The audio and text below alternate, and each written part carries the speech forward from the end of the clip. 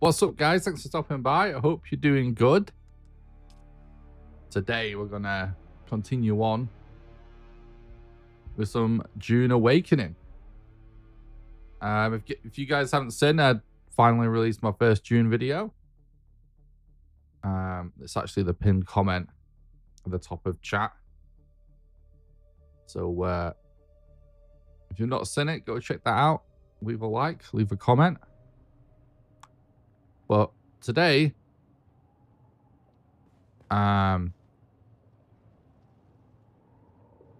we are, just continuing on. We're playing the game. I've done a few things. Whilst working on this video, I've been trying to, in between the sessions, still play the game a little bit. I'm still trying to chip away at it. I'd like to, do all the content and max out my character. So yeah, I've not done a ton of stuff since the last stream.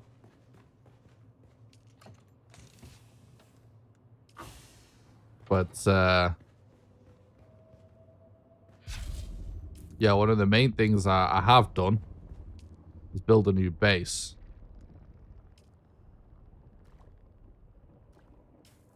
Let's actually fill up this little water can as well. So yeah, I'll show you the base real quick. Well, I'll explain what I have done off stream first of all. So I said during the last stream that I was gonna move the base. Pendragon, thanks so much for the sub on YouTube. I appreciate that, mate. Yeah, so on the last stream I was saying I was thinking about moving my base.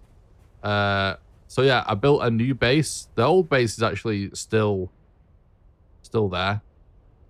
I want to try and maintain two bases for a bit. And I said I would try and make this one look nice. So we built this base. I'll do the tour in a moment. I also built the buggy. So yeah, mostly just like me farming mats and crafting off stream, so you've not missed like a ton of content. And other than that, I've just I just did contracts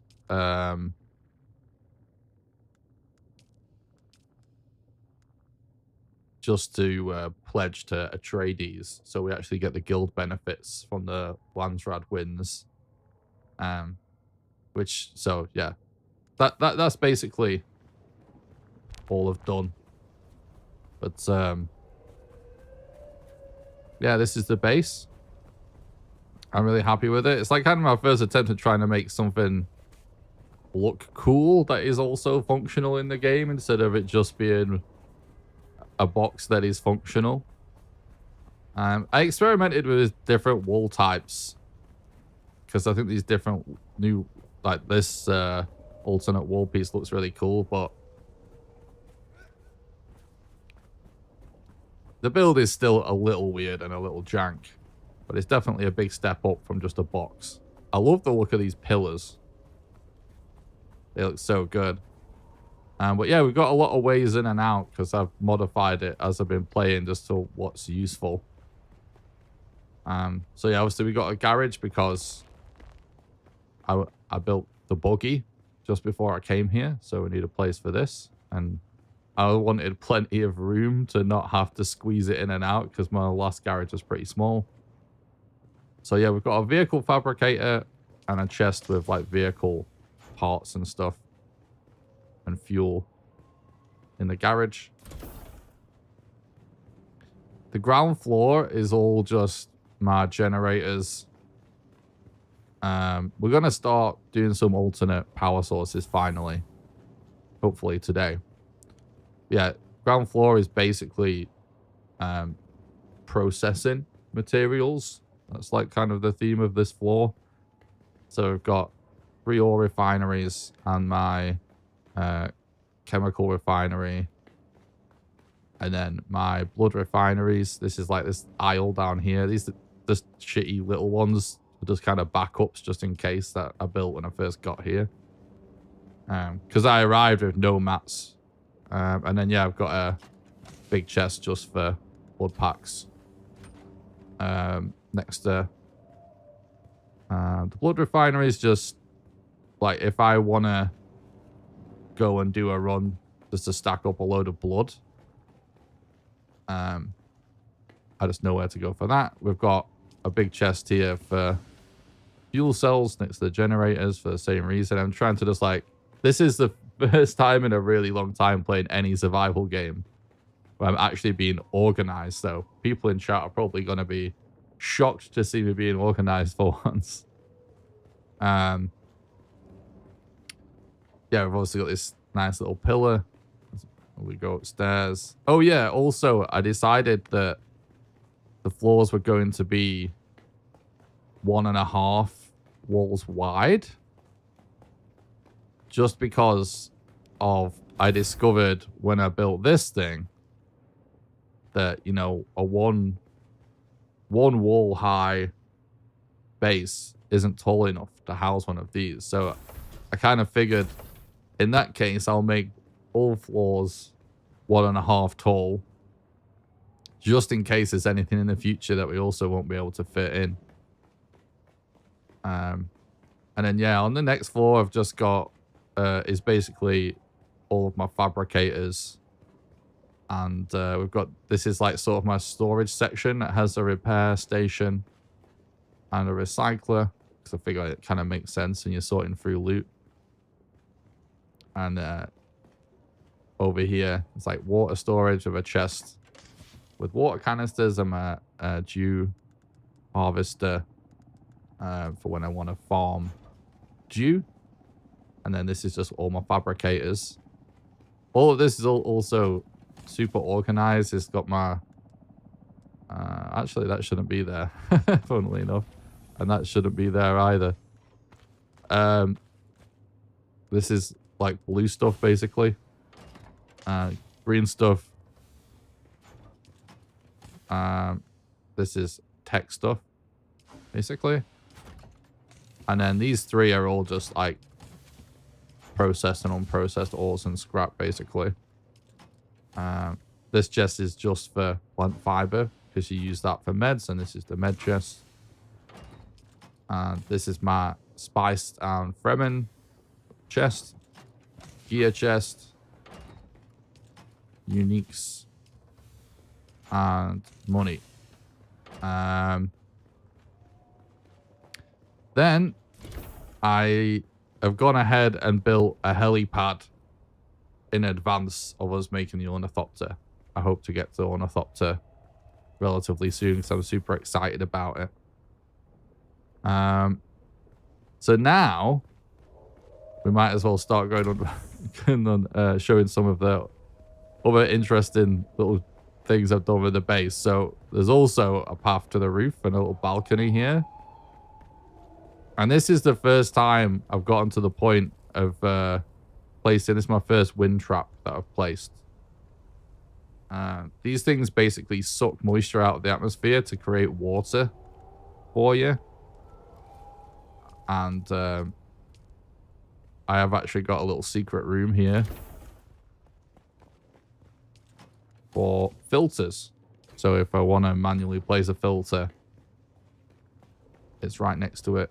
And obviously we're also going to get some of the windmills on this roof, hopefully today as well. But yeah, anyway, basically there's tons of ways to get around. So got this little ladder here, and that, you know, leads to this ladder on this side. Obviously you can climb anything in the game, so ladders are kind of just aesthetic, but I do kind of like it. We've got a ladder that comes in through this hatch on the helipad, and we've also got a hatch for a ladder, so you can come in straight from the garage This I actually use all the time.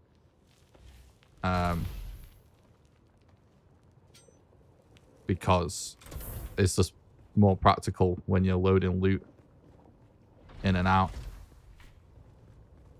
I think that's pretty much everything. There's also obviously this little side entrance, so we can just run straight upstairs or straight to the roof. So I added all these different kind of routes to stuff.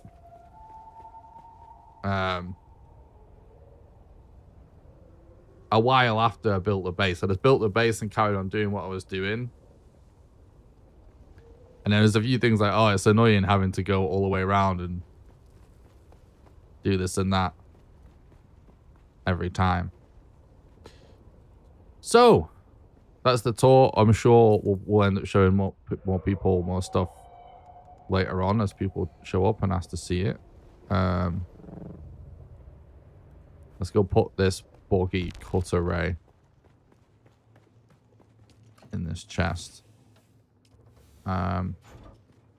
So yeah, I put in the title that we might be working on the base, and that's really because I would like an additional wind trap, and I would also like to start getting started with the wind turbines. So considering, you know, we have the mats for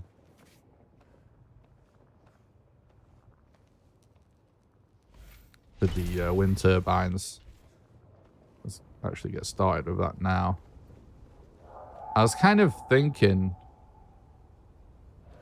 I want to keep like nice paths to stuff up here. So I actually might flatten these roof tiles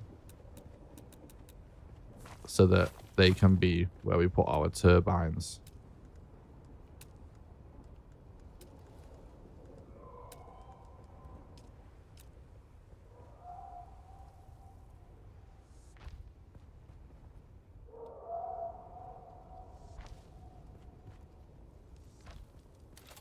I do like the idea of having these weird little arch roofs just sort of scattered randomly. I think it looks cool. It looks sort of more natural, weirdly. But yeah, obviously, we need room for stuff. So let's start by placing one of these.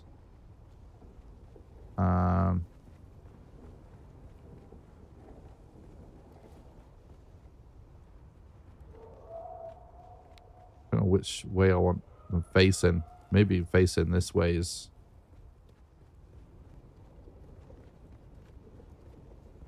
Is it going to be facing out or facing it? Yeah, maybe facing this way is actually better.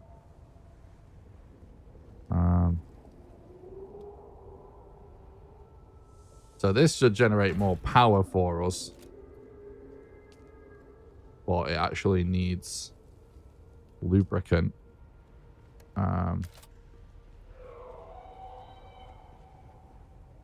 So I guess we'll just deposit all the lubricant in there.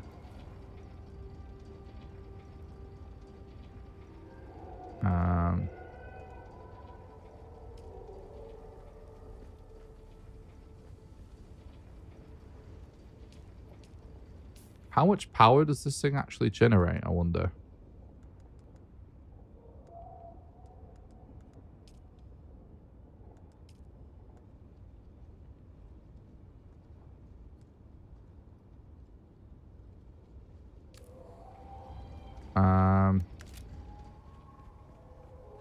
Oh yeah, I see. It says a little plus by it here instead of... So the yellow numbers are like how much something consumes. And the green ones are the plus how much it adds. So one of these is essentially worth 75% more. Or 75 power more.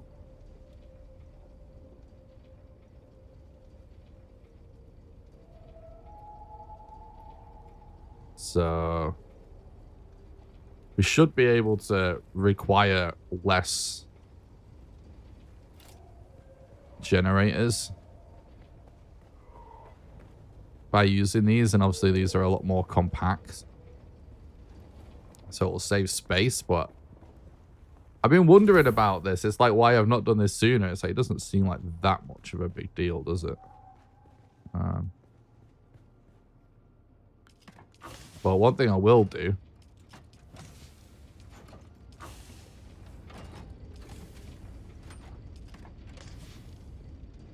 oh yeah, let's just put all my lubricant in there, isn't it?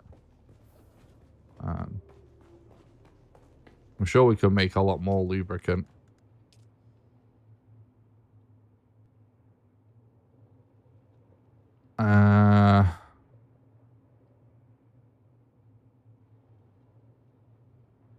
That's just going to use all of our silicon blocks. All right, we've got a couple of days worth of stuff. I think we don't have to worry about that for now. Right, so what else do we want?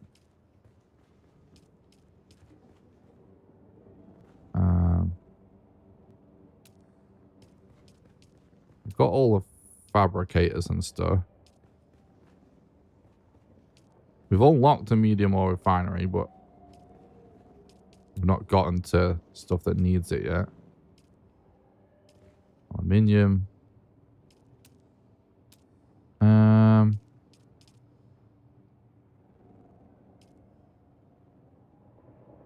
So yeah, we basically just need a lot more steel. I want to at least have a couple of wind traps, if not more.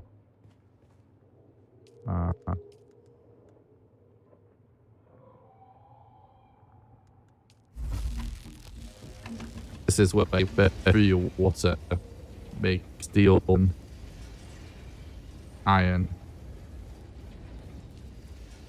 This map, because of this.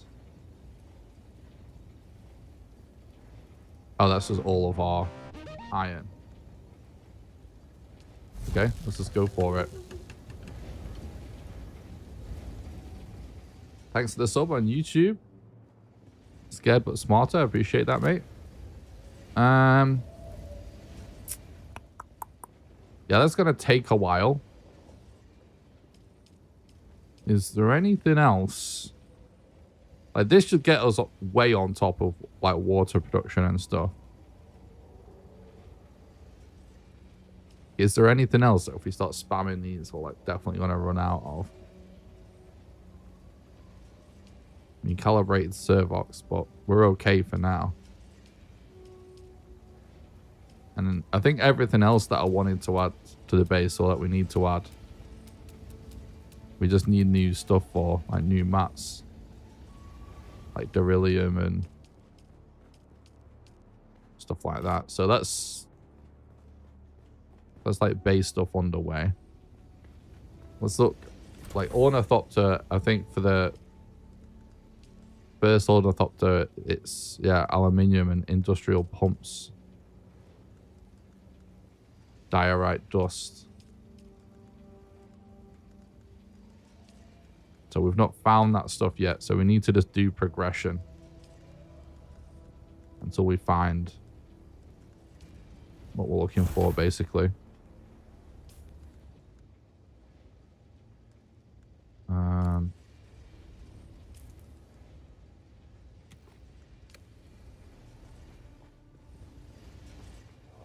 So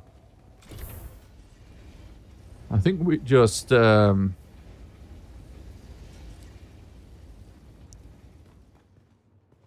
carry on with looking for trials and stuff.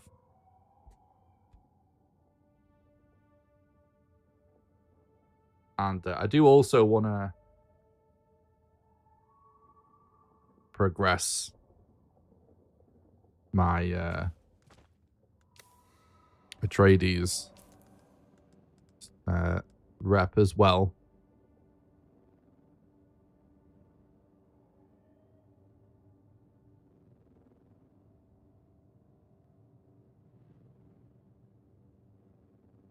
Let me just check that everything's good with the stream. Thanks for watching the stream. Anyone that's decided to swing by today. Hope everyone's doing good. Yeah, looks good. Oh, in fact, you know what I wanted to check is I wanted to check that the stream has the right thumbnail. Because I noticed Restream was actually being weird and showing this thumbnail of the previous stream, even though I added a new one. Yeah, we're good. Okay.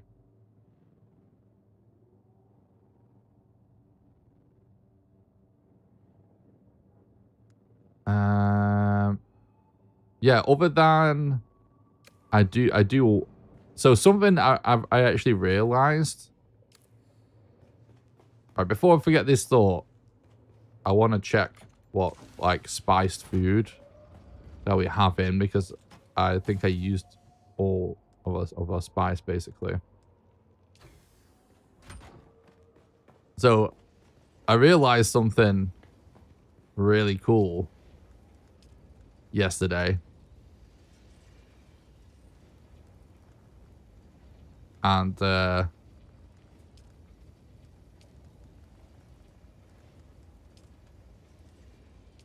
so it'd be nice to keep an eye out for spice, basically. But obviously, we can loot a lot of this just off dead enemies.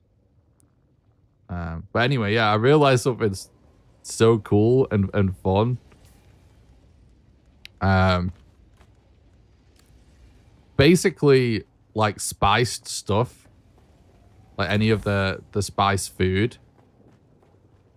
actually sells for traders for a really good amount, and some of it, as long as you have spice, is really, really cheap to make. And I think, from what I understand, again, for anyone like watching this or that, you know, might not have been watching my Dune streams before, the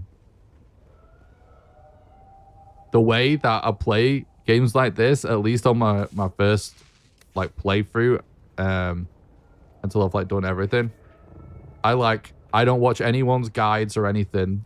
Everything I learn about the game is just from actually just doing it. I experiment myself. I don't watch anybody play it. I like avoid spoilers and stuff like that. I just want to figure everything out for myself. But from what I understand, you know, it's intended by the developers that spice to be sort of at the center of the economy of the game, because obviously in Dune lore, you know, spice is at the center of it all. So anyway, any of the food that you can make with spice sells for pretty good money to the trader. And what I did with the last load of spice that I ended up farming when I encountered some, just wandering around one of the PvE areas, I made a load of coffee, basically, of the spiced coffee. And I was actually spamming spice quite a bit, and I ended up making like 50 summit cups of coffee, and I was carrying it around, and I would just use it whenever I wanted, like the buff. But anyway, I was at a trader and I saw that it sold, I forget exactly, it was either 20 some or 50 something Solari you get for selling like 1 cup of coffee. And I realized, like, wait, like I made like 50 something easily with like not even trying, you know what I mean? Just randomly stumbling across it. And so I just sold what I ever had in my inventory, and that was like 7 grand. And so that's gonna be a big money maker for sure. So if we see any spice, we're gonna go for it. So we've got our static compactor ready to go for that. I might make a few more meds before I head out, actually.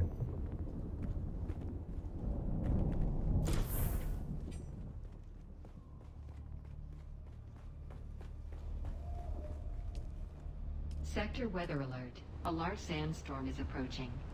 Wait, how? My bike's gonna decay a bit. That's annoying. I should have just always just bring it with me. I'm sure there's some parts on this bike that are hanging on for dear life as it is.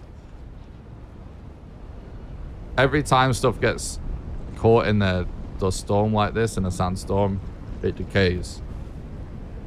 It decays anyway over time if it's exposed, but it decays a lot more when there's a sandstorm like this. So basically my dust bike that we just left outside for convenience, it's getting a little bit melted. That's like one thing that's like I noticed it's kind of funny about this game is if you just log on, you won't have gotten the like 3 2-minute warnings or whatever. It at least tells you like 3 minutes out and then 2 minutes out. I forget if it even does 5 minutes out. I don't think so. Like that there's a sandstorm approaching, right? But if you just signed on, you miss those. So if it's like within a minute of it happening, it just happens. And then when you move from one biome to the next, you might have missed them as well. So you can actually just show up to a biome and a sandstorm be imminent, and you just like it gets really dicey.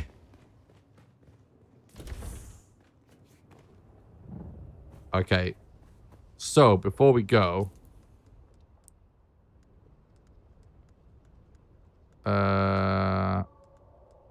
what does it say about the trial?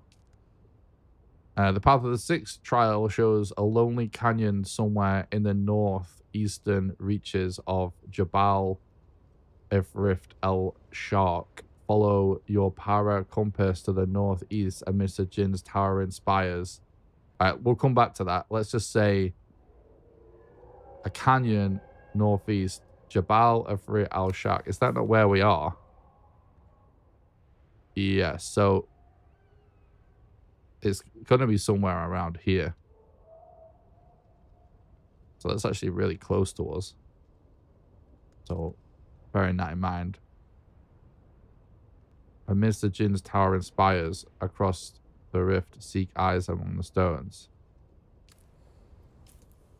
So it's literally like around there somewhere. Oh, it could be this.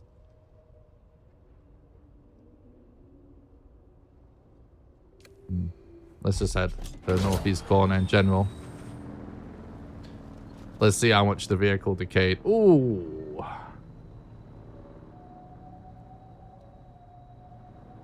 Not looking great, is it? We'll make a... This is kind of like a shitty low-grade one that I just made from leftover parts. Actually, maybe we should bring some fuel.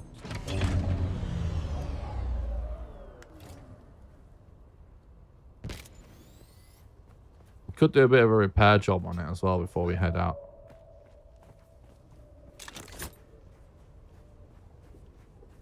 Actually, we don't want to do that because it's right here, isn't it?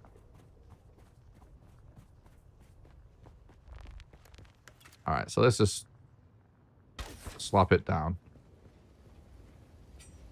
And let's get a welding torch. And some wire. And a fuel cell. And then track the welding torch onto the hotbar.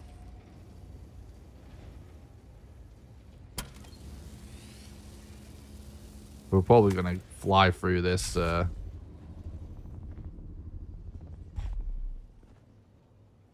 this wire doing this.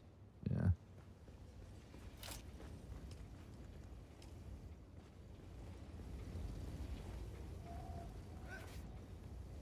Let's make some more wire for the welding torch.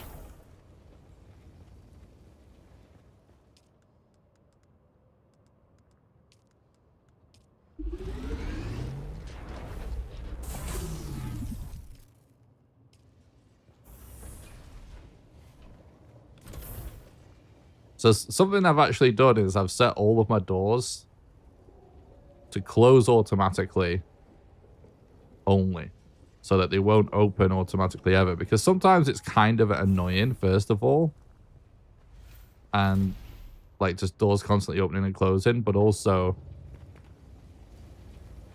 people definitely can easily just like wander in and at the very least get themselves stuck inside your base, and at the worst, if you're not careful,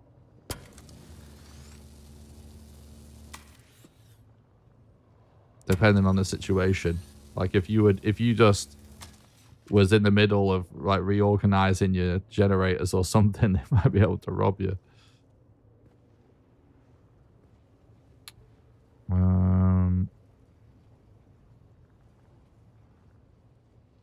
Sometimes it's kind of weird. There we go.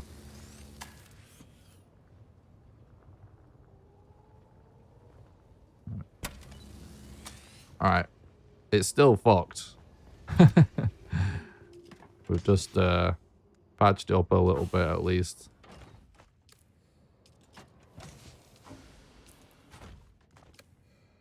All right, let's head out.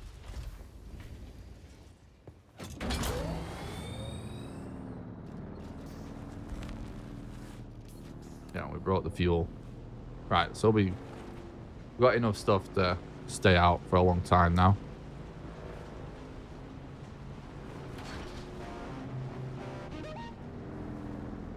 Thank you for the follow on Twitch, Olivia. I appreciate that.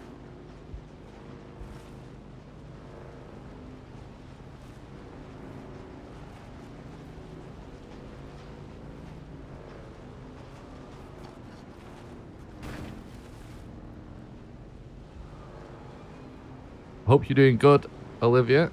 Appreciate you stopping by. I'm streaming on other platforms too. I'm streaming on YouTube as well.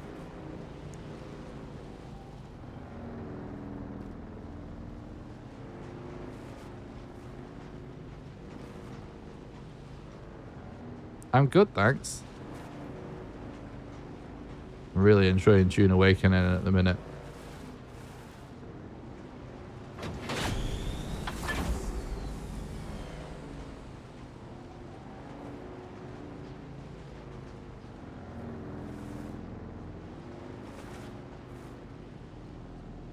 Got a fan blasting air in my face at the minute. 'Cause it's so hot.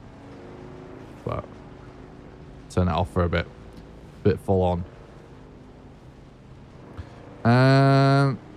Well, this looks cool.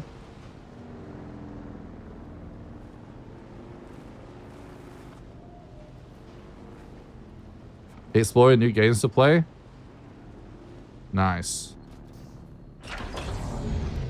Are you considering Dune Awakening?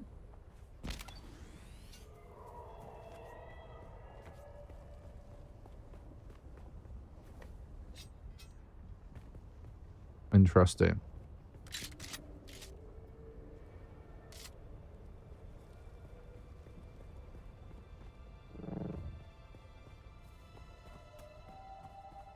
Yeah, this game is like honestly some of the most fun I've had in a new game in years. I'm absolutely loving it.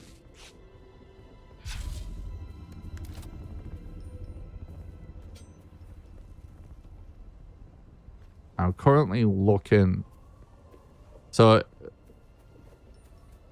yeah, if you've not played the game, I don't know how much of it that you've seen. But as sort of part of the main quest in the game, you have to find these things called trials. Which is basically when you get there, you just get just a little bit of story and like you'll unlock some stuff. But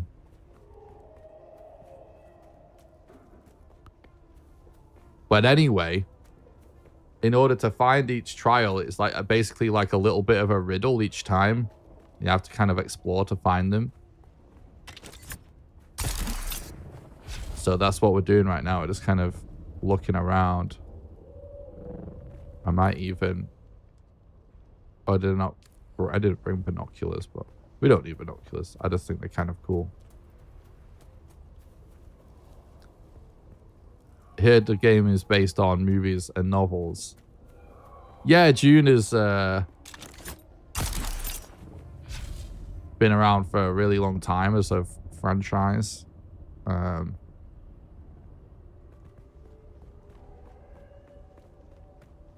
You know, mostly just in book form, but then like in the 80s they made a movie. And then obviously the recent movies came out with Timothée Chalamet. They're absolutely amazing. But yeah, the world and the story of Dune is incredible. I've never read the books. I've always wanted to. But I've seen the movies, and the movies are like really good. Actually, the new Dune movies are some of my favorite new movies in ages as well. It does look cool, right?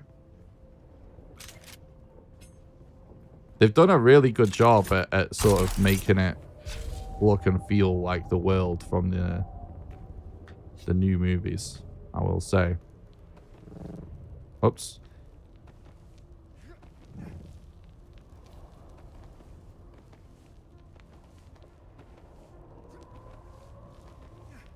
I'm gonna get heat stroke doing this, but it's all good. Got plenty of water to recover from it. Right, let's read this riddle again. Yeah, I highly recommend the movies. What I'll say about the movies is the first one of the new movies, it is kind of slow, and it's a really slow build, and by the time like action happens, it's right at the end of the movie, and it just ends, and you have to like wait for the next one, which when it came out was really, really annoying. But as like an intro to the second movie, it's amazing. It does actually set the stage super well, and the second movie is like one of the best movies I've maybe ever seen. It's like amazing. So yeah, it's one of them things like I highly recommend trying to watch them back to back.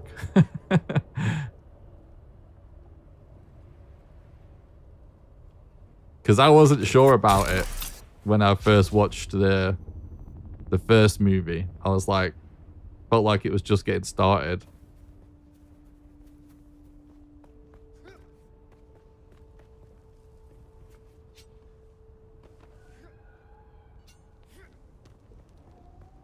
Not gonna lie, I was here to ask, do you accept offers from designers or not somehow? But your good vibe really caught me off guard. Oh, I really appreciate that. That's nice of you to say. I don't, unfortunately, I'm not really like financially in a situation for making content to really do stuff like that at the minute. Well, good luck to you.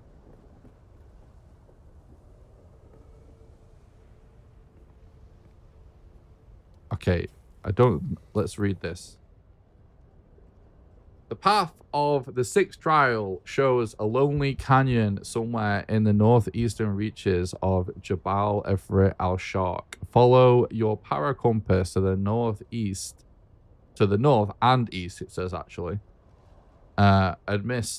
Amidst the Jinn's towering spires across the rift, seek eyes amongst the stones.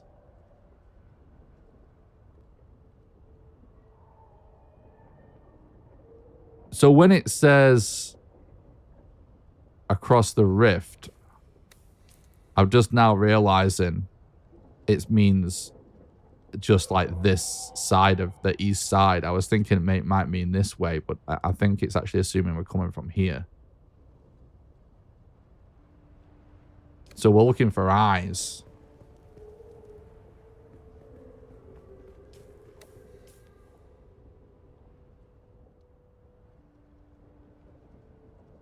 Amidst the spires. Well, I see a lot of spiders that way for sure.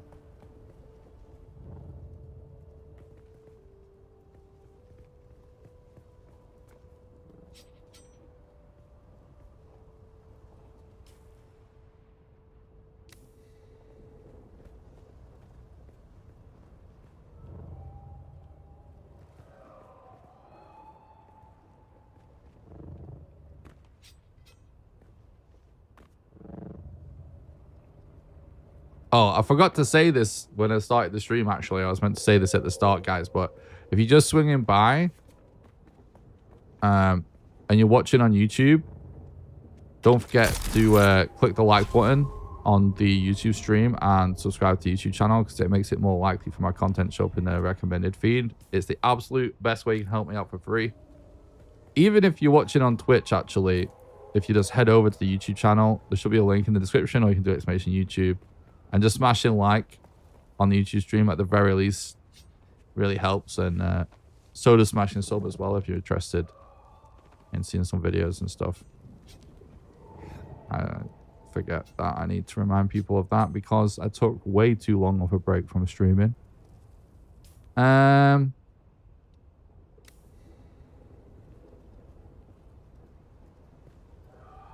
It's getting a bit dark, isn't it? I'm not really seeing anything that looks like eyes right now, though. I might head over like this way. Maybe it's not like... Whenever you play a video game, right, and it says like northeast, I always feel like just typical video game logic. It's like, if it means northeast, it's basically the most northeast it can be. Well, I'm seeing a lot more spires over here, so...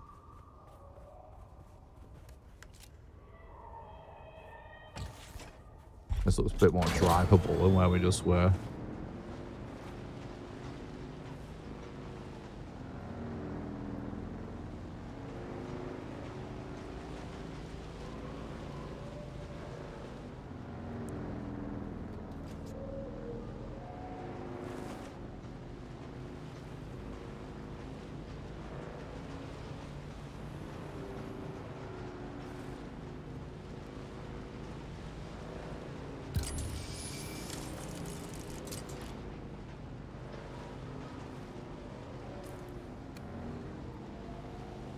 I'm pretty scared of just bumping into random quicksand around here.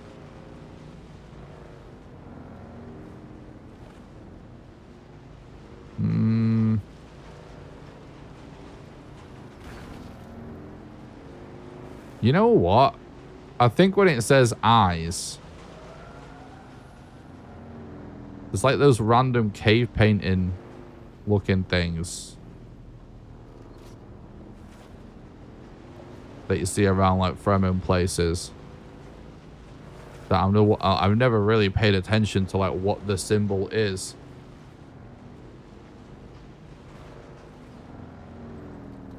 But I'm starting to wonder if maybe it is just an eye.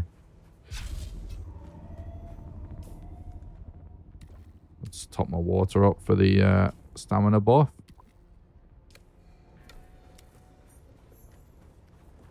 Someone's here. The enemy found.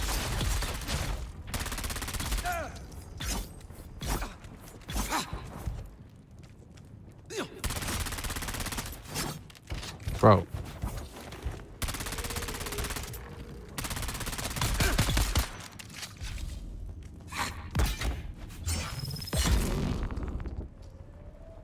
Okay.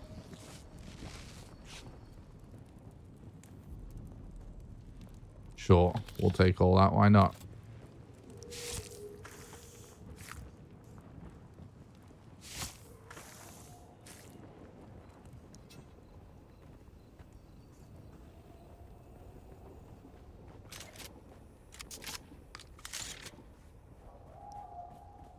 I kind of feel like maybe I just start going right up to every single spire that I see, just looking at it. See if we see something that looks like an eye. I've been assuming it's been something I would see from distance, but...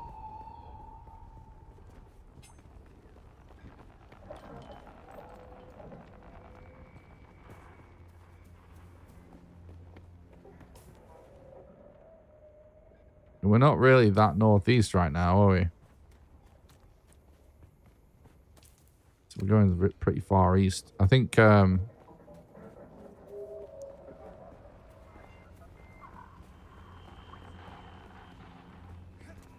maybe we reset a little bit. And we do go to the right in the corner, and then we just do what I said. Like, we see a spire, go to it. Walk right up to it. Look for an eye.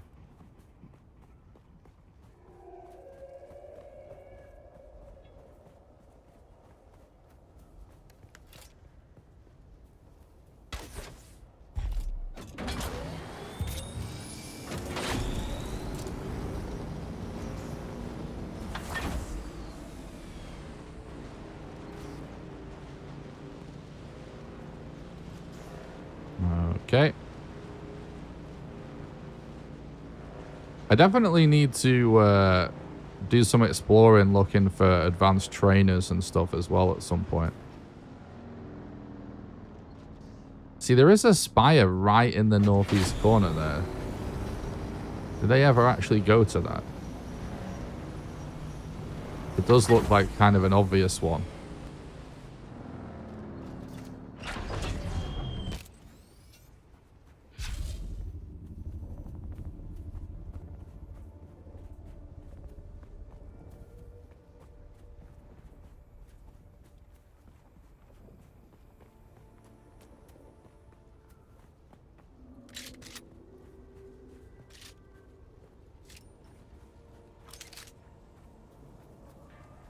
Who's that? Throwing grenade.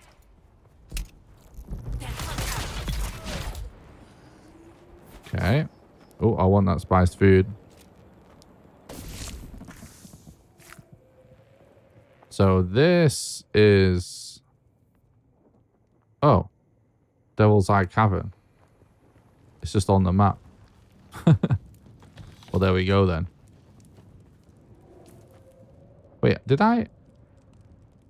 Oh. Okay. I guess I just didn't see that when I was looking earlier. Right, well, we found the spot then.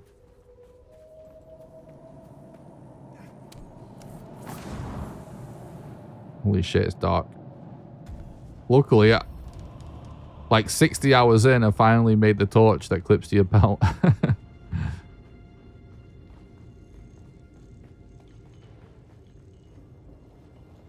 God, it's so dark.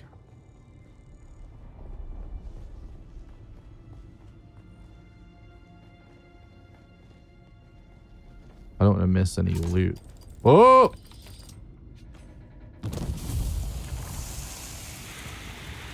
Okay.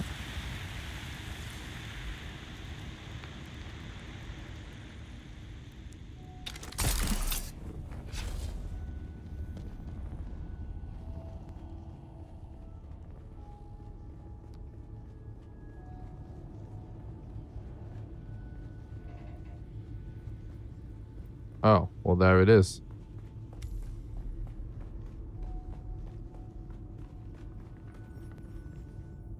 The Sardaukar destruction extends even to these small shrines.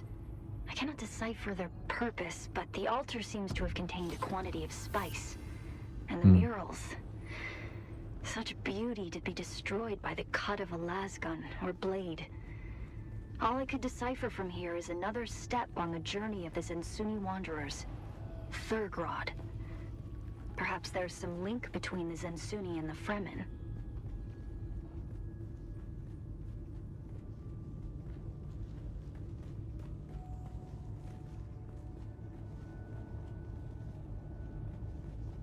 Okay. So it's interesting. It's like the further we get in the game, it's just like the trials have just been ruined by the Sardaukar, basically.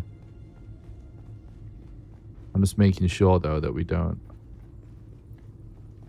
miss anything. Let's just have a double check.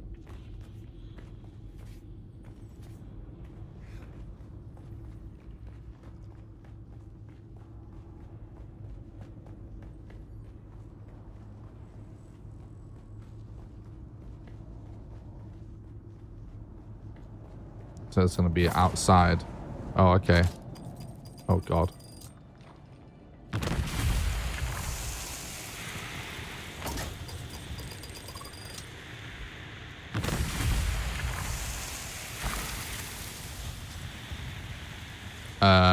Okay.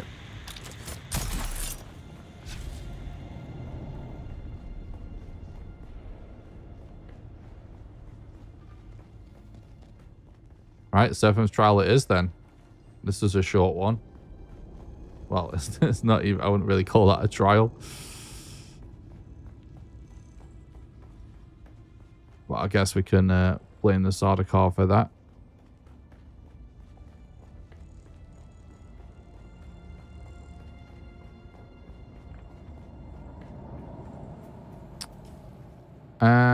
Okay then. Another engraving, this one indicating a site deep within the Haga Rift. Red teeth, gaping maw, down in the depths. Hunger hidden from the storm and the worm. It looks like I will need to descend into the very depths of the Haga Rift to find my next trial. Oh, that's fun. I really like, I mean, that it's a really cool area, the Haga Rift, to be honest. It's obviously, it's kind of bleak and scary looking. It's not like the nicest place to decide to settle, which is why my new base is just within a nice driving distance of it. But,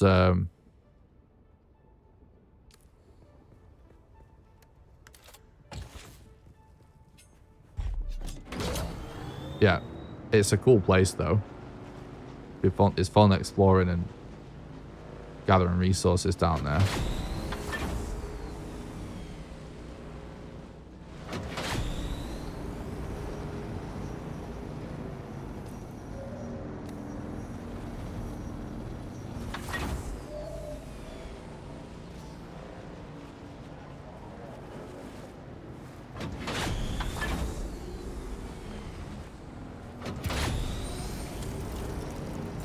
I don't know if having the headlights on is better for chat.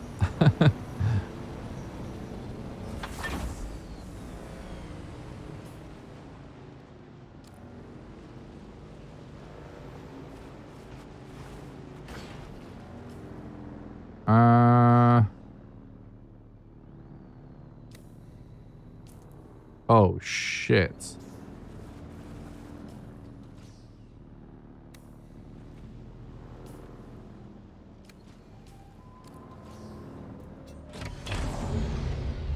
I'm dead.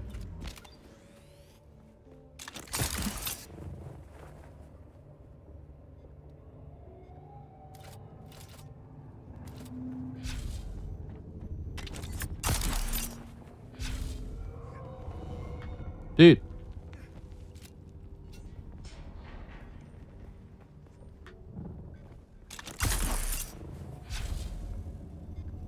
Is this place not sheltered?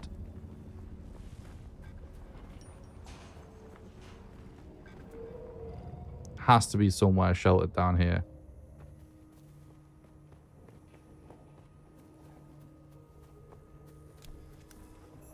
On your knees, scum. Oh, I thought it was coming in. Kneel. It's not.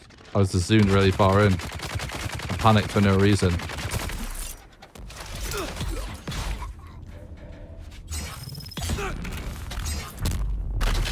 Fresh meat.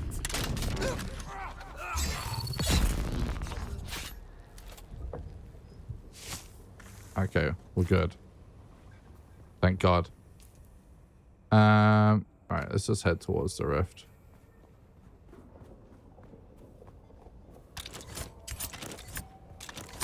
I found them. Someone here. This one is secure.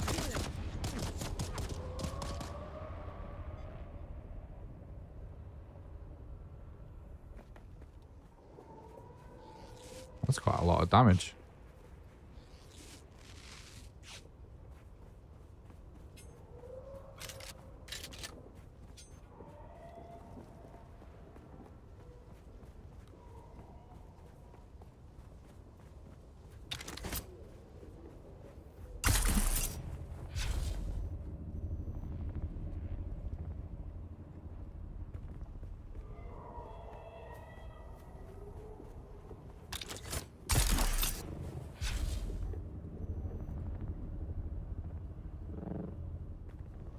Well, the place looks cool.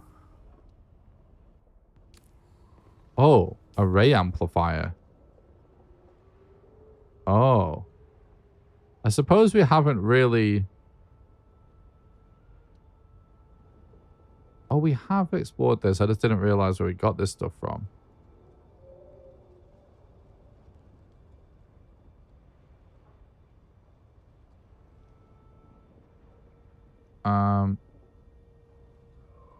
Well, we should definitely loot this.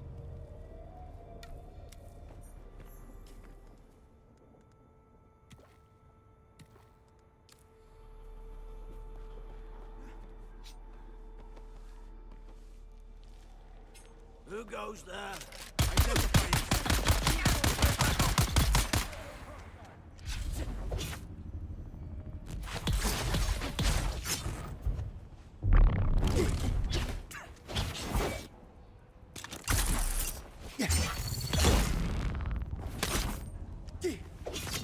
Oops. I changed weapons by accident.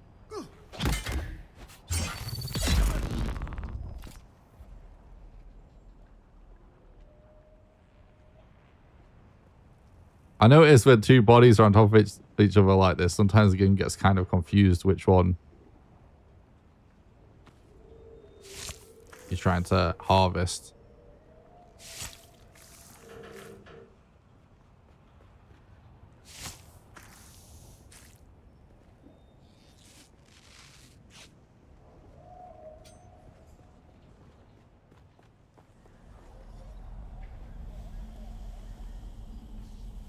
Wait, what?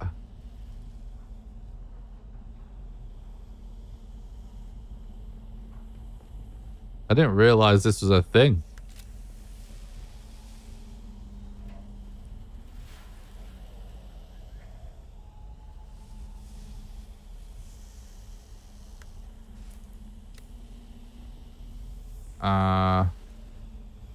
Okay, we're just able to claim ownership of that, but we can't store it because we've already got one stored. I guess what we could do is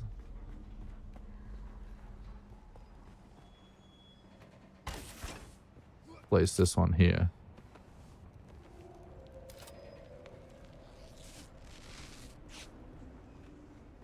And we could scoop this one up, maybe.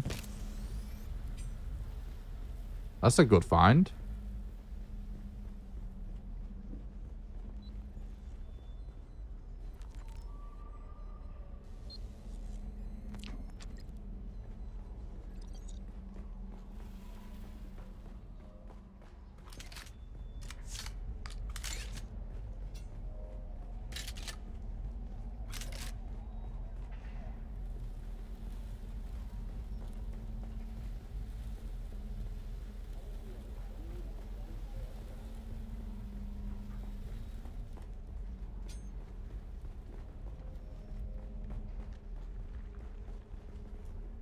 There we go. All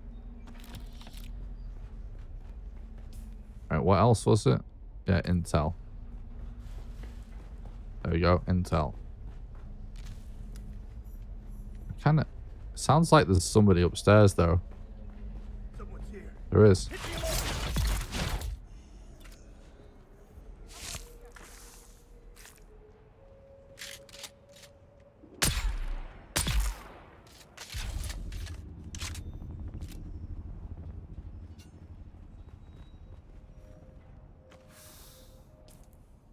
Okay.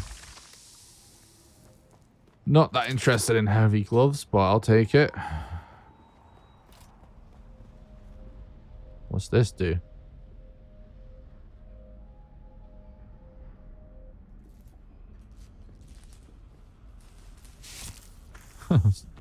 Okay. We just sabotage something, whatever that means.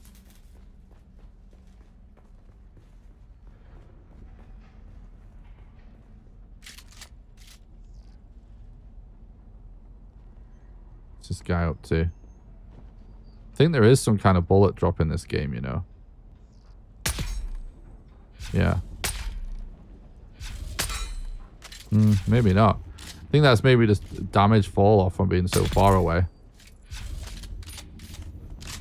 Because those enemies normally are one shot to the head with the sniper. That's kind of a weird looking little spot.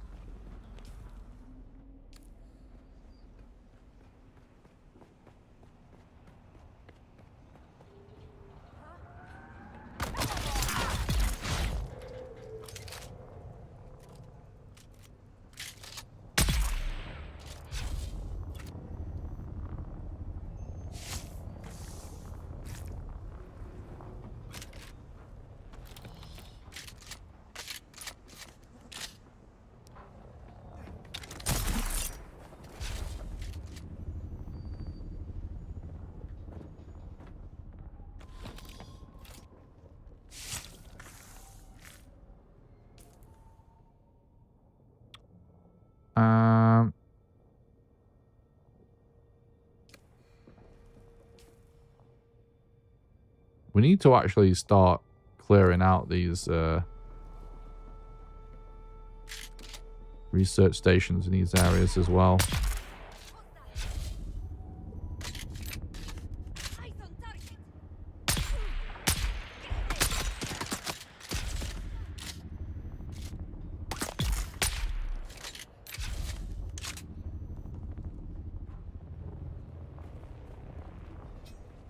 I think we are in need of some complex machinery. Oh, we don't have any.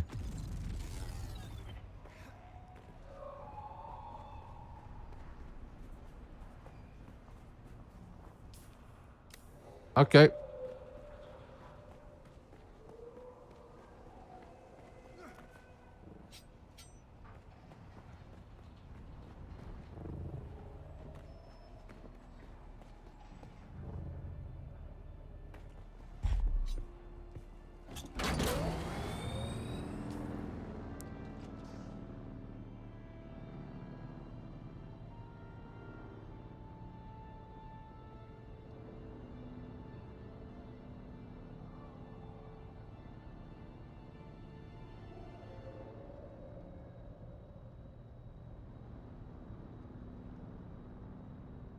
Hmm.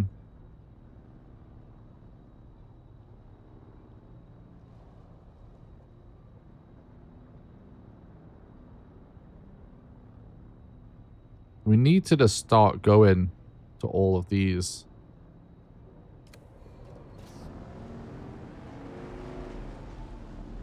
Like, it's about time that we just started trying to clean up the map now as we start to explore. Just like, it's something that I've not really done. I've just been kind of chilling, casually playing the game. But it's about time I just went to like every single marker and just, you know, looted every single thing I can. But anyway, yeah, oh shit, yeah, we can't store this. I think what we should do is go back to base. We'll stash this extra vehicle that we found.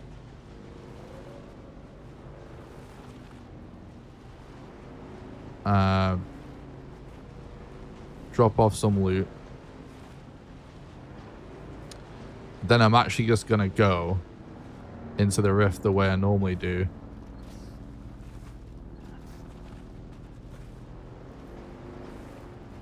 Are we like stuck here? I know, we're good.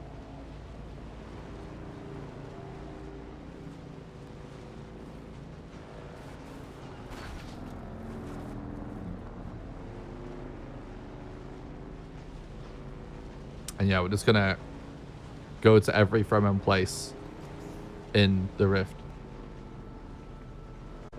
Because I'm just now realizing the trial locations are literally just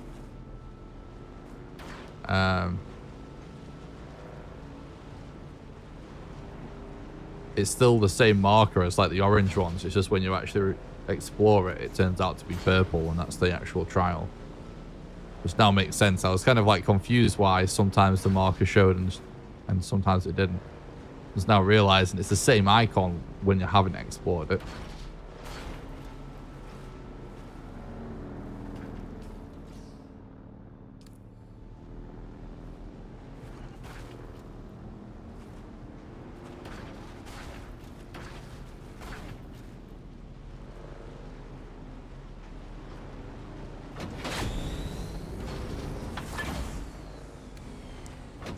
We could probably get away with just launching off this, to be honest. Oh, there's the base. Oh god. Oh god. Oh god.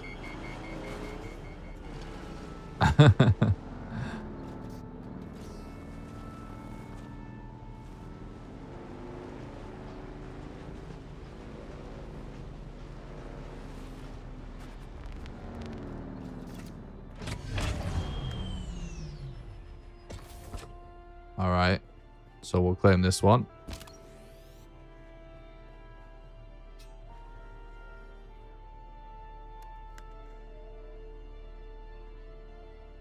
Oh man, it's really completely fucked though. Well, whatever. Yes. Let's drop some loot off, like I said.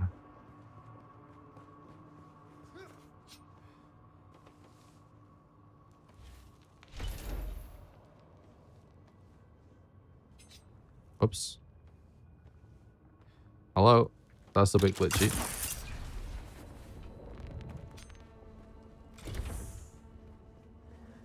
All right, what have we got? I'm going to keep the spice. I do see some money and some ores there, so let's stash that.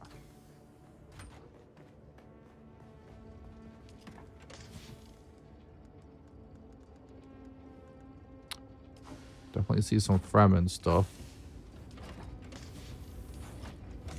And some tech. And some gear.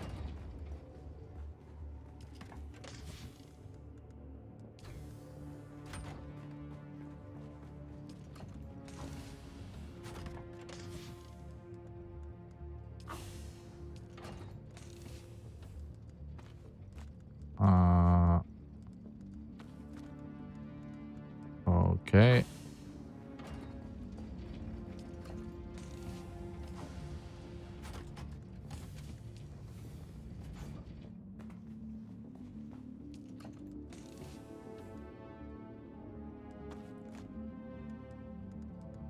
We actually almost filled up all of our blood packs there.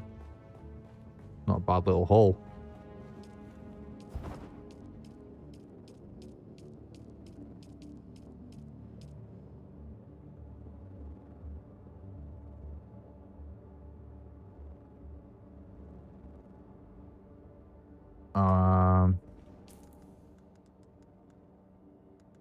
All right, that's good. I think it might be time to get rid of this blood extractor finally. It's sort of on its last legs.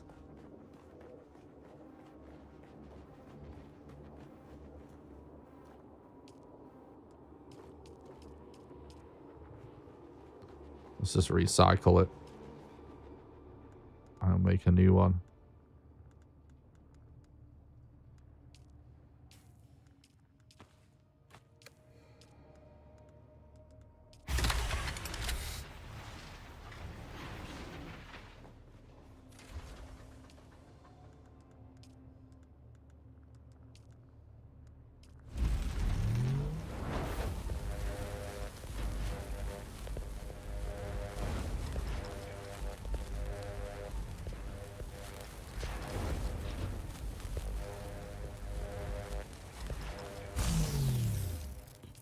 Nice. I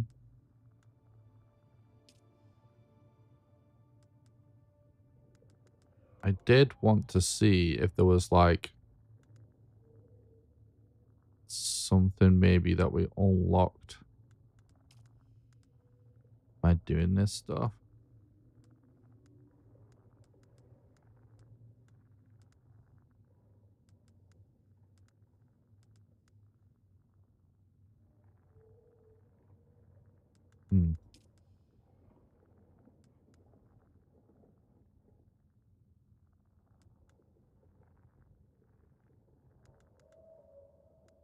Right. Actually, let's take a look at that.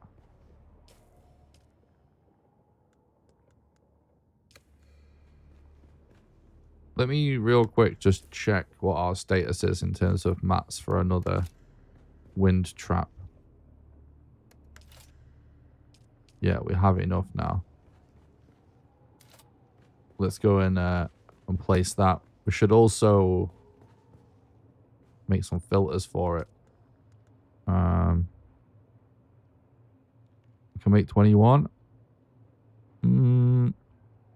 That's actually kind of a lot because these things last quite a long time.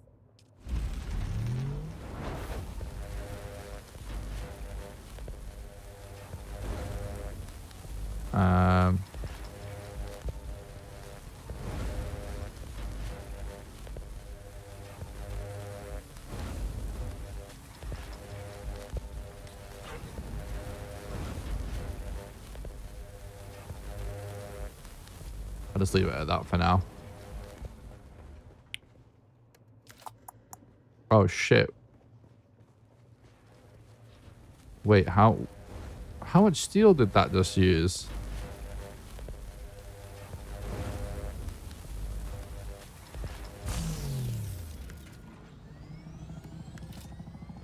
Jesus. I didn't realize how much steel we're actually using making those. Right then. So we'll get another one of these bad boys placed. So placed it just on the edge of the tile, which sort of makes sense actually. So they're a bit spread out.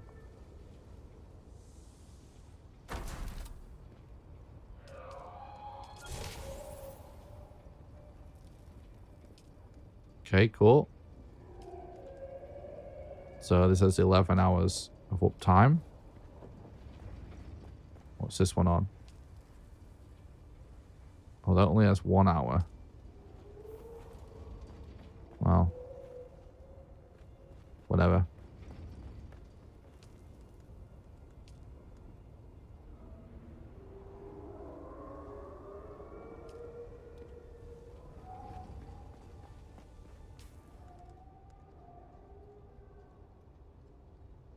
Well, our water situation should be pretty good then.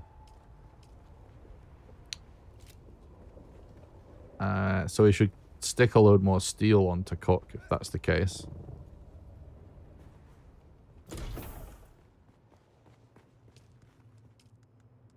Oh yeah, look at that. And then that's actually used the last of our carbon, which is good, because we had a ton of it. What's this still cranking out? It's iron, I think, isn't it? Yeah. Alright, nice. So that's that then. Let's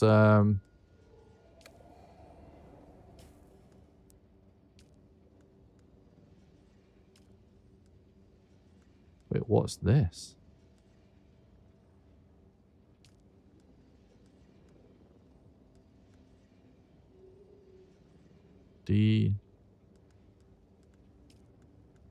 What?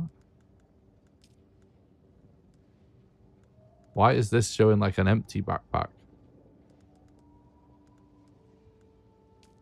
I don't understand. Right, anyway, let's head into the rift the sort of way I would normally go.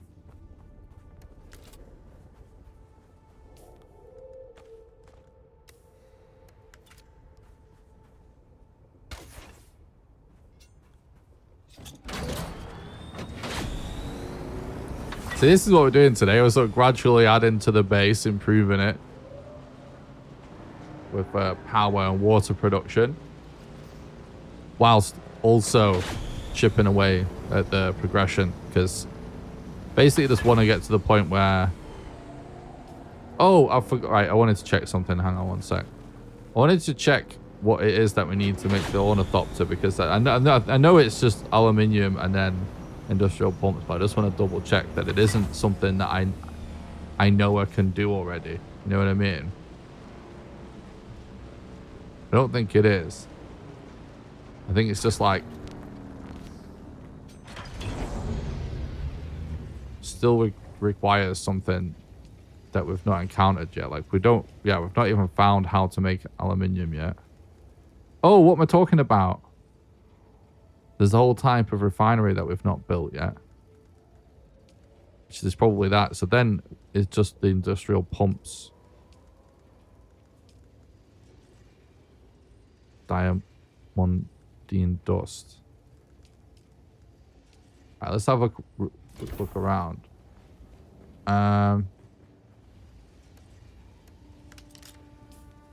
Let's make that refinery whilst I remember. We need complex machinery and steel ingots. Okay.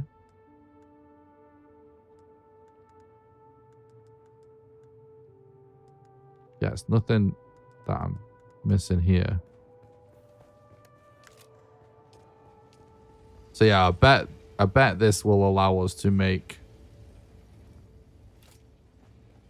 aluminium.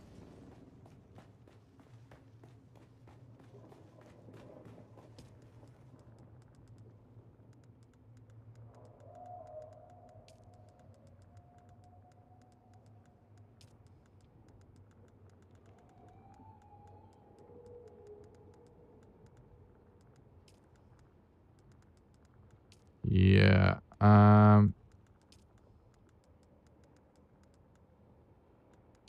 Yes, it still looks like this. We're missing something anyway, regardless.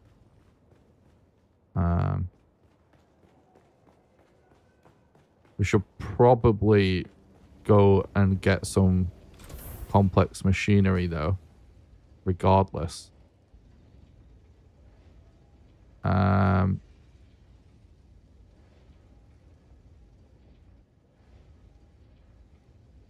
Those are all ray amplifiers that we get from down there.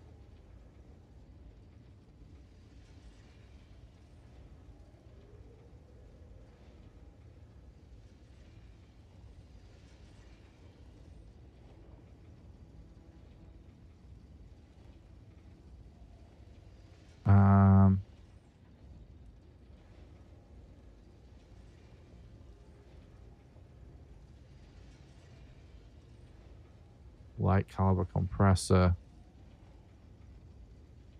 Yeah, there's still something that we're not getting to.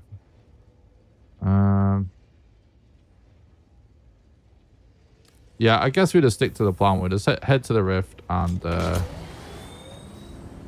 Oh, this is the wrecked one. Let's not take this. Let's head to the rift to crack on with this trial. And then we'll look out for complex machinery on the way. But yeah, it's just something to bear in mind that we're on the lookout for new mats, basically. I mean, there might be something that in the research tree that, you know, I can now unlock.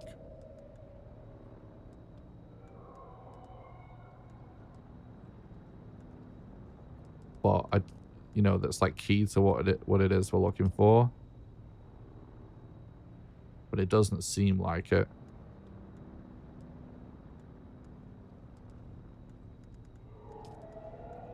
Nah.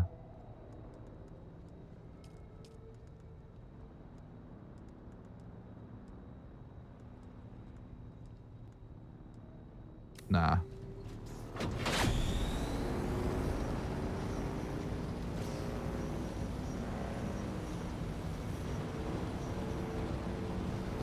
See, that option at the beginning of the game where Asher, if you want to like unlock oh, thanks for the sub on YouTube, Everlord, I appreciate that.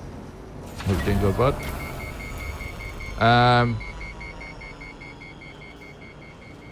Yeah, when it asks you like, oh, do you want to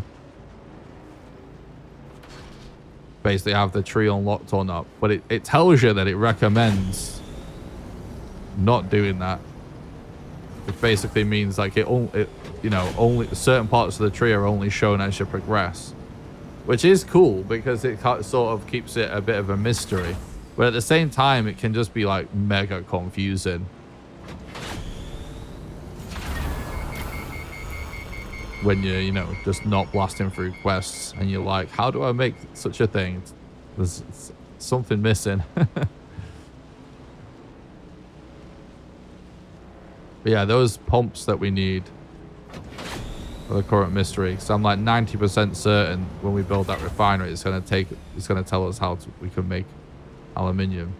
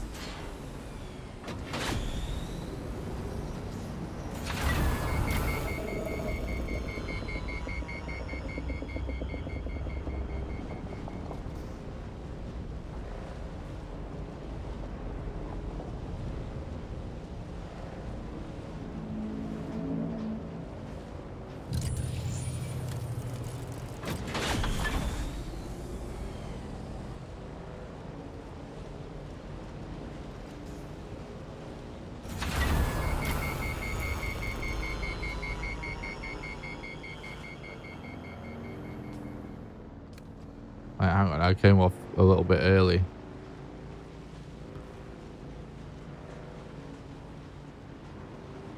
There we go. This is what I was looking for.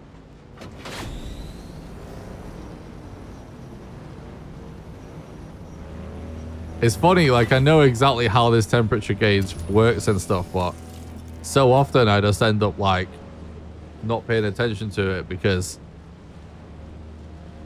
there's so much UI on the screen a lot of the time in this game. That's one thing I'm actually not a huge fan of. I wish you could kind of customize that a bit further. Because whenever a game just bombards you with UI,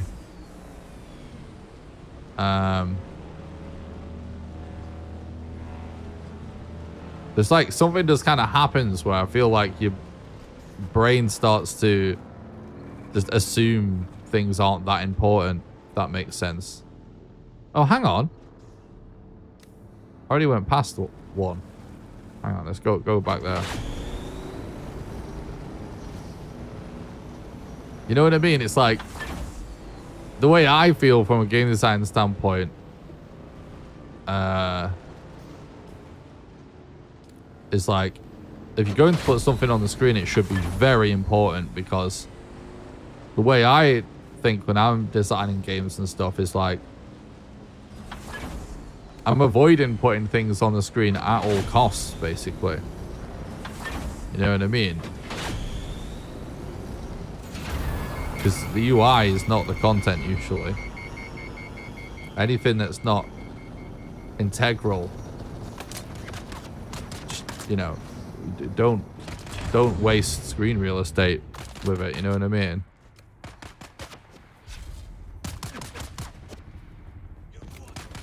But yeah, when you just like bombard the player with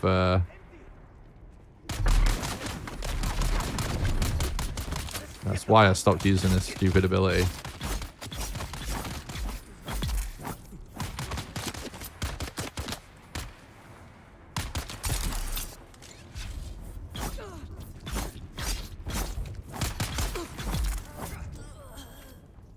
Yeah, whenever you just like bombard the player with like UI, I feel like you just start to assume there's so much. It's like, can't be that important. And the reality is like, like a lot of stuff that is on the screen right now is not that important, right? We don't need to be seeing these quests. In fact, I might actually stop tracking. See, look, and then we've permanently got something there. Fuck me, I hate that. It shouldn't be there if you're gonna make.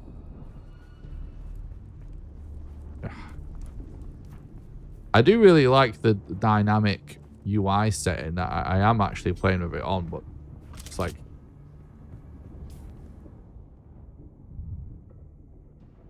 are we getting stormed right now with no warning? I think luckily we're safe here.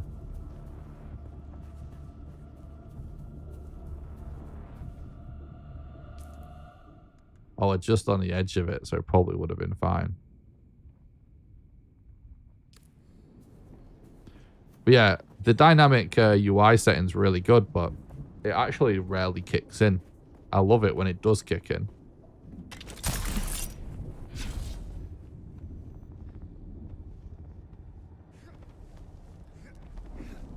Can't really see what's going on up here.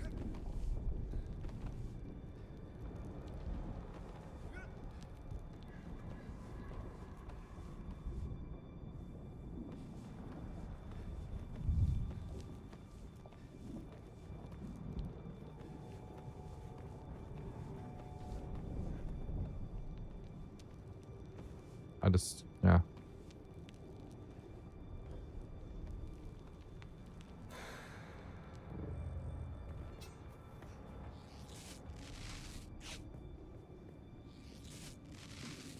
I guess we're like way too inside to start doing that.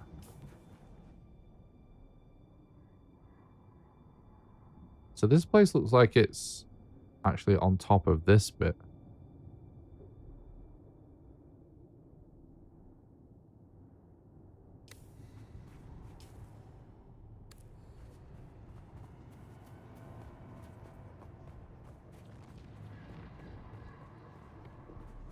Maybe we come back to that one. Just hope that's not it. It's going to be better to approach it from the other side. Oh, got the fucking all there. I think we're looking for one that is actually in the rift, though, aren't we?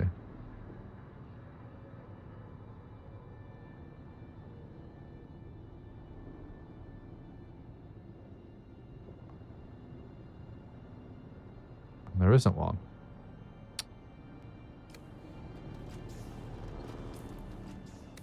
Let's just head back then.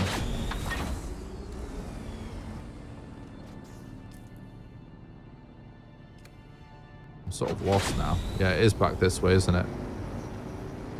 Let's approach from the other side. It looks like they're all over there. Wait, how have I gotten lost down here now? It must be there, right?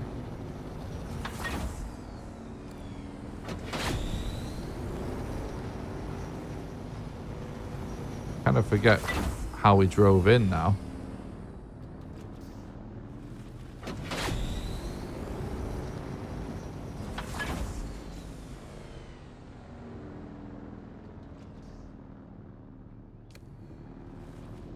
The map is really like useless in the rift. See, I haven't gotten lost in the rift in ages because like just basically straight up just driving in from like one side kind of solves everything.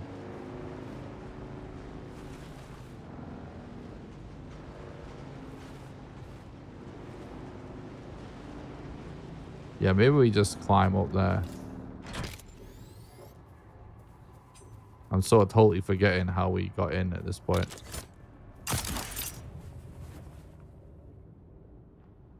What? There are some weird Dune moments right now. All to do with not being able to see.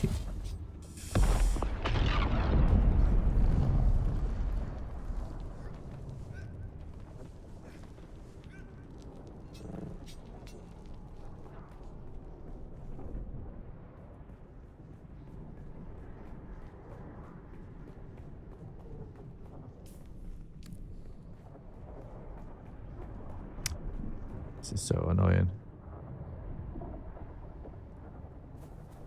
How the fuck has this happened, man? Thanks for the sub on YouTube. I appreciate that. Labrat.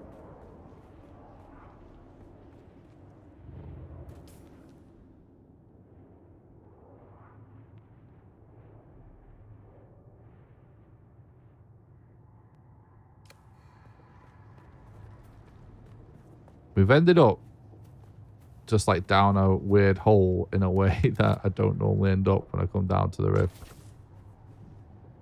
I've gotten lost somehow.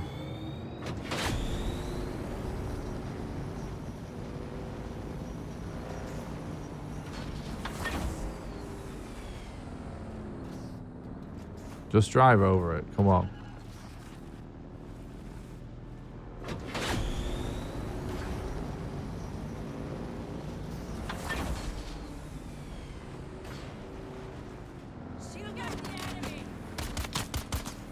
Here we go.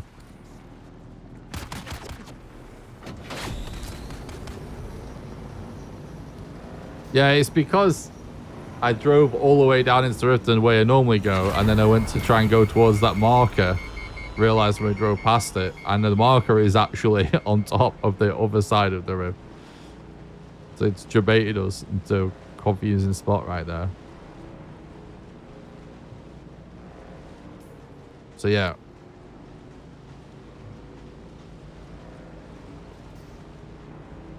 Let's refuel whilst I remember.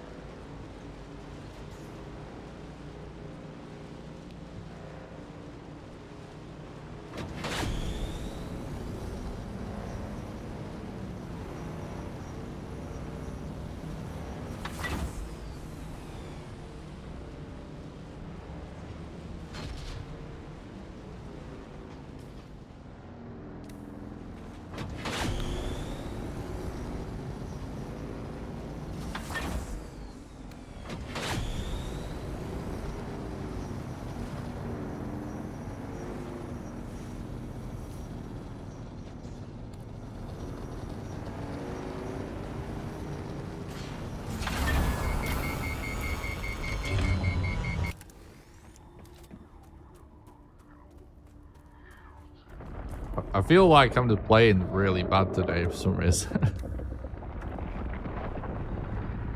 Don't know why that is.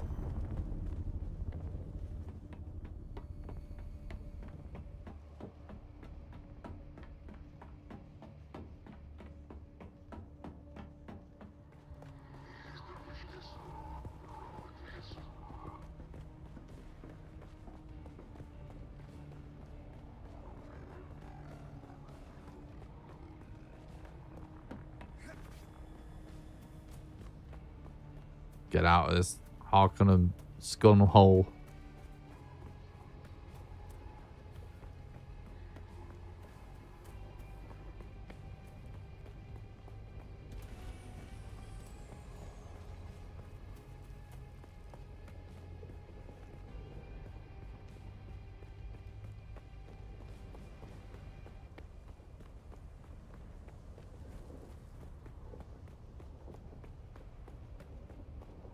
Right then. Oh, I've actually climbed up around here before, funnily enough.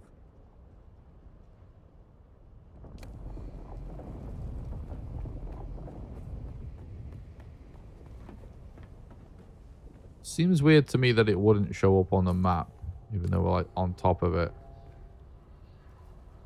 Okay, there it is. It's showing 70 meters, so it's really just right below here somewhere.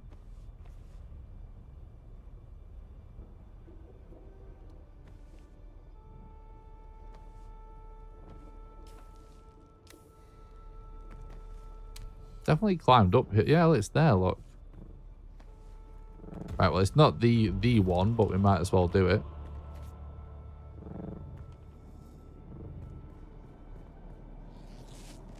I've definitely been here before, weirdly enough. Just mustn't have noticed this.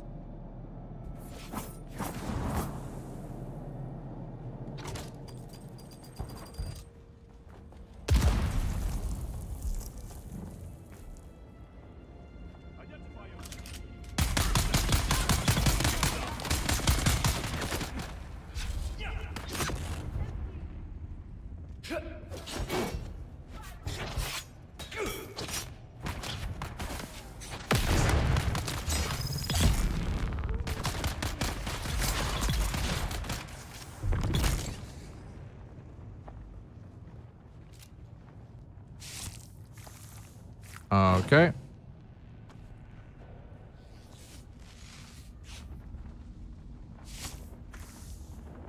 What's up, Bev? Sorry if I missed your message and I only just seen it. Thanks for stopping by. I hope you're doing good. I am having a good day. Thank you very much.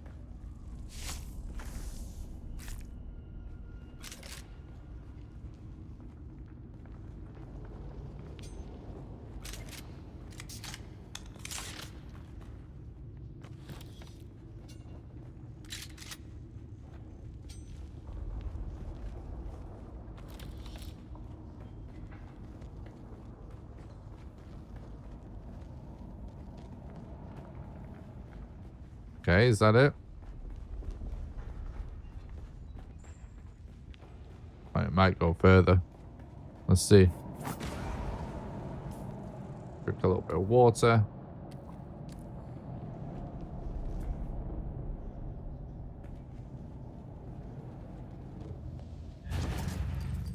Keep forgetting I unlocked the mid-air dash.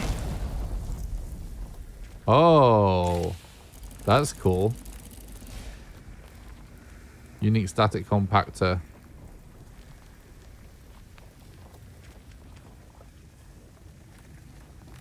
The makers of this unique... Hang on. Taking damage. The makers of this unique static compactor prioritize reducing size, power draw, and most importantly, worm attention. That's really nice.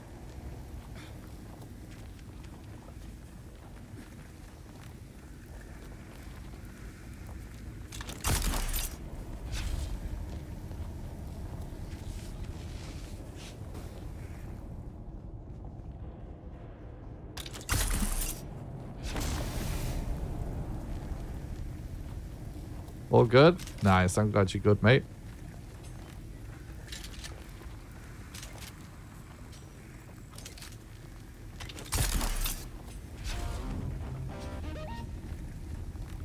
Thanks for the sub on YouTube, Stacey. I appreciate that.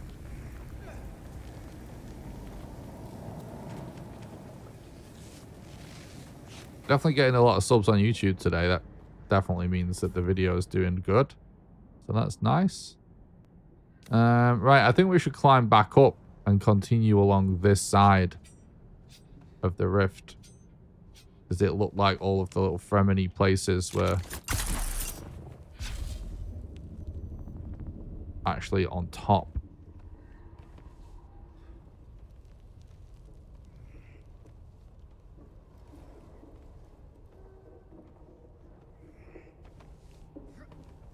Oh!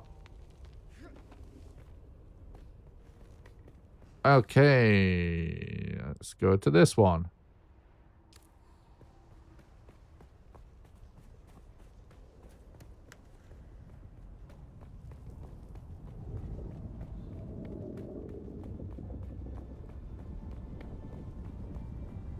Honestly, I might hold off on getting the vehicle out for a bit.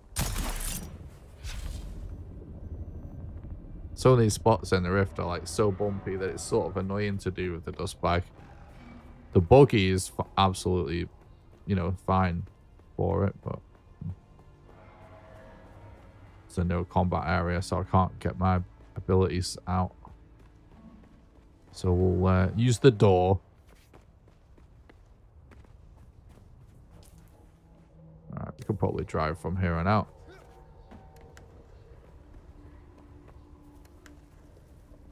Oh, we actually can't yet.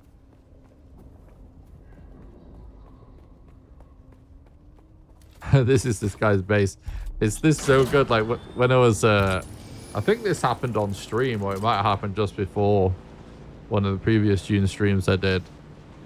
I was like just farming mats along the edge of the rift here, and I came across this spot, and I was literally just thinking, oh, this is a nice spot for a build, as I was mining something. And then when I turned around, when I finished mining, a guy literally just placed down a subfield console to claim it and started building on it.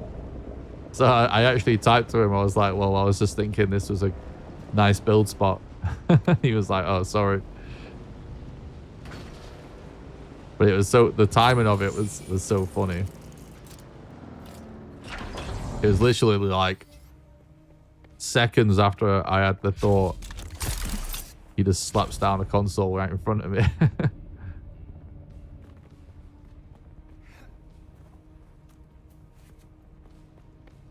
So this might be PvP. We didn't actually get the zone change there. But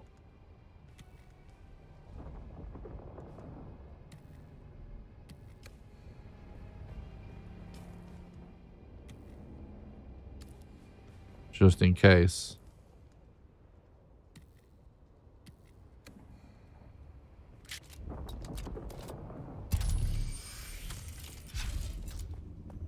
So you can see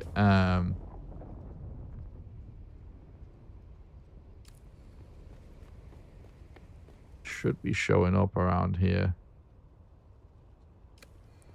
You can see where people are if you actually successfully scan them, or if you are high on spice, basically. I'm trying to... The icon is just not showing up.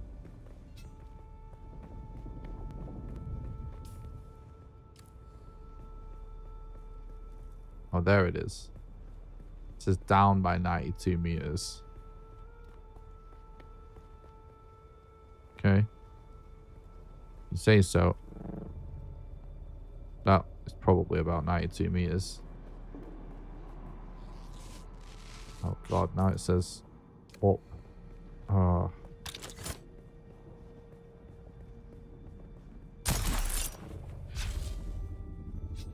What did I just see?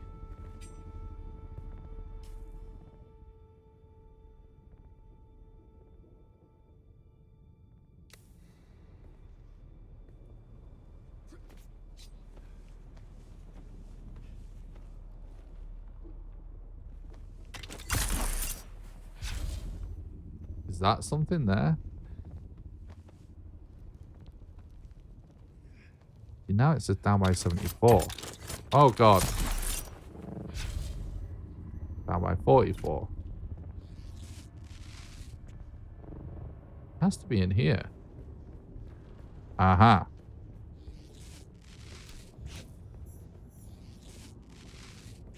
Okay. So this isn't where the trial is, but should obviously loot all these places anyway.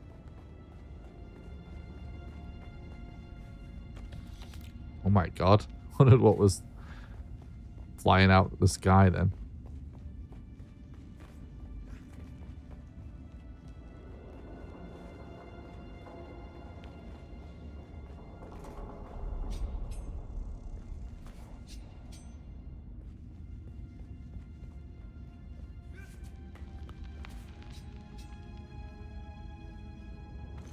Okay.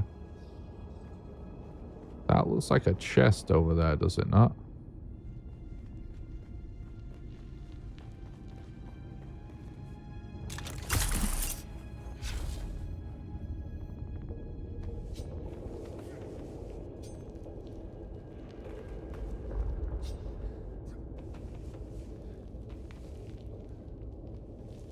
It looks like a really nice chest, in fact. Oh, nice.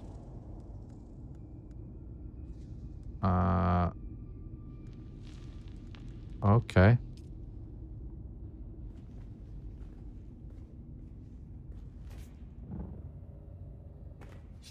That's cool. I think I might already have one of those. But I might be mistaken.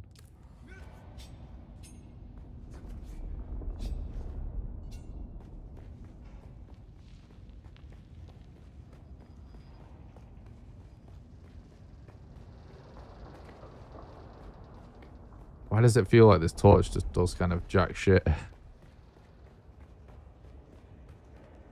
The last couple of these caves we explored, though, we got really good loot out of. These Fremen places. Right. So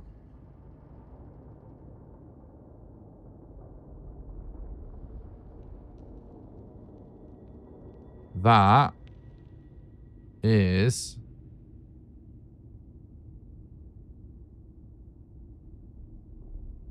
the last of the Fremen locations on the map. Which means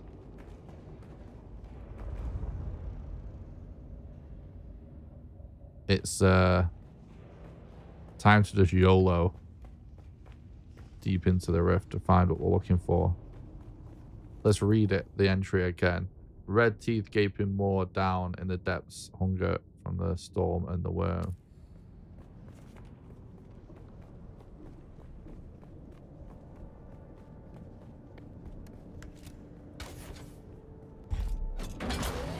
So I think we pretty much can just...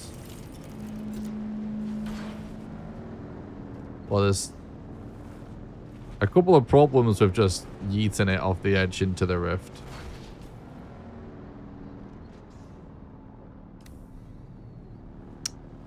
Yeah, you know what? The more I think about it, the more I think I might just go back to the previous approach. Just driving down.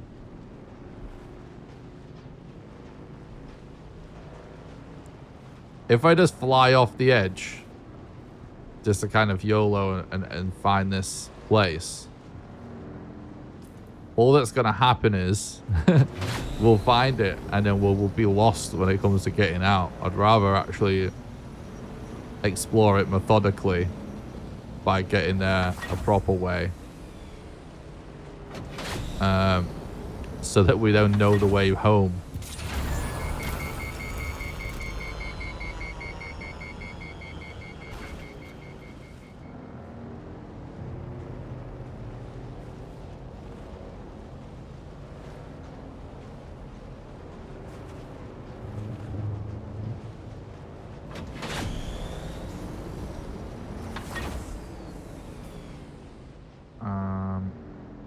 Yeah, let's go all the way south.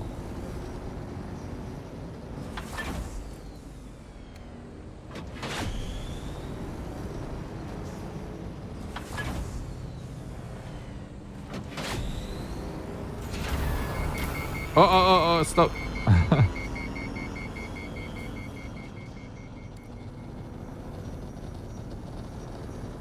Wait, it doesn't say that there's sinking sand. Oh no, it isn't. It's just a different texture. It looked like the texture for sinking sand. Panicking a bit there.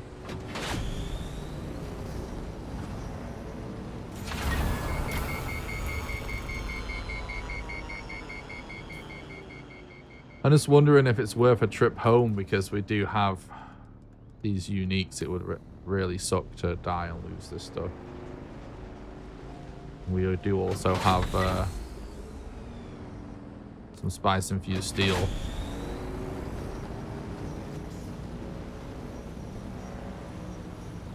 I think we should.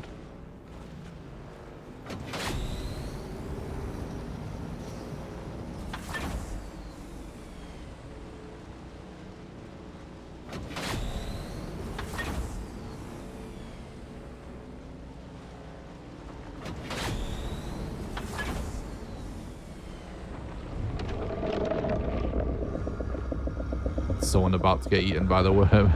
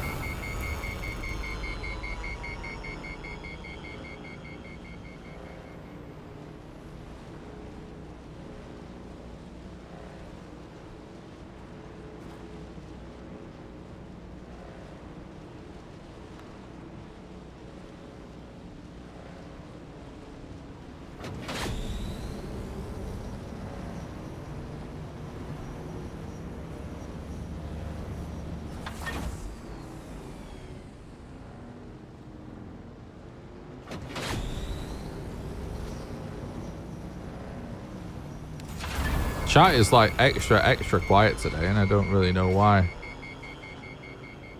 I mean, I know the vast majority of my community doesn't give a fuck when I play something other than Valheim, but there's still usually people talking in the chat.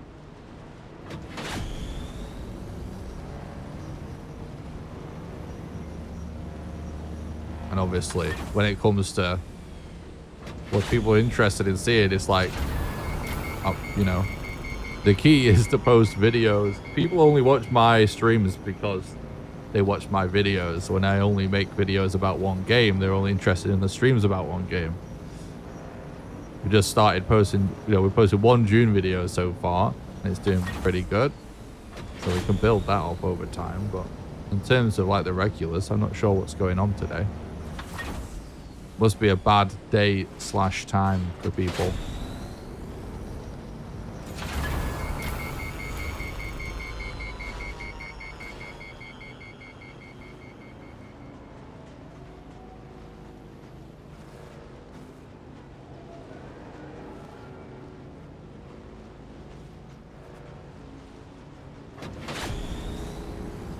But I figured I'd just stream a bunch today anyway, because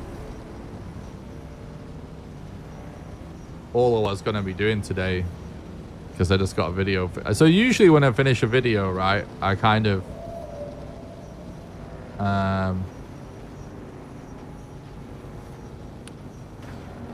I usually take it easy for the following 24-hour period, because I feel like there's no point in spamming people's feeds. You kind of want people to have chance to watch what you made, right? But I'm absolutely loving this game, and I'd like to make more content for it, and I will do as long as the content, you know, as long as the videos essentially are getting decent views. I will continue to do that. But I'm actually really far behind. Like so many people are like way further ahead than me. Like most people in our community that I'm playing, I'm sure are like way far ahead. So I need to catch up. You know what I mean? I need to just put some hours in. So I thought, oh, I'll just chill out playing Dune today. But then I was like, I might as well stream it though. You know what I mean? First time, long time watcher, booting up Dune right now. Hell yeah, Brad. Thanks for talking about the stream, dude. That's really cool. That the first time you're tuning in is actually for a Dune stream. I feel really good about the game, man. I'm loving it so much. And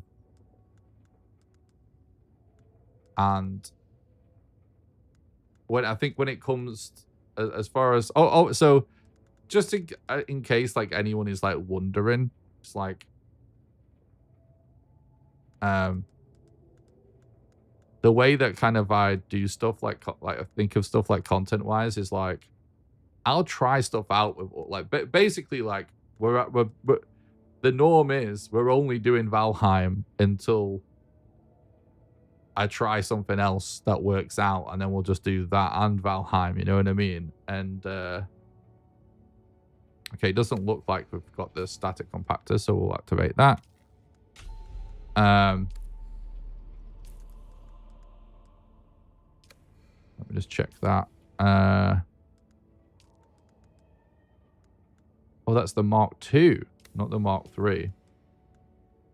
Interesting. But yeah, when it comes to other games and content and stuff, it's like, I'm playing through this game right now. At the very least, I'm going to finish it and do everything in the game that I want to do. I'm going to make videos about the game in the process. If the videos do well, I'll continue to make Dune content. If they don't, I'll be done with it when I'm done with the game, basically. That's how we're going to do it.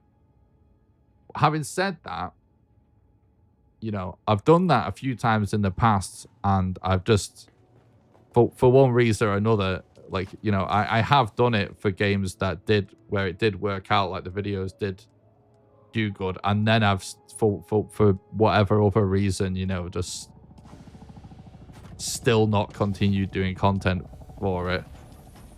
But when it comes to, you know, finding a good game for our community other than Valheim, hang on, that's wrong chest.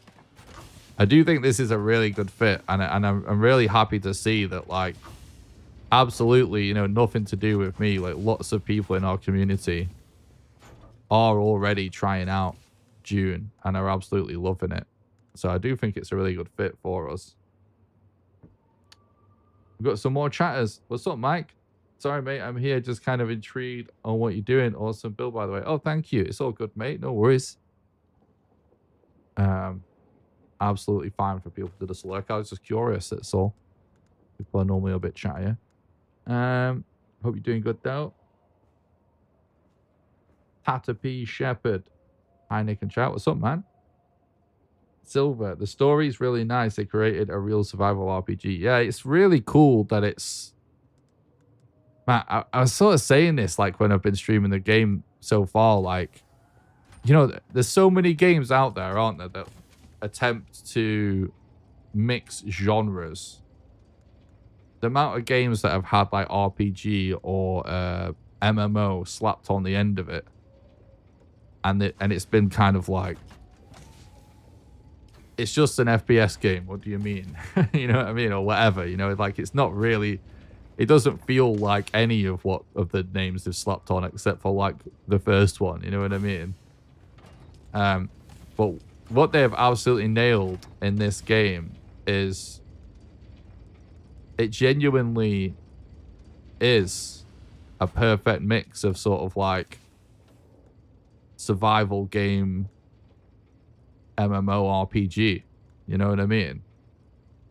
It really does feel like a proper MMO, and it really does feel like a proper RPG, and it really does feel like a proper survival game, and like none of the aspects of it feel compromised. And you know, sometimes when you get a mash of genres, it can get a little strange, can't it? But it somehow just works, man. I'm very, very happy with that aspect of the game design, how it does just work. And I love, like, it's rare to have a game that like tries to innovate doing stuff like that by doing a weird mash of genres. It's weird to have it work out like it's not the norm, I feel like. But when it does, those are always my favorite kinds of games, because I'm always looking for something unique and interesting, you know what I mean? Like, I've been playing games for so long, I'm so bored of games that are just like stereotypical cookie cutter things. Even though sometimes they're the best games still, but definitely appreciate it. Your Valheim videos are a huge help. I don't have a lot of time to really dig into the minutiae of the game and walkthroughs. Cut the learning curve down. Oh, I really appreciate that, Brad. I'm glad you feel that way. Yeah, as I learn more about this game and get into this game as well, I hope to be able to serve the same purpose in the Dune community, hopefully. Like I said, right now the plan, I'm going to continue to stream and make content for the game as I'm playing through it and really enjoying it. And if by the time I finish the game and I've done everything I want to do in the game, I'm still enjoying it, and the content and the videos specifically are getting views, then I'll keep doing it. That's kind of the plan. So, all right, we definitely need to repair our Emperor's Wings. Is one thing I think is kind of interesting is, like, you get this unique really early, right? Emperor's Wings, but it's so useful the entire time. And it keeps you going back to the early areas to grind copper-infused dust. Or spice-infused copper dust, rather. Which is great. It's great, you know, like, early game areas, like, staying useful in survival games. I feel like it's really important. I've really been holding a pee in. I need to pee. I'll be right back.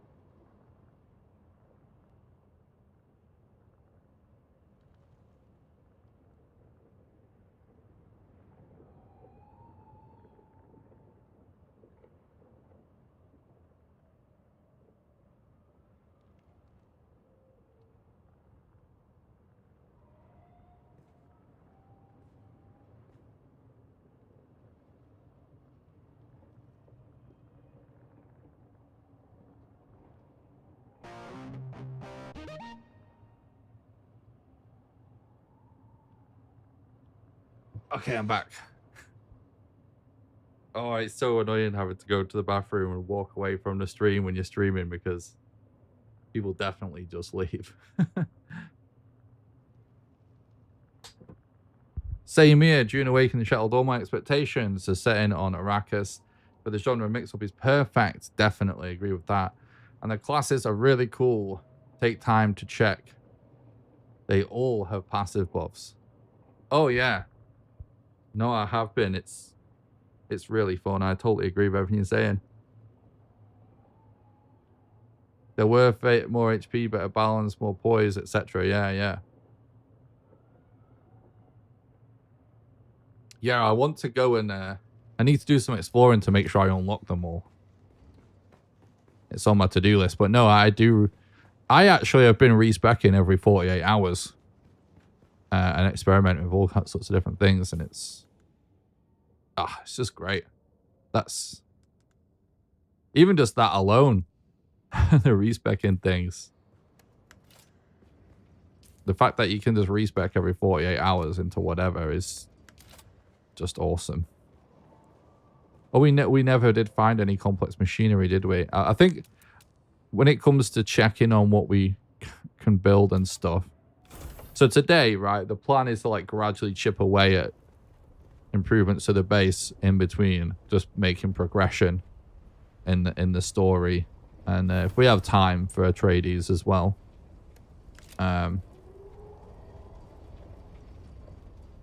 So, yeah, I'm just adding my first wind turbines and wind traps. I can't really see where the tile line starts and ends here, but I think it's about there.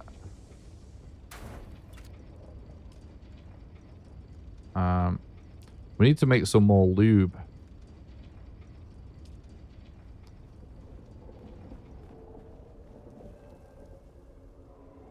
What server are you on? You basically look like a lot like one of my neighbors. Is this you? Is this going to turn out to be you I had a quick chat with over here? Where do I see what server I'm on? From here. I don't remember the name of it. Is there a way we can see? I created a guild that's just me, by the way. Hi, Nick. New subscriber after your Melee video dropped in into my feed. Thank you. Enjoying this game. Not really a Dune fan, but loving the setting. Reminds me of a game called Kenshi. Oh, awesome. Yeah, I've always wanted to play Kenshi. It looks really interesting, actually. That's been on my list for a long time. But thank you so much for subscribing for the channel. I'm glad the new video was helpful. That's really awesome to hear. Thanks, bud. In social, maybe. Let's see.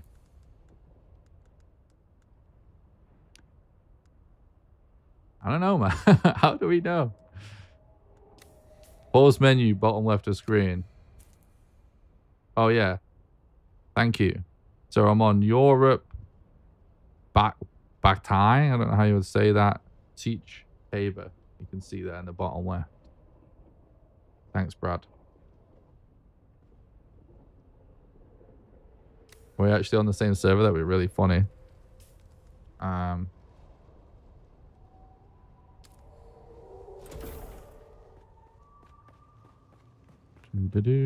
think we make lube at the chemical refinery, right? We need more silicon. I'm gonna have to... I've been thinking, like, I've farmed flower sand so little in this game. It's about time that there's a reason for me to do it.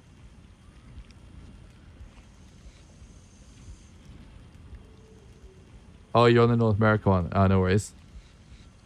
You're in Europe too? Nice. Would have been nice though. Yeah, we should do some stuff with the community in this game. I'm not sure exactly what. Like, in fact, I mentioned at the end of my first Dune video that I've just posted. Which, by the way, if you want to help me out today, the best way you can help me out completely for free, it really helps because it makes my content show up in the recommended feed, is just click like on this stream. And then head to that new video that's in the top of chat, that's the pinned message in chat, and just smash like and leave a comment. And if you're not subscribed, that helps too. But I mentioned at the end of that video, that, you know, right now I have a Patreon, and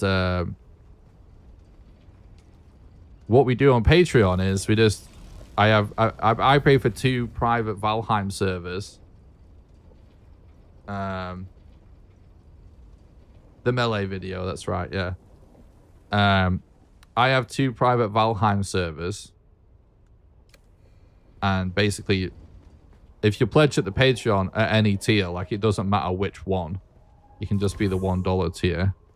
You get access to those servers. And one of them's a build server. One of them's a survival server. And the build server never wipes, so the builds can live on forever. And the survival server, when there's like a major content update for the game, does wipe.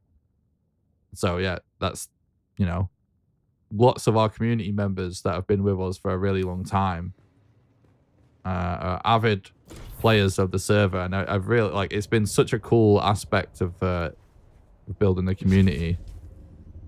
And I mentioned in the video that I just released, the Melee video, Dune video, that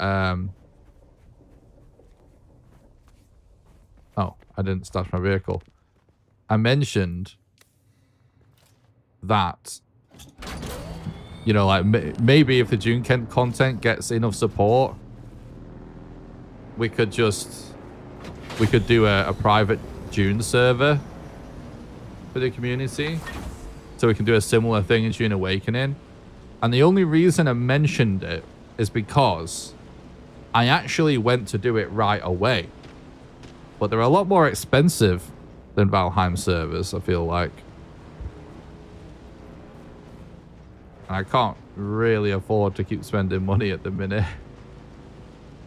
But anyway, so that's just something I feel like it's worth putting out there. Is like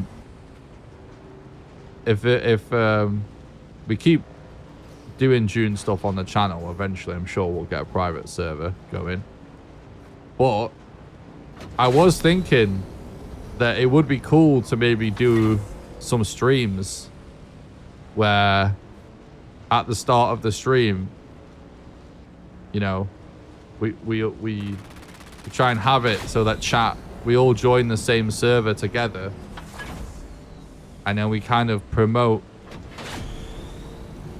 Like, I'll put it on the screen or something, or create a command for a link to whatever server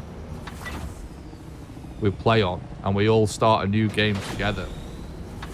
It could actually be awesome. I don't know what you guys think of that.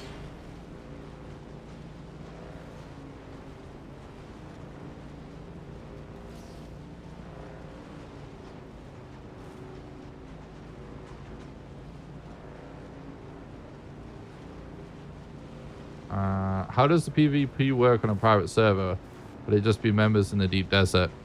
No, so that on private server, it still syncs with other servers, basically.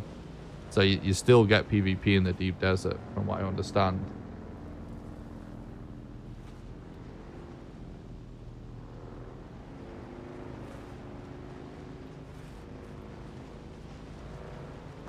I think that it syncs with the other private servers, or I'm not sure if it syncs with public servers too.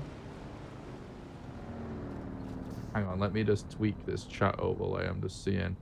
Got a new chat overlay I'm testing out. Let's just move it down a little bit like that.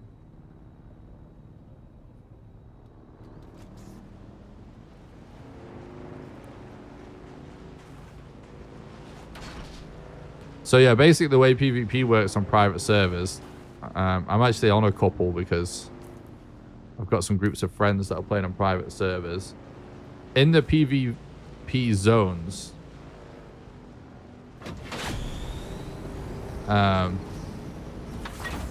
what's DD? I don't know what the DD means, but I am with you with the server syncing, but I just don't know what DD means. Oh, it's just a deep desert. Okay. I thought it was short enough.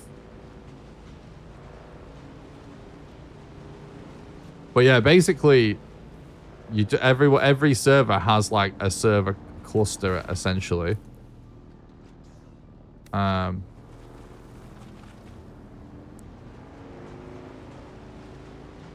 it's the deep desert is always that server cluster. So it's the same thing with with private server. It's just, I think, does it with other private servers. You still get a random server cluster.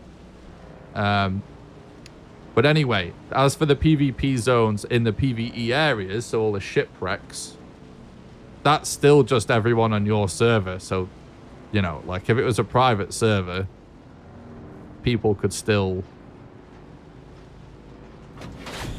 That would be people only on the private server. So that essentially, you know, could be potential shenanigans.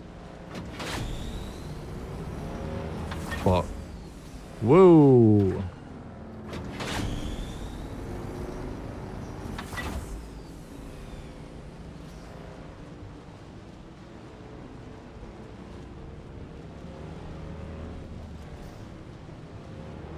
You're 40 hours in. Yeah, I mean,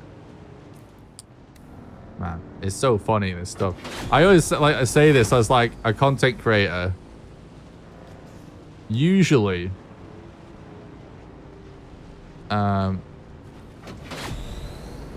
community for a game is like way ahead of me.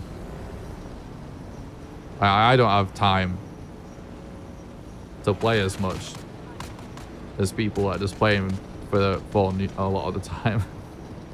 It's so funny. Like, I've got a lot of catching up to do. That's why I'm actually playing today. I think the people that, the content creators that like have the time to really grind games like that is people that like essentially are only streamers. You know what I mean? And they stream every single day, and that's what they do. Like, those are the people that get to play more than anyone else, right? But I feel like a lot of YouTubers don't really have the time to do that. Especially me, where I'm making the game as well. I'm still trying to spin plates for Valheim content.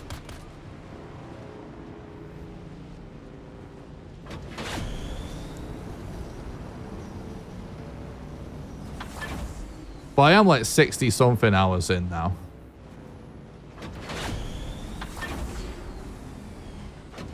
I'll also say that I don't really like... something I've learned about like what works for me in terms of playing games to make content out of is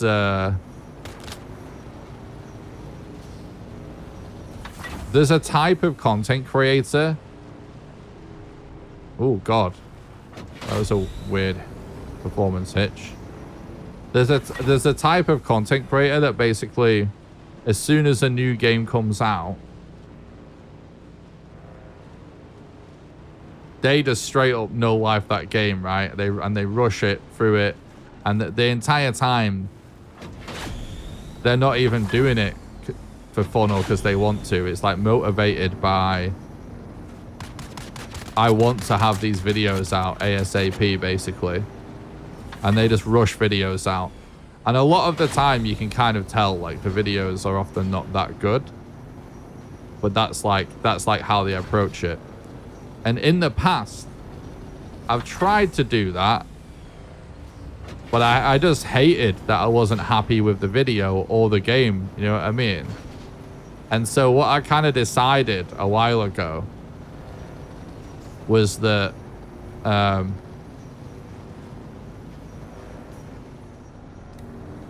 kind of decided that what I was going to do was whoa,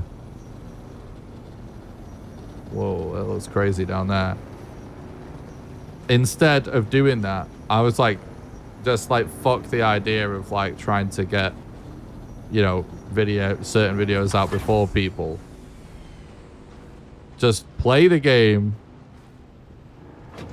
fall in love with the game, don't even think about content, like, because I basically can't even live with myself if I don't love the game that I'm making content about. I can't do it. I just can't do it. Like, it makes me fucking hate everything. So just have fun, enjoy the game, don't think about content, don't force it. Hopefully you fall in love with the game, and if you do love the game, it should inspire content ideas, and then as the content ideas come up, just write them down until you basically have enough, you know, to start making content for it.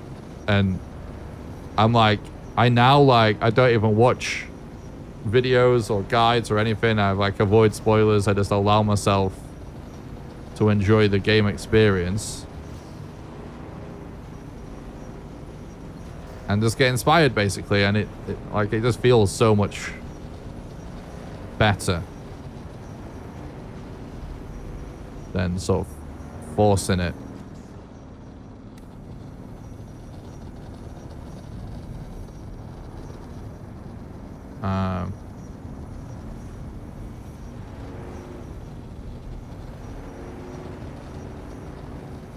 Because yeah, it's just, I don't know, like, what's the point in being a gaming YouTuber if you don't like enjoy it?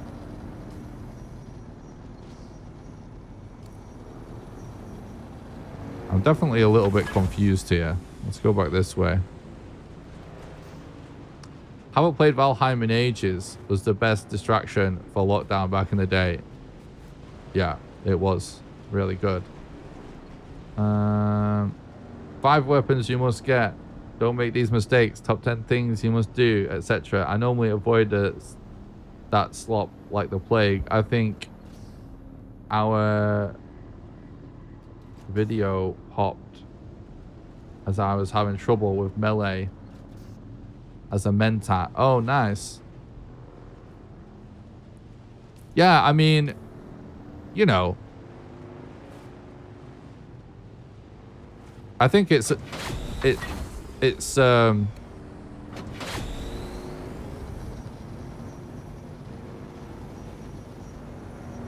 I understood, lab, right? It's all good, mate.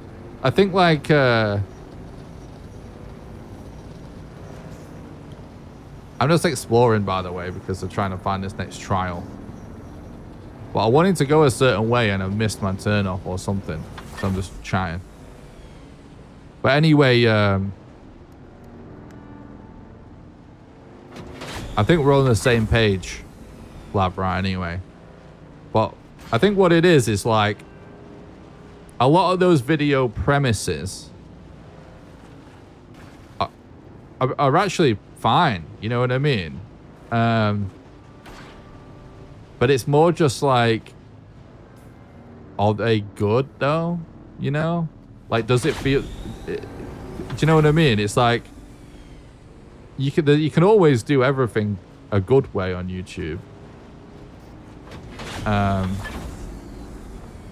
But like, it's just when it just feels like just garbage, basically.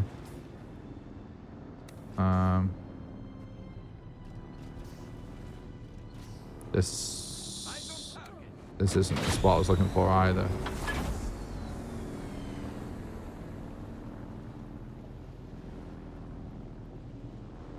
Oh, that's interesting.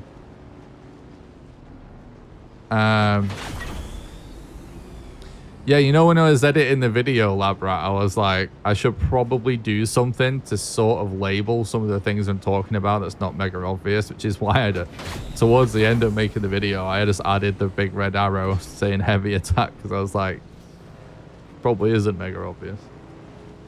But yeah, that video is a good example, right? Because look, I would, on this channel, we've done like lots of things that I'm far more proud of than the guides, right? I like, it would be great in a certain way if all my channels could be like all the crazy challenge videos and we just do that for a bunch of different games.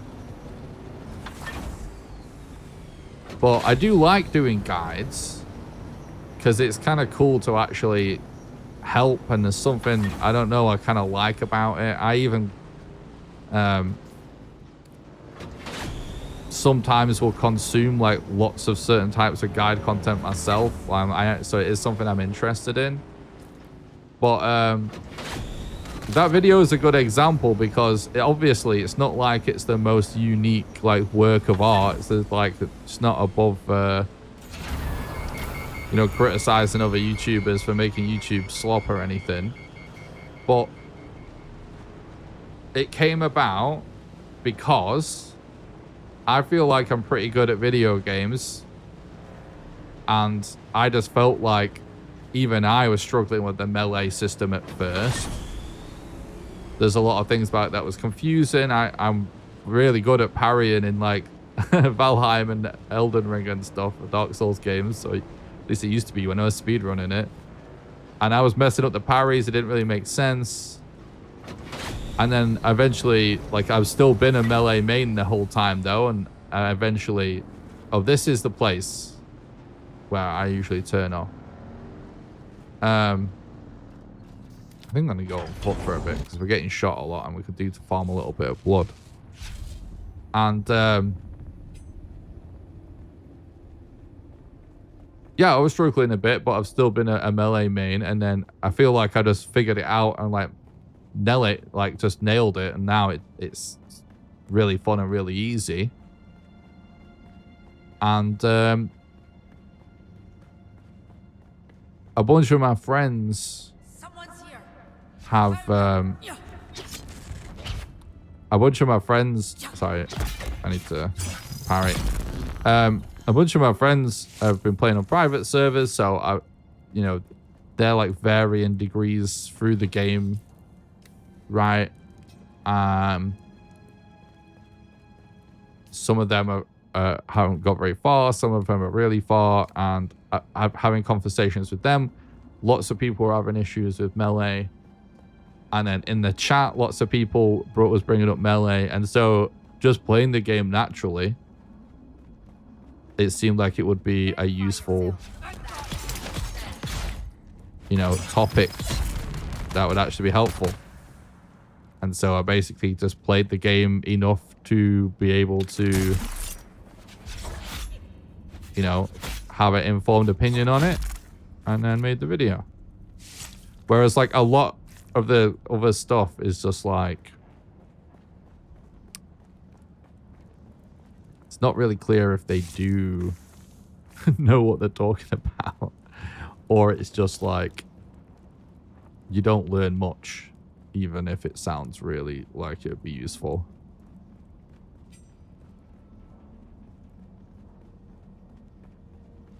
For melee, Swordmaster and Jeffs are really good. Yeah, multitasking. Multi-classing have benefits too. Passive buffs, abilities like Soldier Grappling Hook, Bindu Sprint for Bene Gesserit are cool to explore. Yeah, the Bene Gesserit sprint is absolutely insane. I have 2 other characters on different servers. One of them is Bene Gesserit, one of them is Trooper. I'm kind of full speccing down those paths. And on this one, I've just kind of respec randomly, but I've been Swordmaster for the most part, but I still partially spec into other stuff to experiment. I actually think what I'm working on right now, I'm gonna respec to tweak it a little bit. I actually really like this. I need to respec because I've still been experimenting a little bit, and I need to still unlock more stuff. But basically, just, you know, specking for Swordmaster.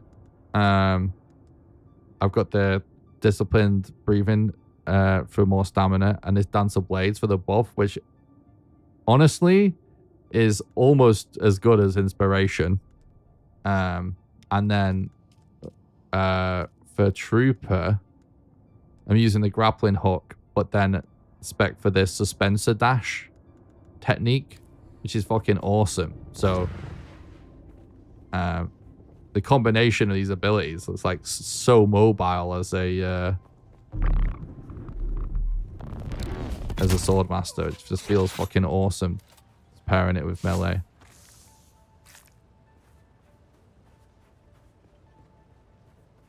You went Claydon Noble Blade to begin with sword proficiency. I like swords as well. I like all the melee. It's really cool. Oh my god, I missed.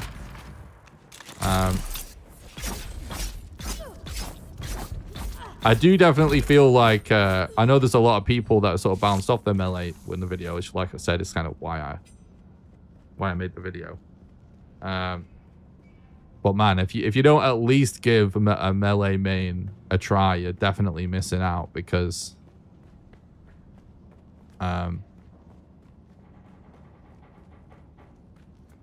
like whilst the shooting and stuff is perfectly functional, it's good, the game's still fun. The melee combat is so much deeper than the ranged combat. You know what I mean? Which is so cool. I'm more partial to snipers in every game though, so I still play sniper though. Yeah, I do feel like it's definitely more of a learning curve, potentially a little trickier to be a melee main, but it's so fun because it's actually there's quite a lot of depth to the melee system in a way that, you know, just shooting all the time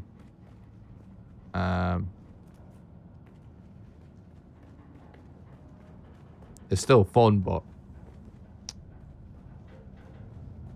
feels a bit less involved.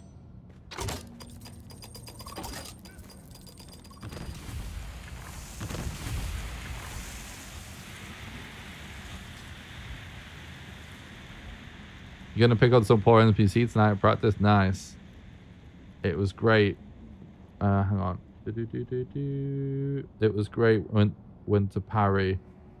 I was even thinking I needed to restart and go Sword of Benedresser as I was having so much problems. My problem is I come from New World, which is faster melee. Going to go and pick on some poor NPC for practice. Nice. I'm gonna go in the Atreides faction. Yeah, same. Swordmaster have an ability that allows you to deflect bullets like a Jedi. Yeah. I'm not super into it. But it is cool though. But yeah, I just feel like it's not, I don't know. I feel it's like more fun to do something a bit more active. But yeah, it's definitely a good ability though.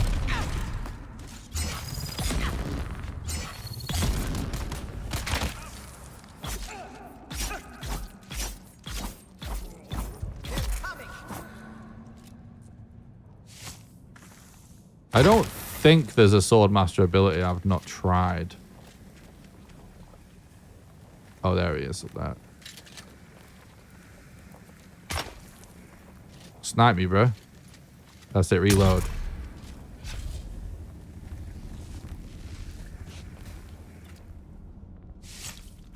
I've not used like the ones at the tippy top. I've not done any of this stuff yet. But I have tried the abilities.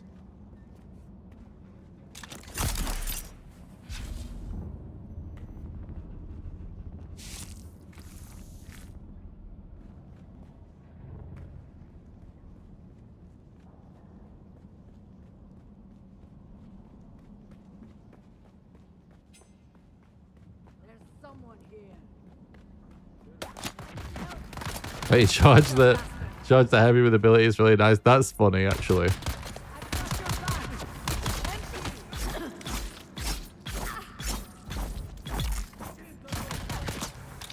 I like that idea.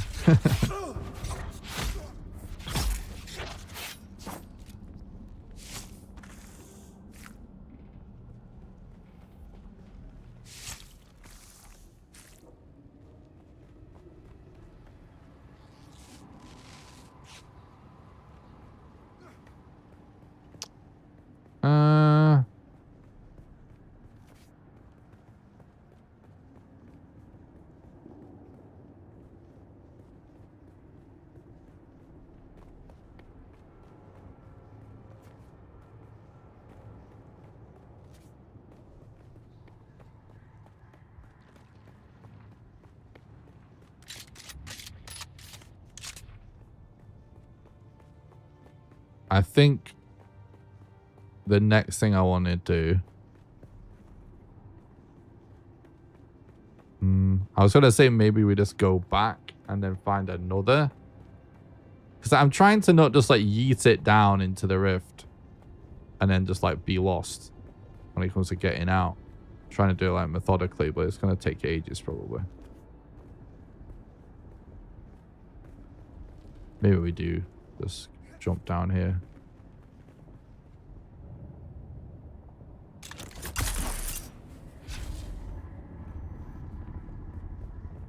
I was gonna say, I think like if we just explored sort of the main path we're driving in and then went basically down every mine shaft, that basically would take us everywhere eventually. It is a little bit of a nightmare. It's actually a really cool place to explore and a really fun place to farm for resources, but yeah, it's definitely a nightmare in a lot of ways.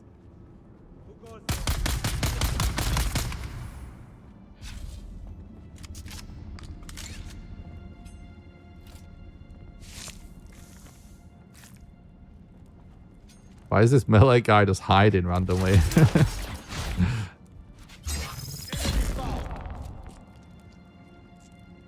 Oh, we're full up. Oh no, this is the way we came.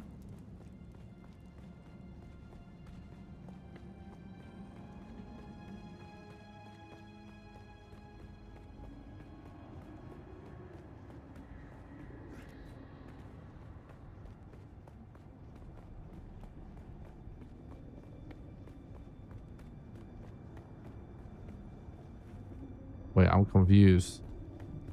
Isn't this literally the way we went? We just jumped down into where we just were.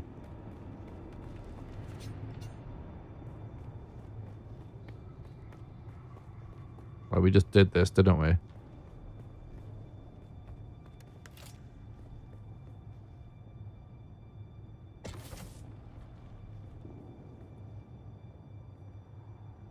I sit down here with a buggy full of loot. I actually come down here doing like bulky runs all the time. It's just kind of funny.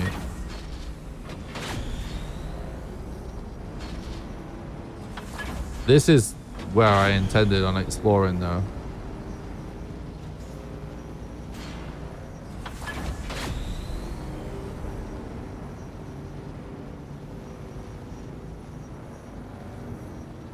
Yeah. This is where we just were, isn't it? Yeah, it is. Okay, good. Isn't it? Yeah, it is. Fine. That's good. All right. So I know where we're going. We're gonna stick to the plan, like I said. We're gonna go back to the main path, and then we're gonna drive along until we see another mine shaft, and then we're gonna go all the way down that. I'm gonna keep rinsing and repeating that process so we don't get lost.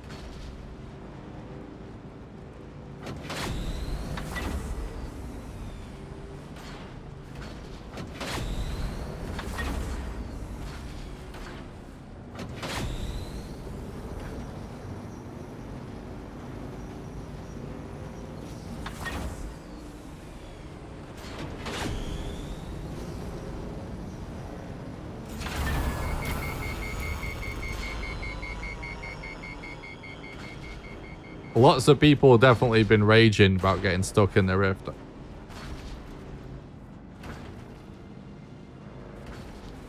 I was playing on a server with somebody that was lost and raging about it. Too much GTA Online reliance on GPS for me. Man, that's not just a GTA Online problem. That's a real life problem. It's probably just going to make me sound old, but whenever people say to me like, oh, I have no idea like where I'm going or what to do without GPS now, and just rely on it like so much, I'm just like, how? Why? You know what I mean? When I was a kid, my dad, we would go on these little father-son holidays in the Lake District. We'd go camping somewhere. And whenever we'd go anywhere really together, when he'd take me on a day out anywhere, he'd always give me a map and just be like, right, how do we get there? You tell me. And he'd like refuse to he'd refuse to, you know, let on that he knew where he was going, and he'd refuse to read the map, and he would insist. And it was funny because even if like I made us get lost and everything, he would do it, which is, you know, for somebody that was fucking never around my entire life, basically, that was one of the best things he ever did, for sure.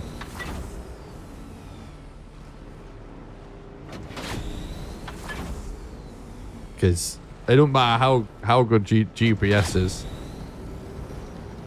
does it? You still need to be able to figure out how to get places and how to read a map and stuff.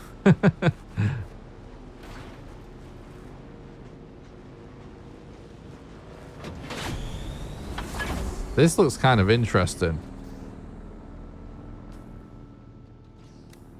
Yeah, so now we're ended up back where we were before.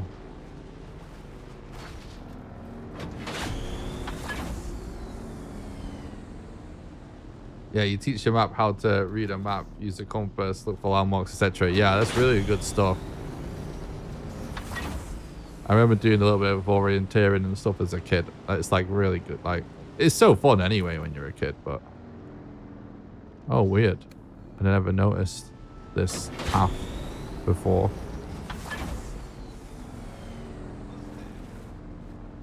My God. Sometimes it's better to have the lights on. Sometimes it's better to have the lights off because you can't see past the end of your lights when you have them on a lot of the time.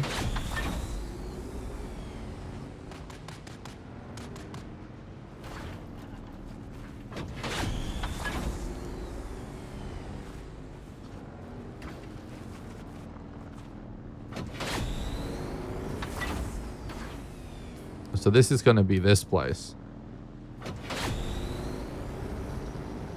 This feels like it was so much effort to get to. We should just do it.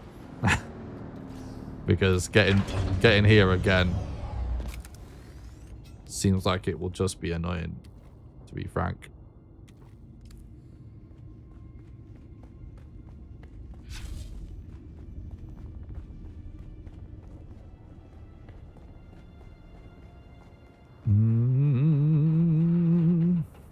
Let's see what happens in this place. I really, really like the research facilities. There's some of the cooler things in the game. It's really fun. I'm especially enjoying doing them solo. Like, I like that you get like a little challenge in.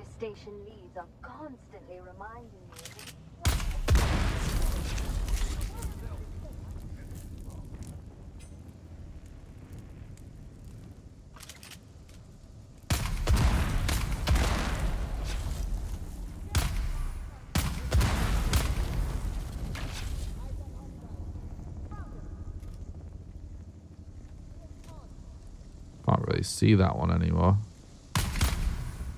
Oh, that is what it was.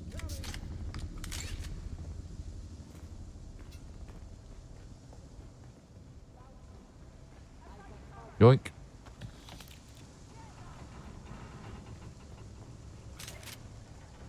So is everybody in the chat that's playing this game playing solo, or are you guys playing with friends, or both?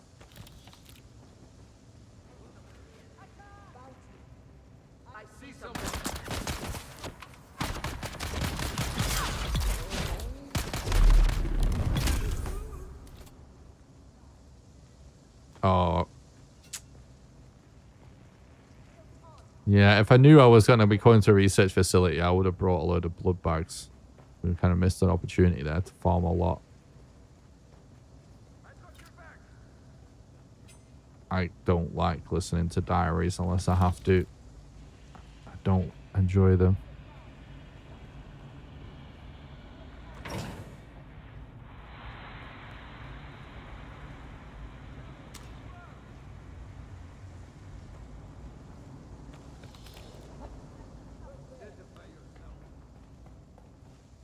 It seems massive, but pretty quiet, this one.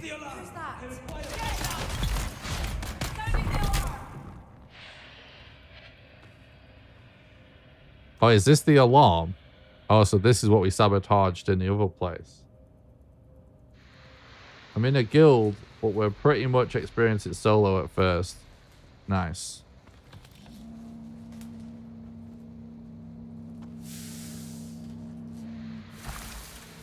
I'll always take a free buggy booster. So those are alarm systems that you sabotage. I've noticed, I've done it before and not really realized what it is. The hell is with this weird kind of breathing sound? It's so weird, creepy sounding.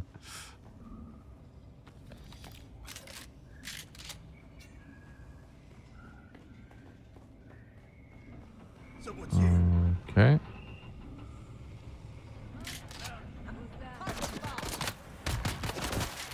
Got a couple of melees. I'll let them come to me.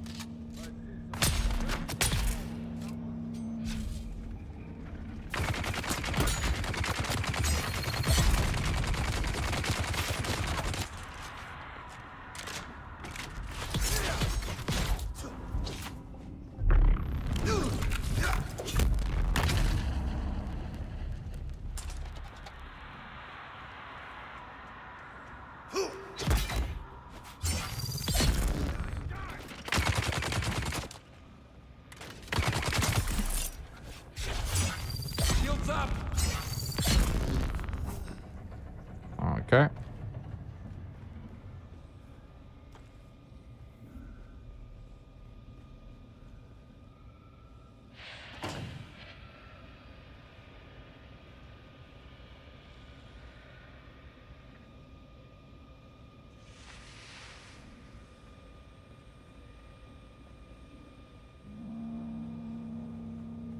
Yeah, no shit. I saw the Doctor's a game changer. It seems insane. I'm looking forward to it.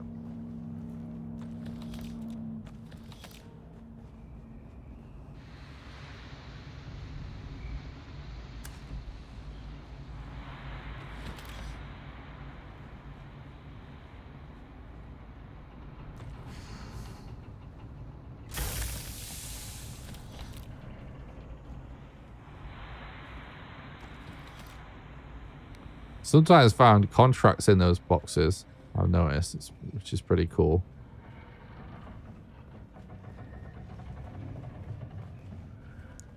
Right, so that alarm system, it's like, it's disabled everywhere now, it looks like. Which is kind of interesting.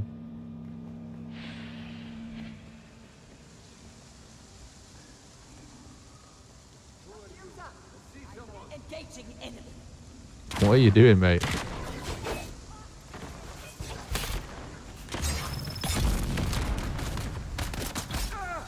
Oh, it's a big boy, I just realized.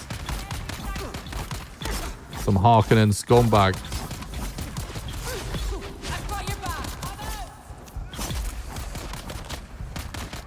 Wrecked.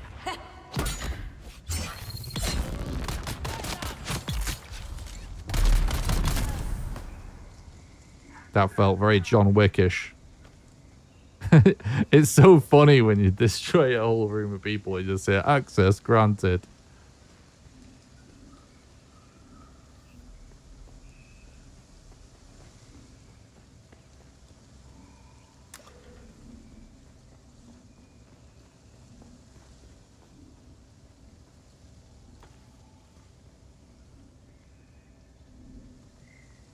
Still missed the prep time on the long expeditions with the bike.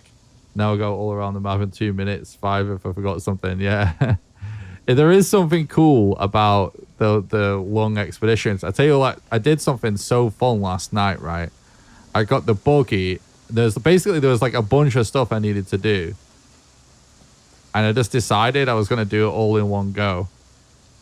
I'm just making sure I not missed any loot or anything. So I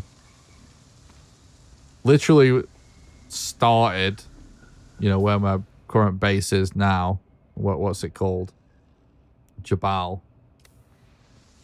And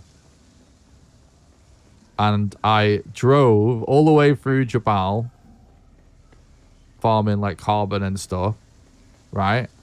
Then I drove all the way down into the rift through all the mines, farming crystal.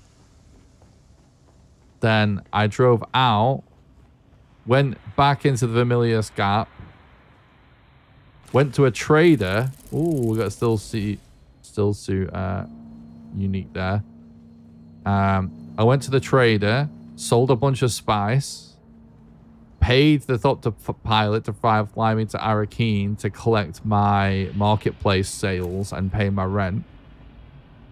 Then flew back to Anvil, then drove again with the buggy into the starter area to find for spice infused copper dust, and then all the way back to base in one big thing with the buggy just like filled with loot. And it was so freaking fun.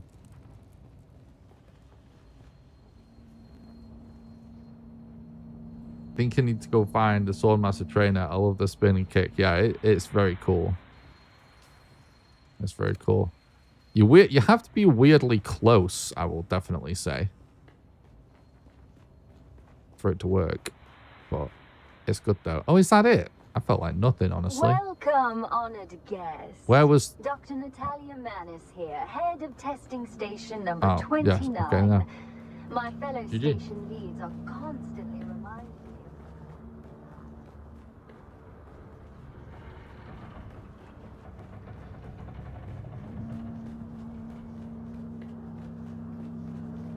Yeah, Silver's got you covered there. Trainers are separated into 2 steps: basic and advanced training. Basic trainers are in Haga Basin, advanced are in capitals, Arco Village and Arakian. Yeah, I still haven't explored to get them all. I've just done the ones that I like wanted for the time being, but I want to experiment with it all on this character. I have experimented with them on new characters, but I haven't had to go and find the trainers because playing on fucking 3 servers at the same time, aren't I? That's very me. I always end up with a bunch of characters and a bunch of like experimentation, because that's like what I... Honestly, I love creating new characters and starting it again in games, even games that I've not finished. Like, I like doing that. I think it's fun. Right, now we're kind of stacked with loot and it feels like we should probably just leave and go home. Doesn't it? I mean, we're not stacked, but just walking around with like uniques and stuff just seems real dumb. In fact, all we need to be in a, we need to be in a water sealed environment. We should still probably take this stuff back.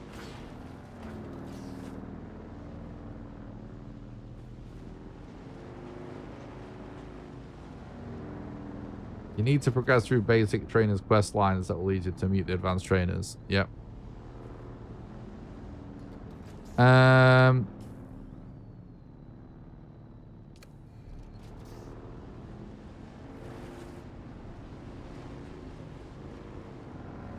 Yeah, I did that with the trooper on this character. Although I haven't done the quest line to actually do the advanced stuff yet. I'm coming for you, scum. But I've finished all the basic quest line.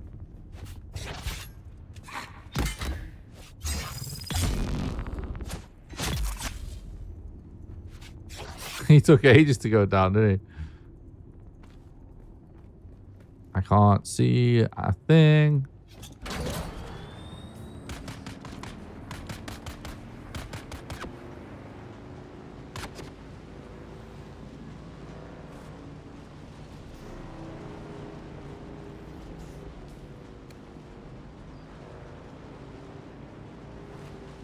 At this point, I feel like we might as well continue, honestly, instead of heading back. I've changed my mind.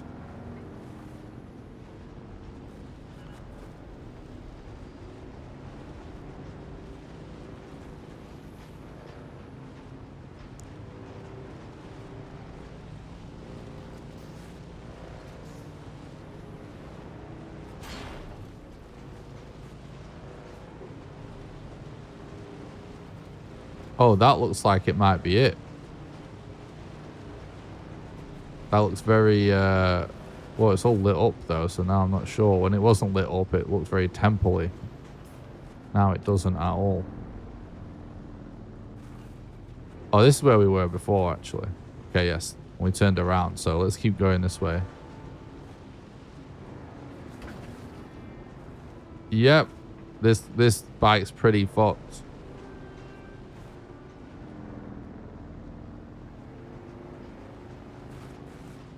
We're, yeah, like I said, we should probably head home. But I feel like we're so close.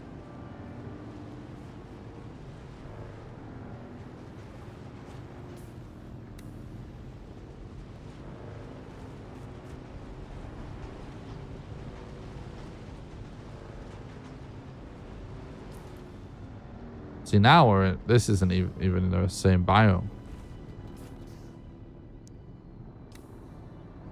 We probably can drive out this end now, can't we? So let's just do that, I guess. Head back.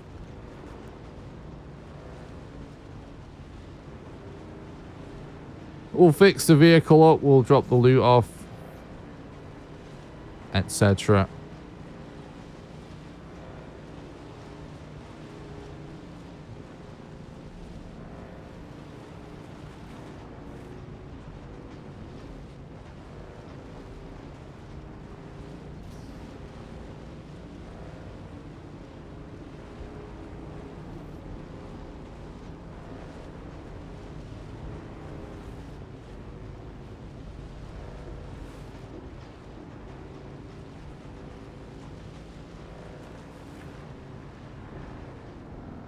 Oh, this is actually the exact spot we were in before.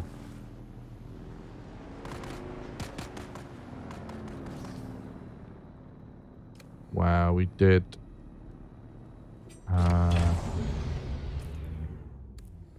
Wait, hang on. No, it can't be the same spot we were at before.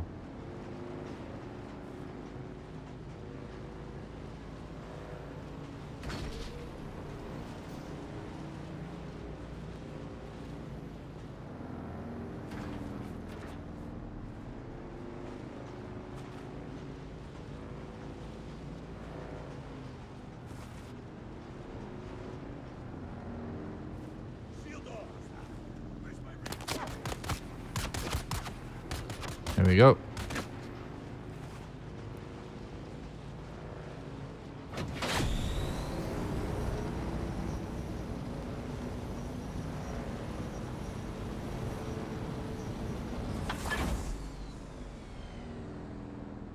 I was so confused because I swear that this is so almost like a mirror image. Oh no, it is different. It looks so much the same as the opposite end of the rift. It's so confusing.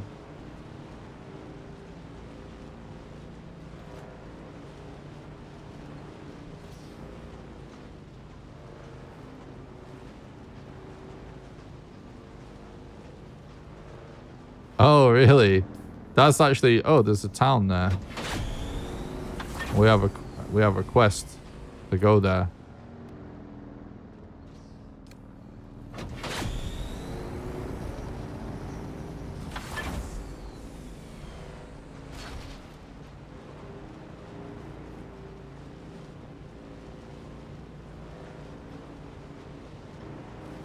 Nice.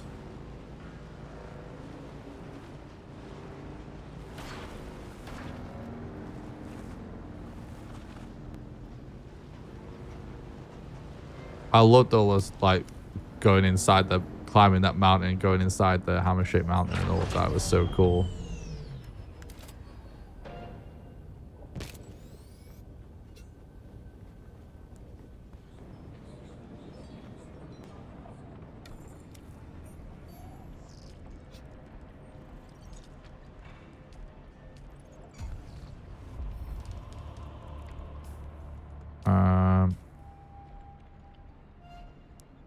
Piercing eyes.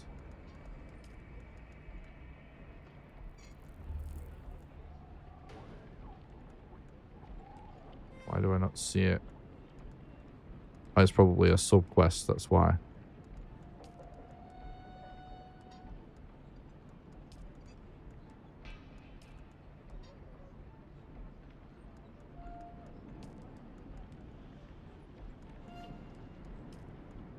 There we go.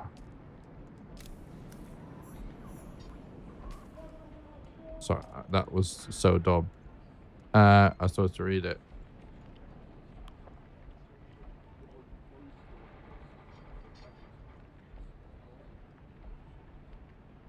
Inquire about the eyes with the trader. That was it. Yes, this is an advanced Swordmaster quest. I remember now. Welcome. But please don't touch anything.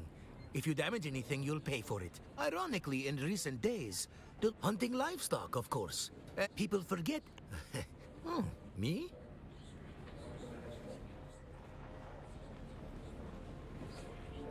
What? Wait, what? Is this not? You are not familiar to me. State your business. Silver, just let me play, alright, dude. You don't have... We worked it out. You may call me Just by we do seek allies talking, you know? Let me experience it like you did. Aspire to ride that edge while still operating within the commandments. Our tech speaks for itself. It is our medical tech which bring house. Nice.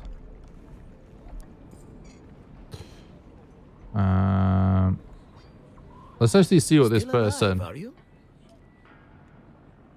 sells. Okay. More furniture and stuff.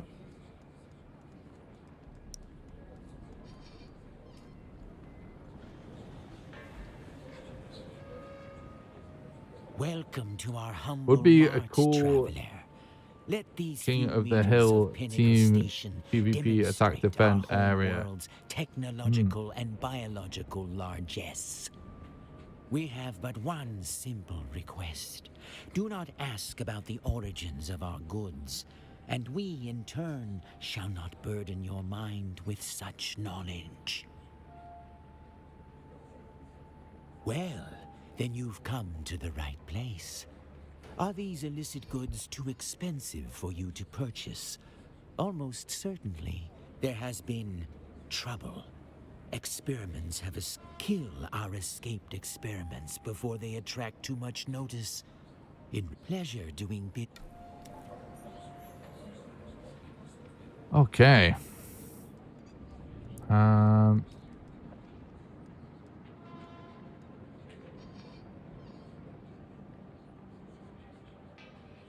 is that gonna be to go and kill the guy that we killed before?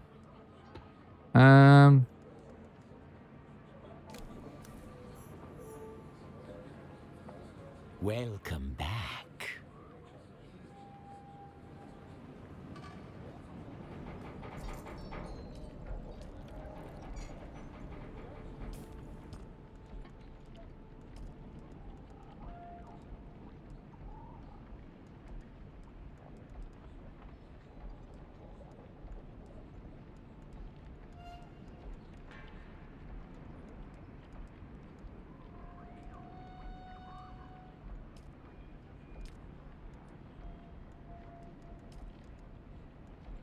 Oh, okay. It's just saying where you complete it is like right next to us, basically. It's kind of confusing, but yes, it is to do what we thought it is.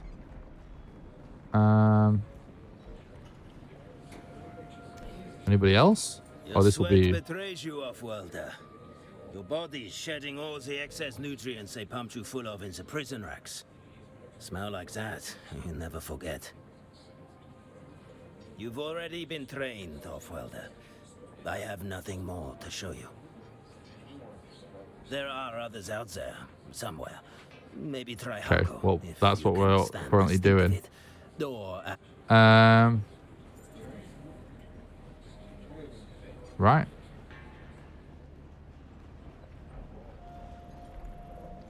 I do like the little trade outposts and stuff. Ah, finally a respectable client. You'd not believe the ragged dogs we get in here. You're here for some training. Wait, hang Still on. hanging around, are you? Okay. Still alive, are you? Yeah, what I like about it is like I'm not really one to sit and listen to NPCs chew my ear off or like sit and like read anything or whatever. And so like a lot of like towns and stuff. I wonder how many people end up doing like any RP in this game ever, because you see some outfits that are like perfect for it. But yeah, anyway, you know, I like that they're kind of just simple and to the point, basically. You know what I mean? Because I feel like sometimes if like every place was just like massive and complicated and there's a bunch of people to talk to, but ultimately didn't amount to much. Or even if it did, it's just like, I do like the Elder Scrolls games, for example. But,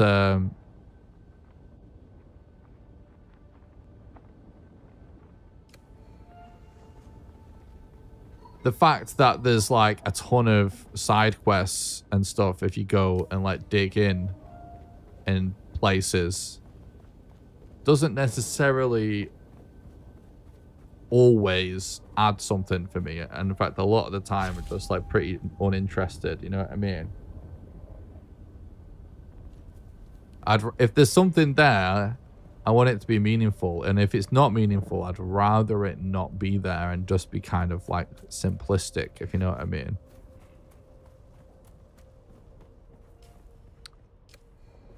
That makes sense.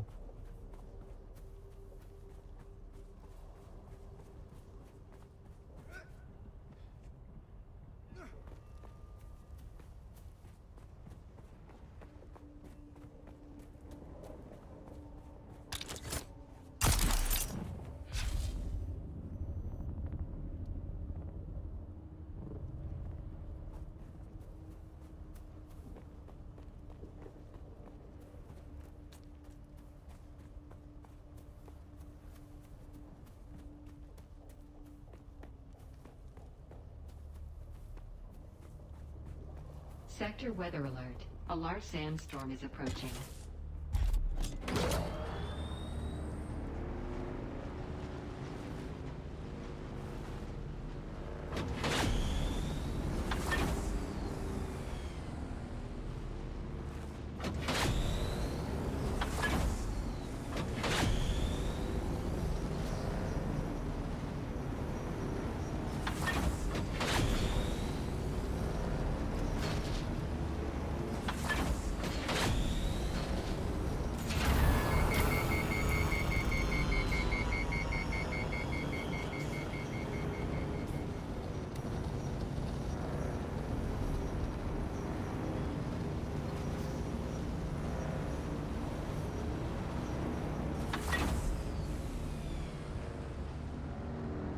It definitely feels like at its bones, Funcom were thinking bigger with this game towards a fuller MMO experience. Money and time constraints probably made them make it a smaller social experience. Yeah, I do definitely. Where's the sandstorm? Okay. I definitely think they're thinking bigger. I think like, well, I don't know how much bigger, but they're thinking big. Let's put it like that. I actually think that, first of all, I do feel like the game just is an MMO. You know what I mean? Like, I do think they've successfully, like I was saying earlier, kind of like melded the genres together. Now, yeah, it's not like World of Warcraft scale. But it'd be shit if it was. But it sounds like from the way they're talking about that the plan has actually always been to Look, that looks so cool, by the way. Just seeing it roll over like that. Sector weather It sounds like the plan basically has always been to, you know, get the game in a state that people will be happy with at launch, but like over time, the MMO and the end game stuff elements are like what they're going to be adding to with like free updates and expansions and DLC and stuff in the future, based on like what I've seen them saying so far. You know what I mean? That's what it kind of seems like. So I do think like the scale and the MMO side of it might increase even over the years. Although probably not. But it might do.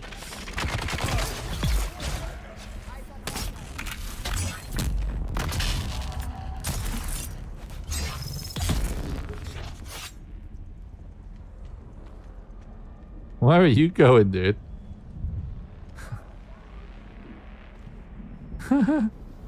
He just went to mess with the alarm.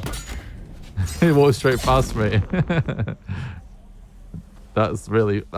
I like that. I like that. He went to try and do it even though it's broken, and it was like, oh shit, it's broken.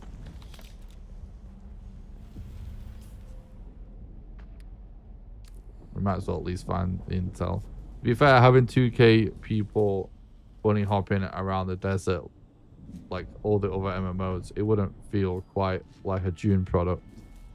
Yeah. I don't think it doesn't need to be an MMO in the way that it needs to be the same as all MMOs anyway, does it? Like I said, I feel like it already is an MMO in a way, you know, you know what I mean?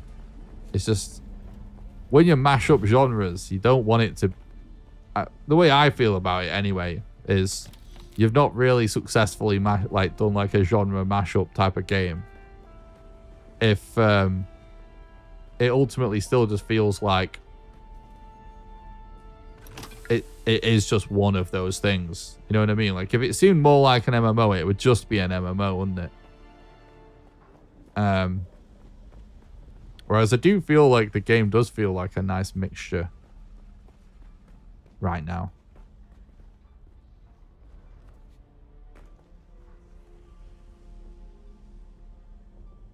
Imagine the words popping out every 2 seconds. That would actually be so funny if it...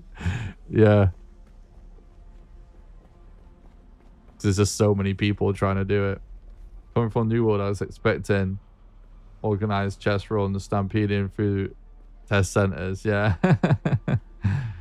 I did actually... New World was actually a game that I got into on release.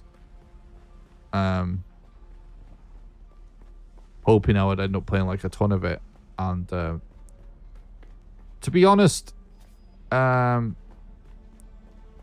my sort of the reasoning for me like getting into certain games over others since being like doing content creation full time the last several years, it's honestly just been kind of like a mess. It's not really a reflection on games. It's like lots of games that I've liked but I've been like, either I don't have the time to play this and / or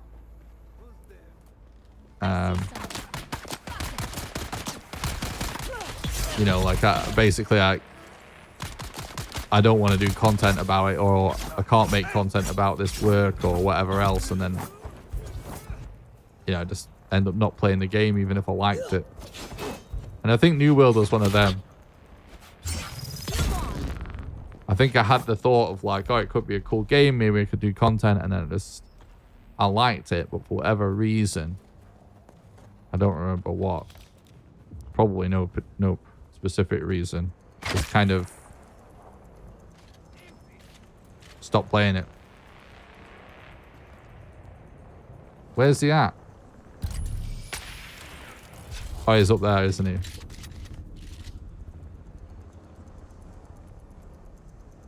We'll probably wait for work if we try and shoot him through this little hole, will it? That seems...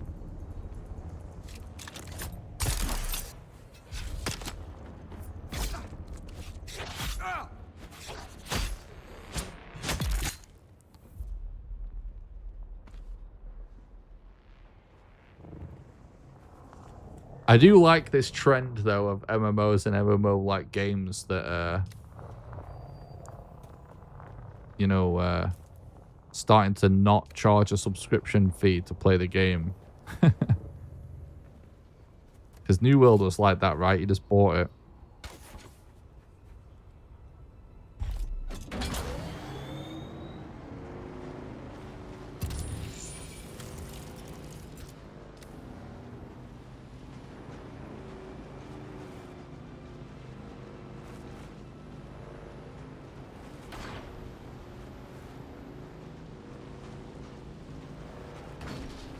Obviously, like, lots of games have, like, a free tier, but I think we all know that oftentimes those are just rubbish.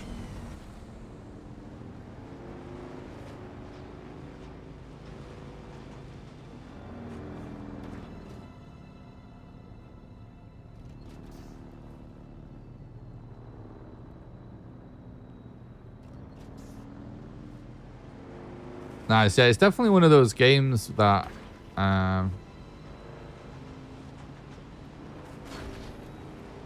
sure I'd have a good time if I went back to it. Speaking of obviously this game and Funcom and stuff, like I've always known a lot of people, and obviously there's a lot of people in the Valheim audience that love Conan. And that was another game, like I tried it like a couple of times, and it wasn't that I disliked it. It was just like I had other shit going on. I had videos to make, you know what I mean? And just I never cracked on with it, but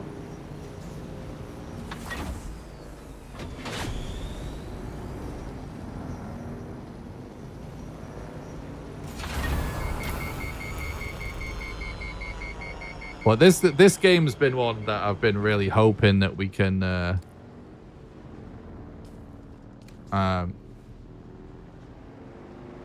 get into on the channel for a long time, to be honest.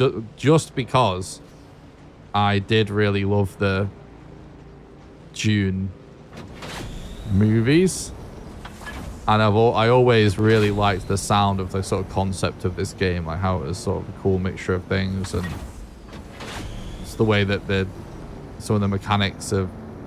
Oh, this is actually my base right here, isn't it? YOLO. The way some of it was described always sounded like it was going to be awesome.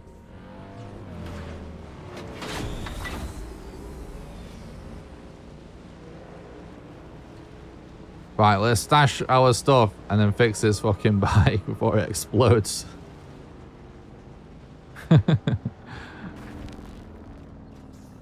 It's basically gonna end up looking the same as the trashed one that we looted earlier. Vehicle parts.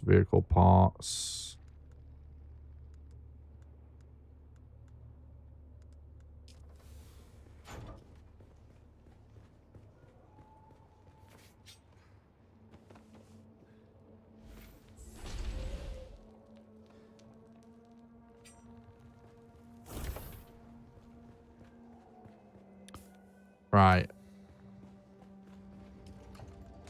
Tech stuff. Do we have tech stuff?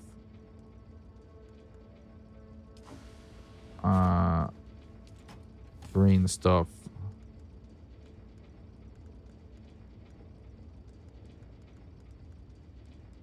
Okay. Blue stuff.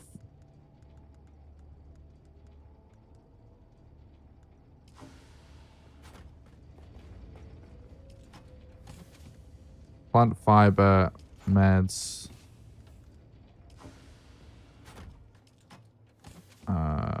Spice and ferment stuff. Gear.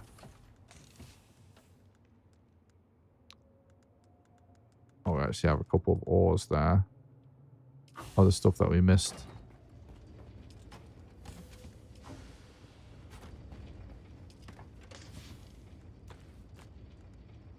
We'll drop the money off and then we'll look at that unique.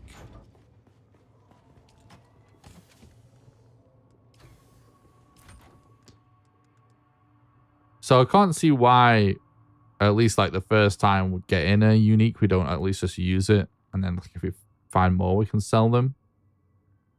Although I haven't been a big still suit user. Kel is the most paranoid of the slave lords who came to Arrakis to help with the building of Neo-Carthage. He was a nervous businessman. Even before he splintered with the rest of the slavers and moved his operations across the rift. Now he sleeps in this unique still suit he designed. He does not sleep well at night. Okay, what does that mean? It seems like it would be cool, so I'm just going to do it.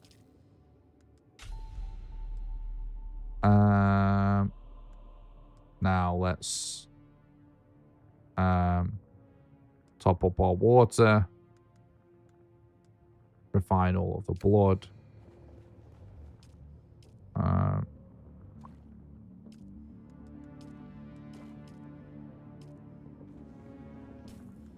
Drop the power off. And then we'll fix the vehicle. Something tells me we might need more wire. Because it's pretty fucked up.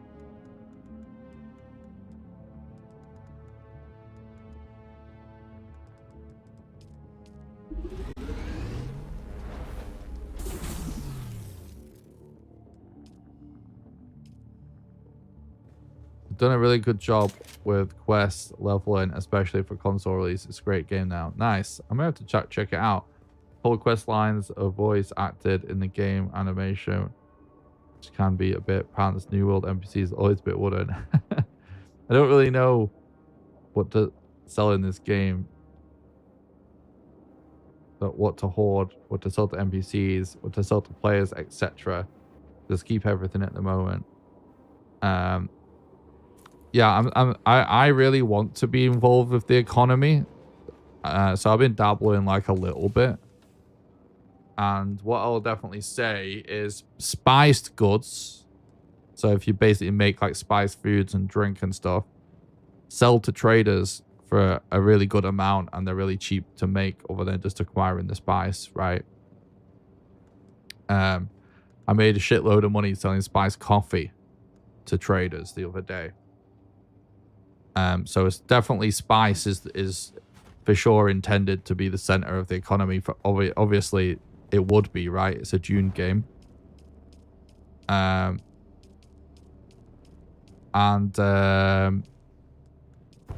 for other stuff, your unique schematics are what you sell on the marketplace, which is the marketplaces you'll find at the capital cities. And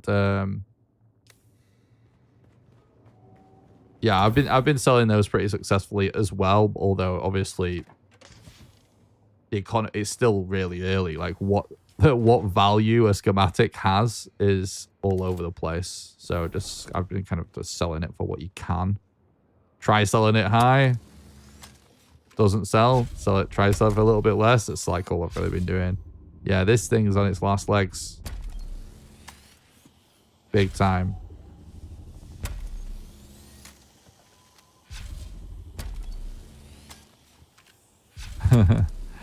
Oh no, this is the wrong one.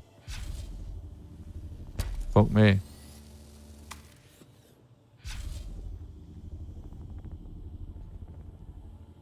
Yeah, we're not quite that fucked up yet.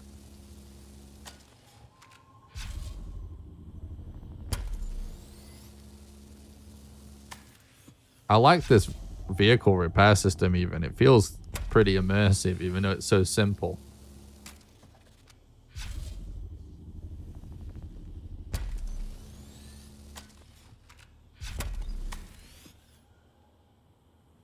Oh my god, we're all out of ammo. Been watching the still suit tent drop in price 50, 30, 25, 10, etc.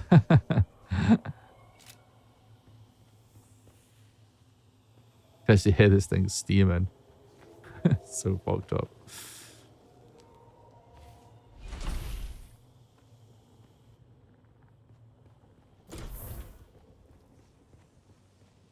I've almost gone through 2 lots of wire.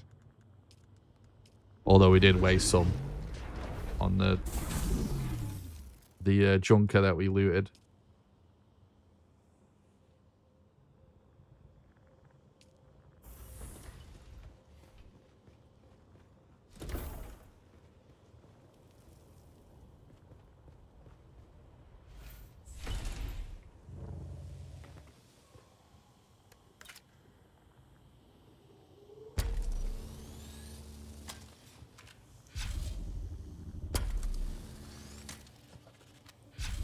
Yeah, I kind of like the idea of sticking with vehicles until the wheels come off, basically. Feels like real life. Real Arrakis.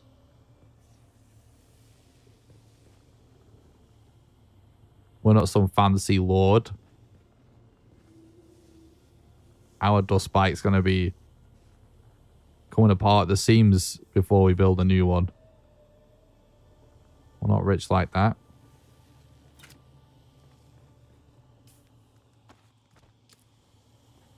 I love that we hear that dust bike just steaming away, though. It's really funny. Okay, then. Is there anything else we should do whilst we are here? We needed complex machinery, didn't we, for something?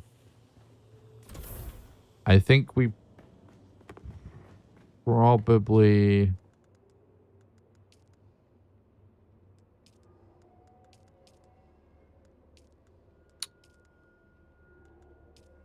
Let's just take a look real quick at our roof stuff.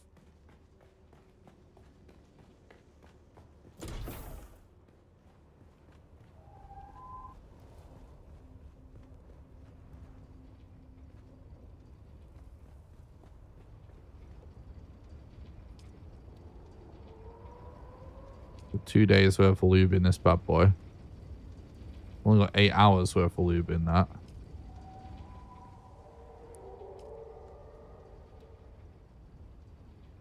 Yeah, so filters and lube.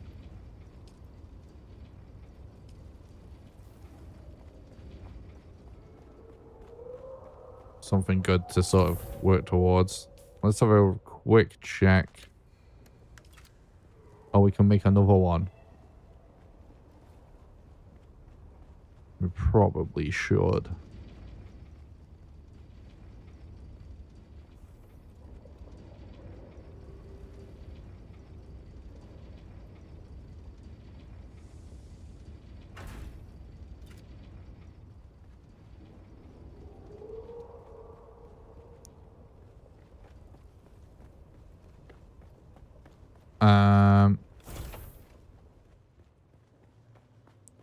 Steel tents are 1,900 Solari, and anvil trim posts in my game since the beginning with a ton of Solari. So, wait, so... Oh, I didn't even think about this, but I guess it makes sense. So, in your individual game, the economy varies to other players. Is that like just for you personally, or just that server, or what? Like, I've never even really thought about, not even really started thinking about, let's say, the sort of wider economy yet.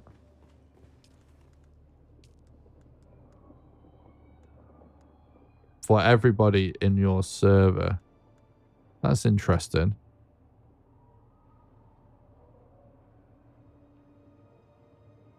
So it goes with demand of NPCs. Huh. So yeah, that's actually kind of interesting. Obviously, yeah, because that can... Huh. That's kind of cool to think that just on kind of like a dice roll, a whole server can sort of dominate, you know, the trade of a certain schematic.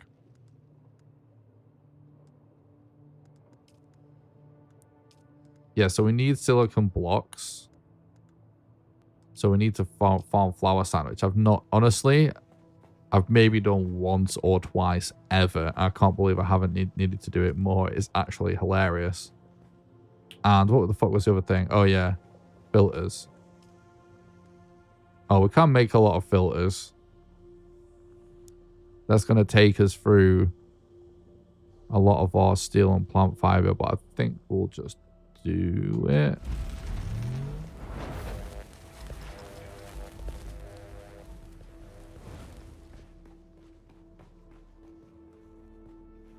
I built an empire of still tent and spice coffee. Mate, I've been doing it on spice coffee. Well, I've sold a bunch of spice coffee one time and I thought it was fucking awesome. That's my plan as well. I was thinking like it'd be funny to have a guild that's like the, you know, sort of like the Arrakis, the Worm Lovers Coffee Company or something, the Arrakis Coffee Company.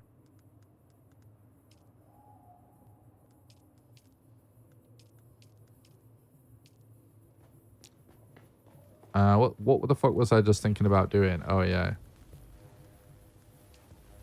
So we finally used all the iron. That did take a while to happen.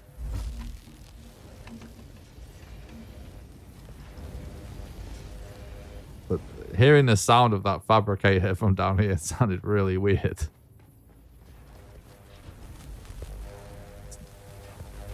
There's something I never even thought of. There's no like vertical sound for the fabricators. Not even, I literally like, who cares, you know what I mean? But that just tripped me out for a moment there.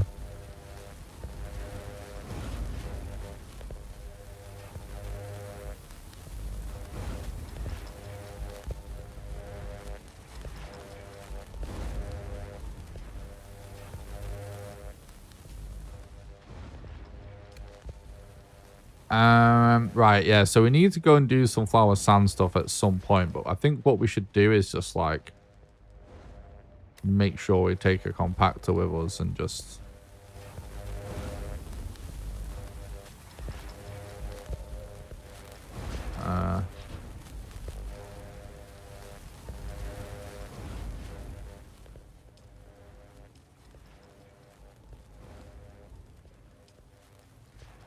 we did get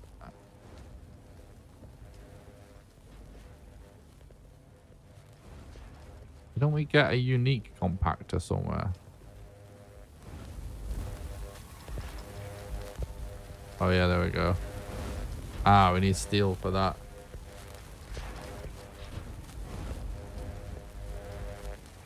Right, that's enough for a while anyways.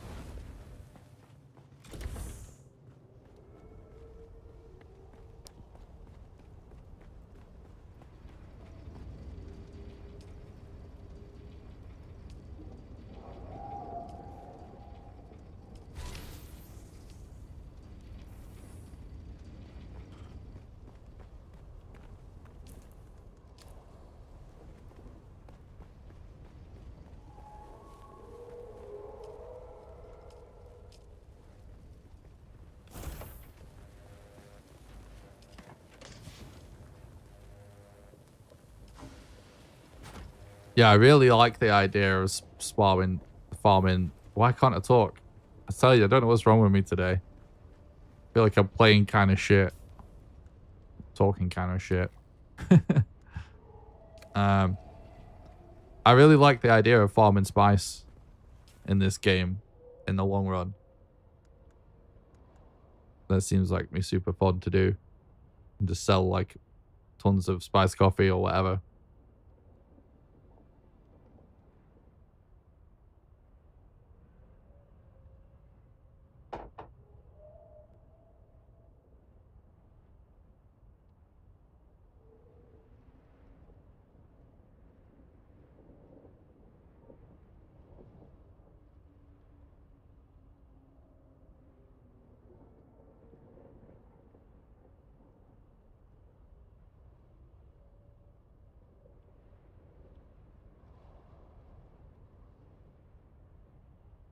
I had to send a message. Right, so what's the plan, guys?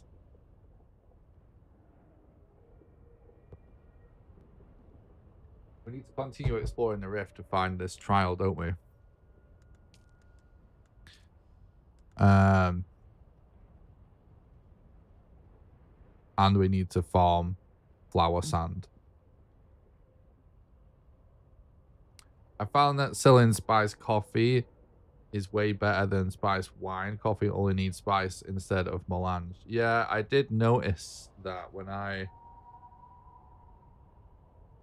Random iPad just on the floor underneath my feet for some reason. I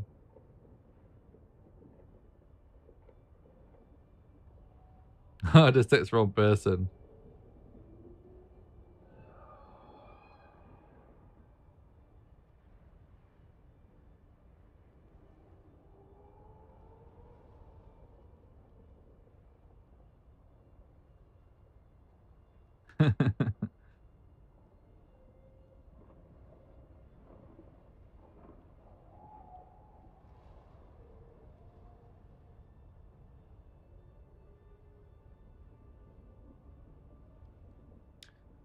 Yeah, I kind of just stumbled across the coffee thing being really good just by I happened to have like a stack of 50 in my inventory and was at a trader one day and was just like, wait, what? This is crazy good. And then I looked at the recipes for the spice stuff and was like, this is way cheap to make. What the fuck? But yeah, it does make sense.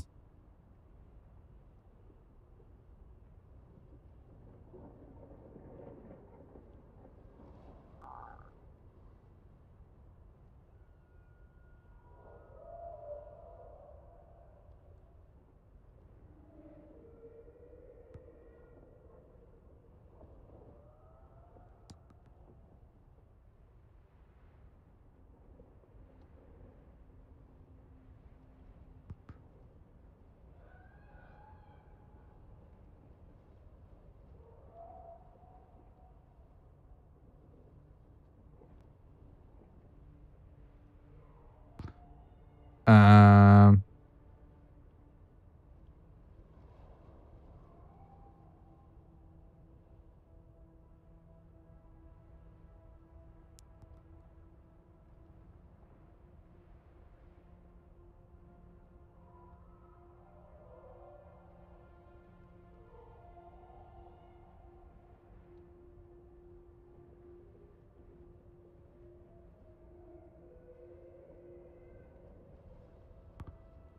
right. Another engraving. This one's indicating a sight deep within the Hagar Rift. Red teeth gaping more down in the depths. Hunger hidden from the sandworm. Looks like I need to descend into the very depths of the Hagar Rift to find my next trial. It's pretty vague, this one, isn't it?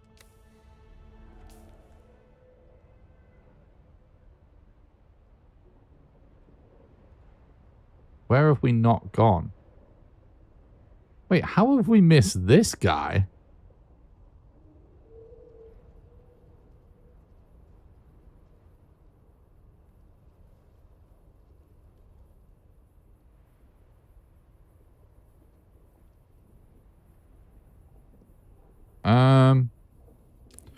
Yeah, let's just go continue to explore.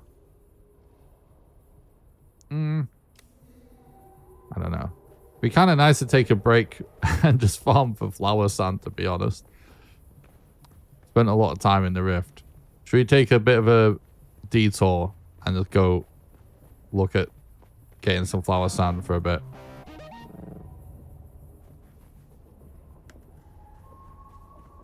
I guess we could do both, technically. Oh, fuel. We didn't double check that. I did loot a bunch of fuel, though.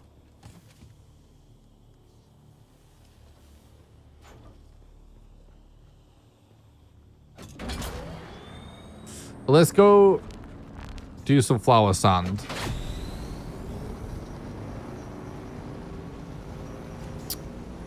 And honestly, it's sort of en route to the way that I like to go into the rift with the bike anyway. So let's just start with that. It's actually really fun, like farming flower sand and spice this way from the sand with the compactor.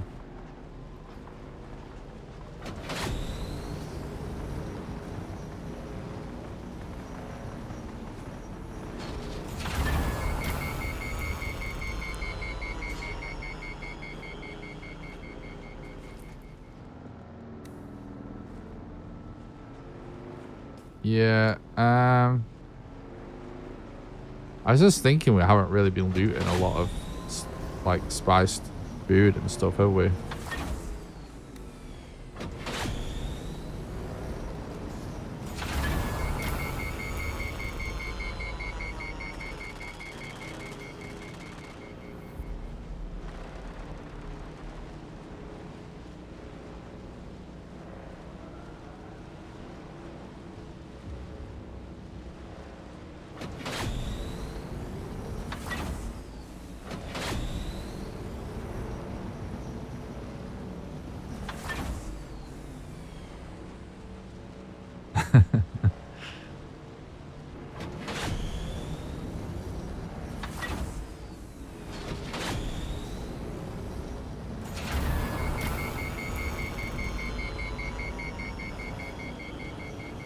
It's actually really cool playing on a public server when you get like a random spice explosion and seeing everybody just like zoom in to race getting the spice.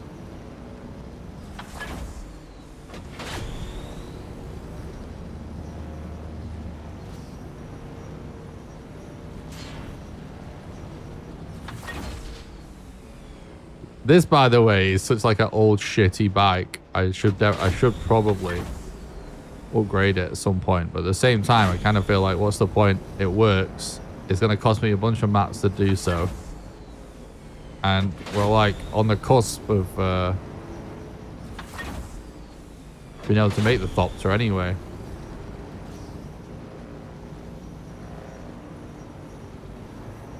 It's funny because the more people that are saying inside, the faster one gets attracted. I know, right? It is super funny. I think I saw like I think I was once one of like 5 guys on one little spot.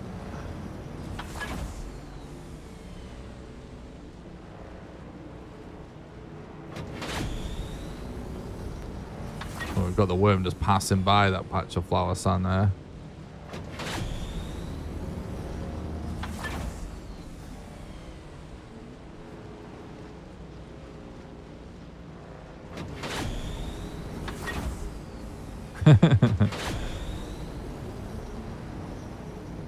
On stream the other day, Silver, I don't know if you saw it, but I was crossing a patch of open sand,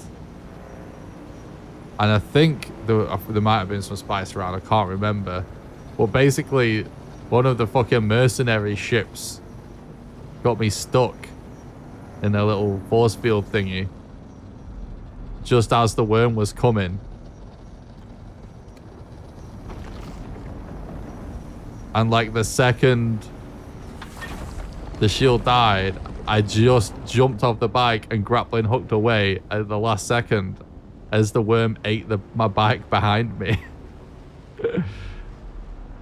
As soon as that happened, I thought I need to clip this and I should clip it and put it on social media or something. It's so funny.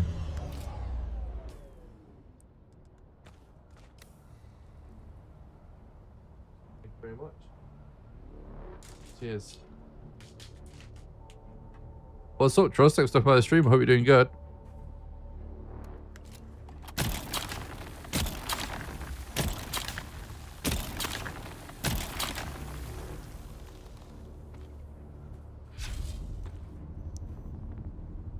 Hello?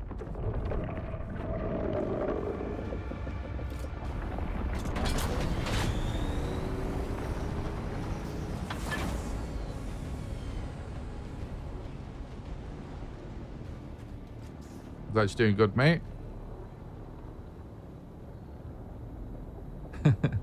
And we're still loving the game here. I've got some food I need to just munch down real quick, chat, to do this.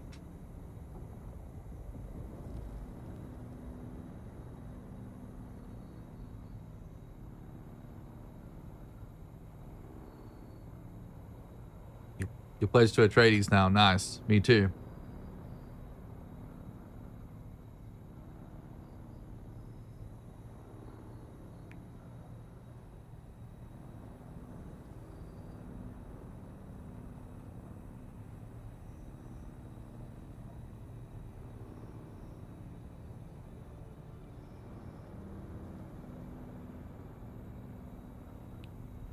My God, there's so much salt on this.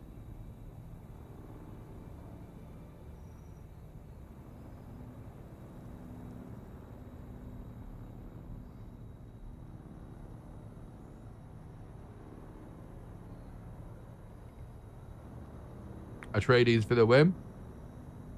Hell yeah. Who pledges to Harkonnen anyway? Freaking edgelords.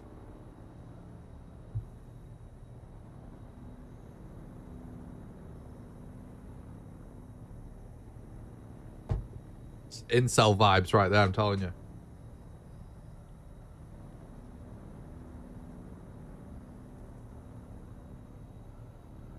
Every Harkonnen character in the Dune movies is like some kind of incel psycho.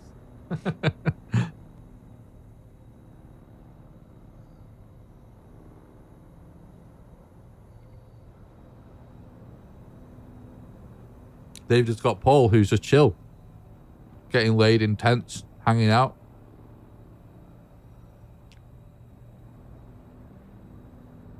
They do look sick. The goth inside me wants to be Harkonnen, but I just can't make myself do it.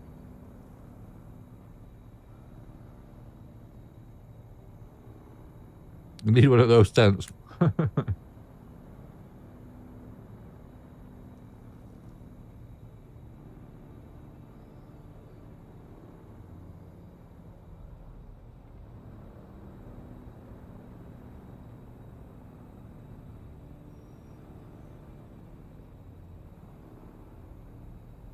Sorry.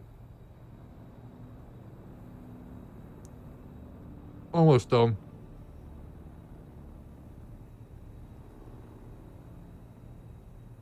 I just need to get some food down me so we can keep going. How have we been streaming for 4 hours? I feel like we just started. That's you an awakening for you.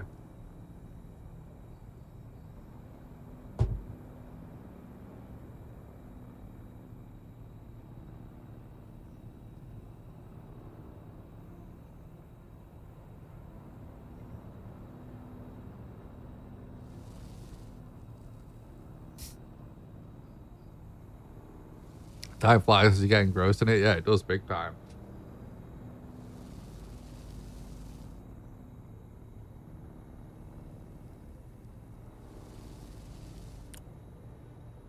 Popped in there in front. I don't see him.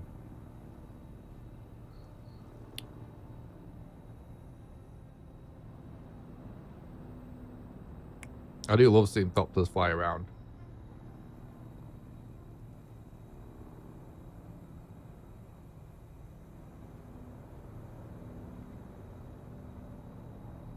Oh, Anvil. Oh, I missed it, maybe. Yeah.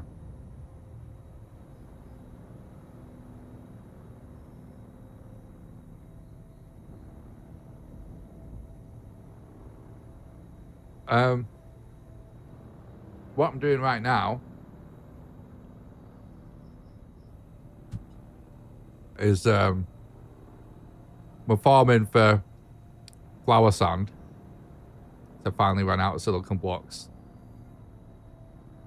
so that I can top up my wind turbines, because I recently built a new base. I mentioned on the last stream that I might try and make a nice looking base, and I finally did. So I've just been adding creature comforts like turbines and wind traps. And we're just kind of alternating between doing that and progression, just looking for the next trial. So I'm going out, looking for a trial, doing a run. We'll sink our teeth into whatever pops up along the way. Then when we need to go drop off some loot, go home, see what we can add to the base. Add to the base. We're going to rinse and repeat, basically.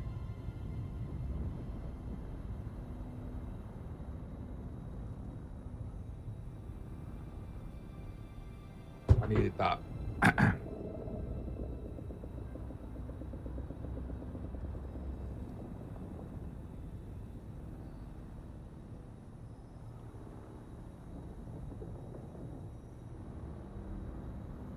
You've accidentally left my Thopter 3 times yesterday. Nightmare. It goes off to another biome. Oh, no way. Very nice. I just finished the 4 trial, so I have a Chris knife now. I fucked up with the Chris knife thing. I haven't made one.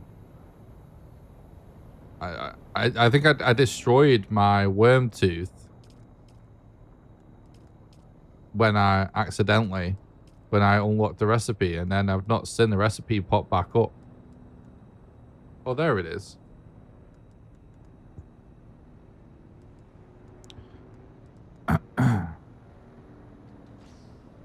I need to make it just for the RP. Silver on YouTube, by the way, Trust, is telling you playing with a controller helps you don't press E instead of W. I've been thinking about trying this game with a controller myself, to be honest, just what the kind of timing is at. Just because, you know, if I game like or code way too much, I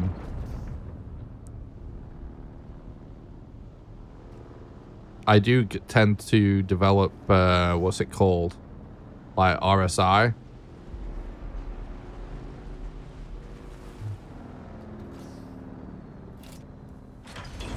And it's not been too bad because since playing a lot of Dune, obviously I've been playing quite a bit.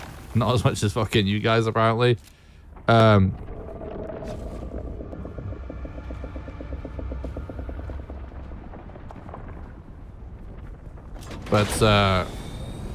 yeah, I do keep thinking maybe controller is the answer.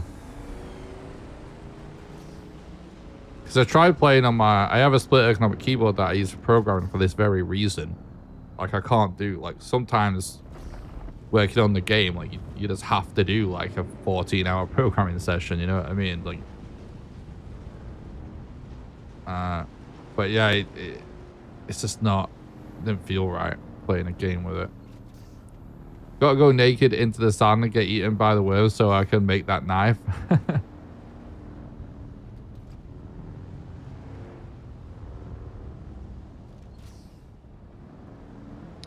How do you get a worm tooth for the knife? Yeah, you have to get eaten by the worm.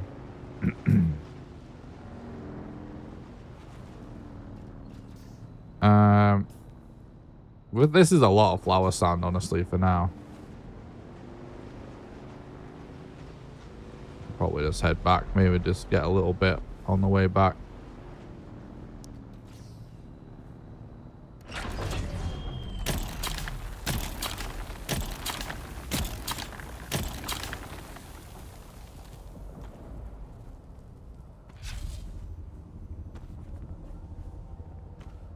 Is he just really far away or something? I don't like this. Yeah, he kind of is. When I saw that, like, the red worm icon to just silence, I was like, oh shit. I got scared, like the game's just gonna break and spontaneously just eat me. It's creepy. I actually just came back from Flower Sand Farm myself. Oh, nice, Bagger. Dude. First off, how's it going? I hope you're doing good, mate. Second, how fucking much have you been playing this game, bro? I mean, no matter what time it is, day or night, I'm waking up, I'm going to sleep. Bagger Tell has been online in my friends list playing Dune Awakening. And last time we streamed it, he just bought the game. And half of the fucking little Norwegian clan you've got going on there in that server that we were playing on together. You guys have been in chat there all the time.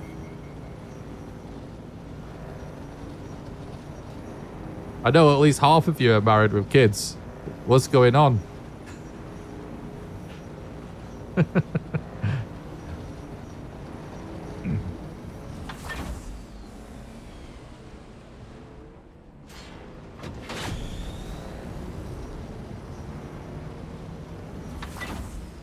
Your kids are getting older.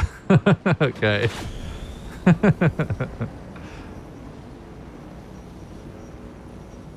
Some of us work from home. Others maybe work from home.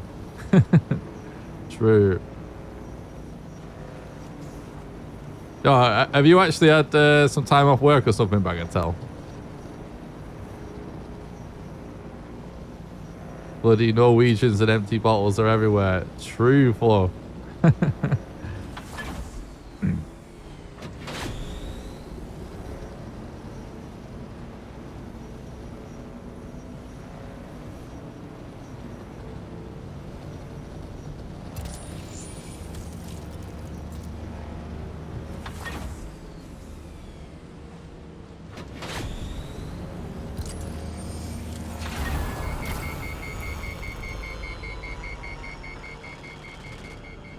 What the fuck?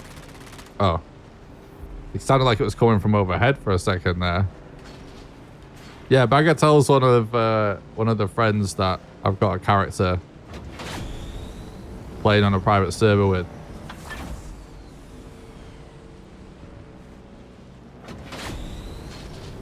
That's why we're juggling 3 characters. Whoa! Oh my god. I didn't see that rock coming because I was in chat.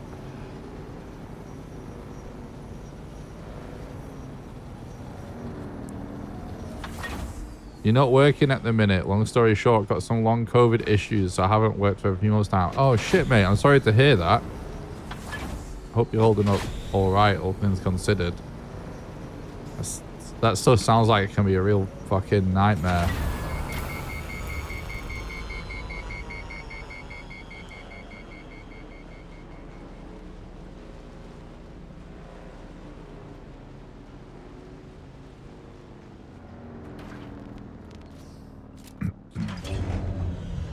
Not too serious, I hope.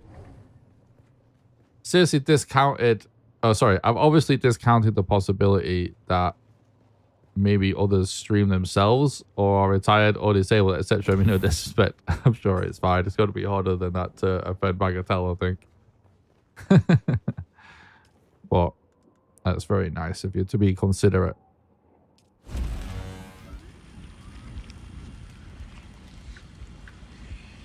Thank God I'm a gamer, so I don't kick the walls down from staying home all day and night. Yeah, I feel that. Me too.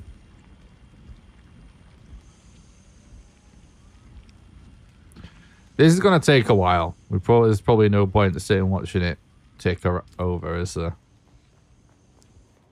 We'll just work on some more lube when we get back from another run or something.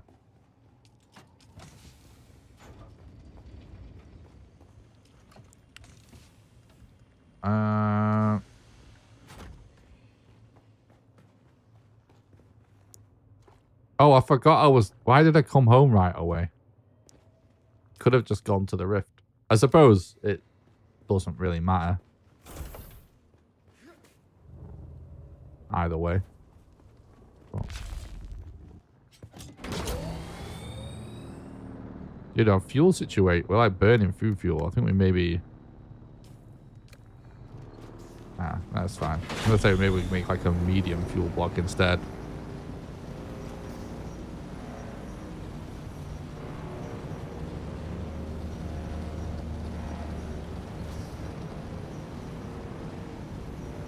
Yeah, so we're alternating between like gradually adding to the base and looking for this next trial at the minute. We've been doing trials and base stuff today.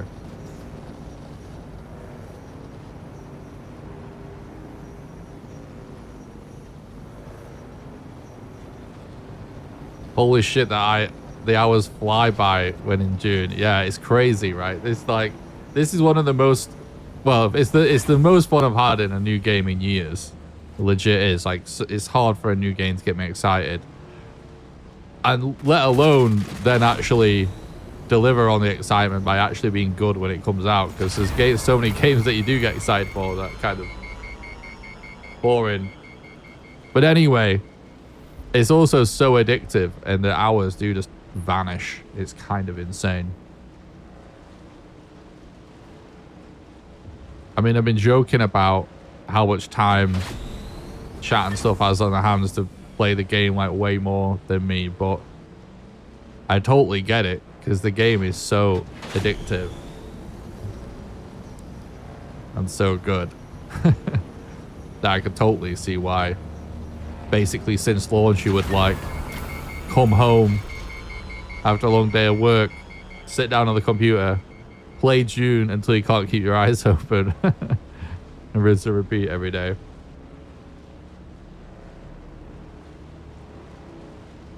You finished the story yesterday, but I want more.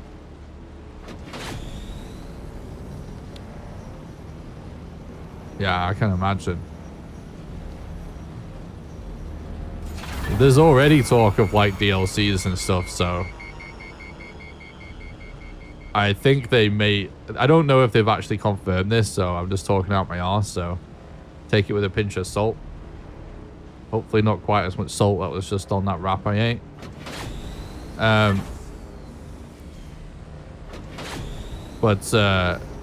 it seems like there's already talk of DLCs and stuff, so I think they may be thinking about... Oh, for fuck's sake.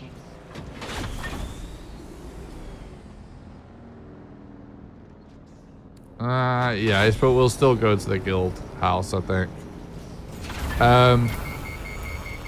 I think they might be planning on doing kind of like the typical MMO thing of like periodically releasing expansions that sort of add to the story and stuff. That's my theory.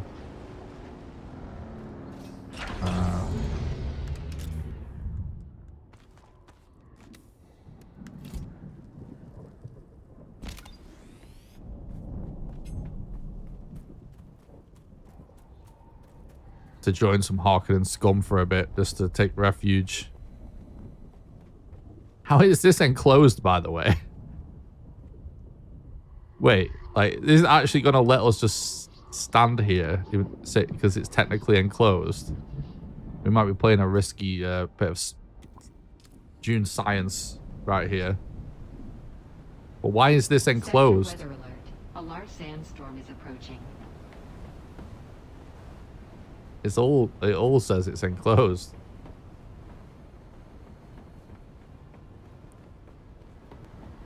Only one way to find out.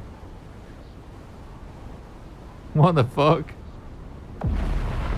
Uh-oh. No, it's fine.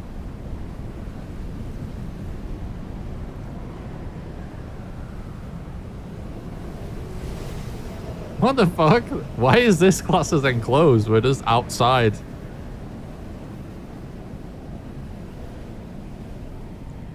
Bit of a sketchy test to do, but... when the eagle needs to hide amongst the wolves. True. I bet this guy saw a whole lot through those binoculars. Why is it so cursed that he's just frozen like this? What is he looking at, do you think? Maybe there's like a shower room that you can see through a window of that ship over there.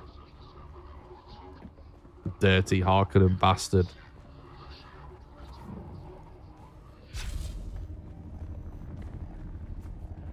He looks like the type.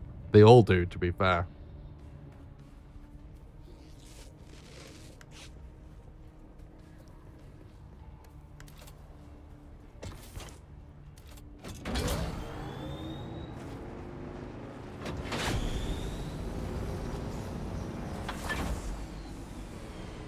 Paid by the paid by the hour, the guy's making easy money. True.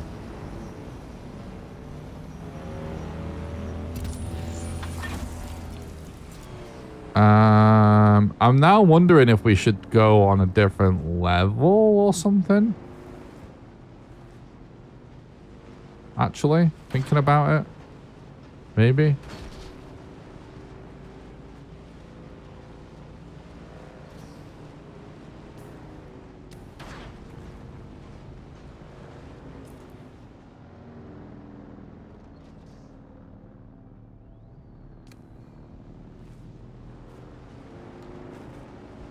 You know, usually on the stream, I at least go check out a PvP zone just to see if we have any takers for some shenanigans.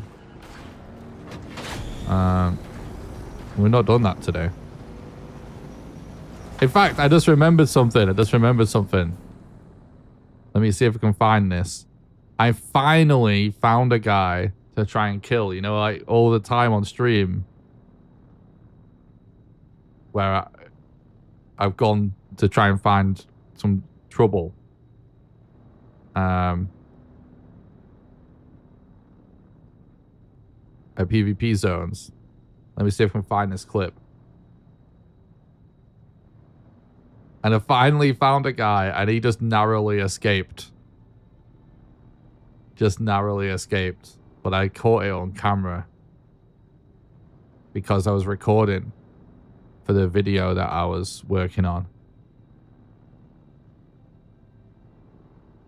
I really love trying to get cinematic shots, by the way.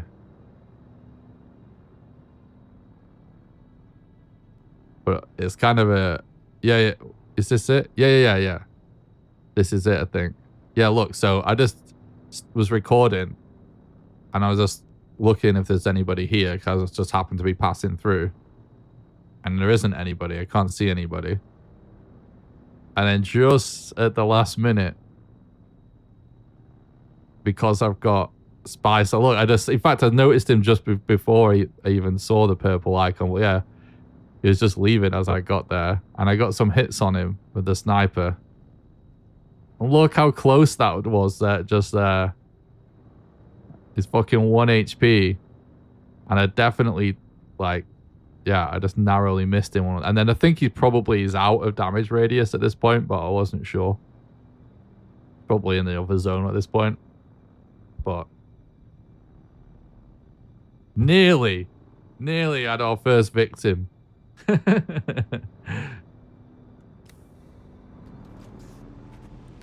yeah, the PvP zones are honestly so quiet. I wonder where that goes. I don't think I've been on this bit before, actually.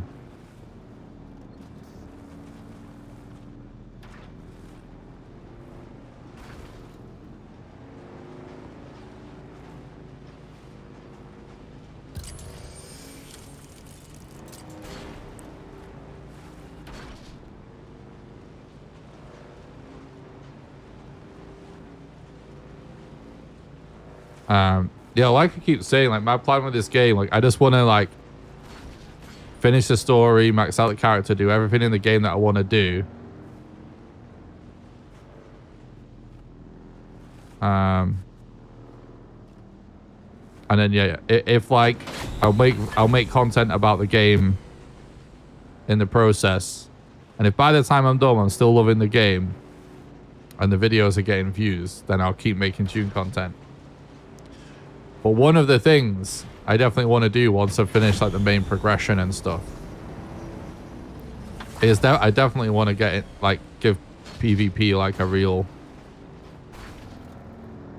go, because I like PvP in general in these kind of games.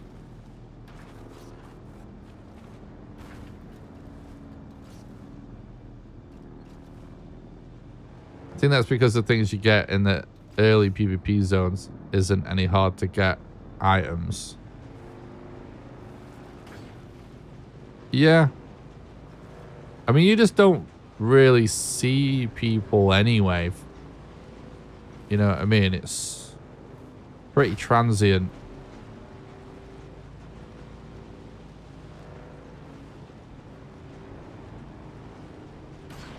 But,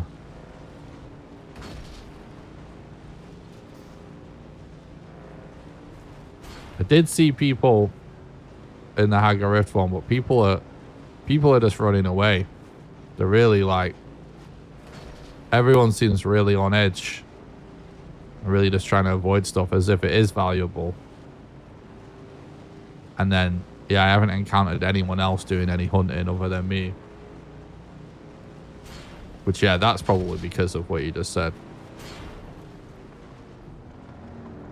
This is a PvP zone.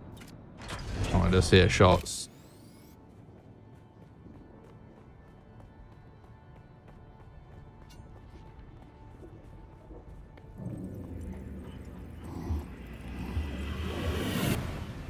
I'm trying to be... Oh, they probably heard that bike, didn't they? I've noticed that the bikes give you away big time.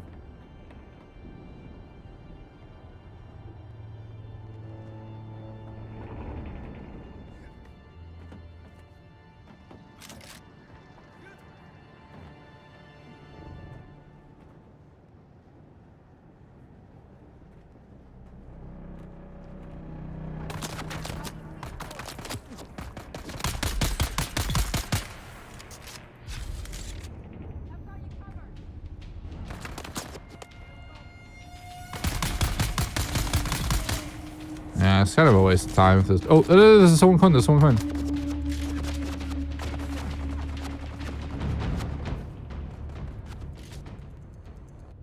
Is he just running? He's fucking running, dude, again. I can't quite see.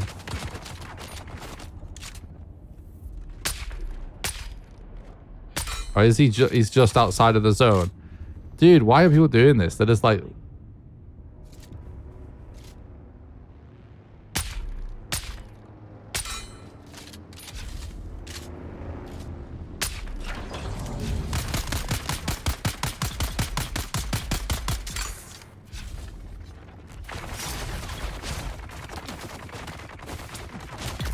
Hey!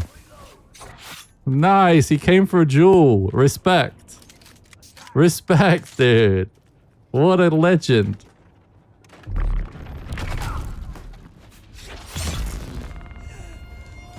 He gave me what I wanted, which is an actual fight with somebody that doesn't just run away. What a guy. You know what I mean?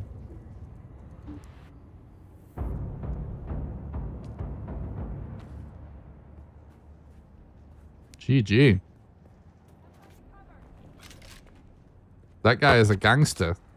He just turned around. He could have left if he didn't want to fight. So I totally respect that.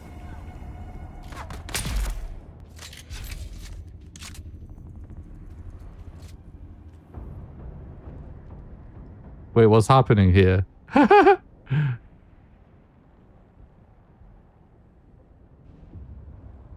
Has he got a respawn beacon down? He must do.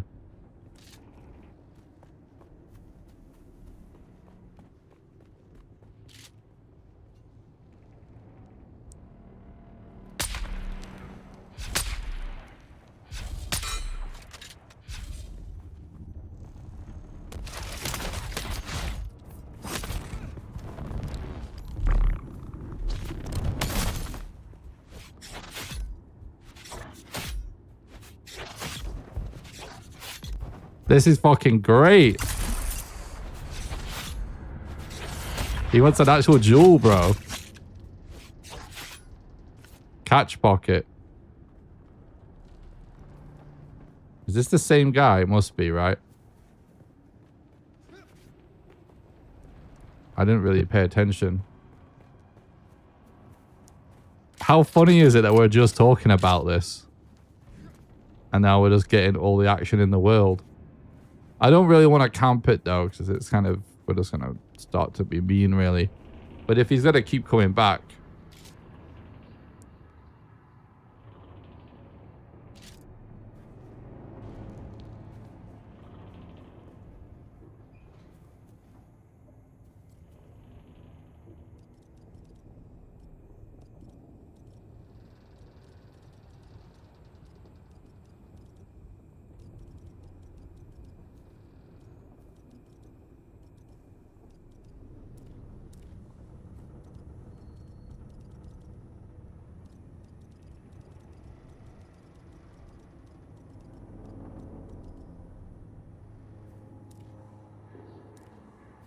I'm just asking. I'm saying, if you don't want to fight, I'll leave. GG, though. Respect for coming for a duel. That was cool. But if he looks like he just wants to fight, right? He's asking for more at this point. Yeah. It was like Summit Pocket, wasn't it? Let's see if he replies. See, now my spice is worn off. It's going to be easier for him to sneak up, but...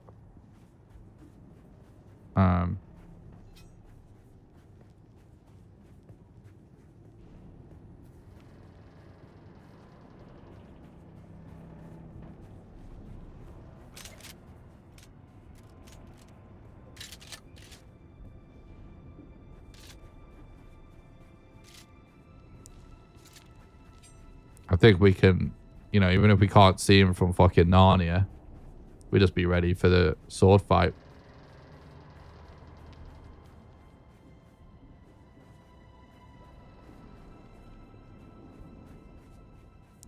He seems like the fact that he's not saying anything makes me think that he's into it. Don't you think, chat? Like he clearly wants to ambush me, so I'd sort of would like to let it happen at this point.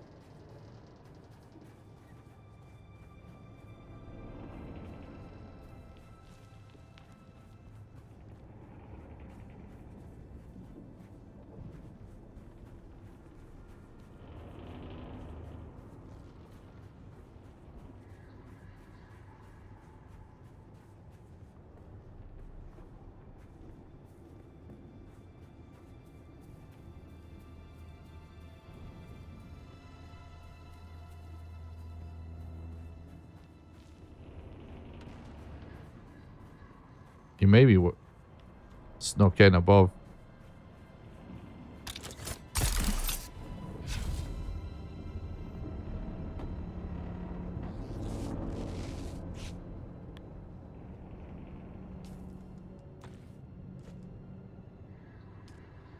Oops.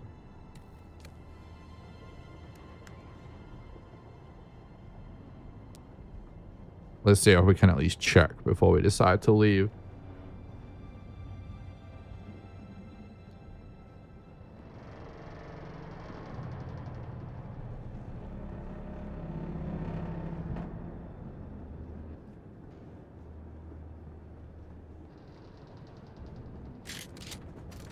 Oh god. Got stuck in a random little hole.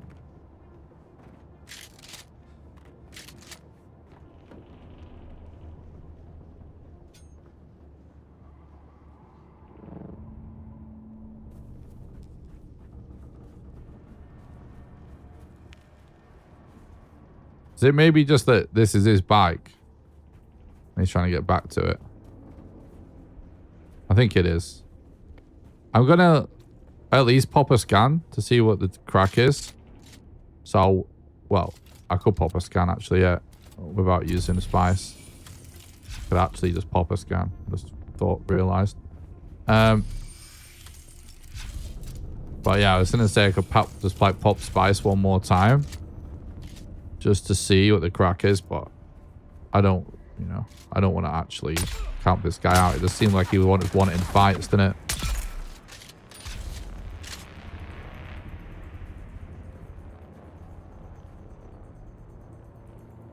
Am I actually still... Okay.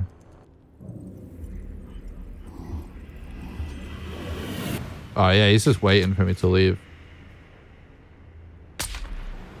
Yeah. Maybe he wasn't paying attention to chat.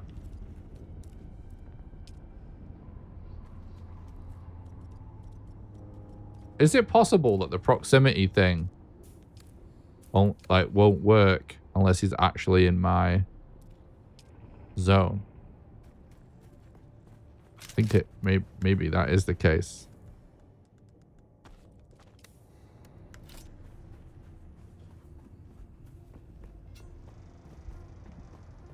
Well, that was cool. That is so weird that we're just talking about it. And I was like, oh, this is a PvP zone, actually. Let's go have a look.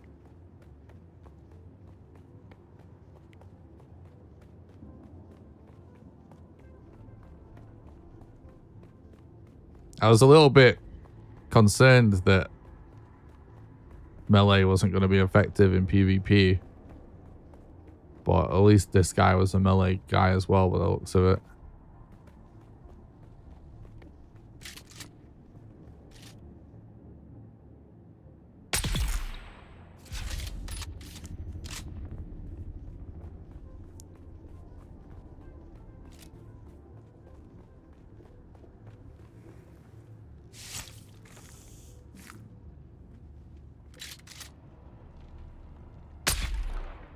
What? I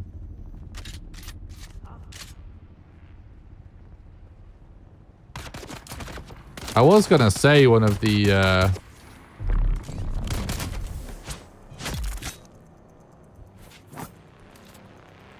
other potential reasons of all of the like PvP places just being like dead. It's like I think there's definitely a lot of confusion in this game around PvP. Especially like in the early game.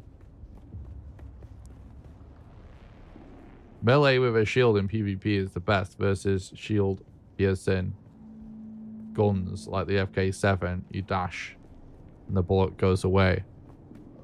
Interesting.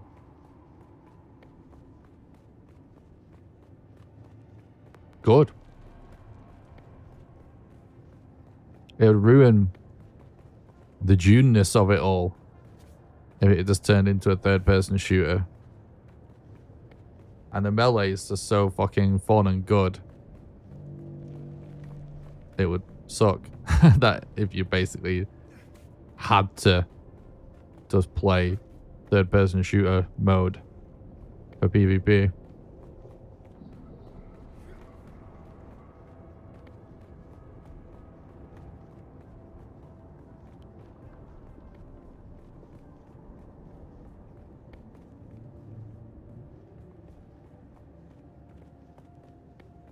What's up, Warband? I'm good, thanks, mate. How are you?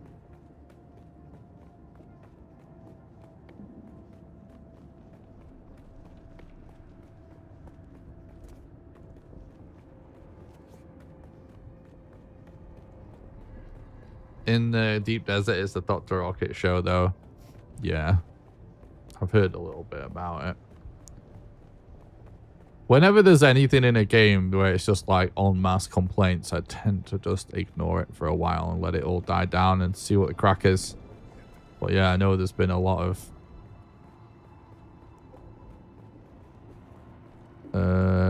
heated discussion, let's say, around what's going on there.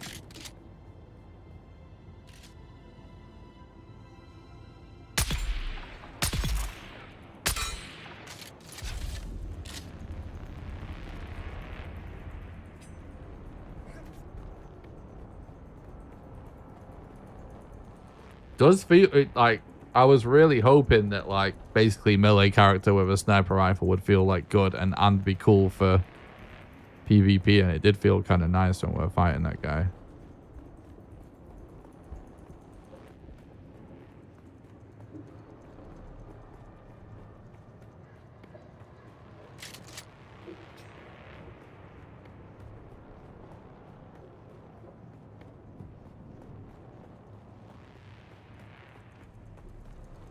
So have we done this one?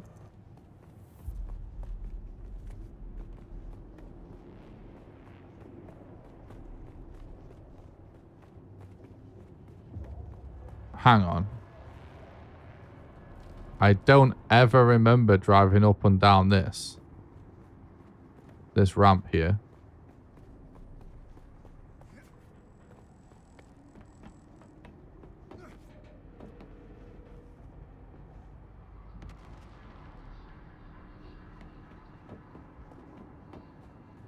Wait, what's up, Xavius? How's it going, man? All I hear about in this game is how good the first 50 hours is and how poorly designed the late game is. Yeah, well, yeah, people are definitely really complaining. Well, I don't know, 50 hours probably ain't going to be enough. But yeah, people are definitely complaining about the end game for sure. It's going to be interesting. I mean, I know they've made some tweaks already.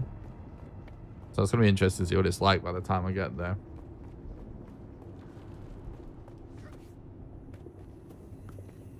But yeah, it's fucking awesome so far. I absolutely love it. Just had our first little taste of PvP. Actually. I loved it. We definitely have not been here. So maybe this is the spot. I'm 150. 7 hours in and only on the first trial, so you can rush it as much as you want, but you can also just take it easy. Yeah, that's true. Maybe you could actually just get there in 50 hours. But yeah, I think it's being general anyway.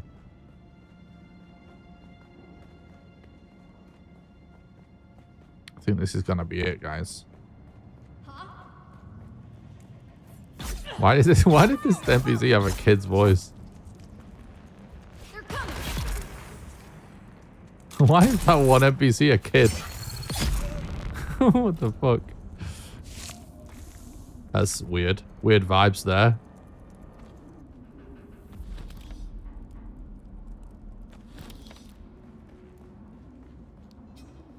In the... Oh, sorry. I read that one. I want to go back real quick.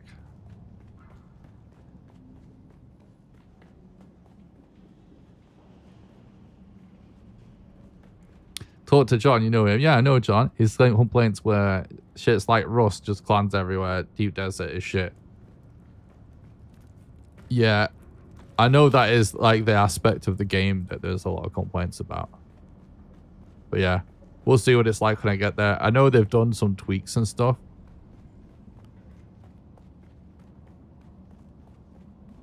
I always kind of like to... Oh, this is just a mine, though. Going this way.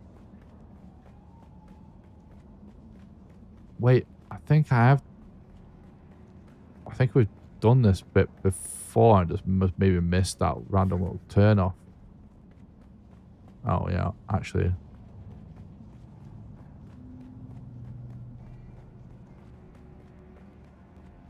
I always kind of like... Whenever... I kind of... If I'm into a game, I oh, okay, right. That's where we're at. Let's just go back then. If I'm into a game, which usually happens like... Well, with this game, it happened before it come out. I was kind of already sold on it. I just think I essentially totally ignore what anyone has to say about it. And just see how it goes. And especially when I'm really liking it. Like, I don't watch videos, I don't watch streams, I don't watch guys. Totally just going blind with it all. And just kind of figure it out, just enjoy it. And then it's like, if I get really seriously into it, especially if it's a PvP game, I will learn the meta afterwards. And I might start watching stuff, but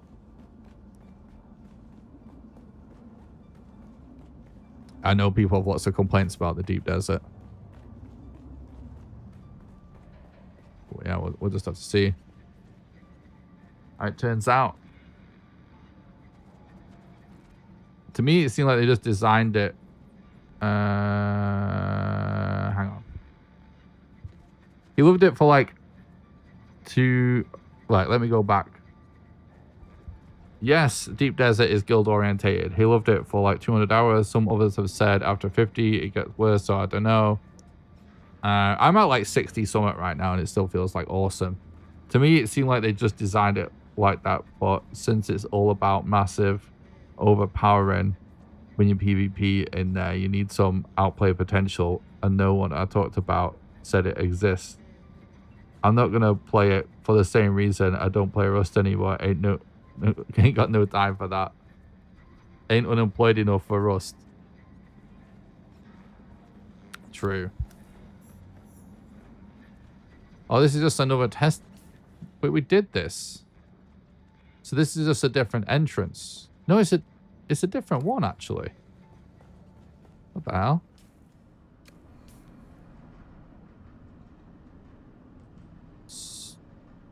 So there's just two. Cool. All right, we'll do it then.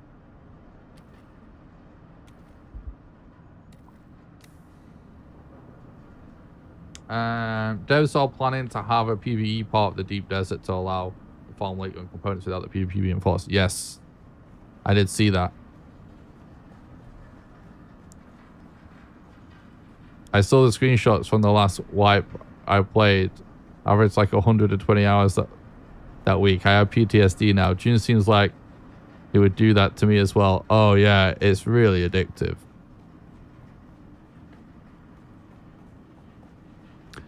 I do have some like theories on like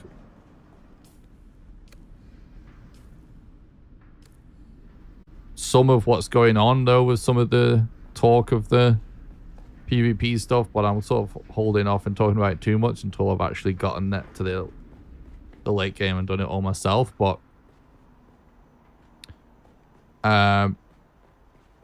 yeah, I guess just in summary, I would just say like there's definitely like right from the beginning of the game and like since the game came out, and it's changing a little bit now. There's been lots of confusion around PvP in this game. Like lots of people, for example, there's a ton of drama about private servers and how it works and how expensive they are and this, that, and the other from people say they just want a PvE, etc. Where there's like no, they just don't understand, you know, how the game works at all. They don't understand how safe you are for the entire game, except for a handful of areas plus the deep desert, which is like late game stuff. And I think that those kind of vibes around complaints around not being able to just like only PvE, I think they're carrying over to the late game where people sort of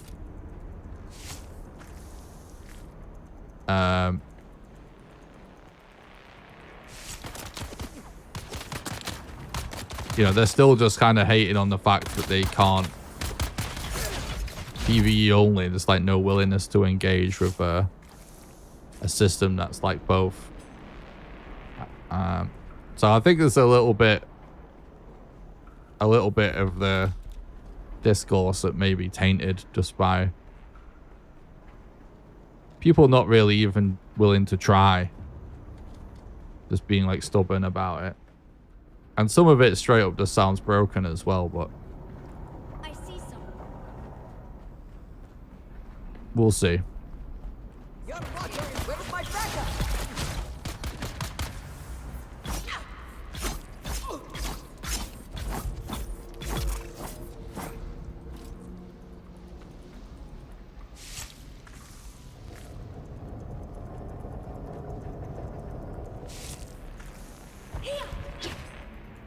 What's up, bro?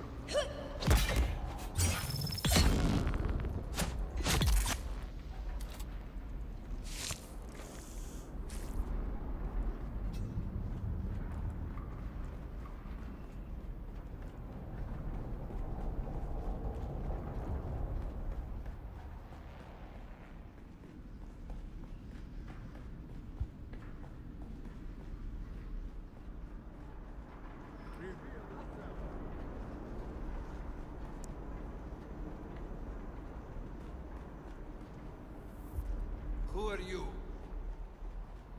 Found them. What the fuck? Well, that guy, why does he seem like the main character for a minute?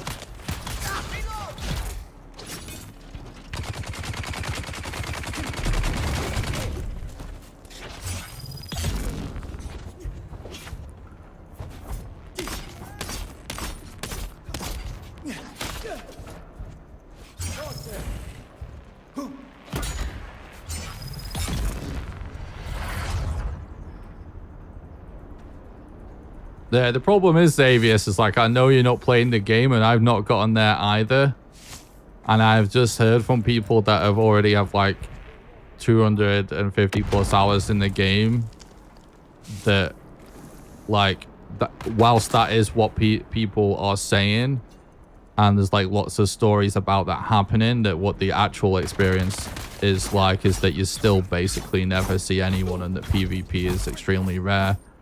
Just like it is in the rest of the game, which is why I'm just gonna just see how it is myself, because I don't really trust anyone's opinion on it until I see it myself. the more I go through life, the more I learn to kind of ignore what people say and just see for myself.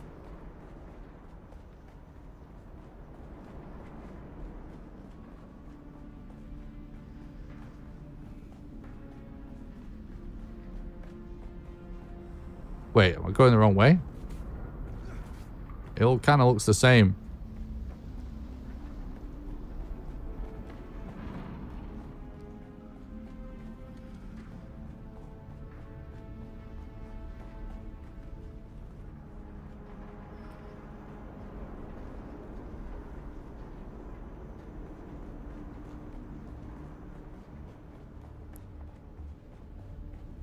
Okay.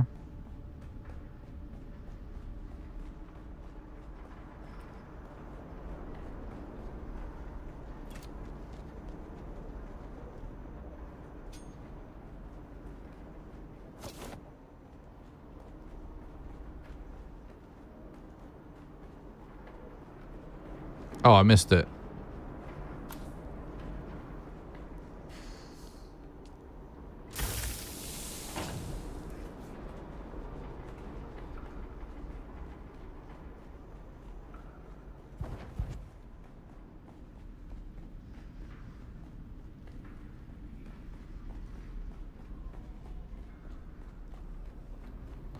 Yeah, it is really fun. I just came back the exact same way, didn't I? It's so confusing.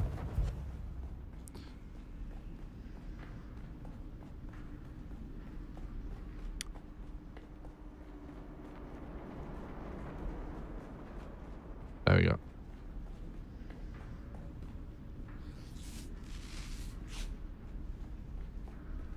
Dude, this is almost like trippy how similar it all looks.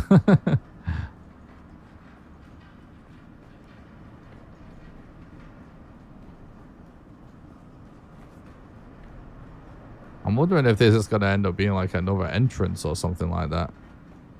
Yeah, it is.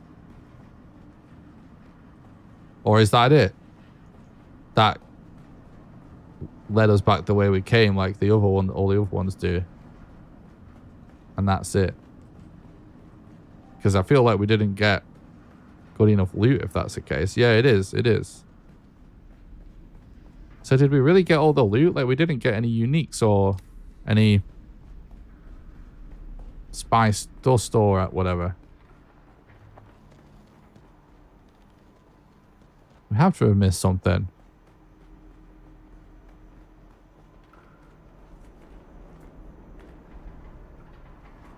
Is it possible we just got really bad RNG?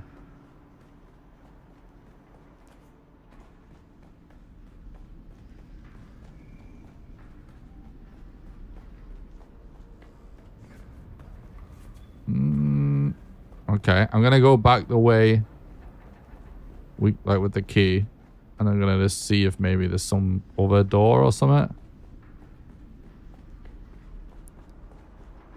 Well, I've never gotten I don't know if it is possible because I've never done a testing station where I didn't get uniques and spice infused dust. It's just like when I've got bad RNG, I've just gotten like drops I don't want. You know what I mean? So I don't know if it's possible to get no drops, is what I guess I'm asking.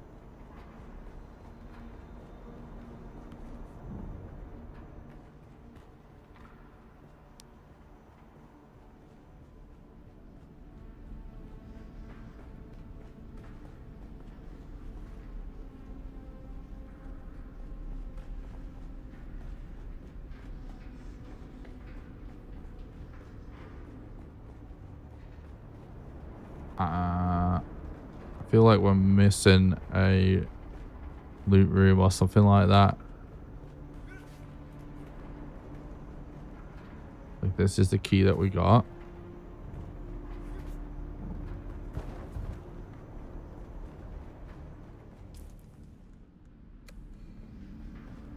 It has to be. We didn't even loot like a fancy chest, did we? We've just got like the regular ass basic loot chests.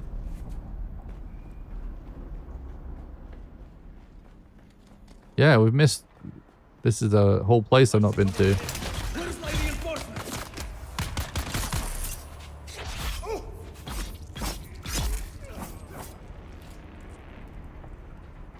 Okay, we'll pull up. Any spice? How boring are these guys to not just be carrying huge amounts of spice? So fucking basic.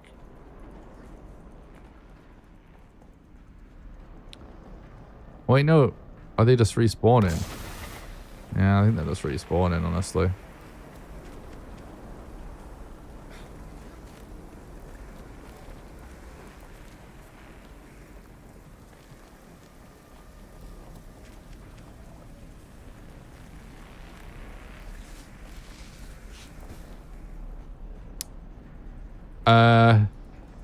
What? There has to be some kind of drop from this place, because otherwise it's pointless.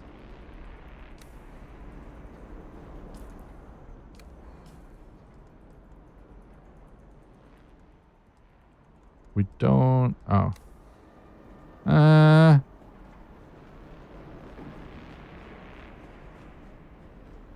There's definitely been some like secret doors. Like there was the first, like one that I went to that I found a secret door in.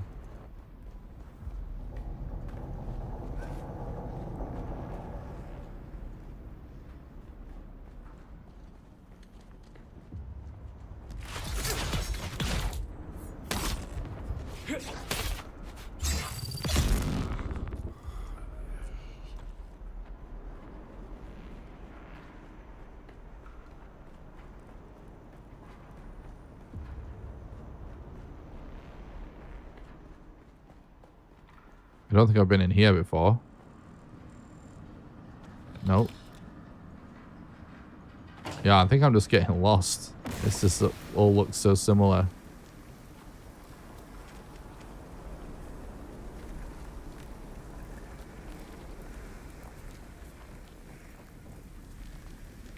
Okay, now we're back to this way, which we definitely have been to before. So I'm now wondering if there's like other little tunnels like this that I missed.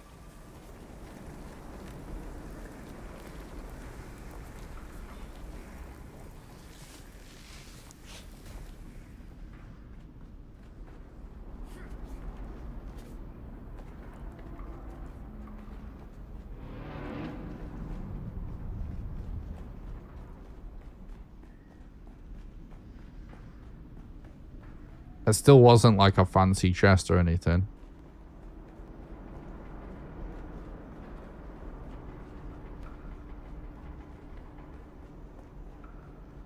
Alright, Xavier's mate. Have a good one.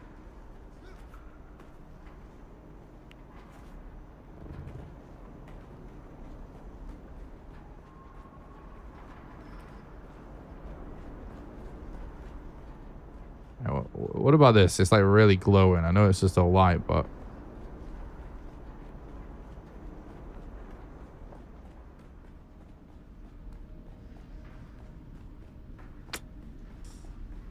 kind of seems like it. So this is just a shit one. I mean, I'm sure I'm fucking missed something, honestly. I'm certain. Either that, or it is possible to just get nothing RNG-wise.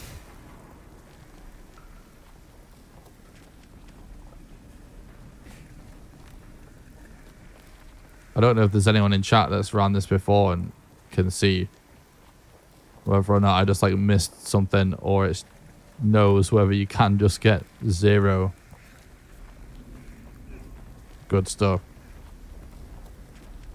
Because like I've never done one and not gotten spice infused dust of some kind, and at least one unique.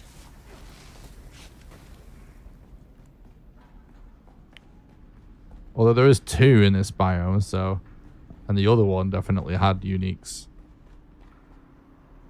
So maybe that's this is the shit one in this place. Could just be that. Just like, it's a weird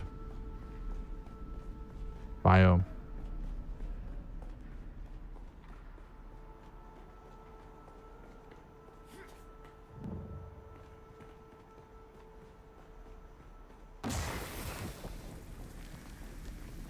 I'm definitely getting lost now, though. Wait, that's the loot room we went to before, is it not? Yeah, it is.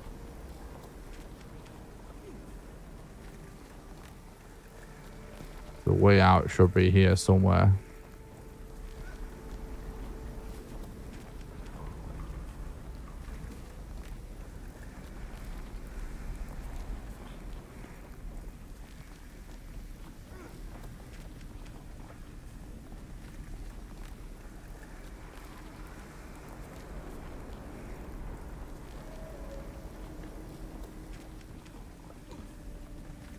So it must be this way.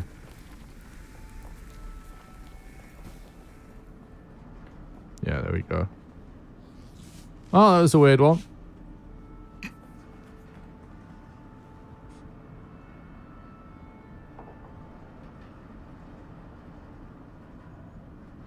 Oh. Got no water.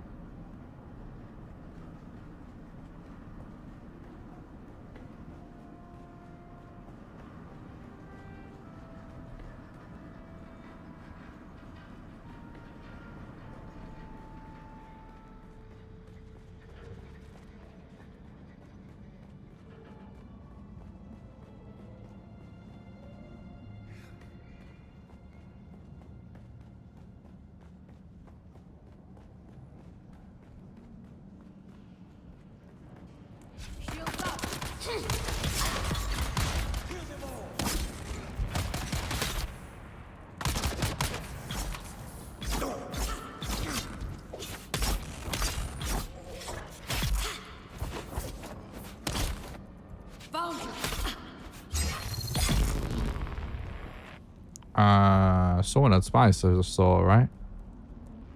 He just flashed up with some spiced beer, I swear. Right, now I need to remember what we're doing in here. So I think the other way that we'd not been was just going all the way up here. I think staying on foot has actually really helped me keep my bearings and notice areas I've not been before. So I'm just going to stay on foot.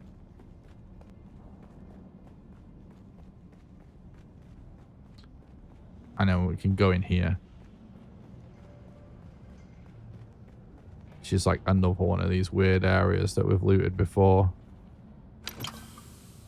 I'll take that fuel with me. I don't want to like fill up with loot because we're multitasking a lot here.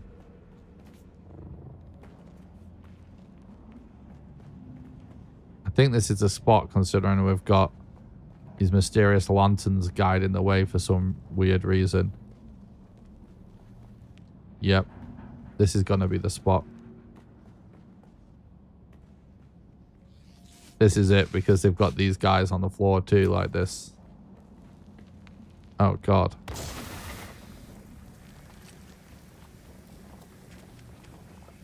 What the fuck? Now I'm not so sure.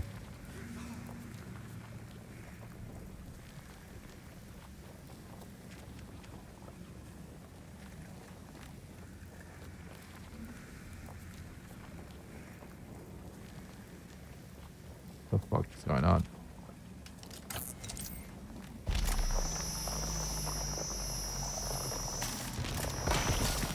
Too close. Okay, that's annoying.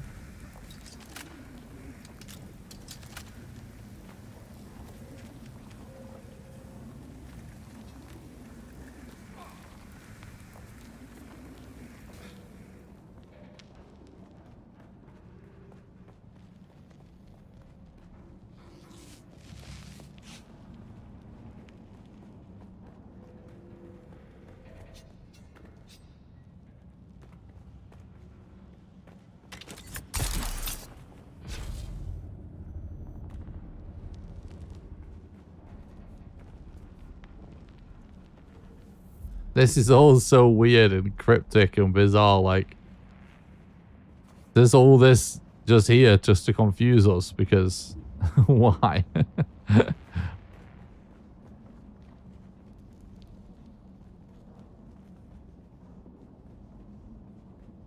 Right, I'm going to read the thing one more time. This one's indicating a site deep within the Haga Rift. Red teeth, gaping maw.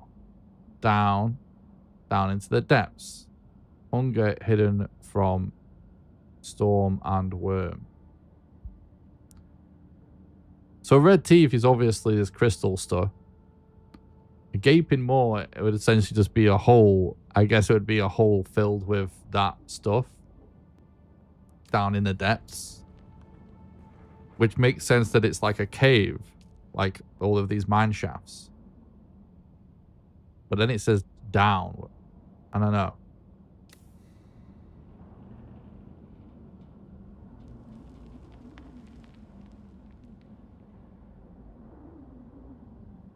Andy says, do Valheim Ashland's only challenge just like the Mistlands one? Didn't you just leave a comment saying the same thing? Where you also said, in brackets, or you can't.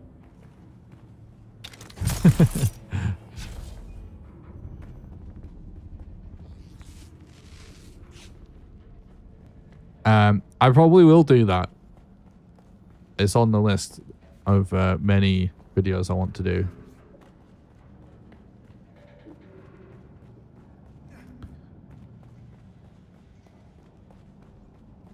Okay, let's just keep going.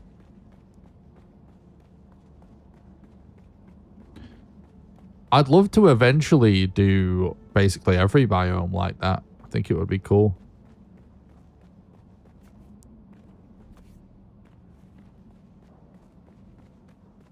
It's always kind of been the plan, but this, like, obviously just prioritize like what would be most interesting first.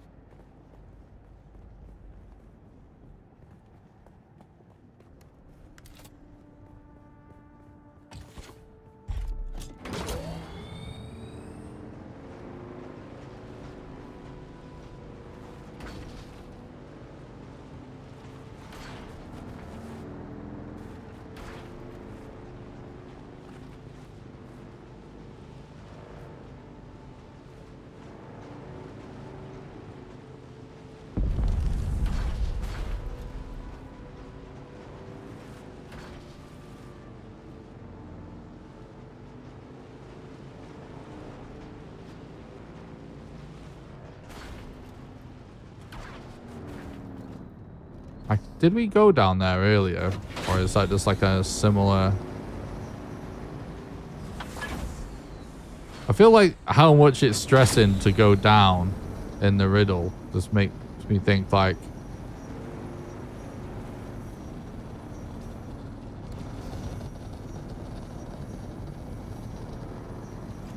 We just gotta go down as far as we can, essentially.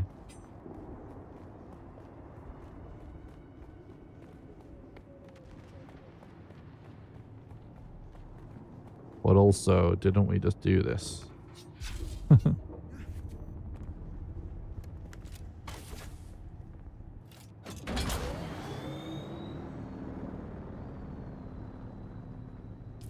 I can't see it though.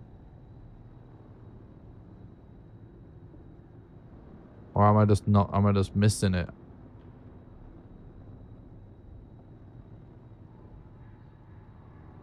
It's there. How did I miss that? How the fuck did I miss that? Wait, no, it's there. When did it pop? Oh my god. You see, I went and I thought I checked all those locations, but I didn't see this one and that one, I guess. I didn't notice them. The map's a bit shit, honestly, when it comes to covering stuff up. It's kind of... Sometimes it's easier to miss stuff.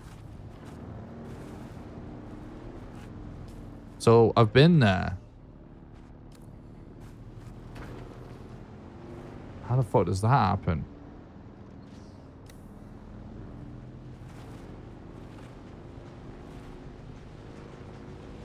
Because I thought that, but I went and checked all of the places and didn't, you know, find the one. So I was like, oh, I guess I just got to find it.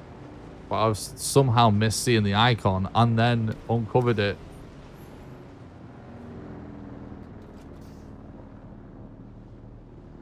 And then the 3-step zoom to show everything only zoomed at max. Yeah, it's really weird. Like, even then, it doesn't really work, right? Because I think there's some, if I'm not mistaken.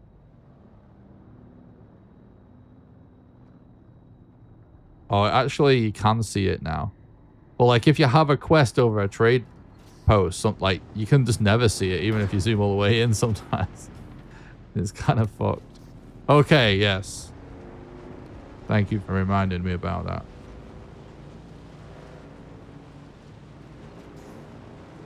No wonder I'm fucking confused. Like, I did actually go there. And also, I just not, like... Yeah, I guess I somehow missed these icons.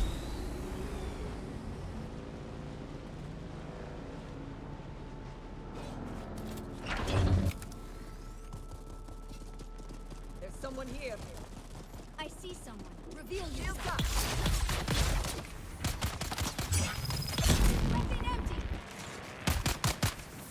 I didn't put my shield on.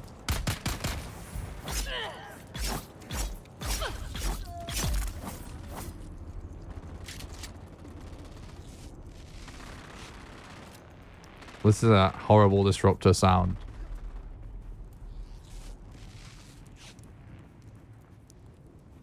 Sector weather alert. A large sandstorm is approaching.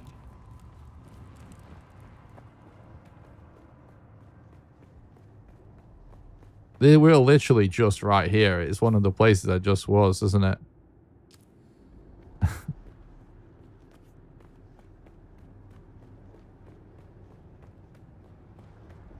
I'm now noticing this here, which I didn't see before.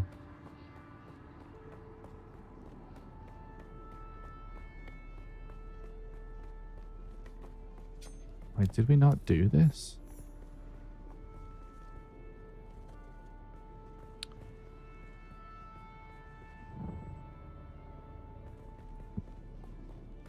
I guess we didn't.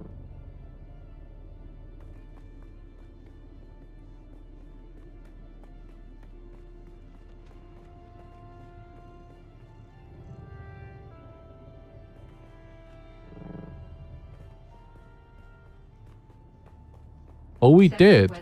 We just never turned around and came back this way. Oh my god, bro. That's actually it. That's what happened.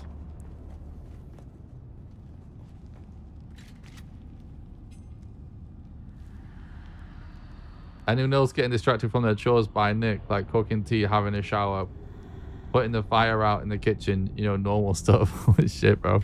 Don't burn the house down on my account.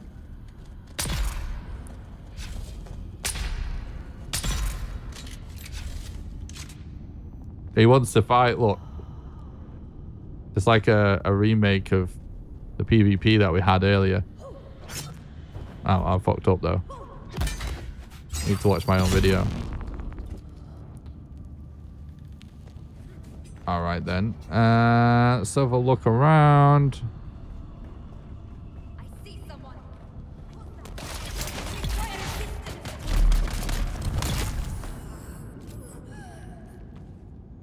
Sector weather alert. A large sandstorm is approaching. Somebody in the comments of that YouTube video complained that I recommended using a grappling hook in melee fights because of the cooldown can be so long, you can be out of a chance to escape.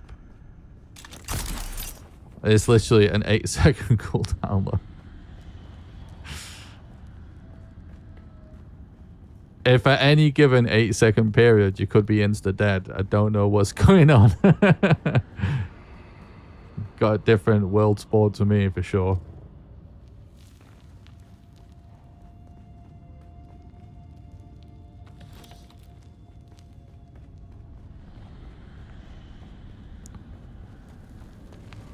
It cool down. They cool down. Combat cool down song. Right? Yeah, but it's not that long, is it? We literally spam it all the time.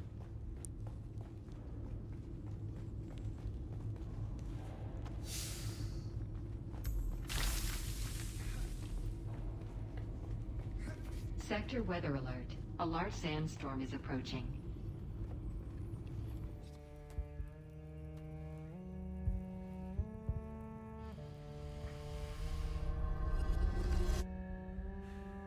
There we go. Time to trip balls.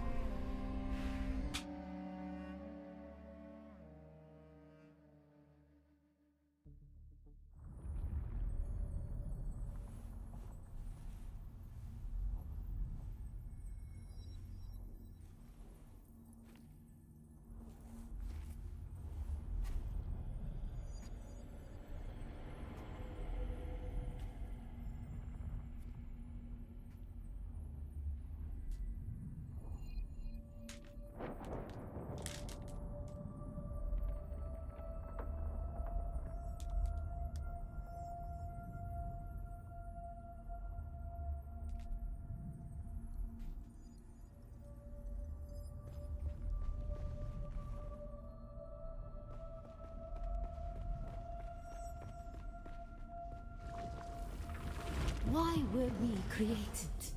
Ibn Kirtaiba. The weight of...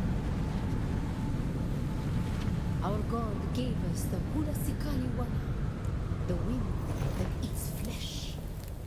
Here we go. The Kitab al-Ibar. Carry shelter always against the coming of Kralizek. Bila Kaifa.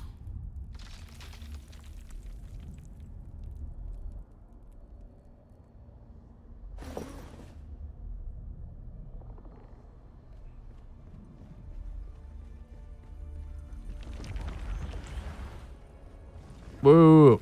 We were exiled from Nilotic al-Urobra for our unwillingness to fight.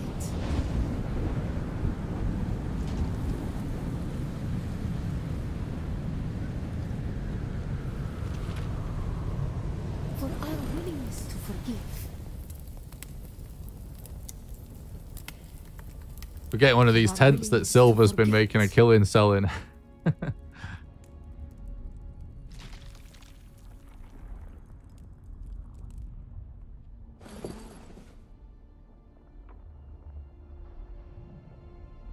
Whoa! Ah!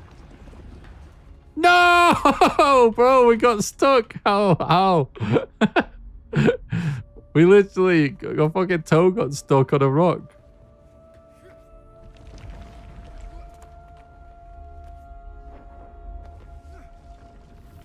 And the judges said, mine enemies are like green blades eaten down, that did stand in the path of the tempest.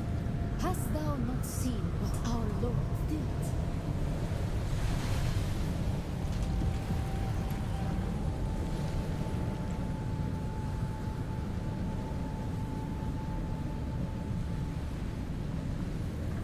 The weight of a kindly God is a fearful thing. Why did God create us? We are the action and knowledge of God, and He has prepared the way. Some of these little sequences are really cool, and some of them are kind of just dumb. I feel like. But I'm not really a story guy.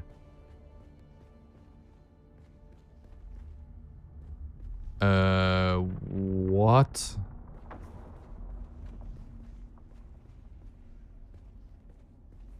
Whoa! You understand, Wally? I've got PTSD from this girl. That's the problem, is that it's fucking gibberish, bro. She just sounds like a maniac. It's... The typhoon's Some are really cool, though. Like, some of the stuff that happens is cool. Why were we created? To survive Kralizek, the war at the end of the universe.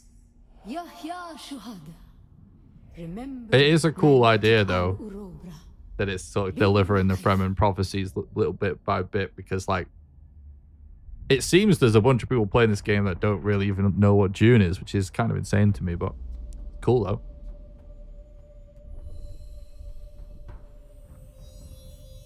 It's a good way of slowly teaching you about the Fremen. The sign inspired by Arabic culture. I know.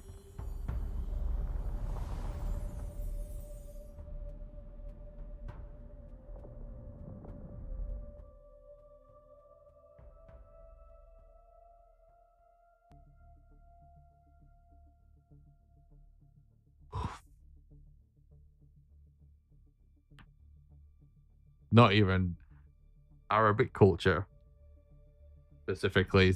It's inspired by the Taliban and all of the tribes ever since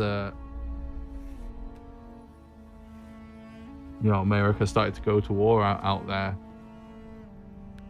That's essentially where Roger Ebert pulls all this from. It's just like seeing the warfare and the sort of tribal stuff going on in that part of the world.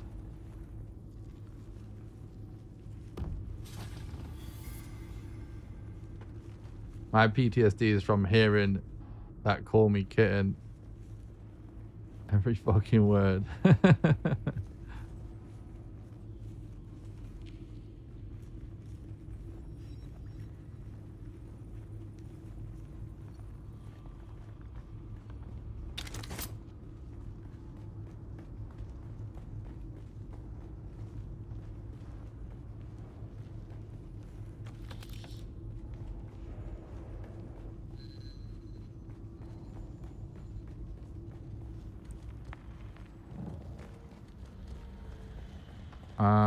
Okay.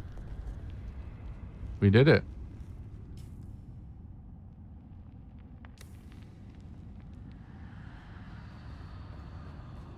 Did we actually unlock something? Or not? Yeah, we should have.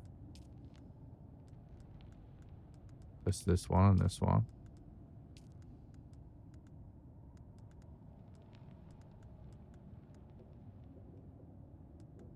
Buggy rocket launcher.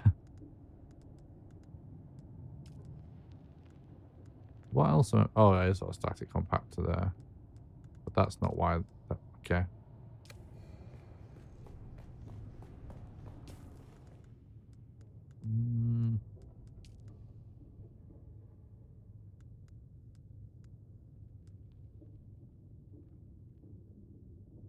Just seeing if we actually unlocked any new recipes.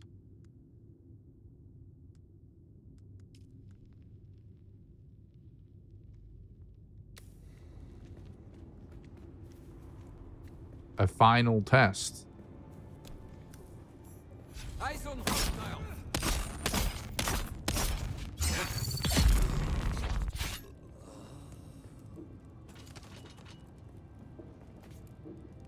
Let's see what it says. Find the Fremen, wake the sleeper. The revered mother who gave me my mission used her voice to swear these words into my mind.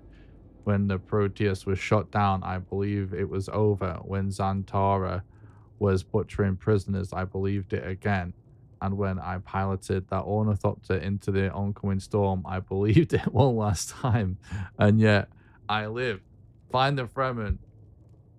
Wake the sleeper. I will.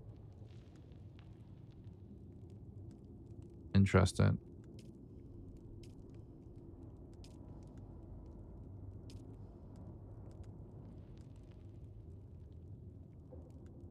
The last trial had a map, but this map one differs in its details. Okay, that's a bit scuffed. There's no capitalization there either. It depicts a place at the border of Miza Taril in the west of Jabil Efri Al-Garb. I will find the source and see to the end of these trials. Okay.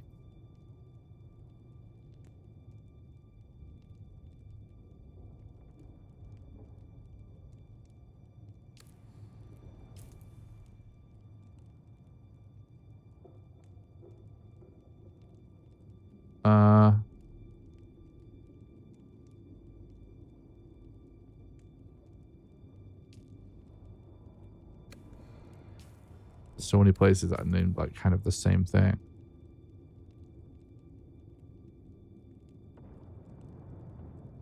Right, it's here. Cool.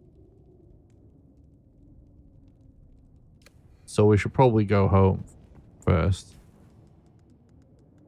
She got quite a bit of money on me.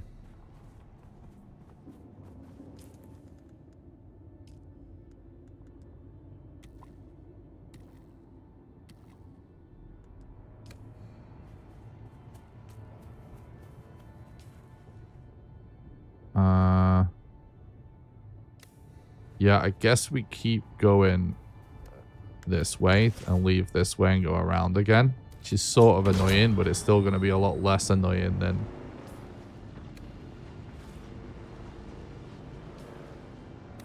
going all the way and the other way. Oh my god. Didn't see that one coming.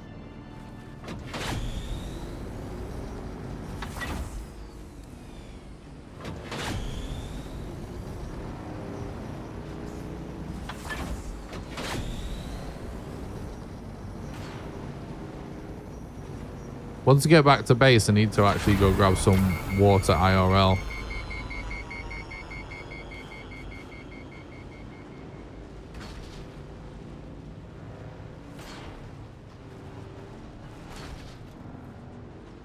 I need to get back in the habit of all the usual stuff that I do on the streams. I'm so rusty with it. I keep forgetting. But anyway, normally at the 3-hour point is where I remind you guys all the ways that you can support the content financially, because it is the financial support of our community that allows us to keep making content for you guys. And we're actually at the 5-hour mark, so we're way late. But anyway, the number one best way that you can support the content financially is to support on Patreon at patreon.com/NickRawcliffe. Patreon allows you to do a monthly donation, sort of like a Twitch sub. Instead, you can do it for any amount of money, even as little as $1. Anyone who becomes a patron also gets access to 2 private Valheim servers that get to play on at any time with the rest of the community, and you also get invited to play Valheim with me live on stream when we do server streams. If we have enough support with the Dune content, we may even start doing the same thing with Dune Awakening. But anyway, you can do !Patreon in the chat for the link, or there is a link in the description to the Patreon if you're interested in that.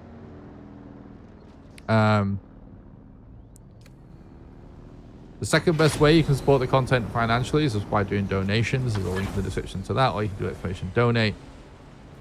Donations are the best way to do a one-off contribution because your money goes the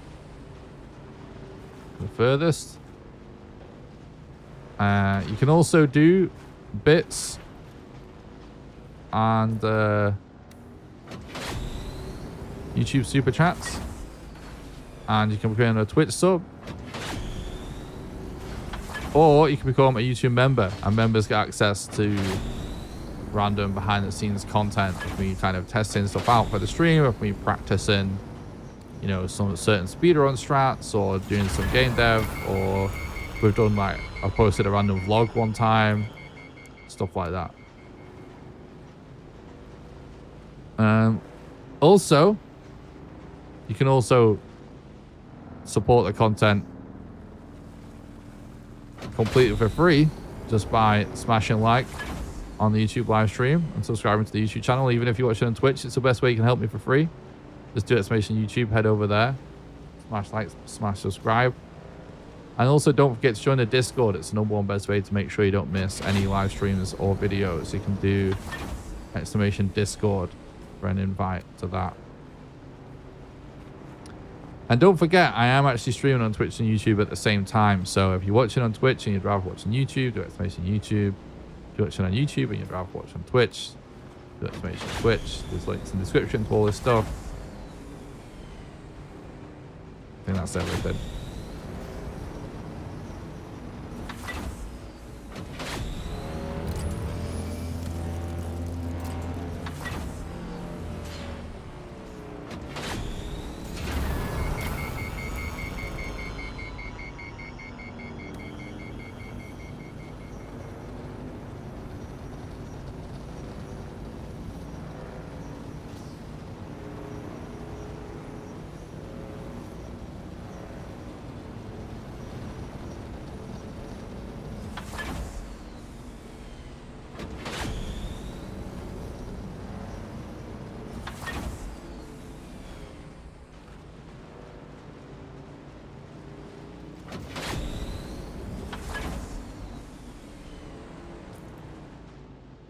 So I've seen a few people talk about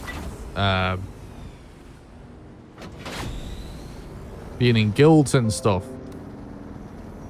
I thought that was somebody in chat. It's actually Windows Defender popping up over chat.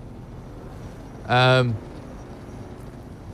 curious, like, how are you guys joining guilds and stuff? Are you just like chatting to randomers?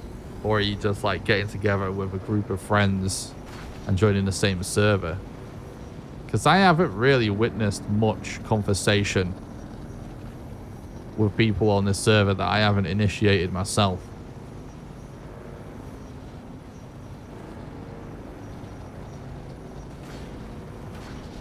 And I haven't seen anyone recruiting or anything in the chat.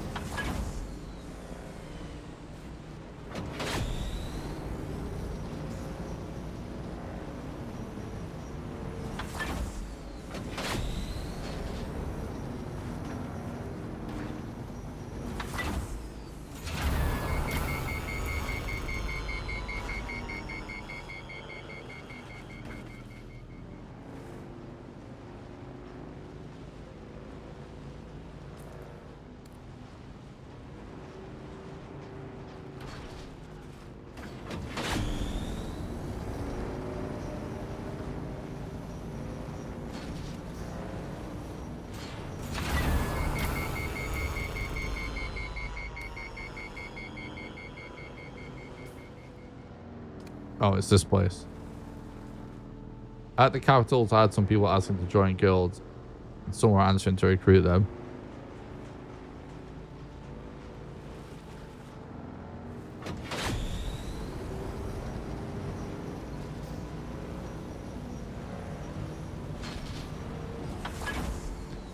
I guess it makes sense that people would be doing that at capitals.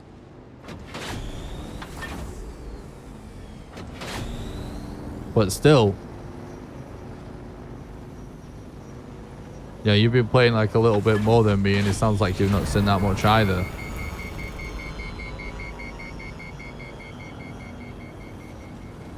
Makes me question some of this guild stomping rhetoric even more.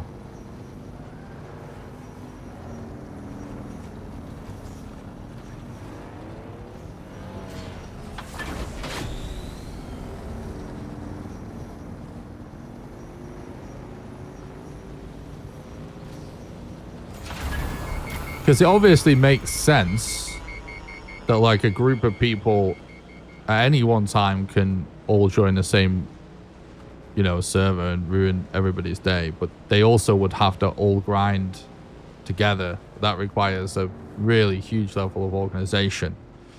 And in most other games, that level of sort of BM would be a lot more difficult than this.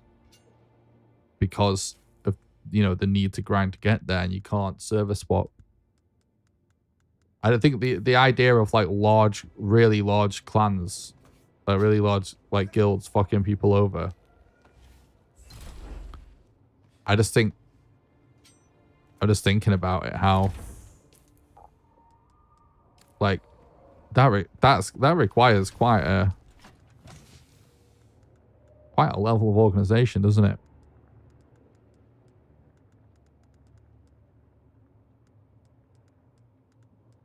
To form like a large guild of people at the end game in the first place.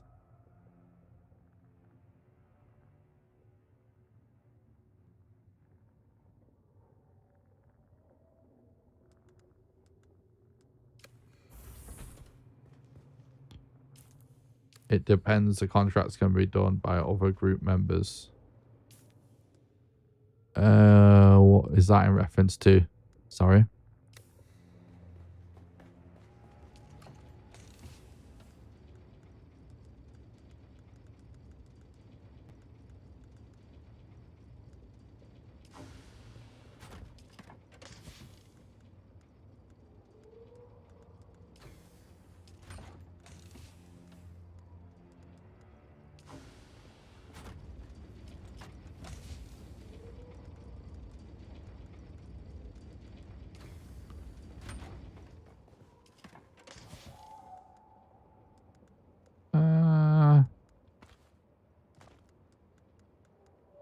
think I'll actually hold on to that, to be honest.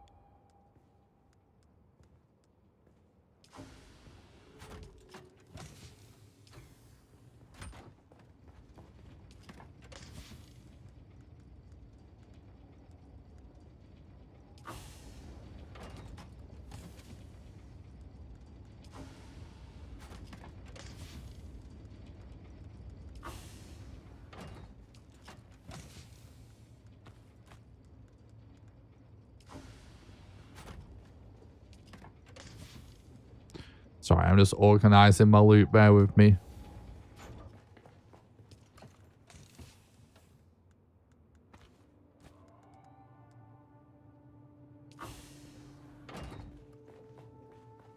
For the farm in guilds and stuff, you were saying it can be easier in group to complete tasks. I was not saying that.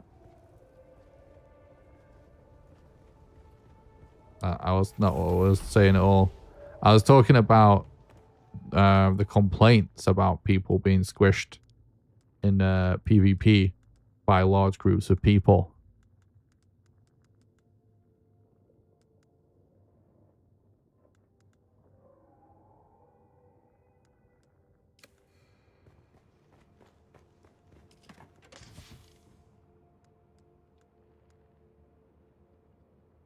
Like, it can't be that large, can it? Like, if it is, that's quite the organization, isn't it? That's like what I was saying. Guess we need another chest for vehicle parts.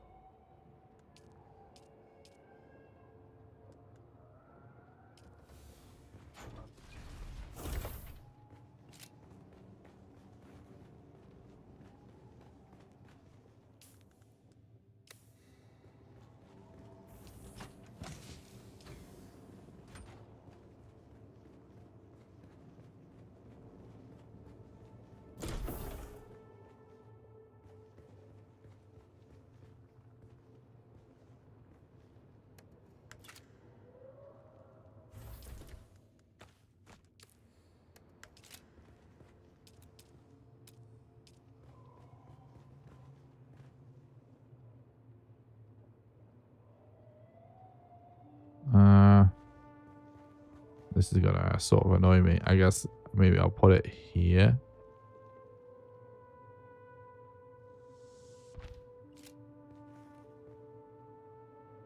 Kind of don't like that, to be honest, but it'll do for now.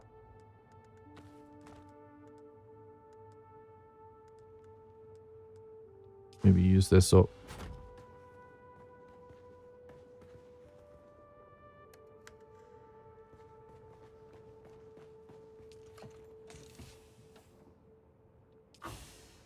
Let's chuck our blood in the purifier.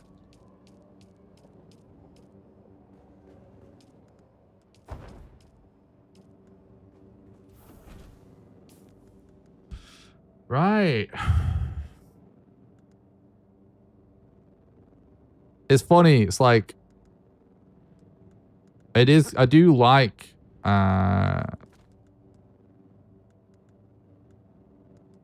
the sort of riddle aspect to finding these trials and stuff, but it's not really the most fun thing to do, is it? To just blitz through trials back to back to back, because like all of the biggest fun is kind of like just playing the game, isn't it? Just doing stuff.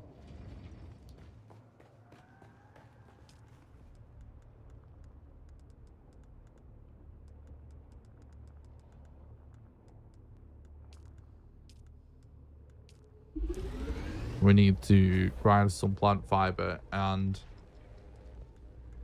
since this last wipe, there's a really good iron run that I was doing that also had a lot of plant fiber, and I think we may also be in need of iron, so this may all work out.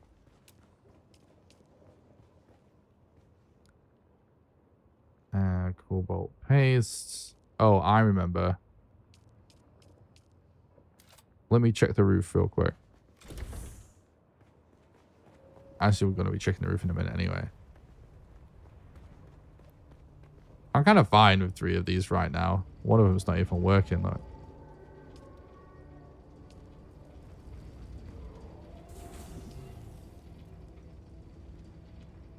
$13 hours. Okay. Let's go make some lube.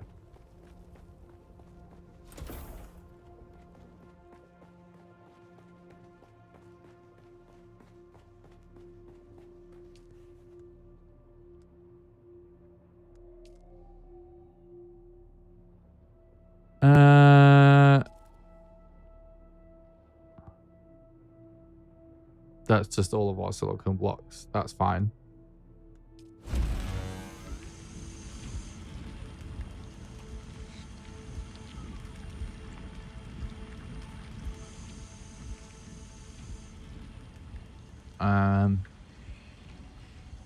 That is also fine.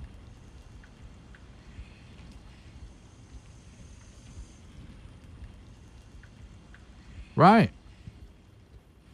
Pretty successful session so far. Just give me a couple of moments, chat. I will leave you with some Atreides radio for just a moment. I need to go and refill my water. I'll just be a couple of minutes. I'll go to the bathroom as well. 732, the slave lord of Amaranth. After his showdown on the plains of Jericho with the renegade High-Rinzir, the swordsman finds passage to the Delta Amaranth system in the far reaches of the Trinary Cluster. Are you sure you wish to disembark here, of all places, swordsman? Amaranth 3 is a remote mining world of little import. No highliner is due to pass this way again for some time. I am sure, Guildsman. I will find my way. Very well. A Chome resupply freighter leaves within the hour. I have arranged your conveyance to the surface. Fare thee well, swordsman.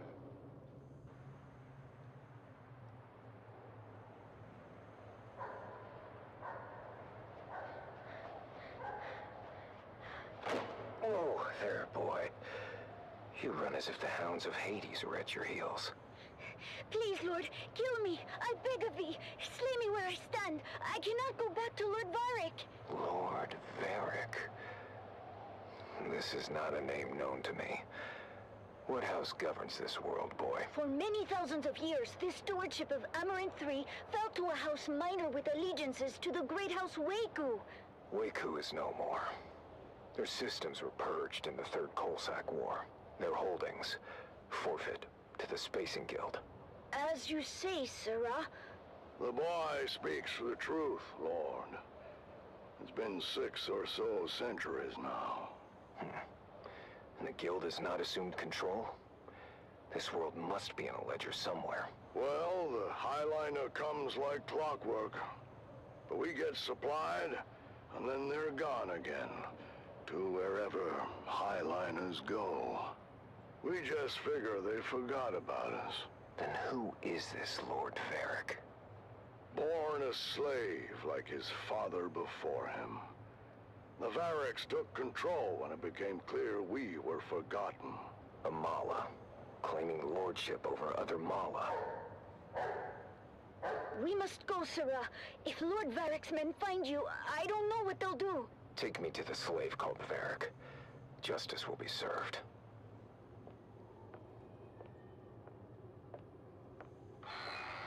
Who dares enter my hall unbidden? I dare, Mala. You claim authority that is not your own. For that, I claim your life. Oh, you? What is your name, stranger? I would know what to mark upon your grave. I am the swordsman. Your false reign is over, Varric. Guards, don't just stand there. Get him! Lord Varric, the stranger fights like the swordmasters of legend. Impossible! The swordmasters were destroyed, the remnants scattered. 6 to 1, he is outnumbered, and still, our men cannot strike him. Fool! They do not have to strike him. They only have to maneuver him onto that trap door. Right. Goodbye, swordsman!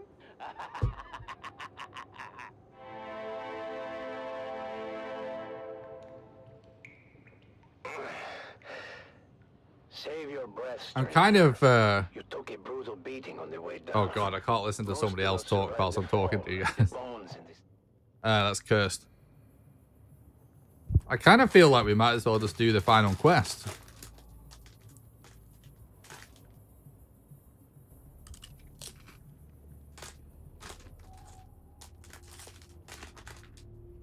The final testament.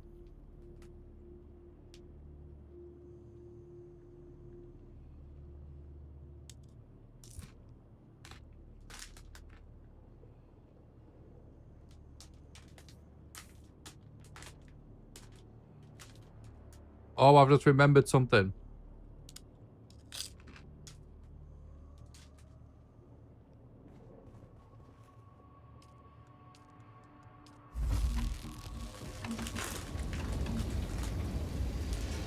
We need carbon, don't we?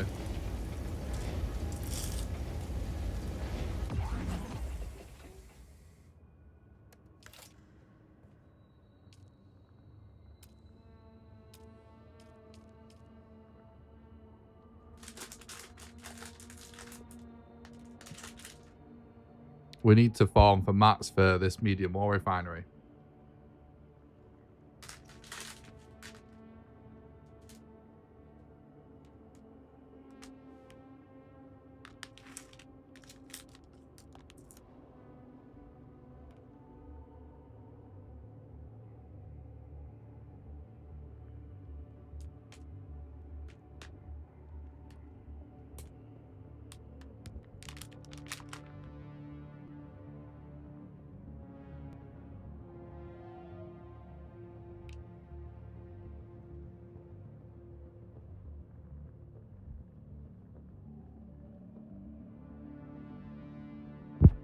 So I'm just trying to refuel myself.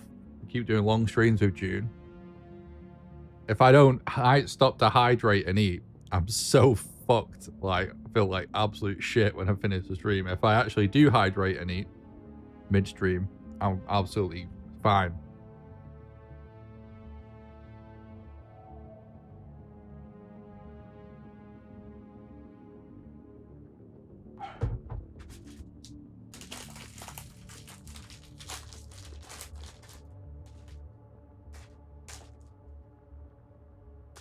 Right.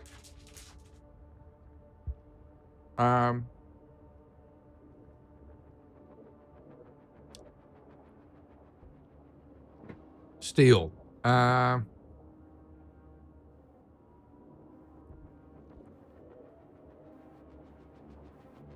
Getting to 127 steel from 47 when we have no carbon is going to take a minute. Cobalt paste should be going up, is it? Should see the number go up if it is. Oh, I are crafting a load of lubricant as well, so it might be in the queue. Complex machinery is easy. It's a quick one.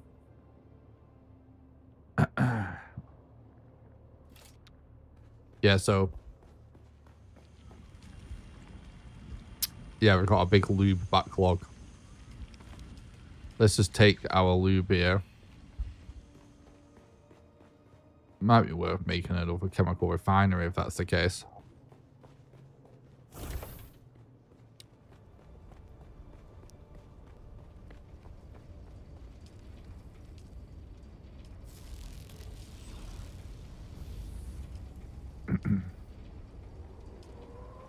It's all a mess.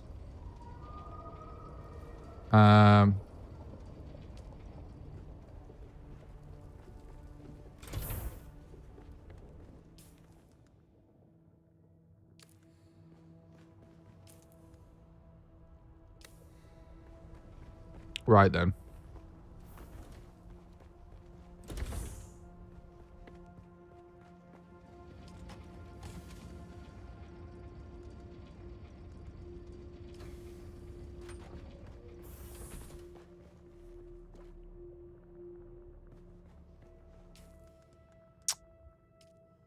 You know what? I think first things first. This is surveyed, obviously.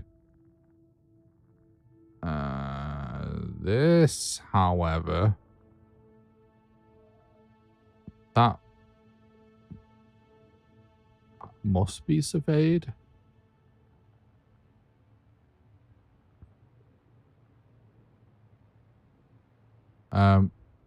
Let's take a probe as we're going to head this way. And also just kind of head out there.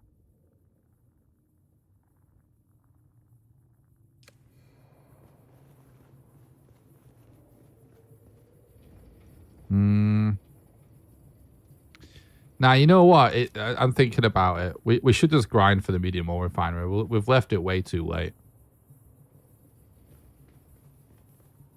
Let's actually do it. And let's actually make an additional small chemical refinery as well, like we were talking about.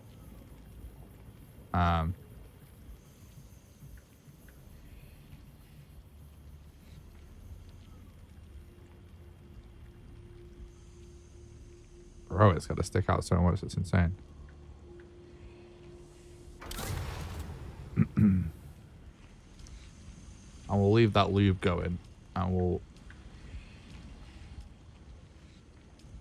move all of the... So annoying that it does this.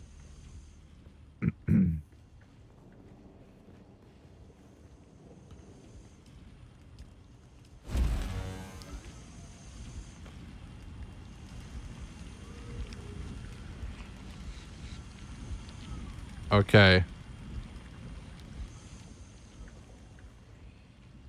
Yes. So, we need...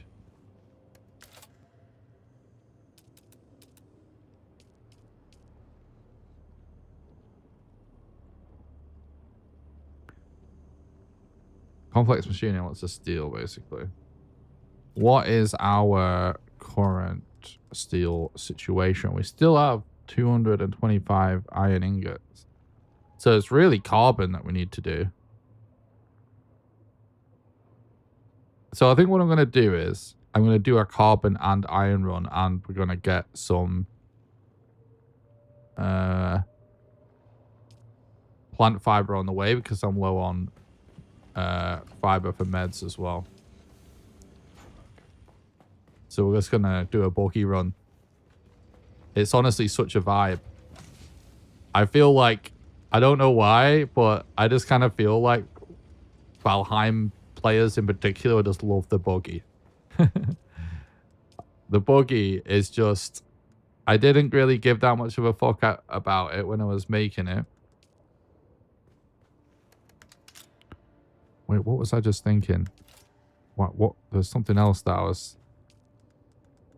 thinking about making in here, and I don't... Oh, yeah. The probe. I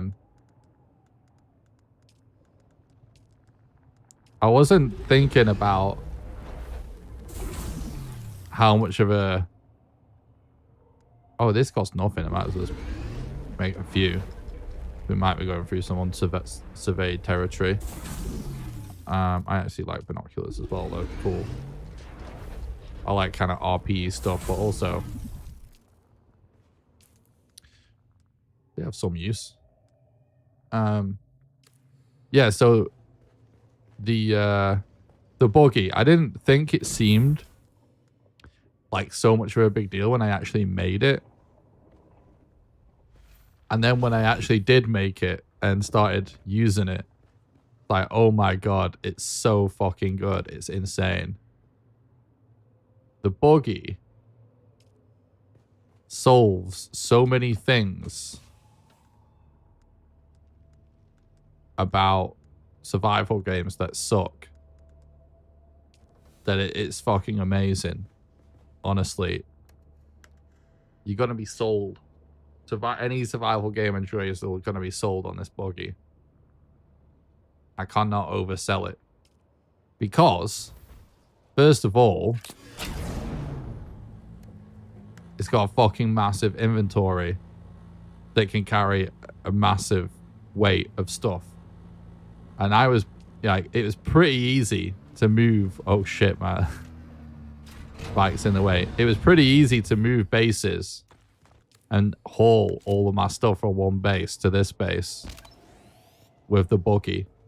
And there's even a special attachment for the buggy to have an even bigger storage space. So that's the number one thing. That's the first thing, rather, of why I think any survival game enjoyers will appreciate it.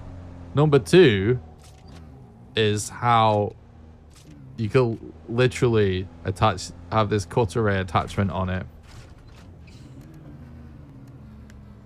And you just fucking slurp up resource nodes like this that you would otherwise have to, you know, get out of your vehicle and sit and gather it yourself.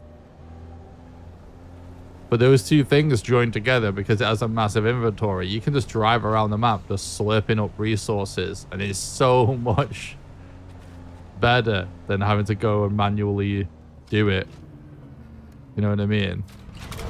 And the fact that it has a large inventory just means you can do massive runs.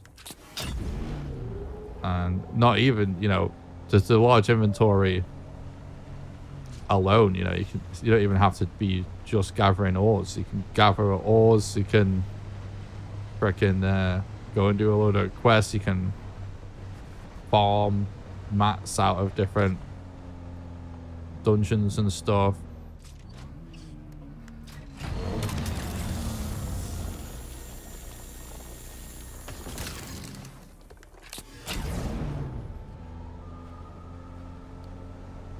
Like, how much of a thing is it in all survival games that, like, you just end up in a scenario where you're like, oh my god, I just wish I could carry so much more stuff at once so I can move stuff from one side of the map to the other. It's always a thing. Now we literally basically have our own, you know, removal van.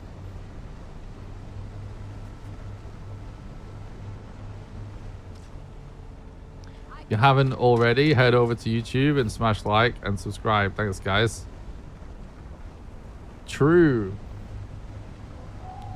Thanks for that, Mike.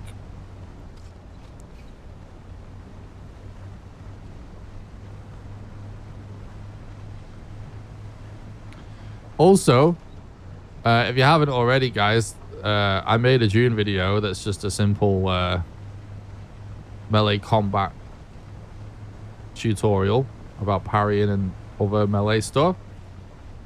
But it's the pinned message at the top of chat now. It would really help me out. I really want that video to do good if you to head over there and smash like and subscribe.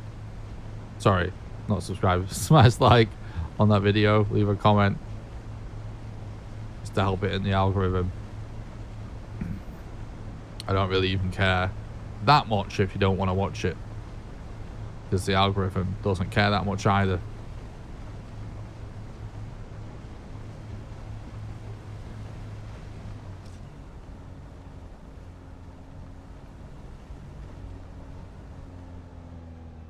Forgot what my plan was for a moment there.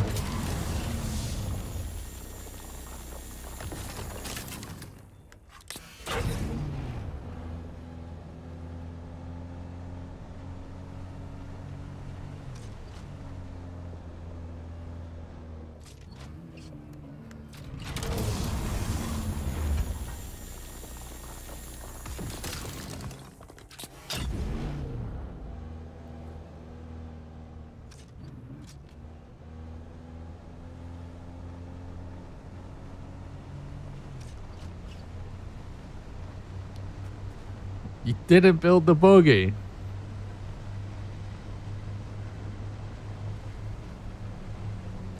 You're missing out.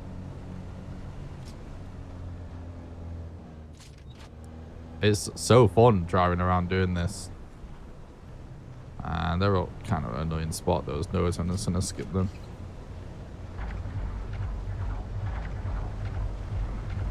Do you know what this actually reminds me of? Just going around mining nodes with the buggy.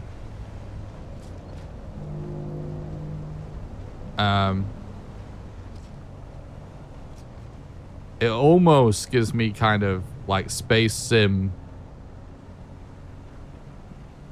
like space miners vibe. You know, like in like Star Citizen or something, you can just fly around.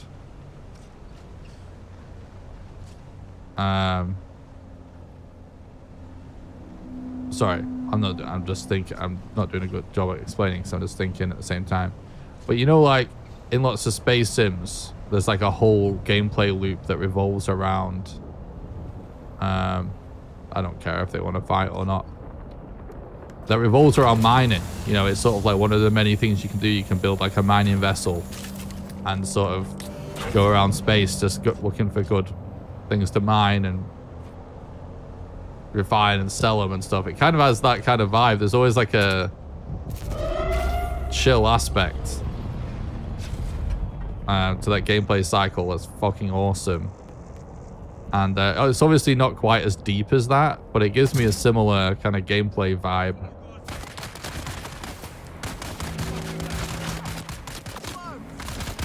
Get off my vehicle.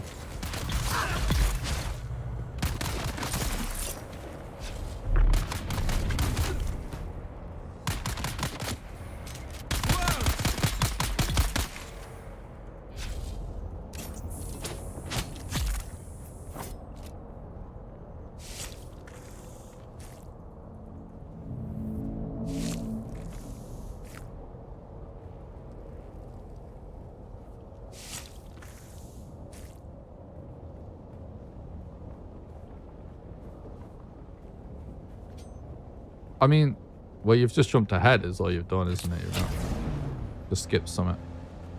Right, go straight to the thopter. The buggy is awesome for getting crystal in the rift because you can hold so much of it. I literally done, I think, 1, maybe 2 runs of it ever. So it's the amount that you can get in one run is so big. And just like never have to do it again. Oops. Clicked the wrong thing.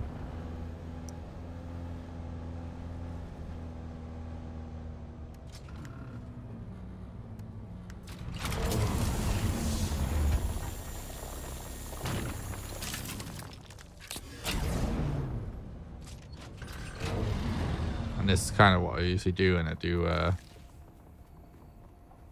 iron run. I just kind of... There's a few spots around here with like loads of plant fiber too.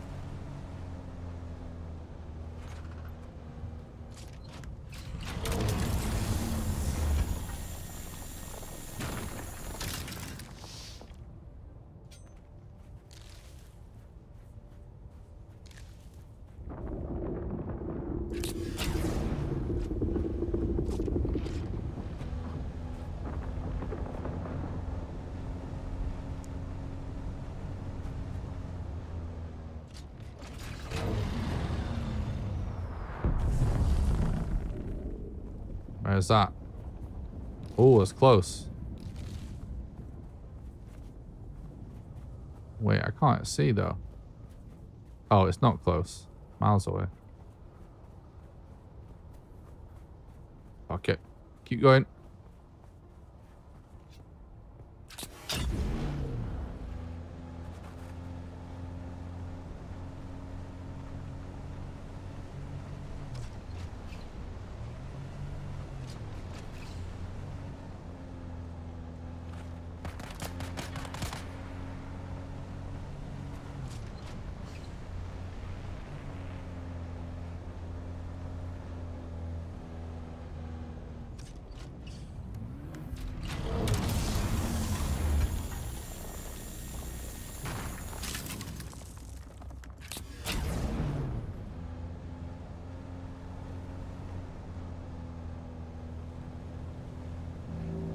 There's somewhere around here, like the insane amount of plant fiber, I think.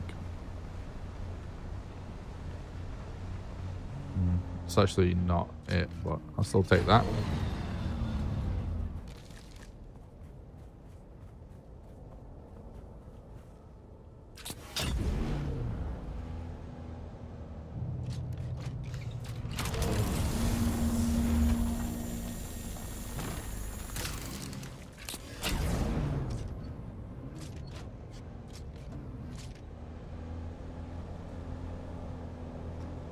Just driving around doing this is just fun in itself, honestly. I think this is kind of really chill.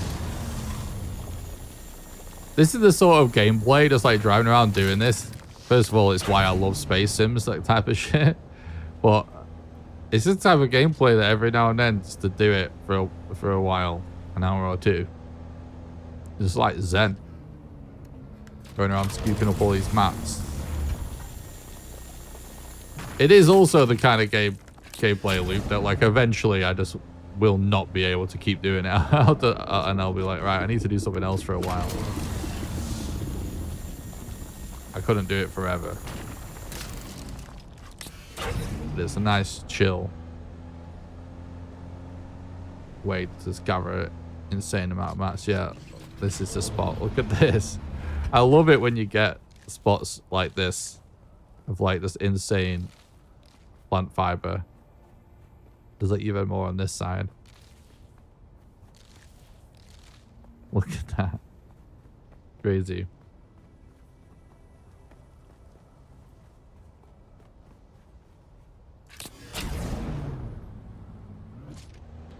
I've only built light vehicles so far, bike and scout copter. I prefer the fast acceleration handling over carry capacity, but the buggy seems really fun going around. It's not really a one or the other thing though, they all do different things. I mean, by all means, everybody should play how they like, but you don't know what you're missing until you've tried it, yeah. My plan is to make everything.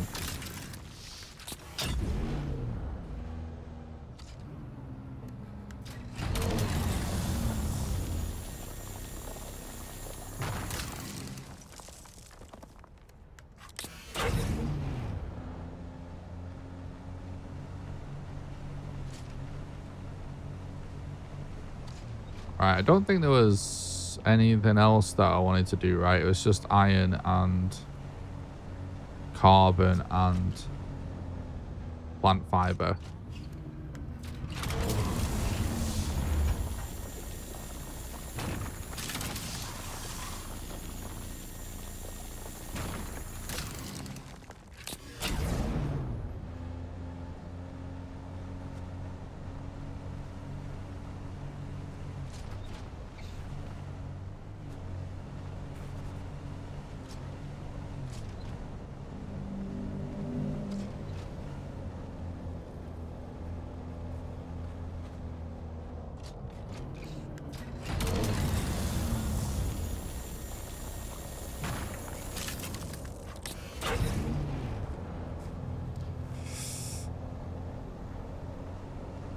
The buggy is such a good way to just get stacked with mats though, because like, you know, whilst there are ways to get around the map faster, it's still gonna be way faster to suck up way more stuff in terms of how fast you can fill your base up with loot, you know what I mean? But you do this a couple of times and you just set for ages, which is kind of epic.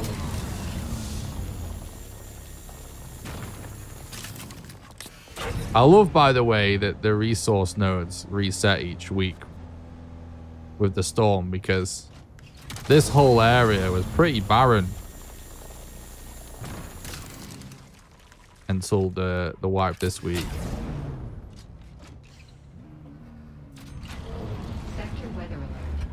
Sandstorm is approaching. Okay. I'm not going to fuck around here, so I don't want to get caught out. So I'm just going to go to this research station.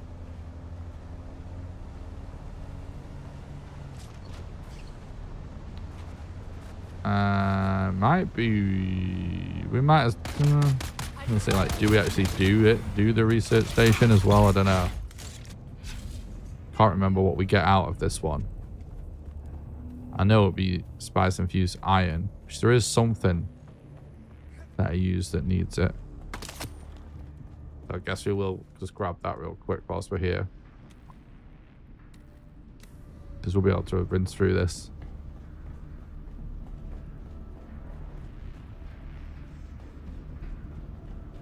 Sector weather alert. A large sandstorm.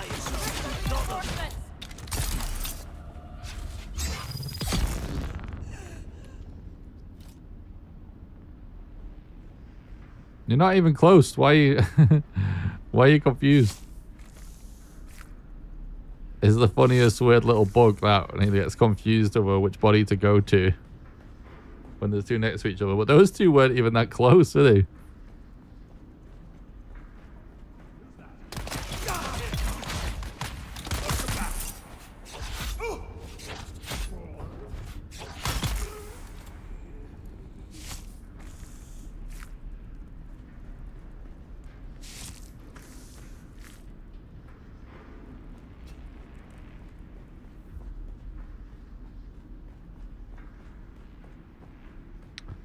So Silver, you mentioned about using controller for the Thopter. I'm curious. Are you using controller for like the whole game, Sector weather alert. or just flying the Thopter?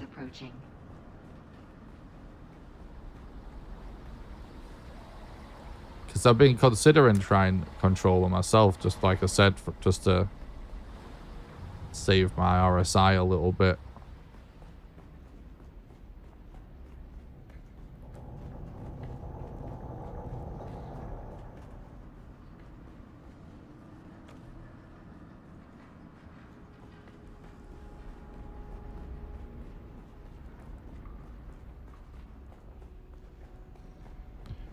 Switching weapons and stuff like that, I know it's like a nightmare. That's what someone in chat was saying when they were playing with controller. But I imagine like melee combat positioning and stuff being really good as well, because I always play any like Souls-like kind of game with controller for that analog positioning, which is far superior for a game like that, and the melee combat plays very similar to that kind of thing. It looks like somebody just killed the heavy.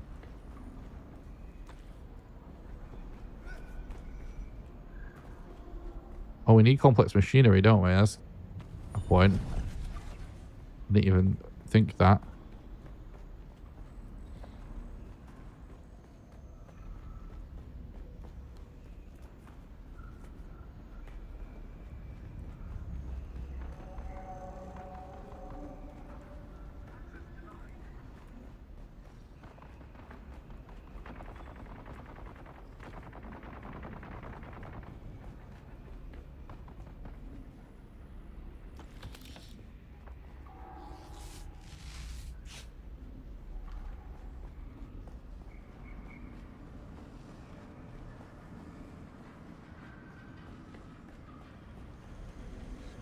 Nice.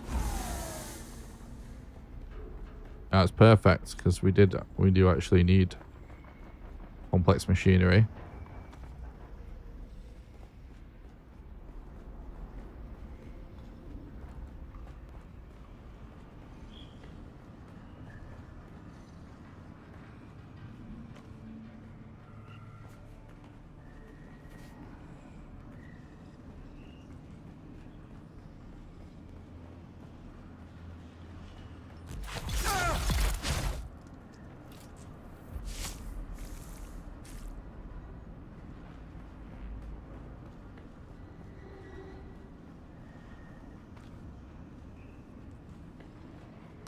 I'm gonna try something.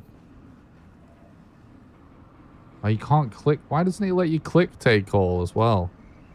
Some of the buttons that have a button prompt on it, it lets you click on, and some of them it doesn't.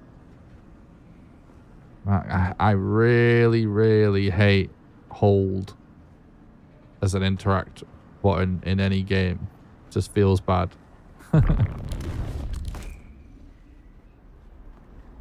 a misclick.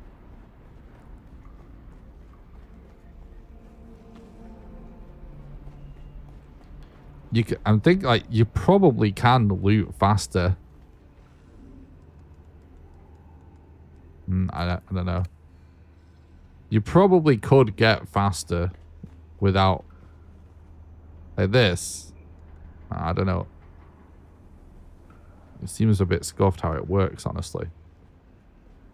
It seems like one of them things that you might be able to be faster without holding it.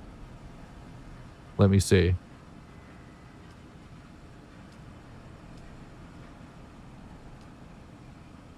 What?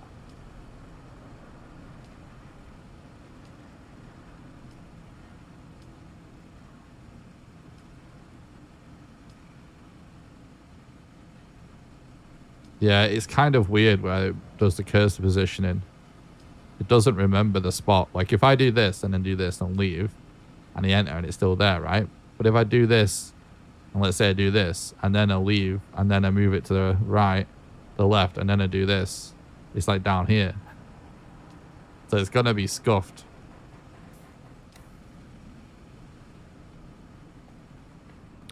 You'd have to make sure your cursor was always positioned in a certain spot. It does feel a lot better. See, that's fucked right there. That one where I had to move it there. It feels better doing it manually than holding it down anyway, because I just hate the way holding down buttons feels to do actions. It feels like an anti-action to me, because it doesn't feel like you're doing an action. It feels like you're holding something. You know what I mean? I just don't like it from a tactile perspective. In any game. I don't like the idea of holding stuff.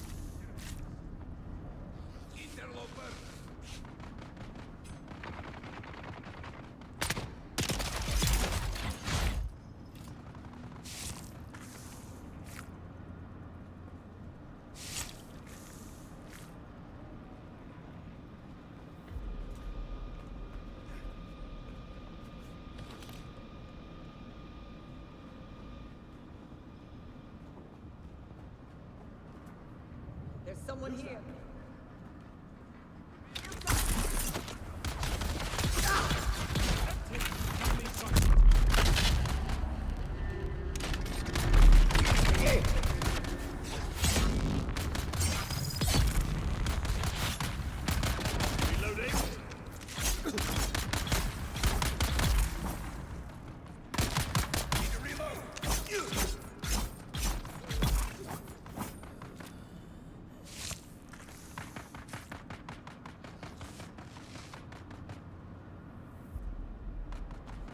Okay.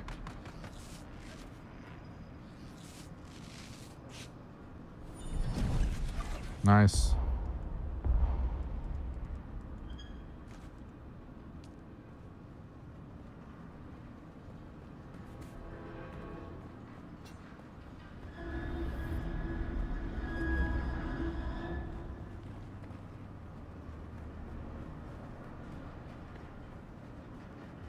This guy must have died or something.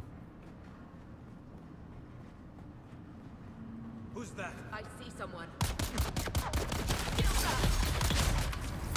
Need to reload.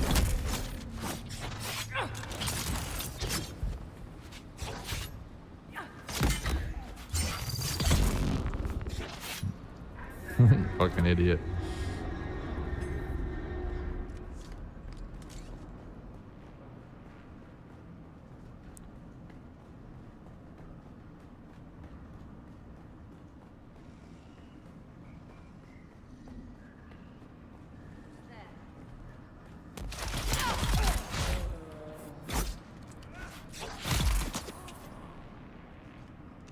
I want this and this. Oh, it should have took the plant fiber too, actually.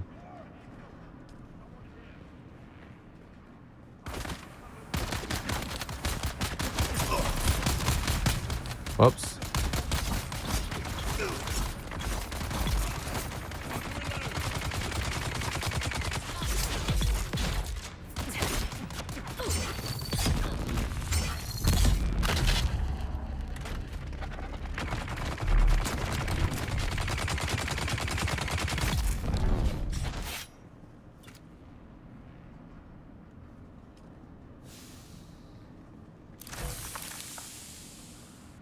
Huh.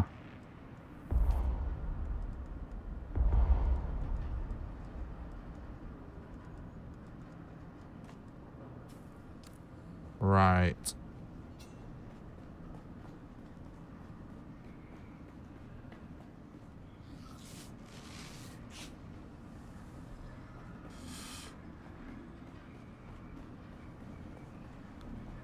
I do really like the, what's it called? Like the scavenger armor. Right now, it kind of feels like I'm going to just end up, if I really want to make my character look good, I'm just going to end up making every character will be wearing that.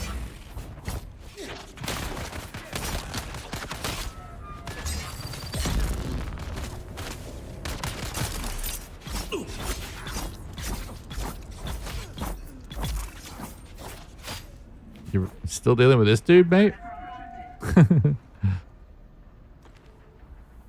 Okay. We actually follow up with that stuff? We can't be.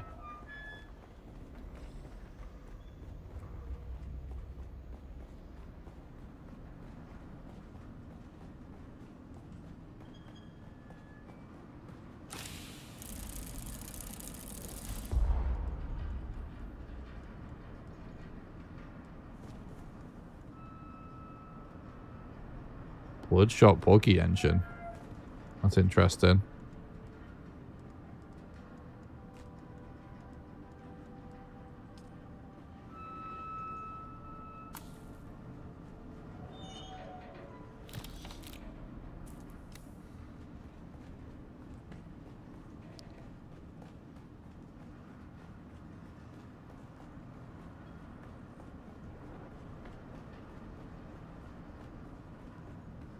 Welcome to Imperial Desert Botanical Testing Station number 10.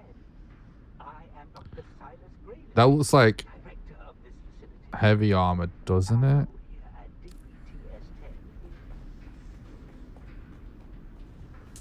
If it's light armor, it'd be cool, actually.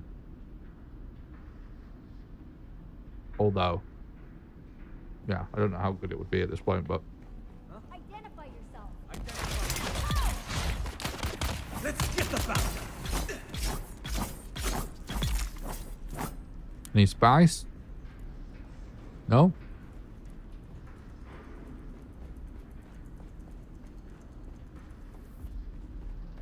Who goes there? I see someone.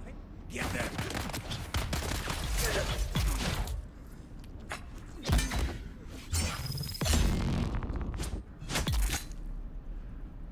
Not a spicy boy. Oh, this guy is this boy, spicy boy. Spicy boy, I once said.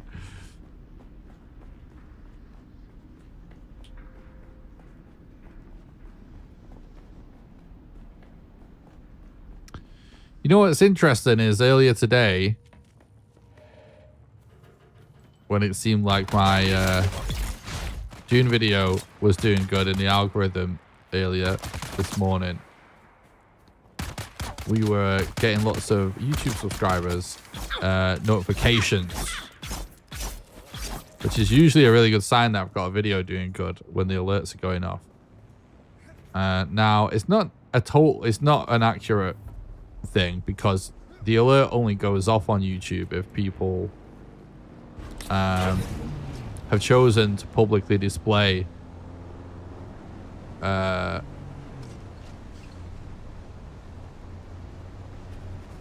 their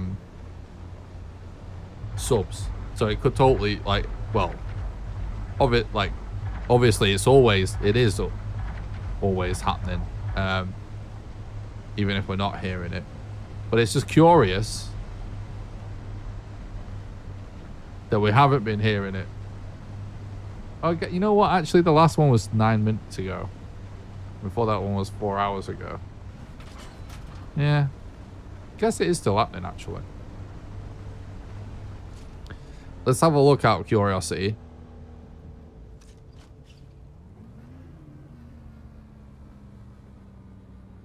It's a terrible idea to do this on the stream, but I'm just curious. If it is still doing all right. Oh, okay, it has slowed down. Yeah, I knew it. I knew it. It's still doing pretty good, though.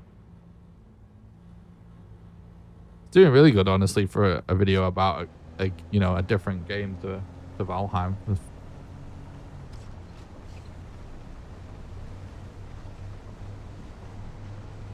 I actually have a text and I didn't even notice.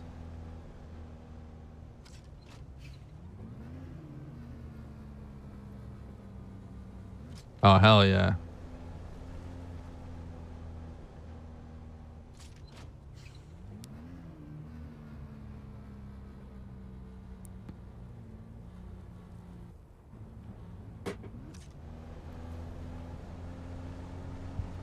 I just got an invite code for Raycast for Windows. If anyone knows what that is. That's fucking awesome. Raycast is one of my favorite kind of like dev related tools there is. And it's not necessarily strictly just for devs, but you know, it mostly, that is for the most part who's using it. But anyway, it's been Mac exclusive for ages.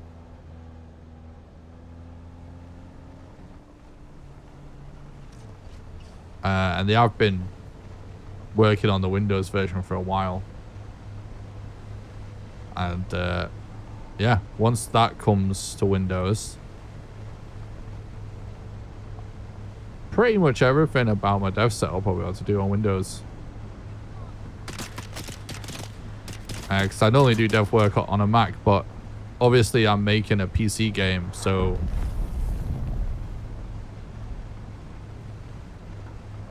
the more I can, you know, work on my PC, the better, really, because, you know, it's good to be able to test more consistently.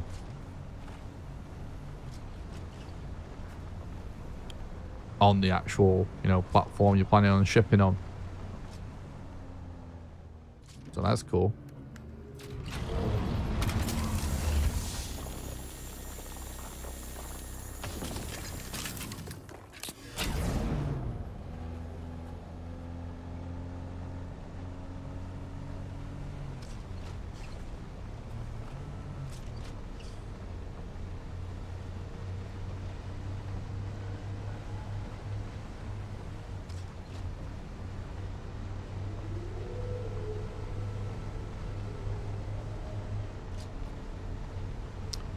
Right. Here we go. It always looks so scuffed when I go in and out. So. Oh. My inventory is already full. So what we'll do is we'll make it so it doesn't auto close. And we'll do the same thing for this one. We can leave the doors open. I actually want to use this.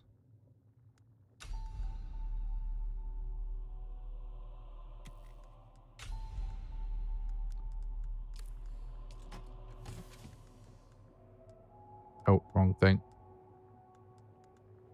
I can't believe we've actually got 40 grand since the last time I went and put money in the bank.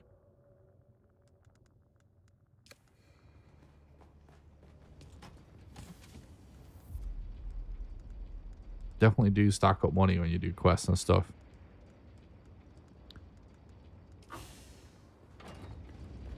Those are heavy, aren't they, these boots? So I'll put those in the gear chest for now. A spicy chest. Put that there. Put that there. Med chests. Plant chest. Metals chest. That's also a metals chest, so it's that. Tech chest.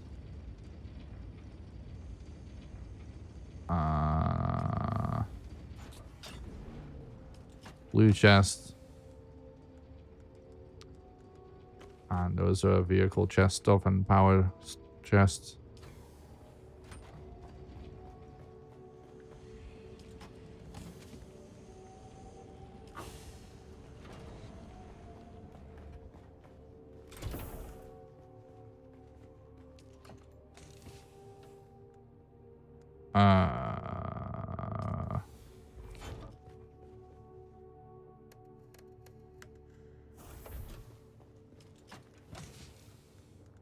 Probably should keep that actually. Cool.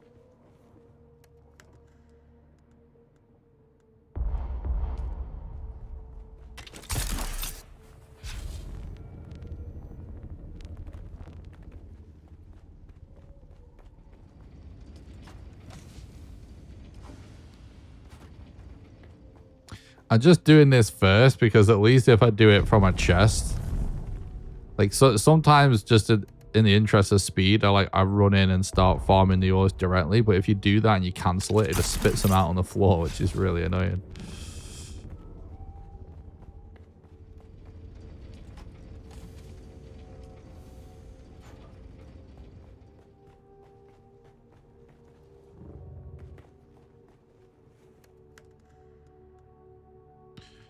Cool.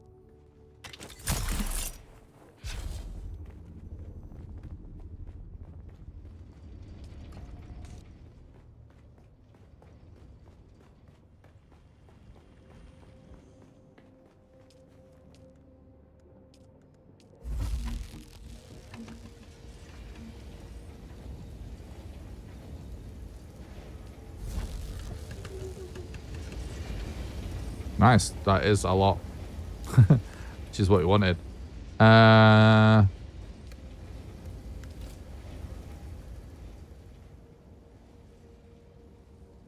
we'll get up to there in no time.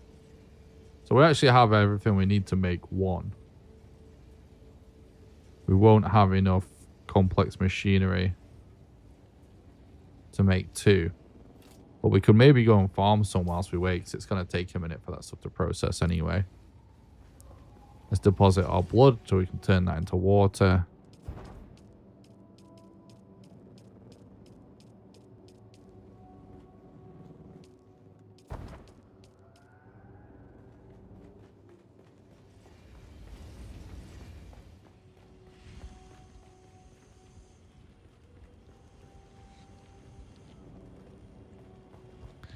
I really like the models and stuff and how it looks, by the way, for these different processing stations in the game. It's like simplistic, but I love that they're really well animated and, you know, they have like cool glowing effects and stuff. Like it's really nice. Water I was going to sort out first.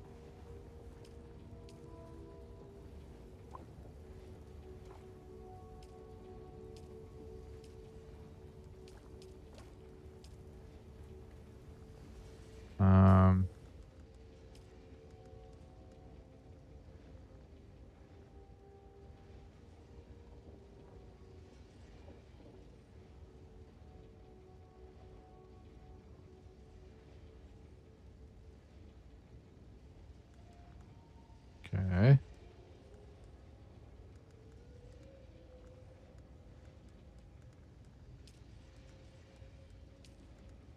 You have a lot of intel right now.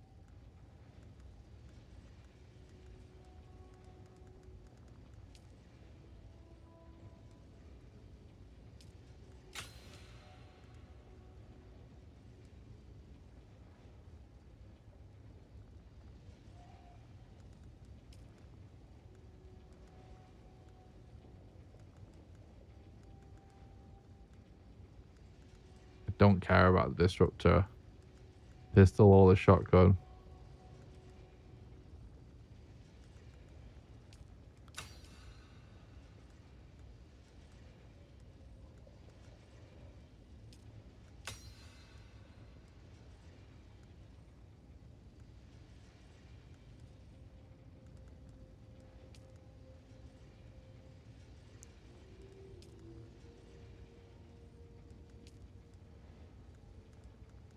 Might as well unlock all this stuff.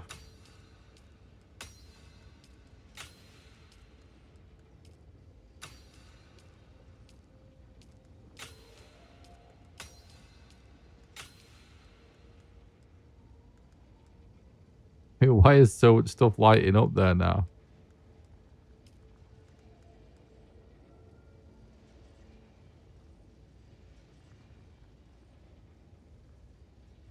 Weird, it does this sometimes. It just starts. Oh, some stuff doesn't light up until you unlock a whole row. I did not know that. I actually did not know that. So that means that I should do this then.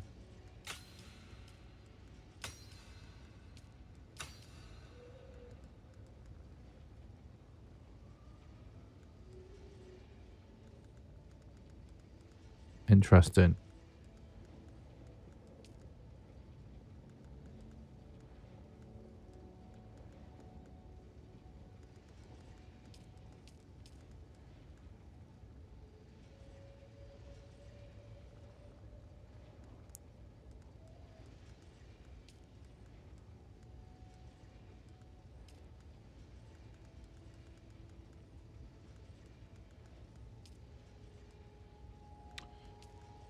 Right.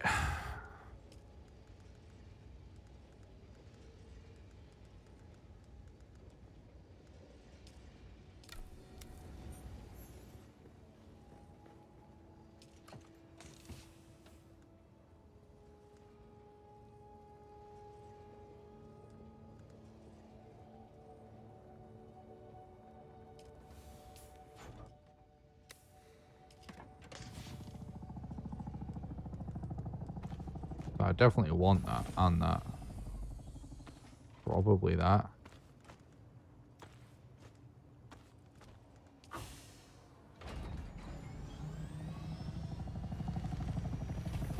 This dude's making a racket, isn't he? I had a chat to this guy a couple of times. He actually, I really like... He had a really cool idea for his base. And he was telling me about it. Which is why he's out here with me. Because he was kind of joking about there being somebody else crazy enough to be this far out. I just think this is a really cool spot. And actually, it's pretty good access to a couple of different areas. But there's this gigantic patch of flowers here. It's like the biggest patch I've ever seen. And look, it's like the entire of the floor of his base. So he purposely built so his base is just straight up on a gigantic patch of flowers that he owns. So that he can just like industrial, you know, dew harvest it every night. And just have like infinite water basically. Which is actually a great idea.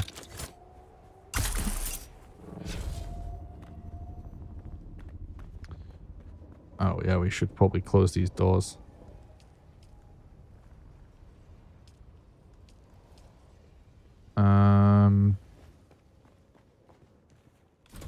Wasn't there some stuff we were processing for up here?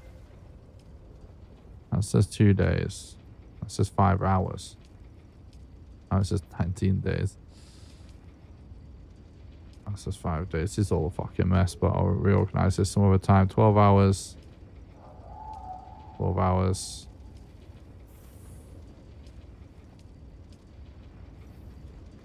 Right. Where are we at with the there we go. Medium ore refinery.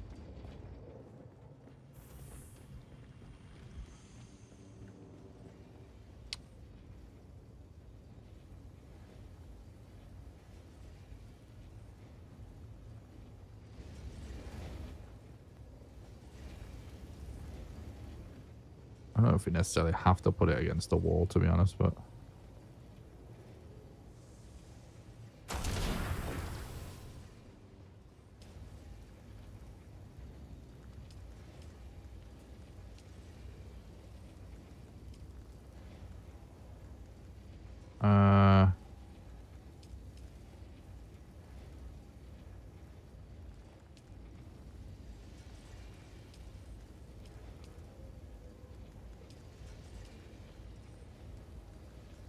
we still need to find some of these ores.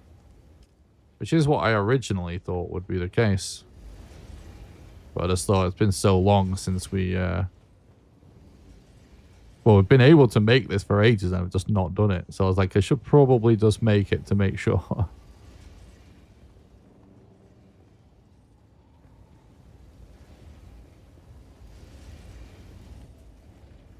Right then. That being said,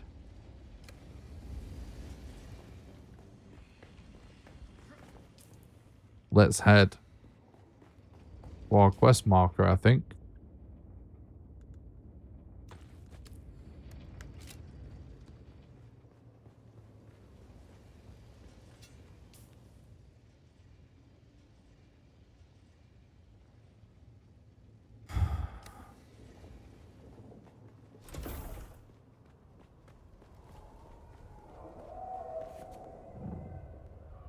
Let me just make sure. Yeah, we've got fuel and stuff, haven't we?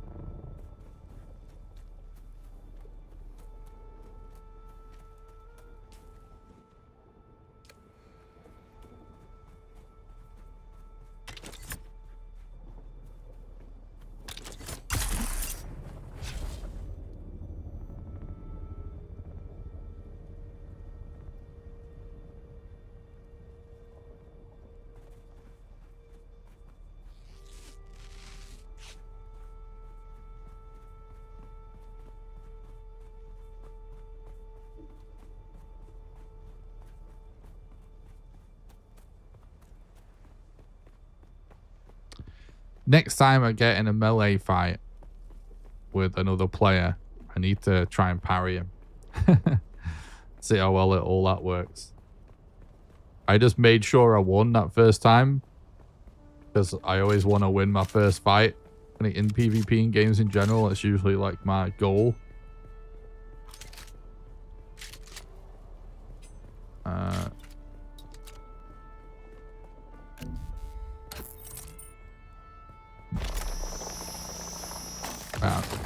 I'm just double checking.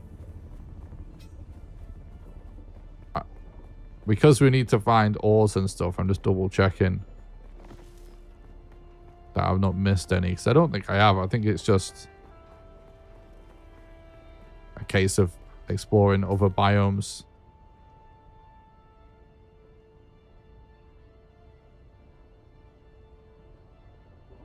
It's not in there, not in there.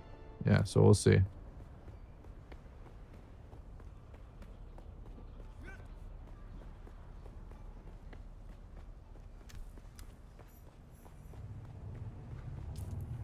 Probably worth doing this because we don't have the intel.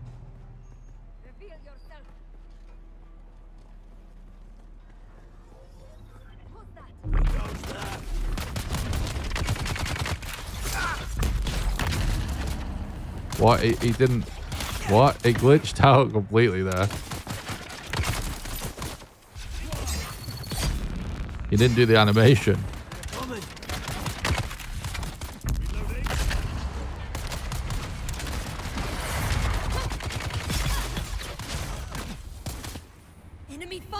You know, I could have pussied out there, tried to run away. Why am I getting weird glitchiness happening? Shield on.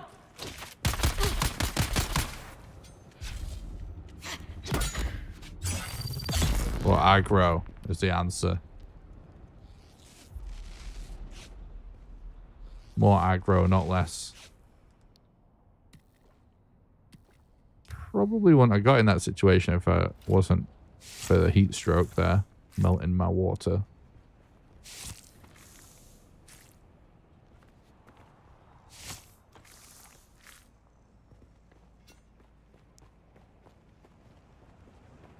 Who's that?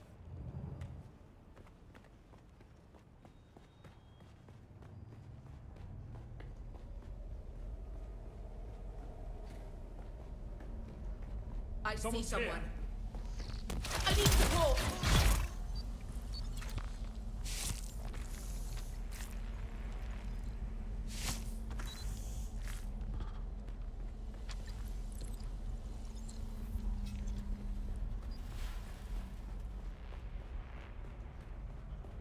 Why is this so weird looking, this place?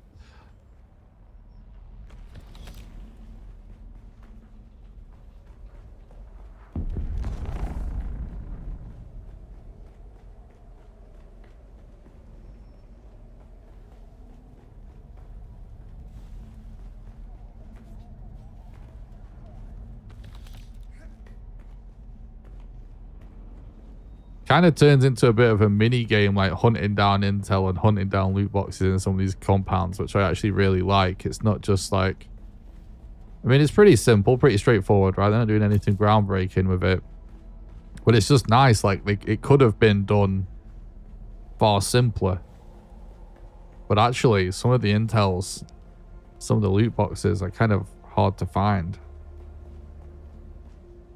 which is really fun to look for.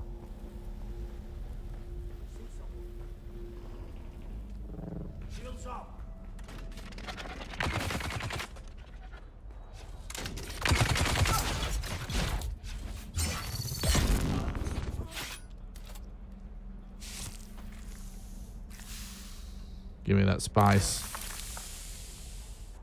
Tasty, tasty spice. Wait, is there 2 different locations for the key in this one or something? Interesting.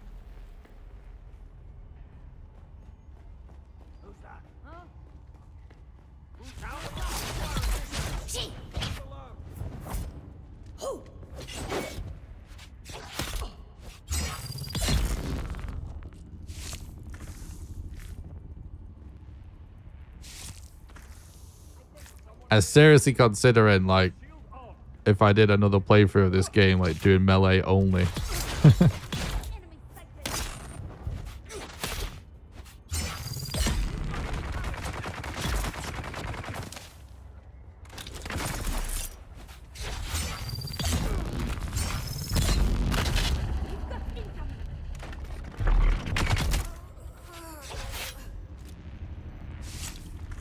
Love seeing spice food to loot. Saves me making it myself. So only the ones that I craft will be the ones that I sell. Ooh, what's this bad boy? Ooh, speaking of spice. Damn. That's one of those spice refiners or whatever the fuck, isn't it? That you can craft.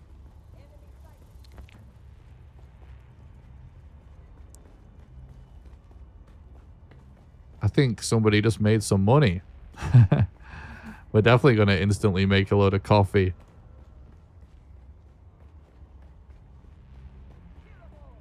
We need a good name for the coffee brand.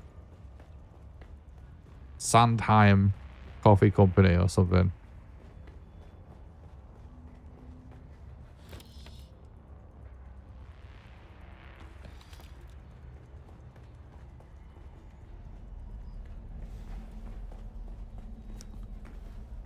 Oh, we didn't get the intel yet. I just thought we're going back up, which we shouldn't do that.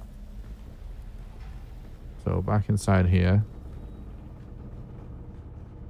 What's that about over there? Whoa! This looks sus. Oh my god. That's cool.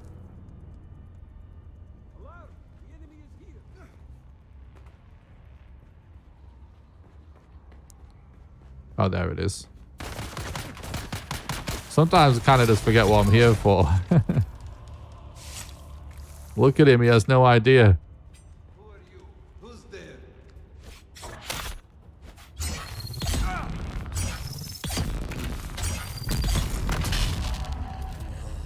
Nice attack.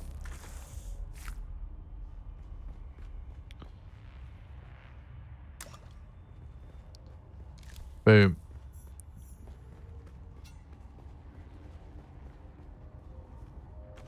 Okay, cool. Well, these seem really worth grinding. Holy shit. That is really crazy, the fact that you can find spice here as well.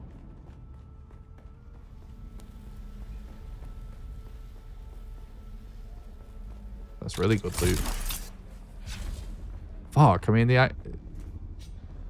idea of there being like any farmable places that you can loot that will have spice, like even that much spice, it's not like a crazy amount, but it's enough that's to be fucking really profitable.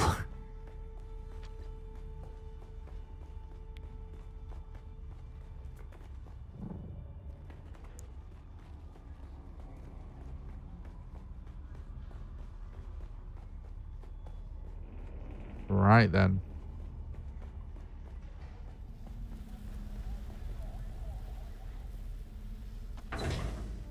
I kind of just want to go and do this spice deal now. It's become the ultimate coffee company. Where is this? What the fuck am I?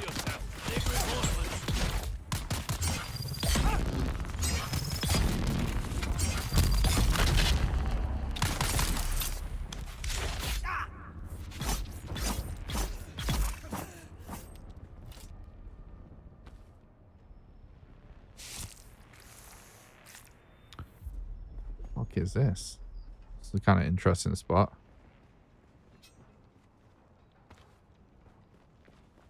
Oh, it's just on the edge of the rift. That's pretty cool. I'm gonna go back and do this spice deal. It's too fun. Oh, Dune Awakening. It's too good. There's so many things in it that I just think is like so fun. The amount of times this happens where it's like I'm doing one thing And now it's like, oh yeah, but now it would be awesome to do this, or now I should just do this.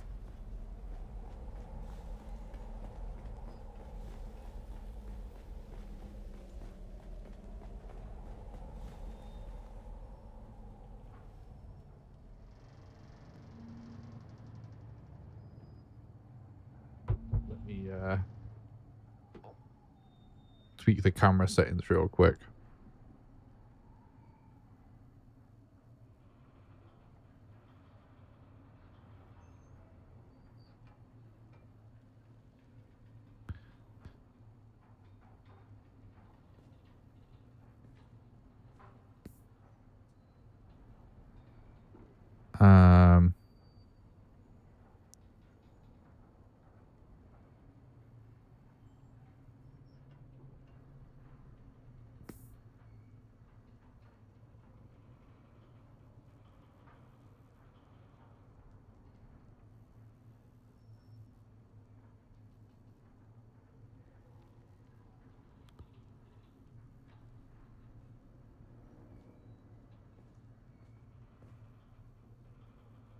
Yeah, but I have to bump the ISO up a little bit.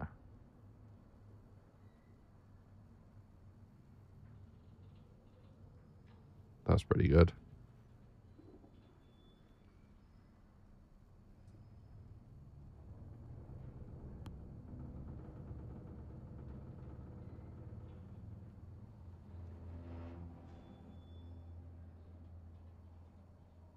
Okay.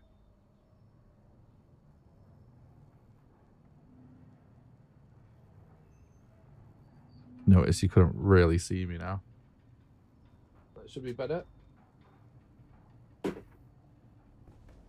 Oh fuck, I almost ran off the edge.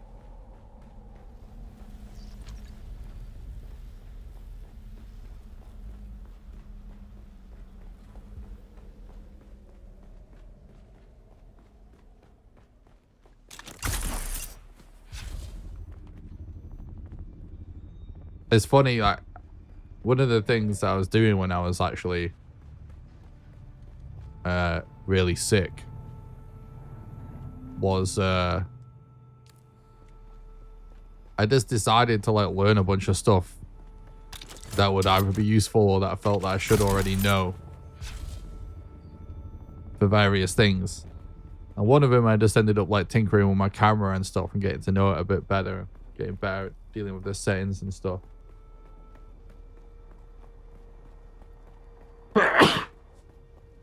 Excuse me.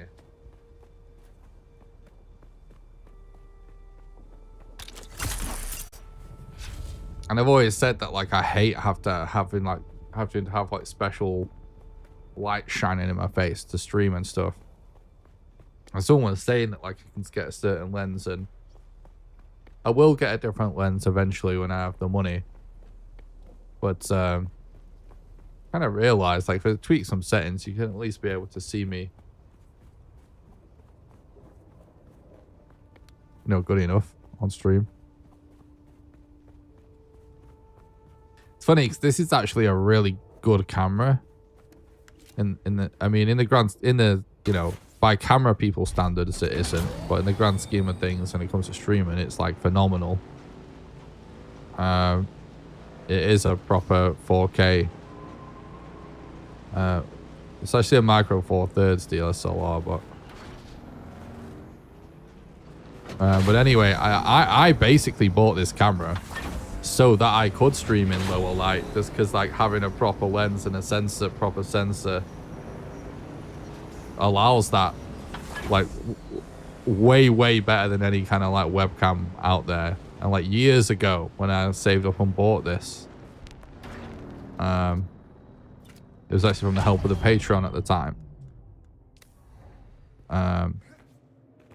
That's the reason I did it, because I always just hated how fucking blinding it had to be.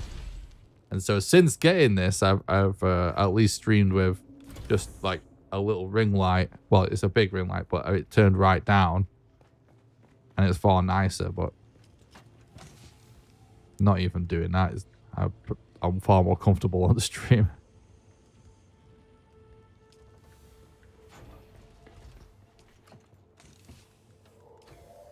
Wait, how did they end up putting that in there? That's a mistake.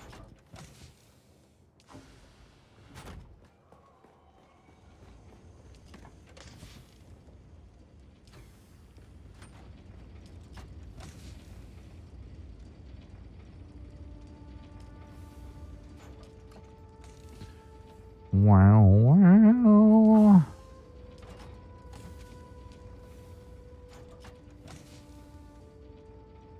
Didn't I see something that... No.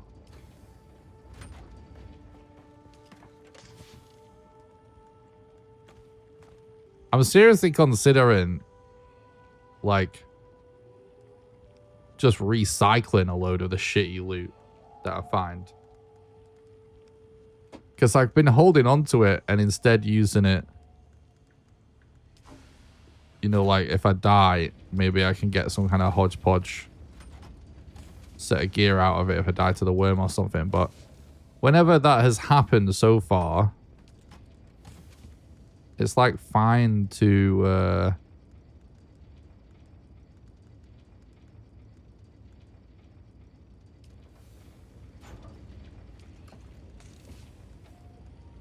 just make more.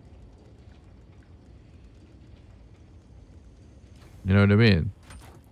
So it doesn't really seem like it's been necessarily even really worth holding on to.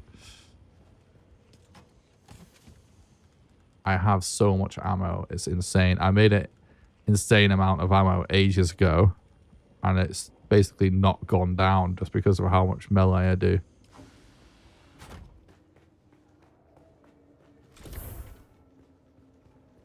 Let's look at this spice business.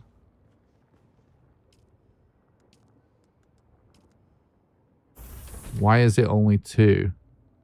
Oh, you need a lot more spice than I thought.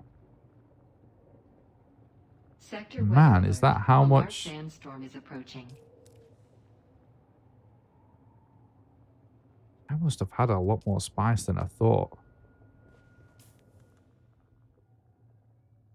Damn. All right, no worries. Still good though. Yeah, so it's not that much of a big deal actually, the amount that we looted, which makes more sense.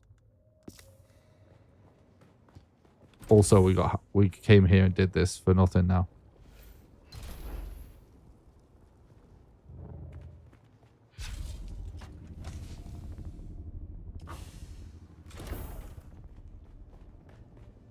I thought that it required less for some reason, but well, I know why I thought it was less. It's because I crafted so much. I didn't think I farmed that much spice, but I guess I did.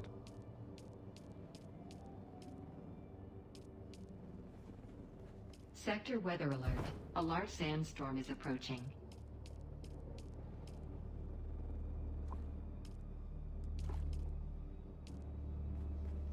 Okay.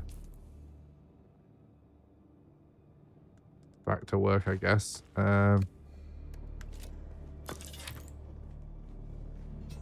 So I'll stick one in the chamber for that bad boy.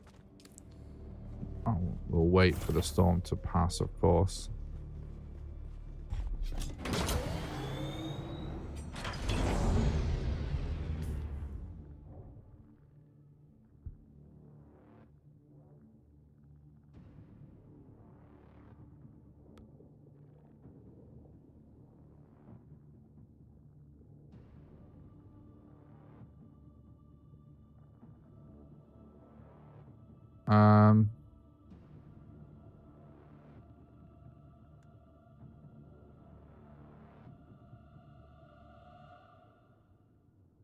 Sector weather alert. A large sandstorm is approaching.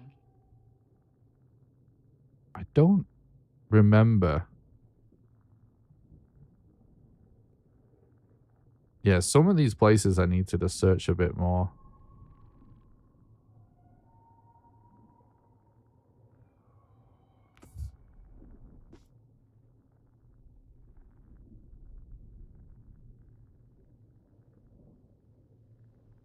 Everywhere that I've got revealed on the map, I have to have surveyed because the wipe happened recently where the fog of war had been reset.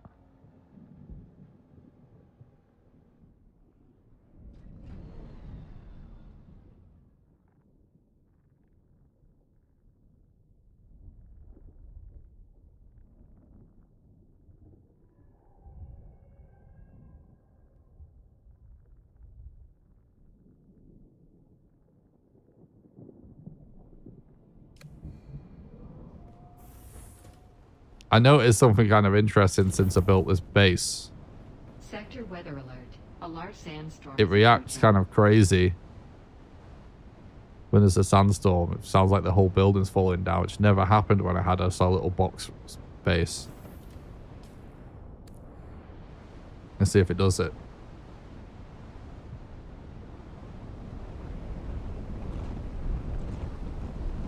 Yeah, see?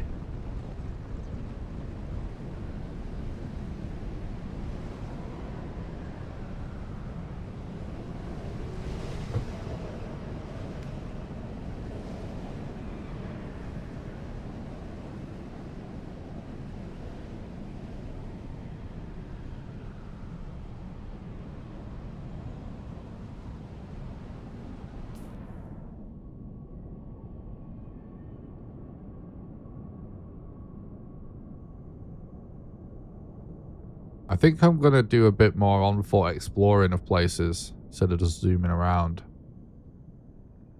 I want to check out this biome on the way.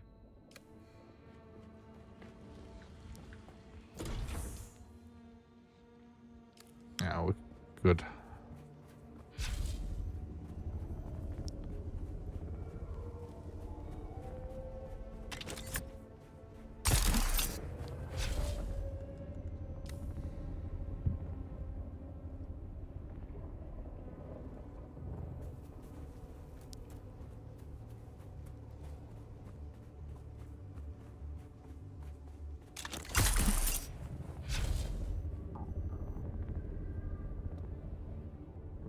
Should finish the Advanced Swordmaster quest line as well, but our character build is not even nearly struggling yet, so worry about that later.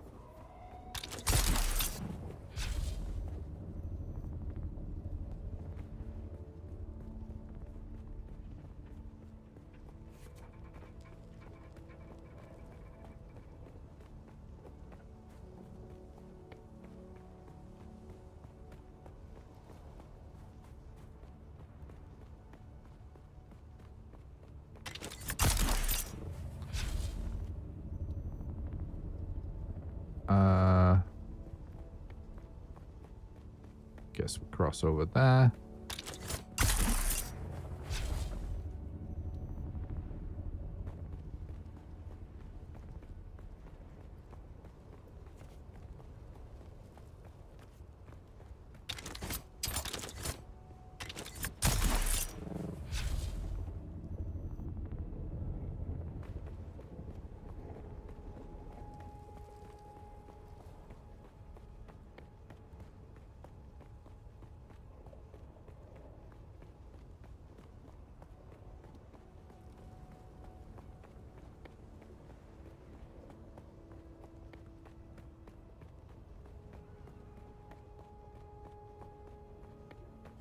You know, there's ability for the, I can't remember what he's called, the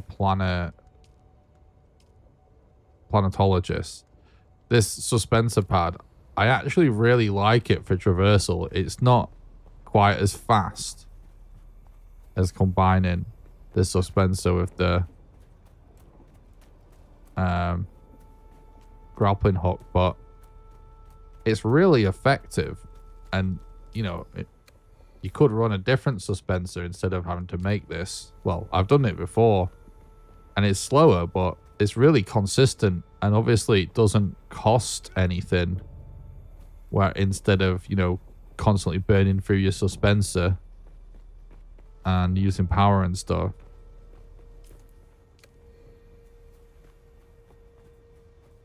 It's kind of good. It's just, you know, it's almost impossible to let go of using the grappling hook and this Emperor's Wings suspensor once you get used to it, because it's so fast.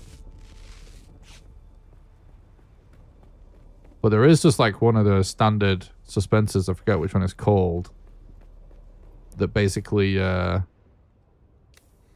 its whole thing is like it just kicks in just before you take full damage automatically. And it's kind of, it is kind of cool actually, just be able to kind of set and forget and not even think about it. And combining the two actually works really nice. It's just, you know, you are not as mobile and it is not as good. But it's nice though. Something different.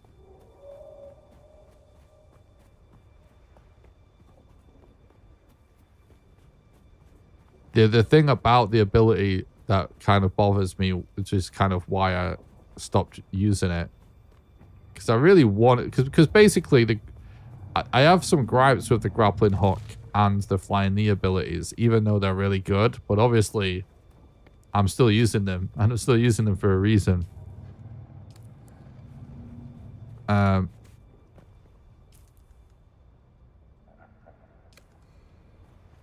Those gripes, that has to still be carbon, right? Yeah. Those gripes are just that they can be a little flaky sometimes in combat if you're rushing around, being really fast. Occasionally, well, in fact, the flying knee can just be jank straight up. Like, it's so easy to miss with this fucker. And like, if the enemy just moves like a little bit, it's really shit. But it's still worth it because it's so OP. But it can just be the most jank shit ever. Like, the amount of times I've been launched into the air because I ricocheted off something doing a flying knee. I stopped using it for ages because it was just triggered me. And basically, so occasionally you can end up like grappling hook onto something completely random instead of onto a guy. And these two things, like, they've only happened a small handful of times, but it was enough to piss me off that I stopped using them. But the suspenser ability I was on about is like rock solid. But that's why I changed to it. But the only issue is it's pretty useless in combat.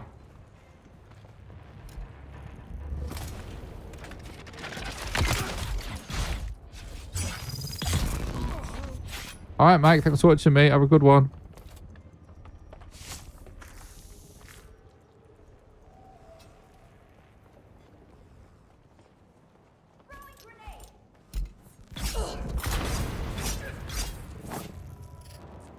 I was barely touching that thing then.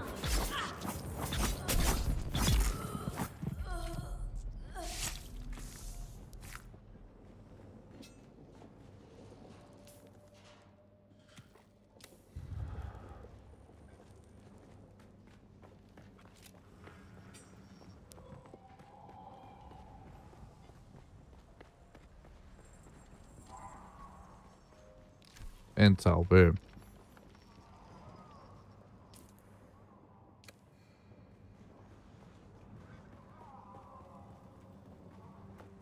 What have we got here? Yay, complex machinery.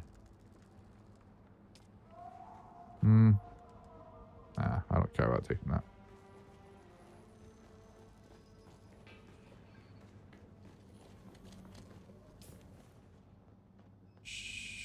Really? We haven't looted calibrate server, have we?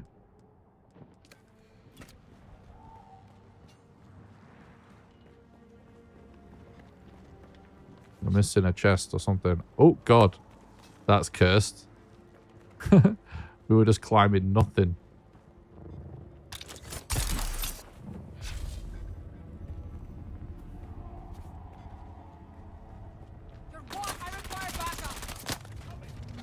You know, you've got a disruptor. How embarrassing. Fringe.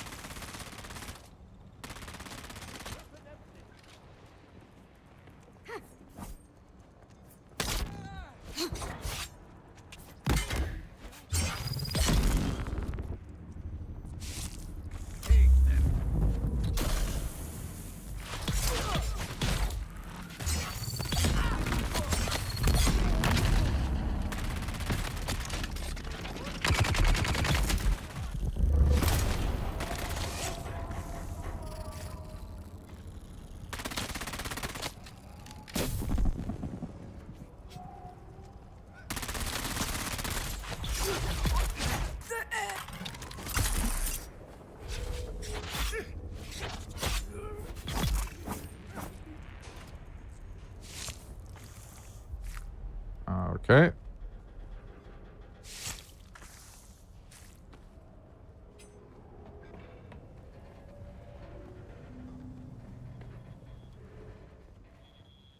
Oh, damn, that's a lot for one spot.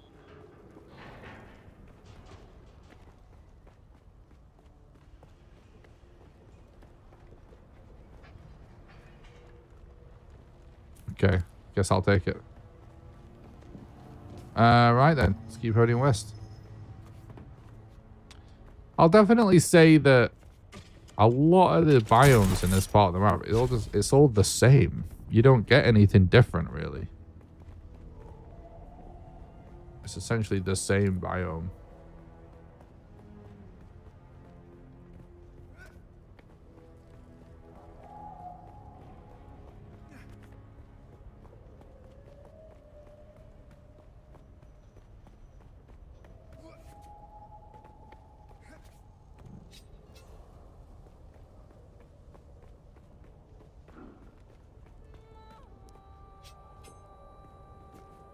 Red sand, white sand. Yeah. And it's just carbon and copper everywhere.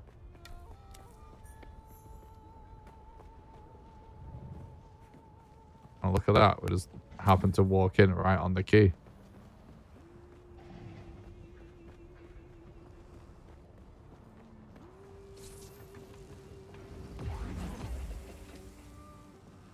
I mean, the game's still fun, but yeah, I kind of expected.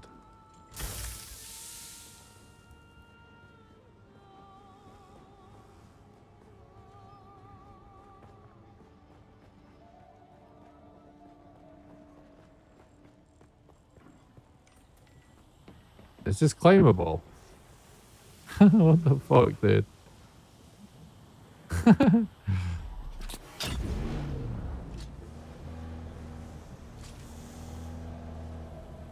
That's pretty funny.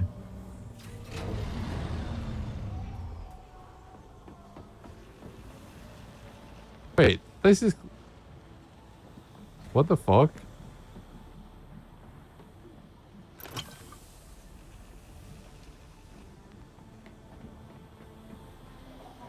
Well, who wouldn't take a free buggy? What's this? It's very official looking. The Glutton's Dining Room. Progress in the main story journey to access this area. Oh, that makes sense.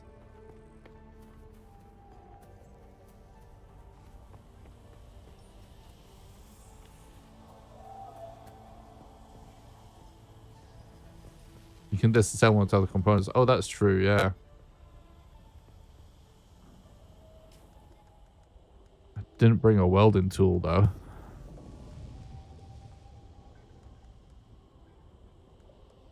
Welding torch. Still. Whatever. It's fun.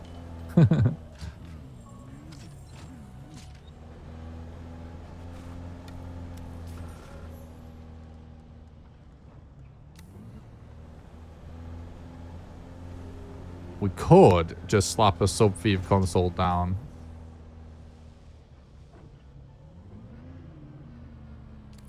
And,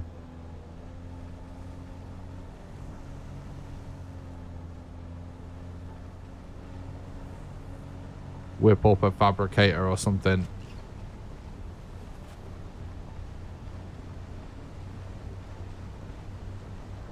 So we can make a welding torch.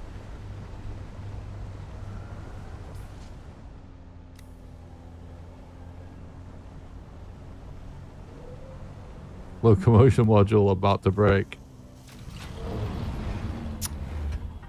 Let's have a quick gander at what we can and can't do here. Don't actually have any salvaged metal on us.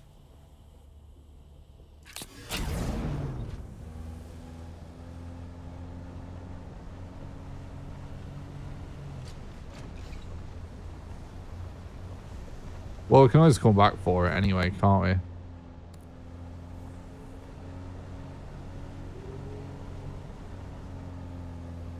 There we go. This is enclosed. Still at risk for decay, but we can always come back for this thing.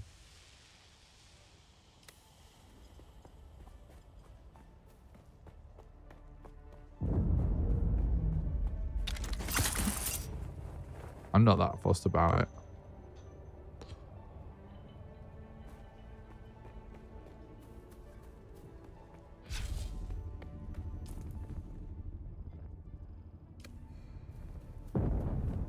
Whoa. Hold up.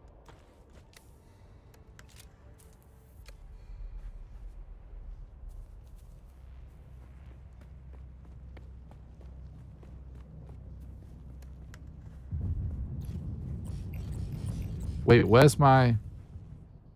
Did I leave my bike somewhere as well? Wait, what has happened? Oh, I fucking left my bike. I didn't bring a bike. I left it in the garage, dude. Fuck this. I'm trying to take that shitty buggy there. Oh, that is such a fail, man.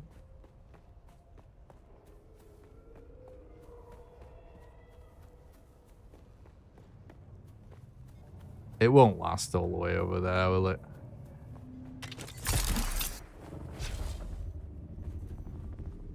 I left the fucking bike in the garage.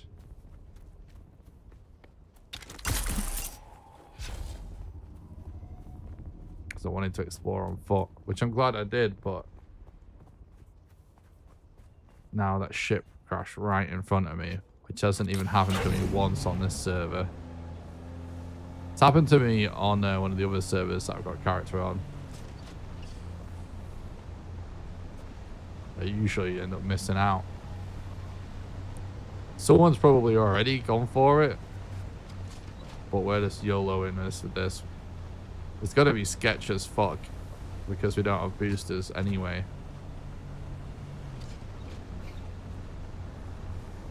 Oh, it's right along the quicksand as well.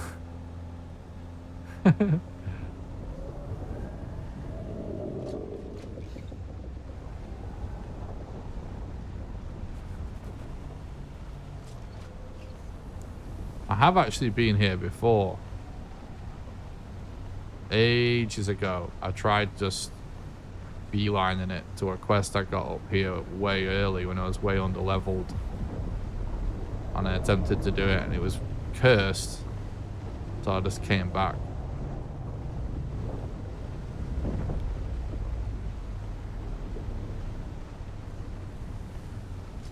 I don't see any other players right now.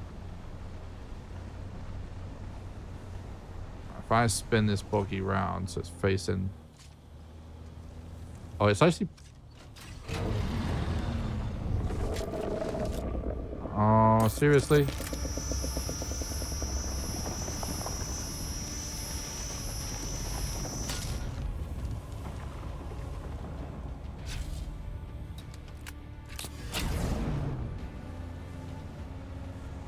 Sounded like there might have been somebody at the other side. Oh no. No, I didn't think he could get there. No, I thought that was solid for some reason, that hill. No. I thought it was solid. Oh my god. There was a building on top of it. I thought it was solid, but I guess it's more like there's closer on the other side of it, the other corner where I drove in.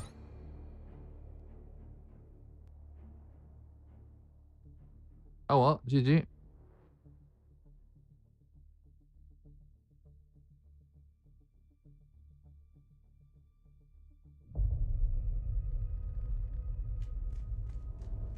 We didn't really lose anything special that we didn't just loot out of that thing.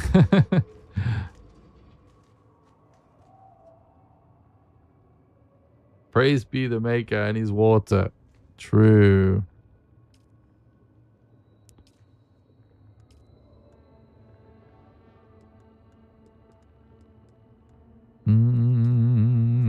Okay, so. Oh, actually, this has just reminded me of something.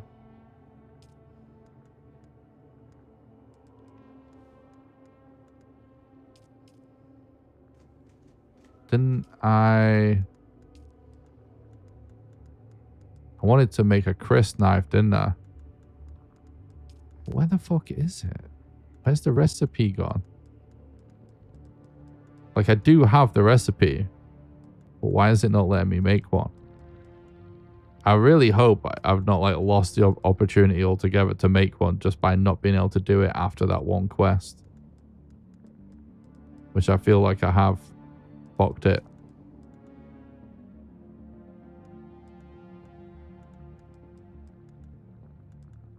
Basically, I accidentally just deleted the tooth that was in my inventory after that sort of vision where you get the crisp knife that you unlock the recipe for, you know, after doing it. It's not, we're just this. That's annoying, isn't it? No, it's there, look. I need plant fiber. So it's just in my inventory. That's a lot of plants for making a crisp knife, but there we go.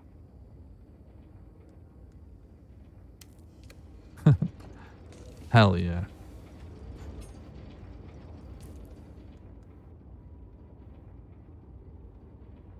Hell yeah, dude.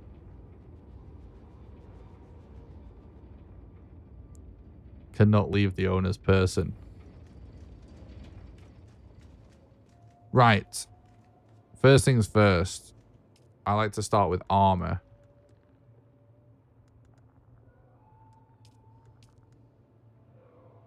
They are light armor.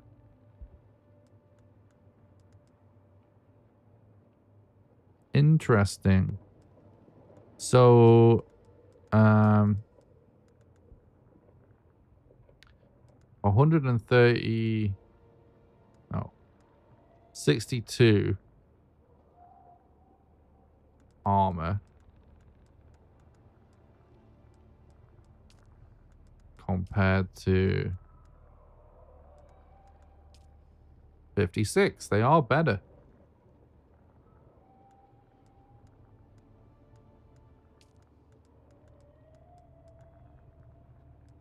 They are better than what I currently have access to. So that's cool. That's my pants sorted. I also have the schematic for the gauntlet for this set over here. So that's really cool as well. How have I managed to do that again? Look. Put that stuff in the wrong chest.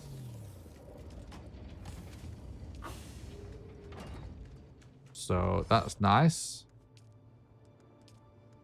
Get the clubs for that as well. So that's really good. That's like a good chunk of our armor set sorted already. So that's no big deal, is it? Now, when it comes to boots, yeah, I don't remember where I got those boots, but I do like those boots.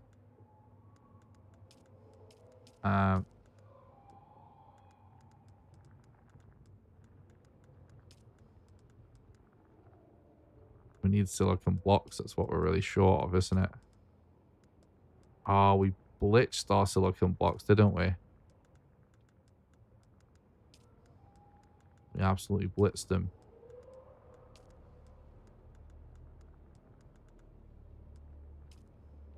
Forgot about that.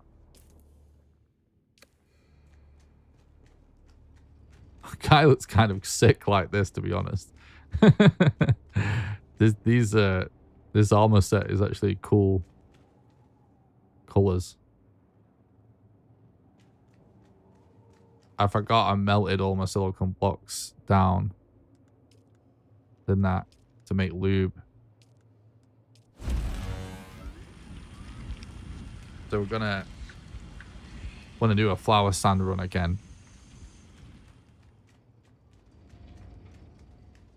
I think I have a purple water container, which I do.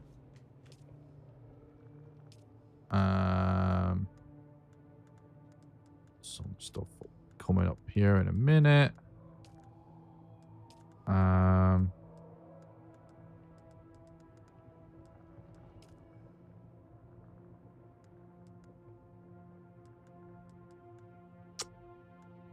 Okay.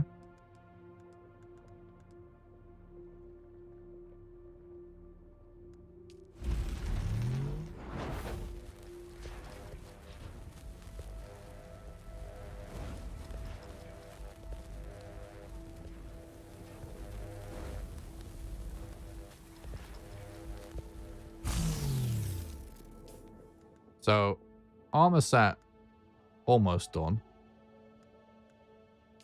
Let's take a look at weapons real quick.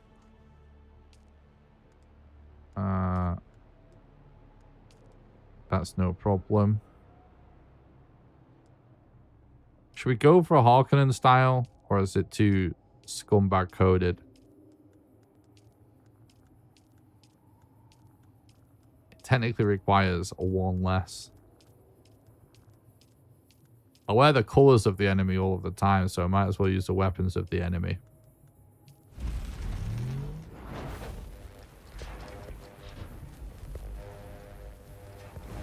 Yeah.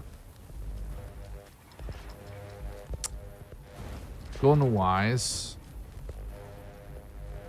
I only really care about the sniper.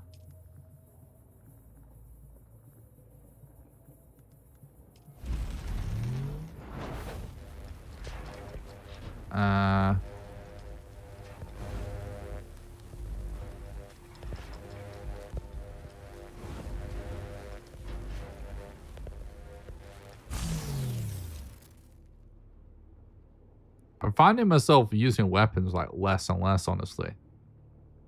Seriously considering not going around with so much gear on me. But I mean, there's kind of no real reason not to. It like when this happens, yeah, you gotta make it again, but it's like whatever. Sometimes the assault rifle gets me out of sticky situations, though.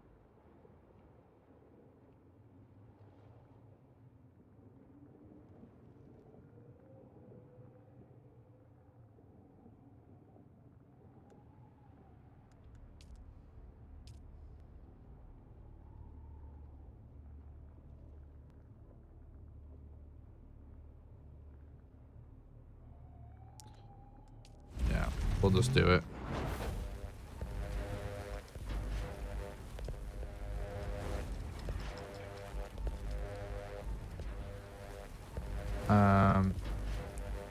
Ammo-wise,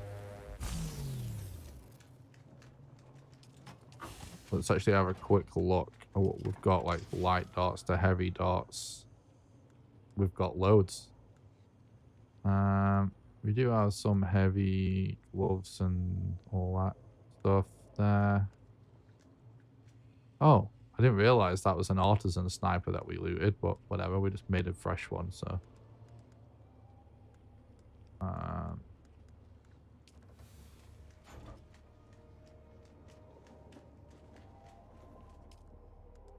It's better anyway, innit? Having more durability.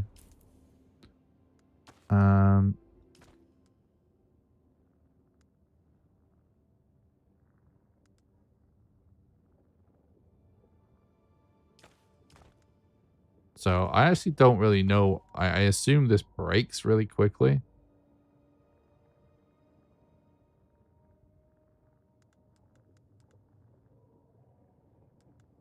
But we'll keep that.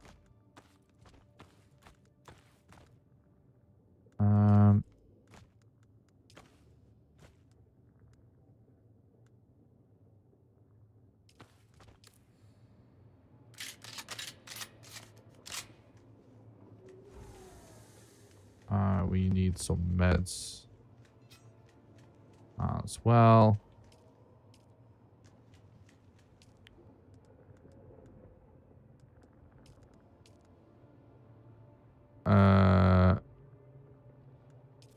Let's just do like this for now, just in case. Probably we might need some plant fiber to sort our gear out, yeah.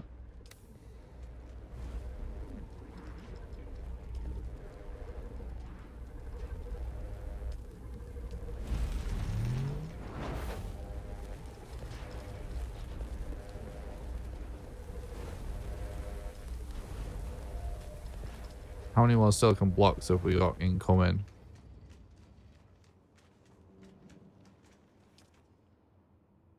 Zero. Well, it's fine.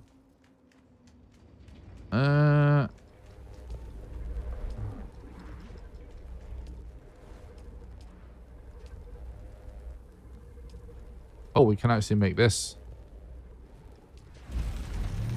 That's cool. We need this as well. And we should make this. And this. And this. And this.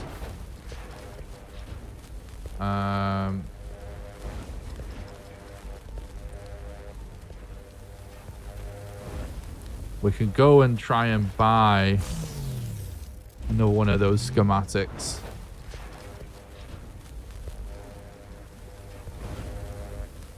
For the blood sack thingy.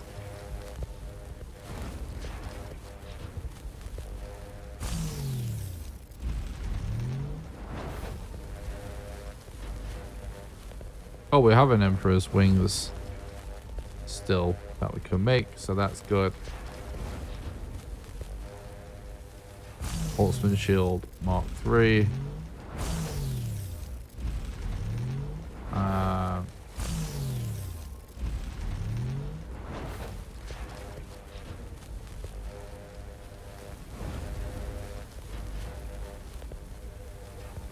We're pretty much right.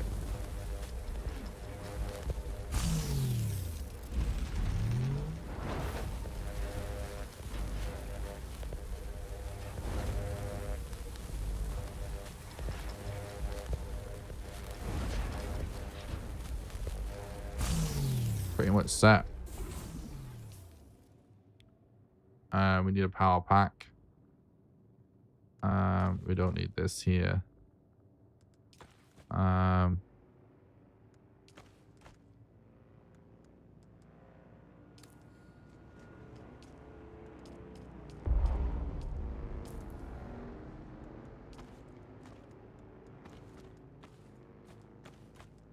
Yeah. Let's check our blood chest real quick. So I know I've got blood packs down there, but I don't think I've got a purple down here. Oh. No, but we've got some that we've not processed. That's dumb.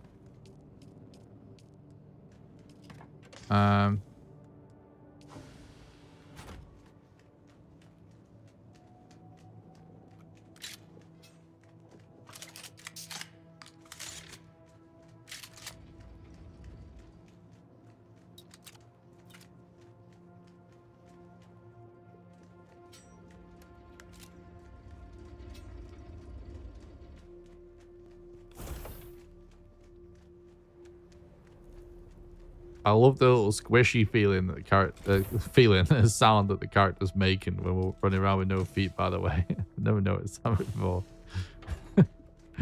Sounds so funny.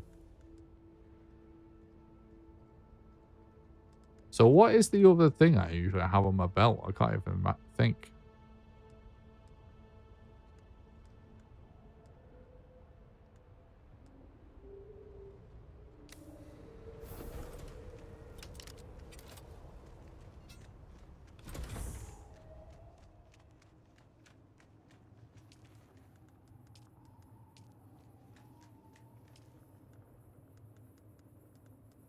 I have a power pack Mark III, don't I?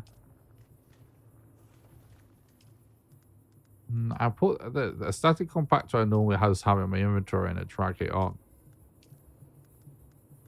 Good guess though.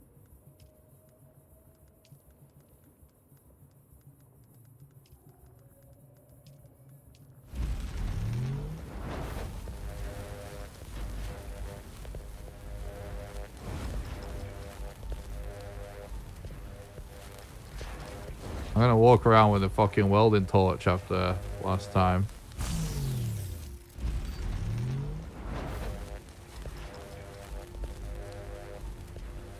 What possibly could it be that I normally have? I don't even remember.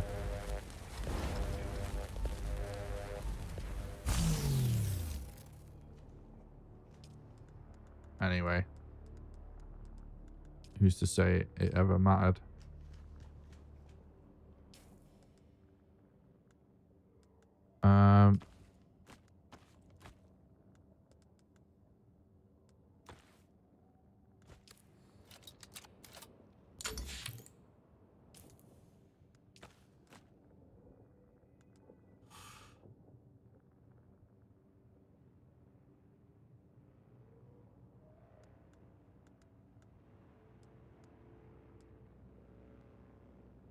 I seriously don't remember. I might actually rewind the stream. Just out of curiosity.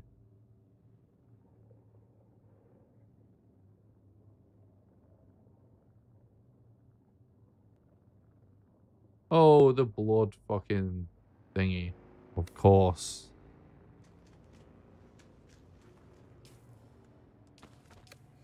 Of course. How could I forget?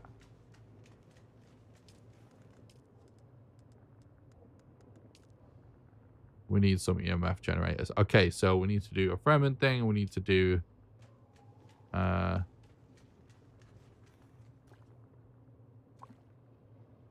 flower sand farming.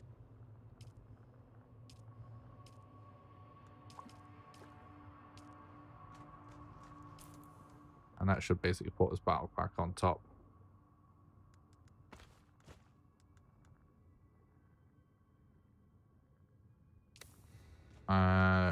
Wood bag. Yeah. We'll have to take some shitty wood bags for now.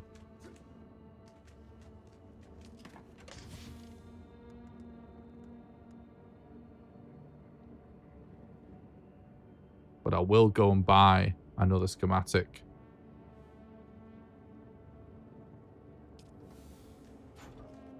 When I remember from a trader.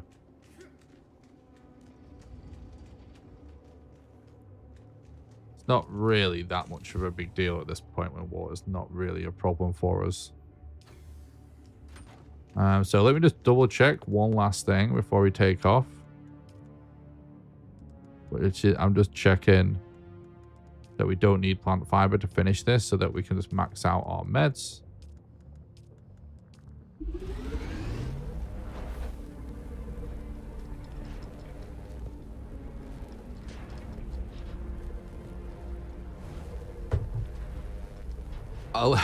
It's actually kind of funny if you think about it that at least we didn't lose a vehicle that like wasn't, you know, that was ours.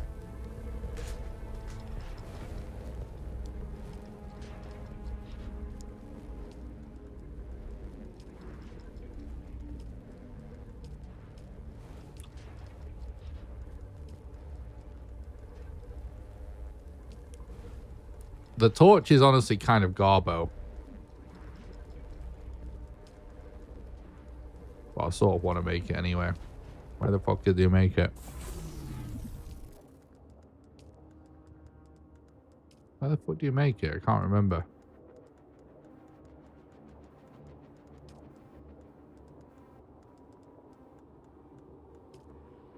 Whatever, it basically doesn't do anything anyway.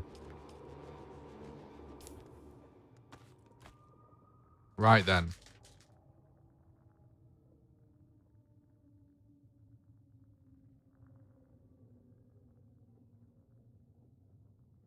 That looks fine.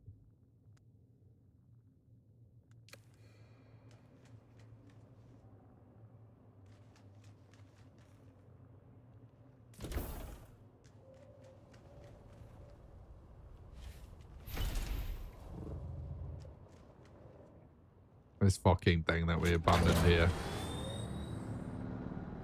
I forgot that this thing is like on its last legs as well. Well, that's just how we roll. Feels more Dune, the shittier our stuff is. I feel like we're tuning on a higher level. The shittier everything feels.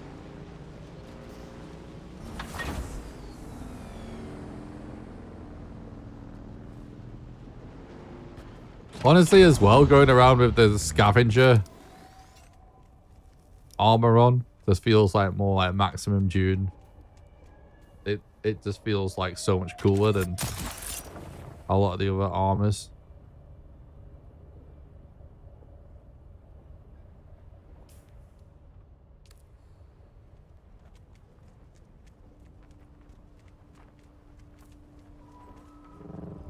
Who's that? Break this one. Who's there?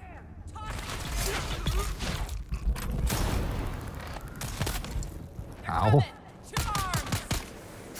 Oh, it broke already. It broke already. Hell yeah. Is they just one-shot someone and breaks? That's hella funny. Oh my god. I just thought... Oh, this is so cursed. But I just had the worst idea / best idea ever.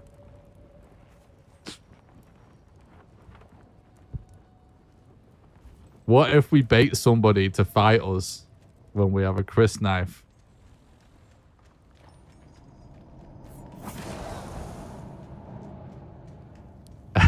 Like a player in a PvP zone.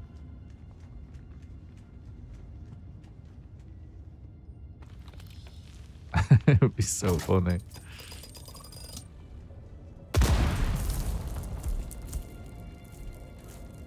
But also so mean.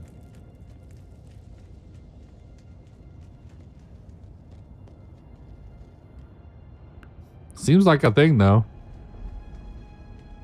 Totally seems like a thing.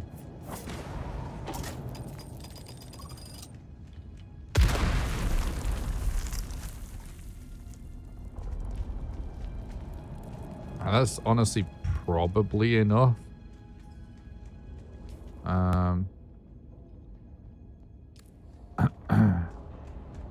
But I've never seen flower sand around here anyway, so we're gonna have plenty of opportunities to do more Fremen camps.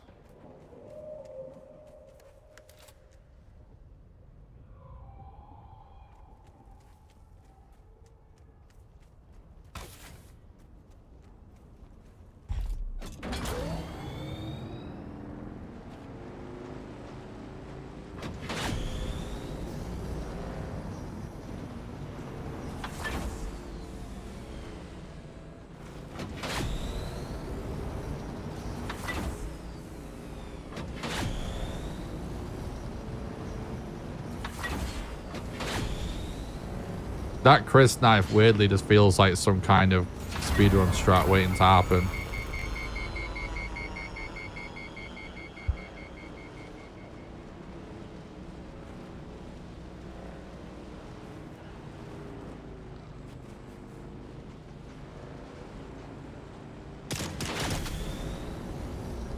Please don't shoot.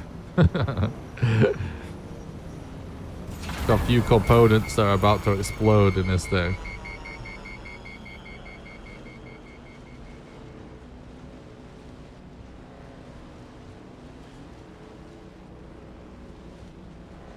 So something that I don't know if you guys honestly really know about me as a gamer, if you've only ever really seen me like speedrun Valheim and stuff like that, is like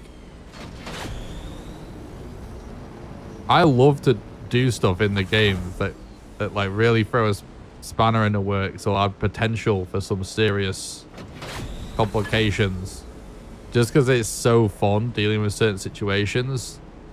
So like in lots of games, I'm like, I've died to the worm a bunch, right? But I don't care about not dying to the worm. Like, I could definitely not die to the worm.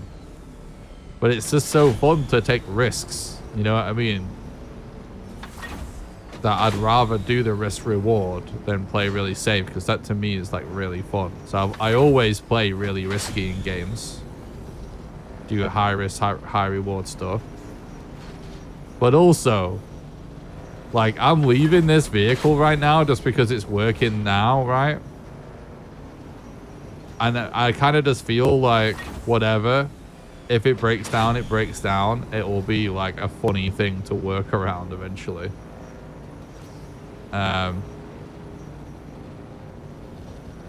When it happens, it'll be interesting, fun, you know what I mean? Again, like, I could totally avoid it. I know, that's why I'm excited to do the deep desert and stuff. Hey, Rusky, long time no see, mate. I hope you're doing good.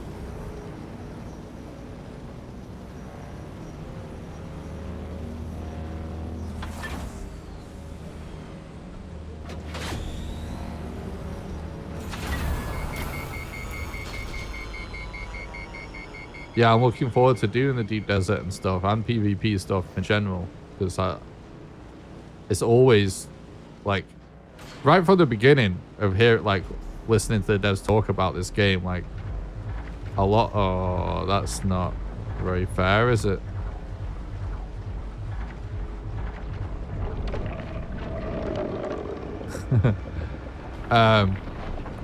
Yeah, the PvP stuff and all the stuff, like weird stuff, and the, you know, water mechanics and the sunstroke and all of that. Like, a lot of this stuff is like always what sounded super cool to me. I'm great, thanks, Rusky. I'm actually doing the best right now that I've done in a really long time.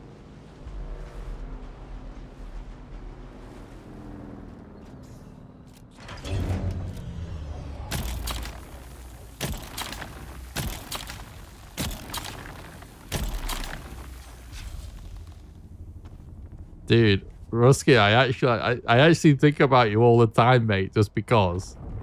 I think the funniest stream I ever did was when me and you played Escape from Tarkov together. And you was... I think you were learning to play the game or something, I can't remember. But when it was just... When I lied to you about... Well, I kept it a secret from you about going to dorms. He still said F you. That was the funniest. That was the funniest shit. That was one of the funniest streams ever.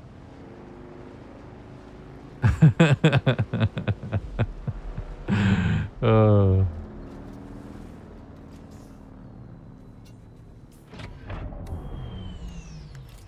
Oh shit. Wrong thing.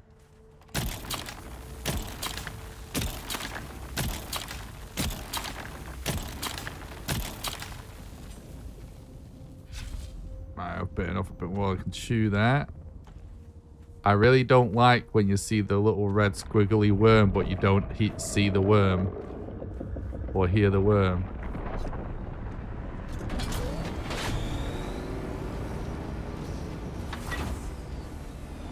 I think someone else has distracted our worm.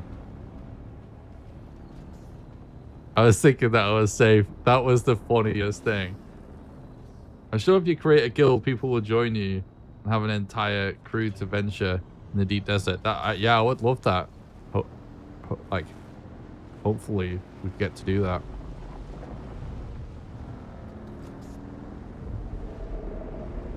This is getting a bit sketch now. Yeah, I don't know if anyone in chat knows enough about Escape from Tarkov, but one time, like Rusky in the Twitch chat, I know from playing PUBG back in the day, and he was one of the people that used to watch me stream PUBG. And one time we decided to play Escape from Tarkov on stream, and on one of the maps. I can't remember the name of the map now. Customs. There's a particular location where all the PvP goes down, called Dorms. And I was showing Rusky around this map. And, whoa! Holy shit. And, yeah, we're sneaking around trying to go, and I was like, do you want to go this way, do you want that? And he was just like, yeah, anywhere but fucking dorms. Anywhere but dorms. Don't take me to dorms. And as we're like sneaking around the map, like something was going on, some shots were happening, and we needed to hide, and we're near dorms, but Rossi didn't know where it was. And I was like, maybe we just go in that building over there just to take cover, just so we could hide.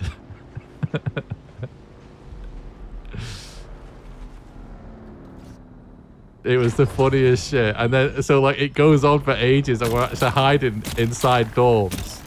It's just going on. And then at some point, Rusky's like, what the fuck's going on? Like, I thought all the action was at dorms or something. And I was like, this is dorms. And he was just like, this is dorms? This is dorms? He was like, fuck you. Fuck you, Nick. Fuck you. And it was one of the funniest moments on stream ever. Rusky was flipping out.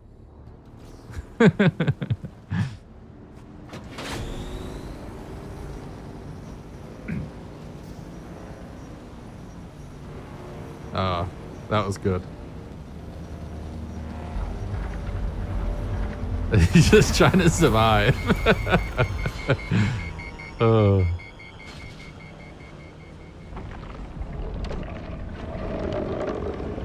Oh, there he is.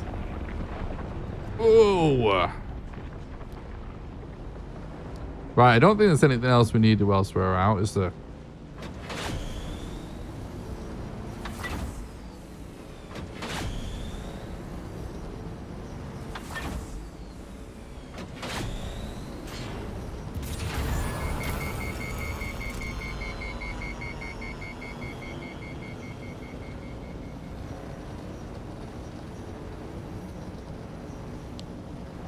Finish off our armor set.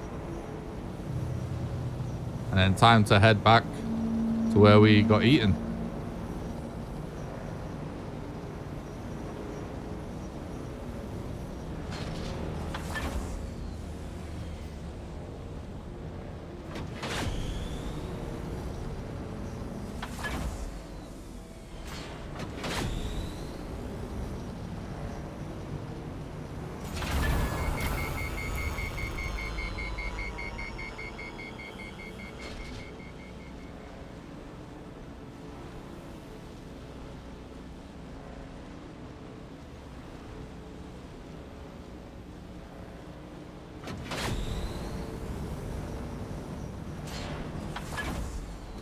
I just realized there's a pill that I was supposed to take earlier that I forgot. I'm going to have to go and get one when we get back to base because it's important.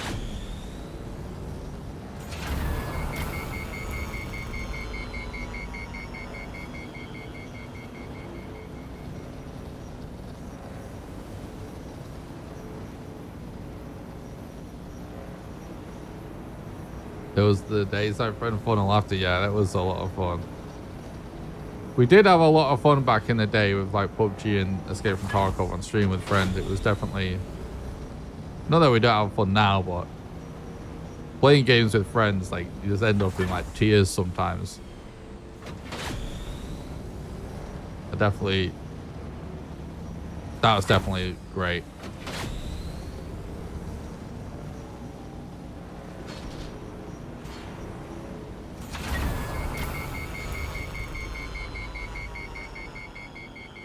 It would be cool to to be honest, if this game stays around, if this game continues to do well, and I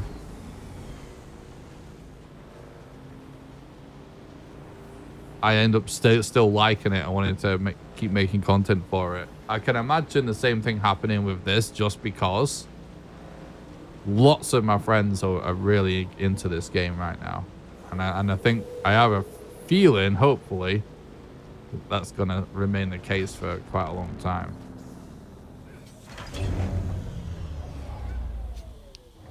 I missed that period of Gringo, Tim, Marinci, UX, etc. Yeah, it was a really good time, for sure. It's definitely the most fun PUBG ever was.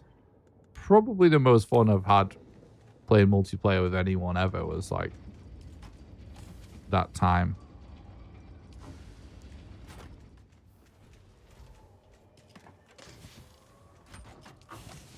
How does this keep happening?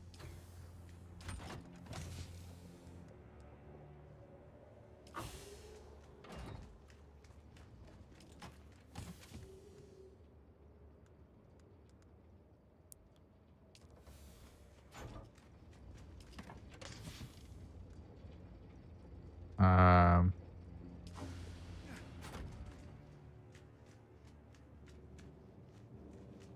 we need to make more silicon blocks.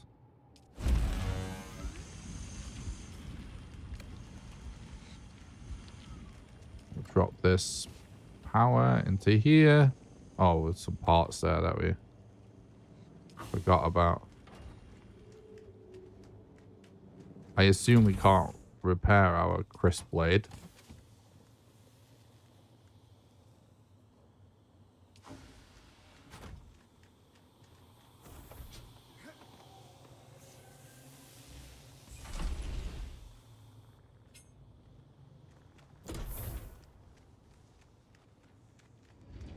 Because it's going to...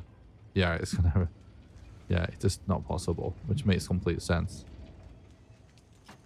Well, that was a fun meme whilst it lasted. Oh, we can't. Right, okay. This is just stuck on us now. Just like the fucking thing. Right, yeah. So we just destroy it. Cool. Finally got to do that. I didn't manage to do it at the time when you kind of supposed to. Like I said, because I accidentally deleted it before. Right then. Let's drink some stuff. The time before dawns. True.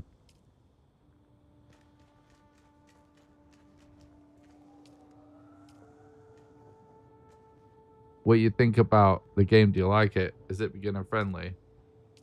I absolutely love the game. It's one of my absolute favorite games that I've played in a long time. It's the most fun I've had of a new game in a really long time. As for whether or not it's beginner friendly, I think so. I think so. There is, like, there's a lot to it. There's a lot going on and stuff. And if like, trying to learn everything all at the same time can definitely seem like it wouldn't be. You know what I mean? But the great thing is, I'm actually gonna just make the slaver set look like the scavenger set because it just looks so much cooler, honestly. And we're gonna put Harkonnen colors just because we just want to look cool, even though the Harkonnen are scum. Actually, those pants look better.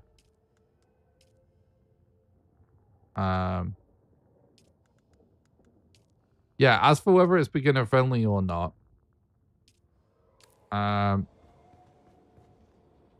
even though there's like a lot of stuff that if you tried to learn it all at the same time would, you know, be a lot to handle if you first start playing. What's great about the game is you don't actually really have to know everything. You know, it does a really good job at slowly introducing all of the new concepts to you. So you don't need to learn it all at once, if you know what I mean. So I think it's beginner friendly, yeah. It's definitely like not like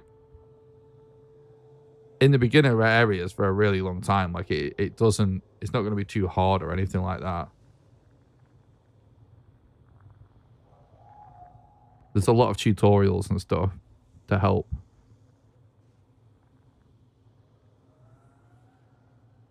I'll definitely say though, like in particular, if you have played and liked any other survival games, you will just love this.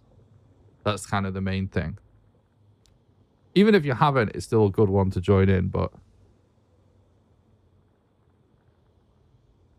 don't need to know everything like me. Where is dorms or exactly?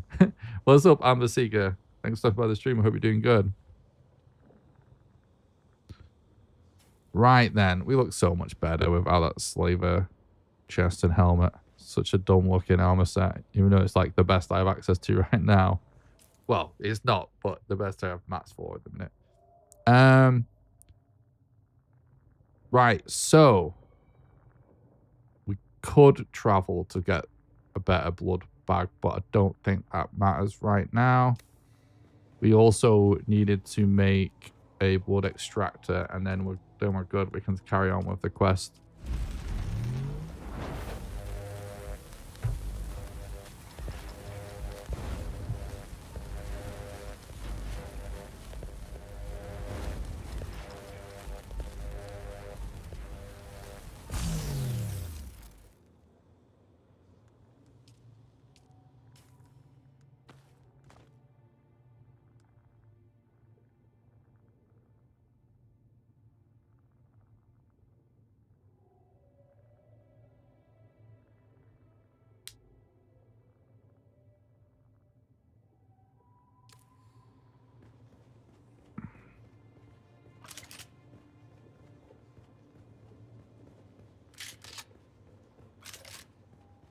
Oh, if you played Conan, you'll be absolutely fine.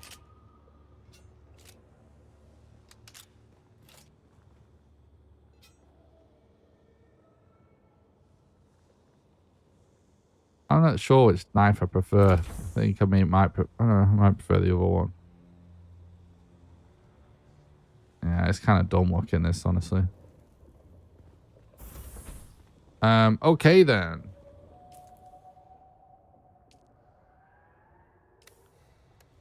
Let me just double check that my bike isn't...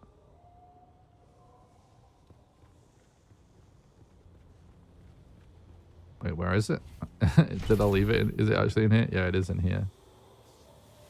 Man, it is literally just as fucked as the other thing. Maybe we get some welding wire or something.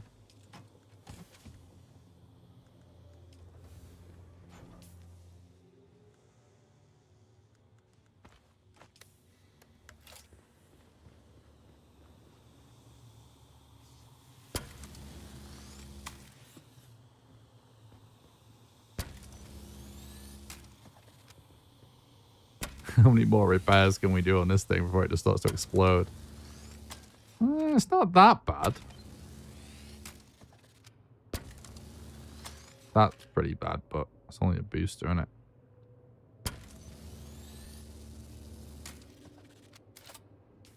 I'm not carrying any fuel either, which we probably should.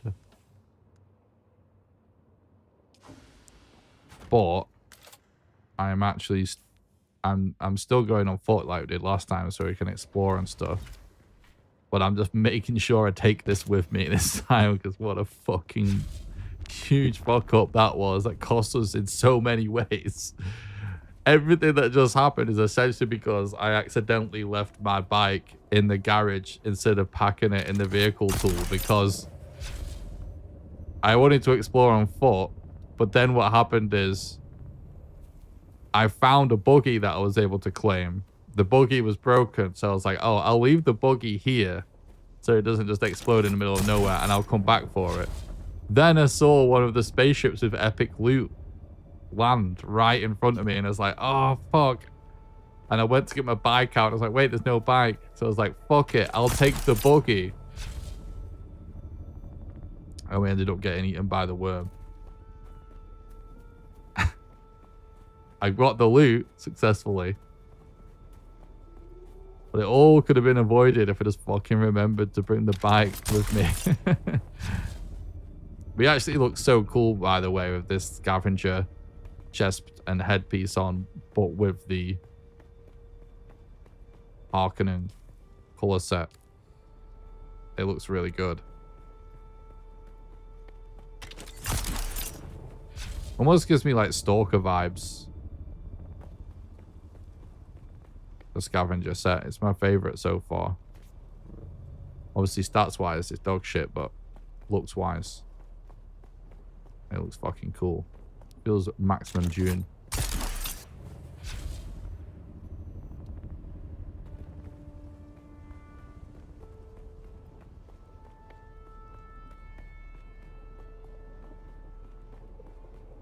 Good to hear from you, Rusky. I'd happily play games with you again, mate. It's a lot of fun. I hope everything's good health-wise and stuff.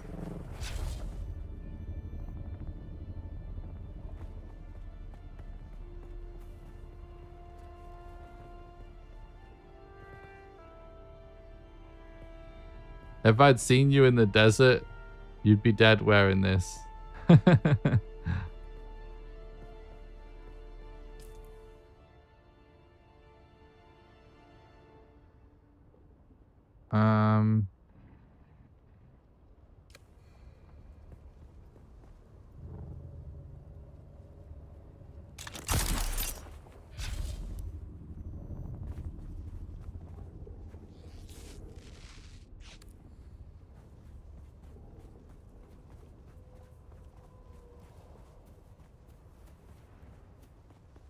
I feel like we need a vehicle at this point.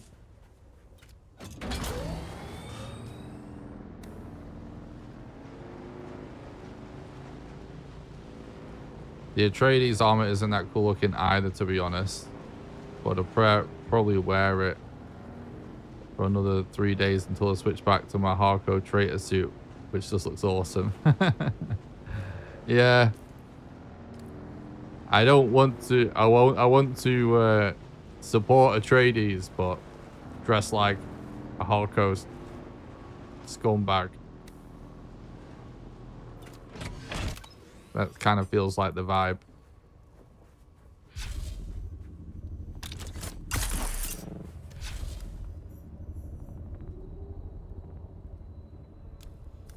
I'm not actually wearing scavenger armor. I just customized it to look like this because the slaver set is just awful looking.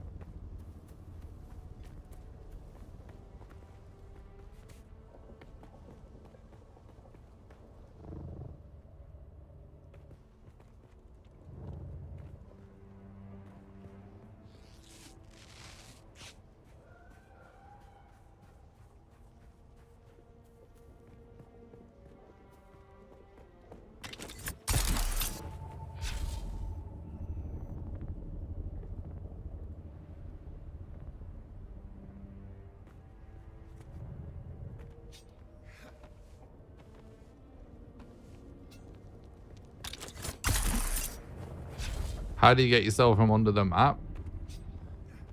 Are you stuck under the map in this game?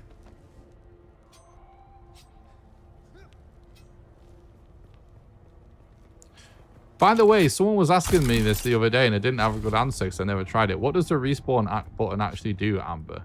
Does it just treat it like a normal death where you drop like a percentage of your backpack?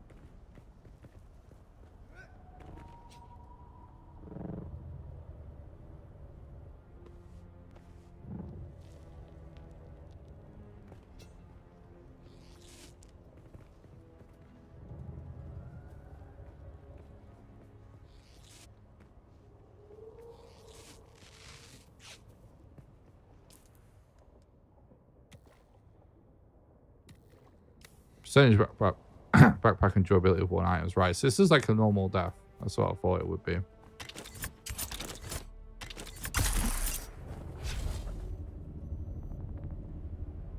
That's not so bad.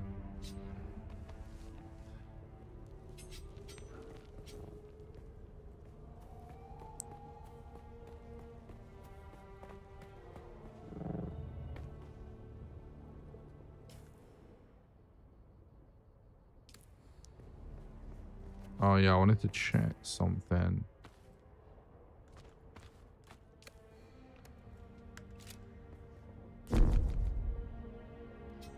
Yeah, thought so.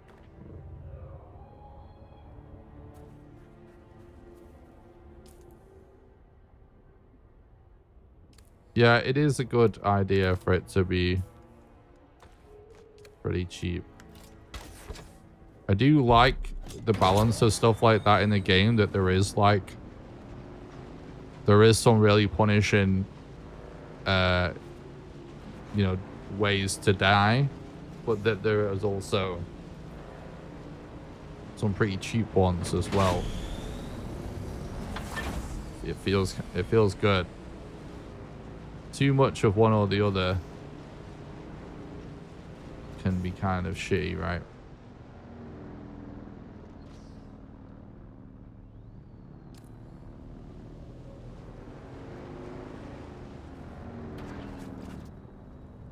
wasn't. I was reading chat then. Also, the fact all equipment eventually irreparably breaks is a cool feature. Yeah, I really like that. It's also just a genuinely really smart thing to do in a survival game. Especially one that you're sort of planning on. You know, the point is that it kind of like doesn't end, right? Like the end game is just like a kind of endless MMO like cycle. It makes complete sense.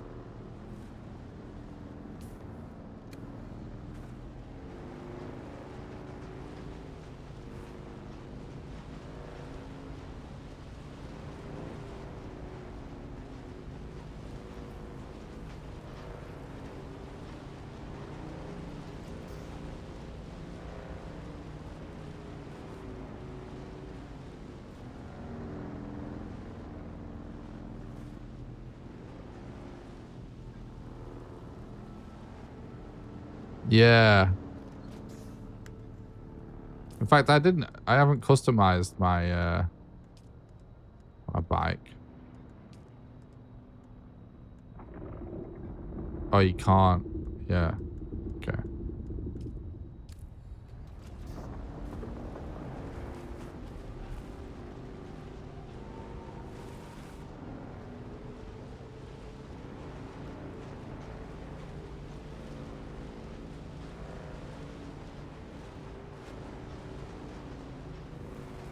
I know I bought the Harkonnen swatch for vehicles, but not actually tried to put it on yet.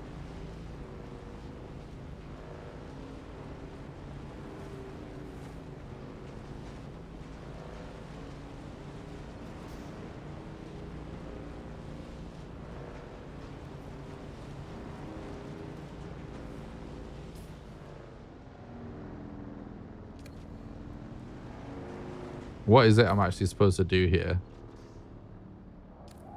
Oh, okay, we just find the fragment. Generic.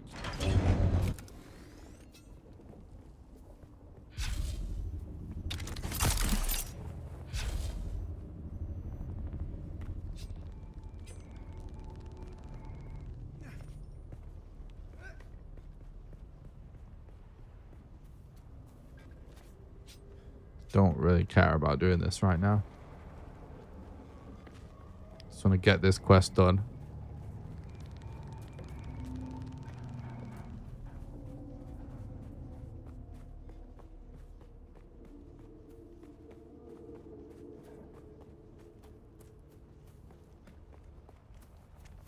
Someone's here.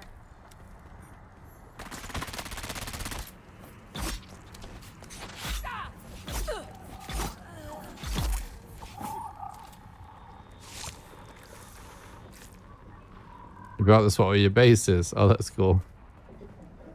There's a lot of crazy bases around here. There has been for ages on my server. Most of these bases have been here, like, not that long after I started playing. It's fucking insane. Some of these people here, they've no life this shit. Because this, like, was here a couple of days into me playing some of these massive bases. Because I did come and explore up here really early. Look at what this guy is doing here. It's like a fucking Great Wall of China scenario. So we have a little nosy.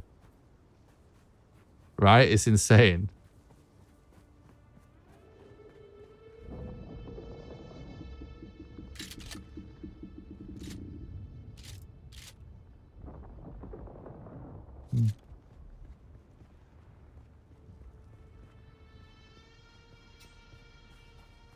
Not cool for those that don't have doctors. No, it's definitely a dick move. Dude, like I said, this was here like immediately. Like, I don't even know if it's possible this guy had doctors when he did this either.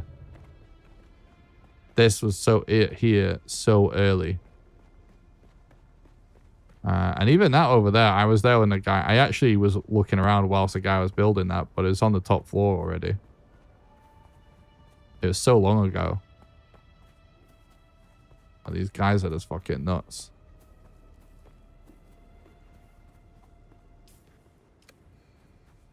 Anyways. This is a really cool base, though. Let's see if he's still... Like, the way this guy made his base, it was mostly open to the public. But there's, like, certain spots, like last time I was here. So it's very cool.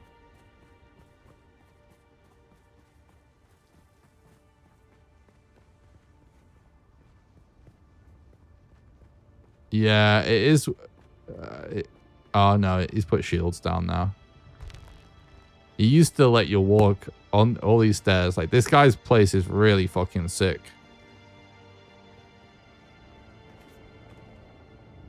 Like I said, this is ages ago. Ages ago. Let's see.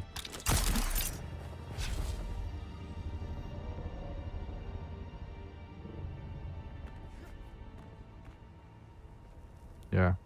Kind of, some of this is a little weird, honestly. But very cool base anyway, regardless. Crazy. Crazy stuff. Yeah, both these guys are nuts up here. Like I said, they've been having huge bases for so long. Yeah, the hardcore night. Yeah, lights are cool. Cool touch.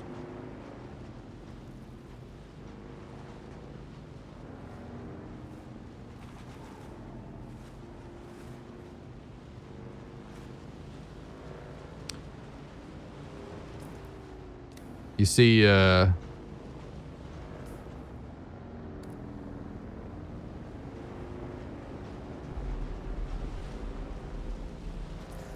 hold up.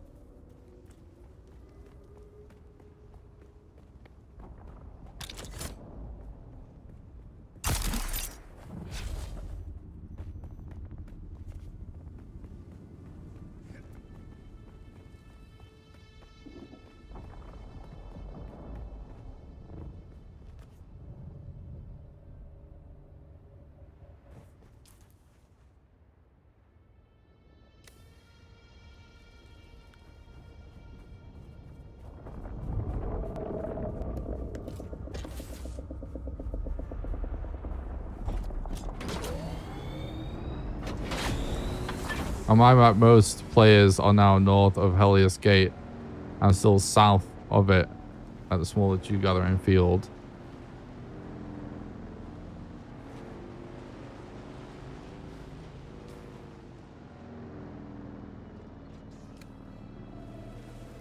We should get a probe up.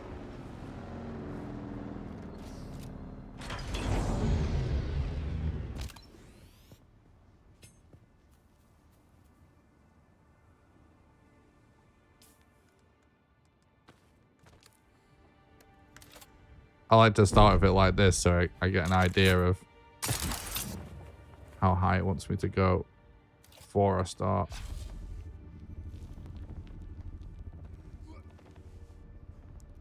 I love the surveying mechanic, by the way. I think it's really cool.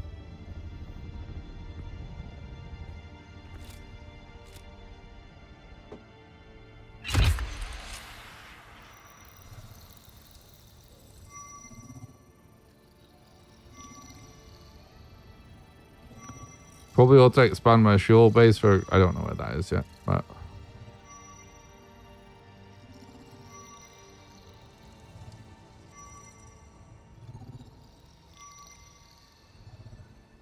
I'll definitely want a base with good access to the deep desert to get there, though. Oh, find the cave. I didn't realize I was even looking for a cave.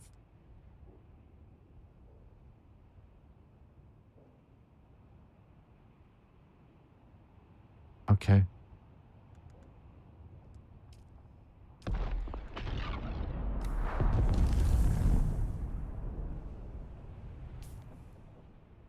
I was looking at the wrong quest, apparently. Last trial, blah, blah. It depicts a place on the border where I will find the source. Let's see the... Okay. So we're pretty far past the border, so we got to go back on ourselves shortly. I didn't realize I was looking for a cave.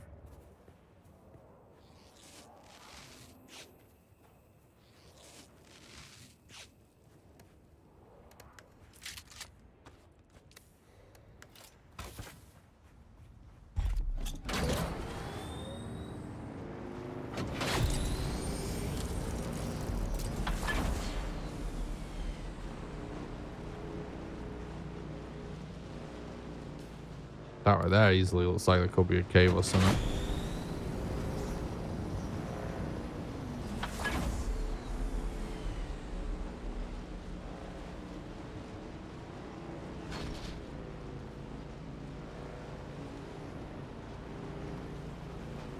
It is.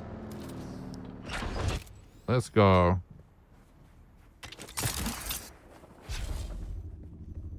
Oh, I got rid of my torch, didn't I? It's actually so dark here. It might be useful.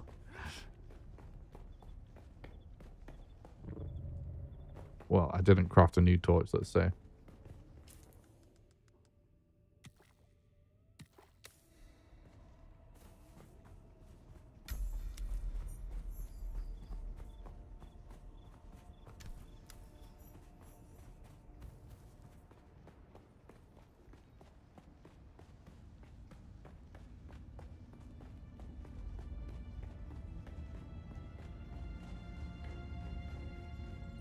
This is kind of Helm's Deep kind of vibes.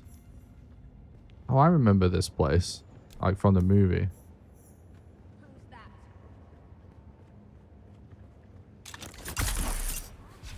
I need reinforcements.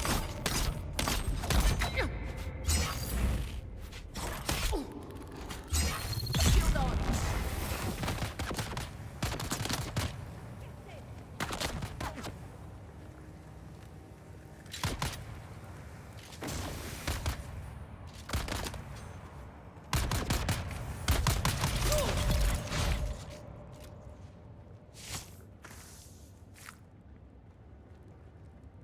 Still suit tubing. Interesting.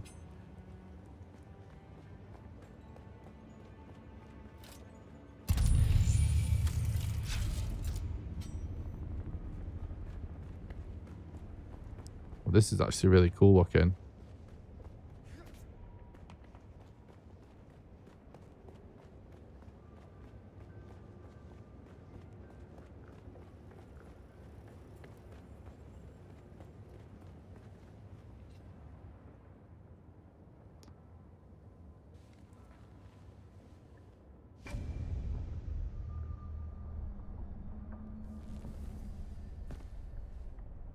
We are the people of Misr.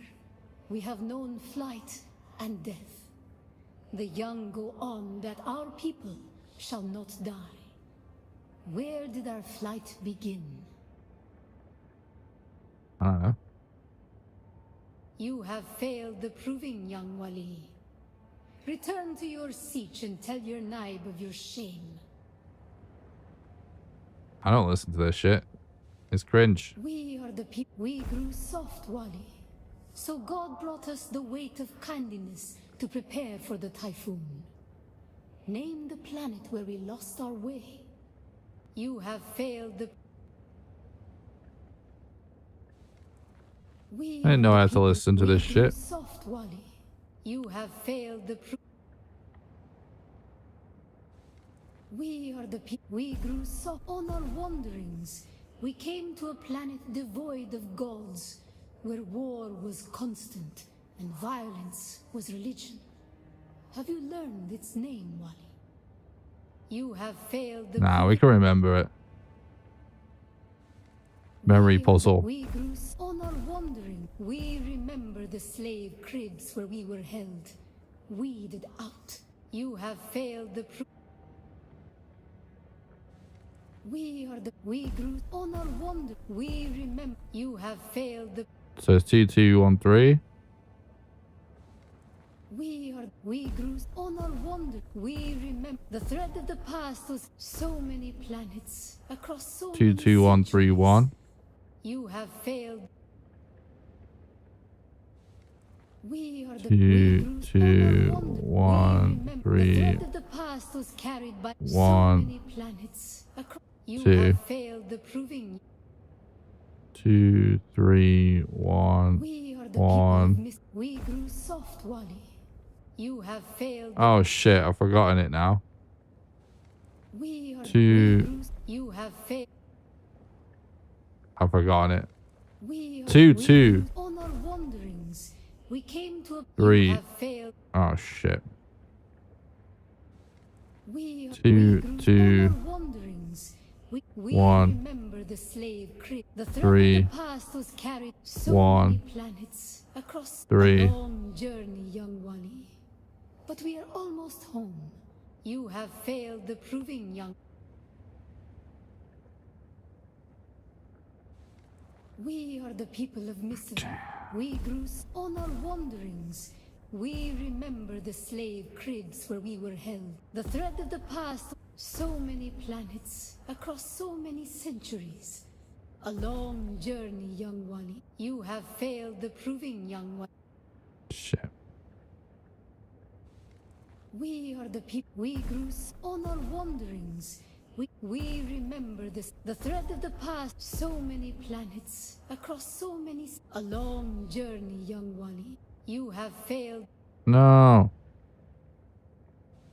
We grew on our wandering. You have failed. No.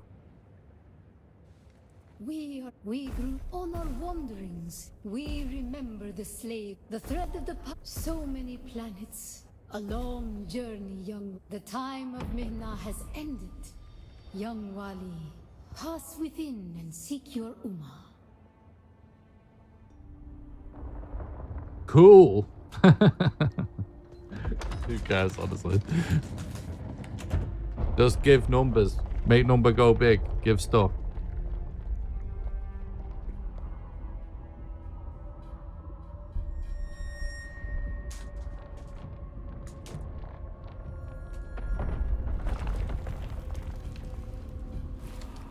The path of the Zensuni Exodus is rare and hidden knowledge. You are no Masquerade cultist. Who are you? What do you seek here? Great. I spent 3 years in the bowels of the Arakeen archives, translating hundreds of Fremen texts before I even found a reference to this place. And you just wandered in? What are you doing here? Really?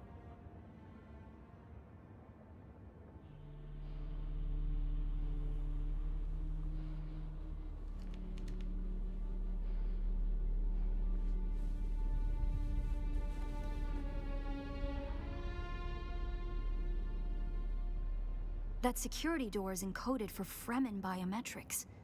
How did you bypass it? Perhaps we can help each other.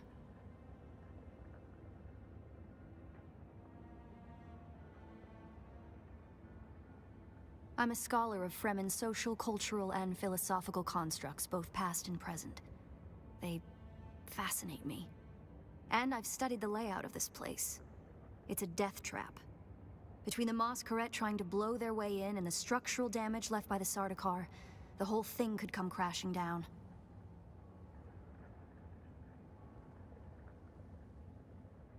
And I have yours. The name's Aerie. I serve no one. Let's say I'm something of a freebooting academic. And like you, my interests lie in discovering the true extent of the Fremen eradication. Or more to the point, discovering if that eradication even occurred. South, maybe. Arrakis is a big place. And while we like to think we're at the center of all things, in relative terms, the sphere of Imperial influence is rather small. They could be anywhere beyond the deep desert of Great, Tanz Robert. Rooft, as it's known to the Ikhwan Bedouin.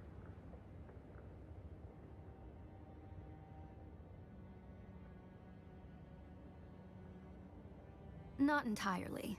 I'm sure the Sardaukar massacred them by the thousands. This siege bears evidence of that. But you're right. I don't believe the Imperial account. And I'm hoping the truth, or part of it, awaits us inside. If... Oh, I didn't realize I was skipping something there, actually. Thought she was done. This is a cool looking place. This would make a hell of a base, wouldn't it?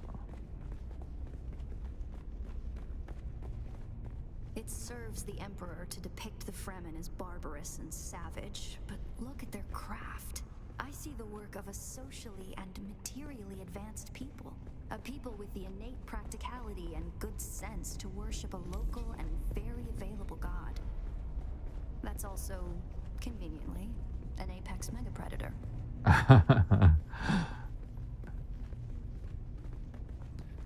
It makes pretty much as much sense to worship the giant worm that eats everything than it does pretty much anything else. If anything like that big, that was alive, that was ever witnessed by human eyes, like, how would they not think it was some kind of god, realistically? Encounter the Masquerade on your way here? There's some kind of cult. Worm worshippers based out of an abandoned power station far to the west. It's odd to see them this far east. But if they found this place, they'll be coming.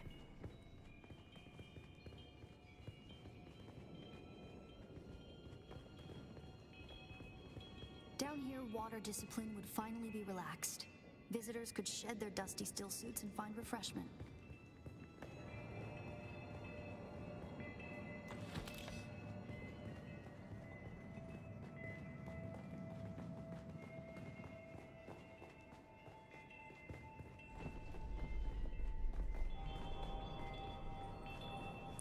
There's something kind of funny about this, that, like, you know, whatever it is exactly we're supposed to be doing together here, exploring and deciphering things, and, you know, my guy is just like, ooh, shiny loot box. No other way forward. I hope you brought your cutter ray. And he's just pillaging anything that looks shiny.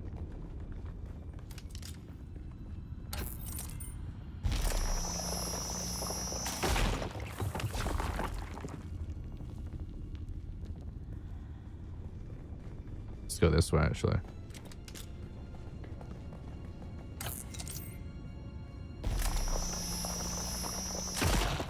I smell loot. Don't touch the dead. It's standard Sardaukar doctrine to booby trap the bodies of their fallen enemy. What? That's the thing. I'm going back this way. I'm also touching the dead. Yeah, nothing happened. Just what I thought. Propaganda. Sardaukar propaganda. That's what that is. Oh, there's actually a way in every direction you can go here. Kind of interesting.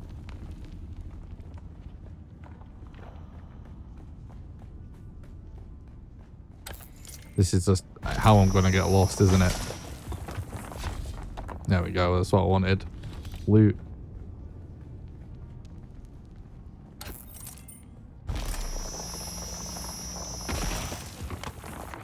Oh, hell yeah.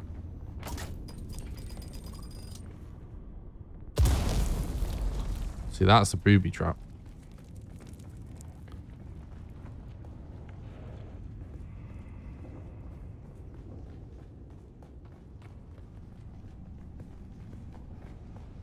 Wait, did I go that? Did I finish exploring that way? I did, didn't I? Actually. What the fuck? Let's go anywhere and everywhere. I think I kind of discovered what the right way is. But I don't want to miss any good loot. The Fremen were known to keep large nests of scorpions in order to harvest their venom for blades. That's a door I don't want to open.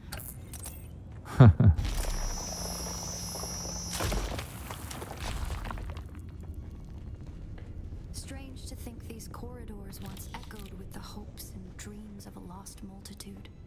Mothers, fathers, and children beyond count. And now, only silence. The silence is What, this character's like the most alive and believable character we've encountered yet. Everything else has just been kind of drivel. Except from like the opening cutscene and stuff. It doesn't bother me because I like the gameplay is like awesome.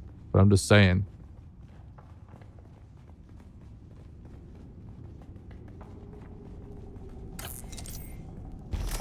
She actually seems like a real person with a real story. I believe the siege power plant would probably be through there, and the air filtration systems beyond that. Many of these doors also led to exterior passages where the water keepers would have maintained external dew collectors and wind traps. An extensive and lossless pipe system would deliver the gathered water to various catch basins and cisterns throughout the siege. However, all water would eventually return to the main reservoir.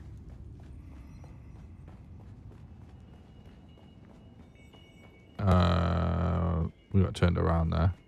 I've confused myself now. Now we've exhausted every direction. It's hard to remember which is the right one.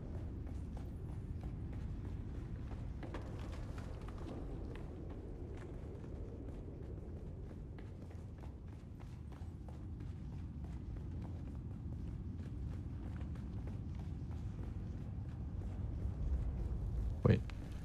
No, I think that's good. Yeah, this is it.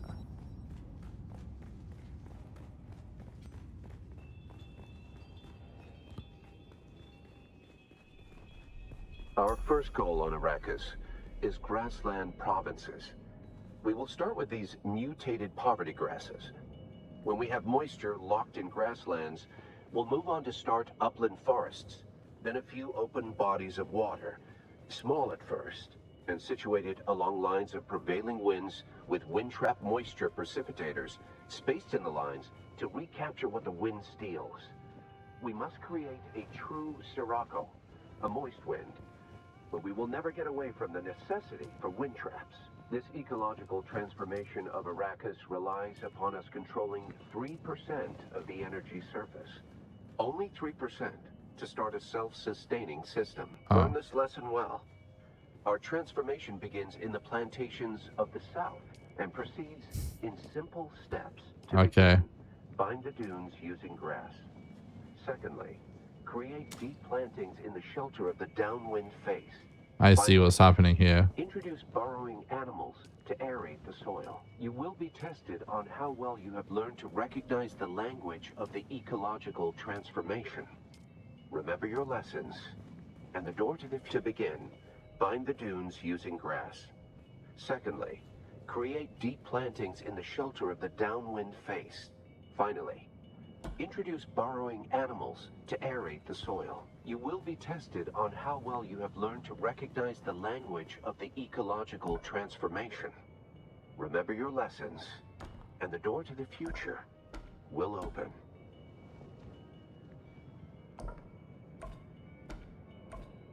So we need like dunes and grass or something.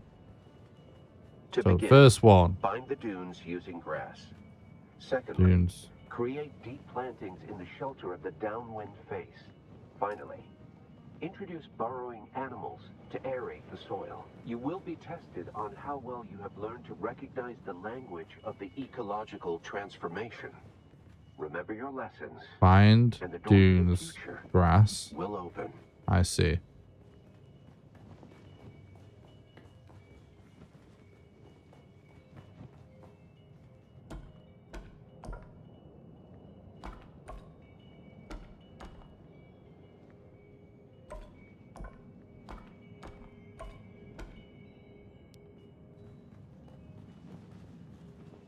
grass. Pretty self-explanatory there.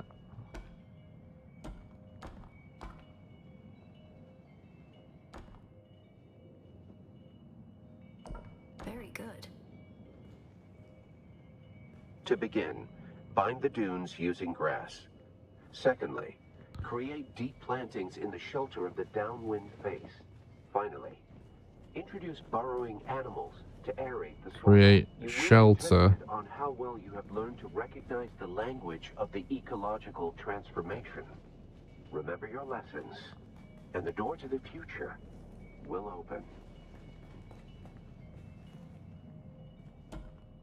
Is there a create? There must be a create. These seem to be like kind of verbs or whatever, don't they? No? Okay.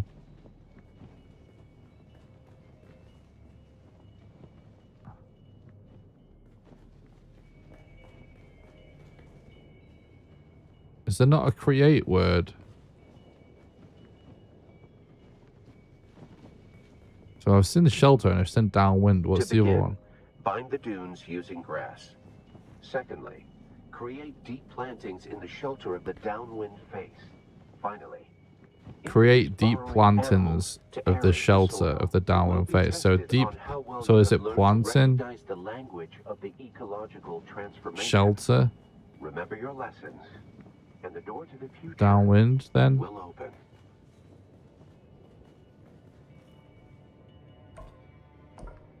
Don't spoil it, please, chat. I'll be pissed off.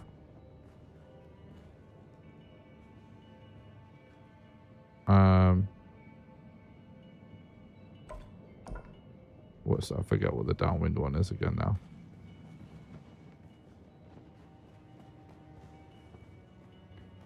Say again, mate. To begin, bind the dunes using grass. Secondly, That's create deep plantings in the shelter of the downwind face. Finally, introduce burrowing animals to aerate the soil. You will be tested on how well you have learned to recognize the language of the ecological transformation. Remember your lessons. And to begin, bind the dunes using grass. Secondly, create deep plantings in the shelter of the downwind face. Finally, introduce burrowing animals to aerate the soil. You will be tested on how well you have learned to Burrowing recognize the language animals. of the ecological transformation. Down. Remember your lessons. Right. And the door The to the soil. future will open. Aerate, whatever. Animals aerate soil. Right, I'm assuming.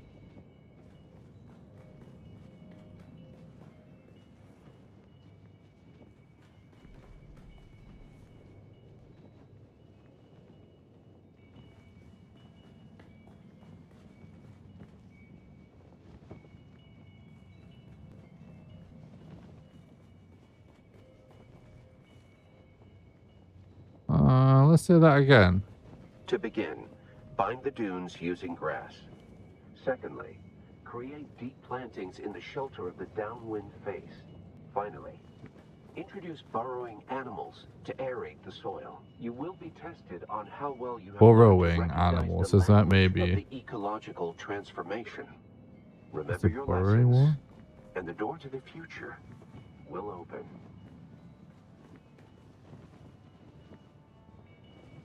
Isn't really.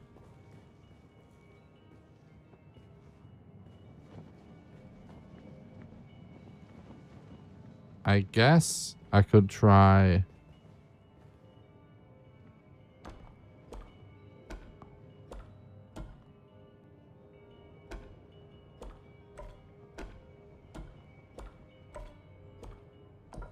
Animals.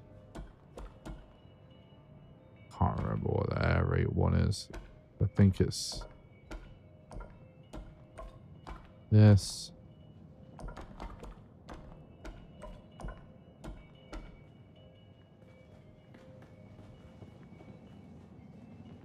Oh, it's that one. Looks like a fart cloud.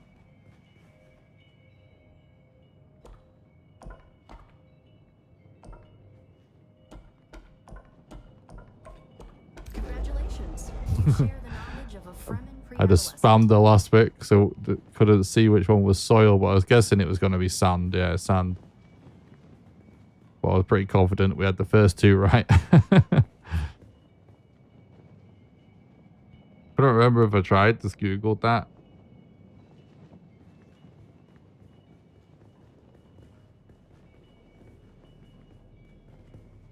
It was about 3G Haze Deep when I played that. I don't know what that means, bro.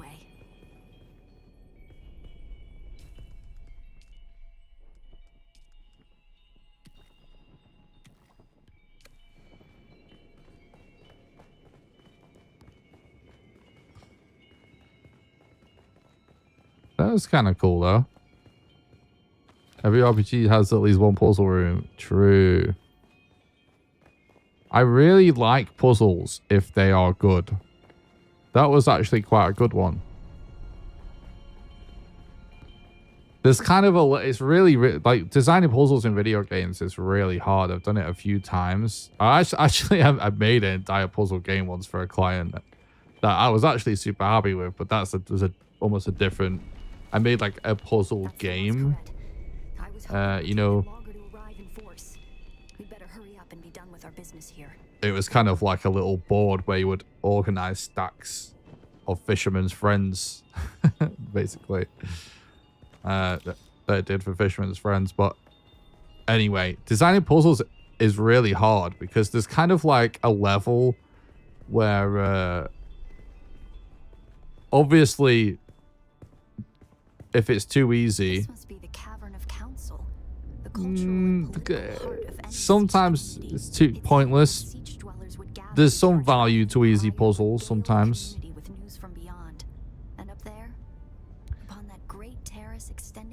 But if it's too hard, it's kind of like ridiculous, you know what I mean?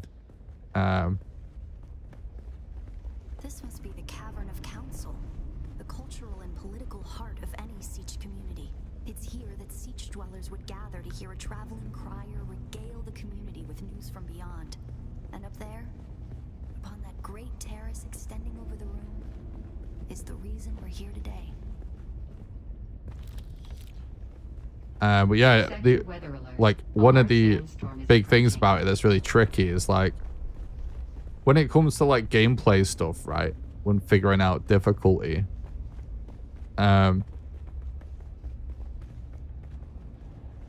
you know, it's sort of like logical.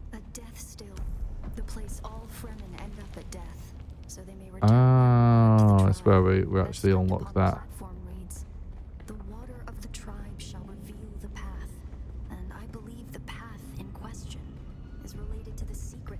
I'm looking for chests and stuff. You were clearly no Fremen. You were able to pass their biometric locks without tampering or delay. Whatever lies beyond here, I believe your blood is the key. Yeah, I think we could have figured that one out, love. Oh, here we go. Yeah, so like the weird thing is, it's like when it comes to figuring out whether or not someone could do something in a video game, right? If it's kind of like gameplay based,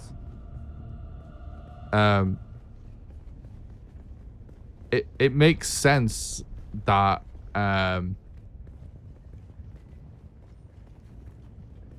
well, it kind of depends.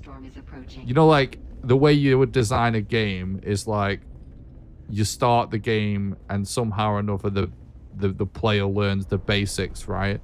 And you sort of gradually ramp it up, and so it becomes intuitive what you actually do, and then eventually the gameplay is just like completely intuitive.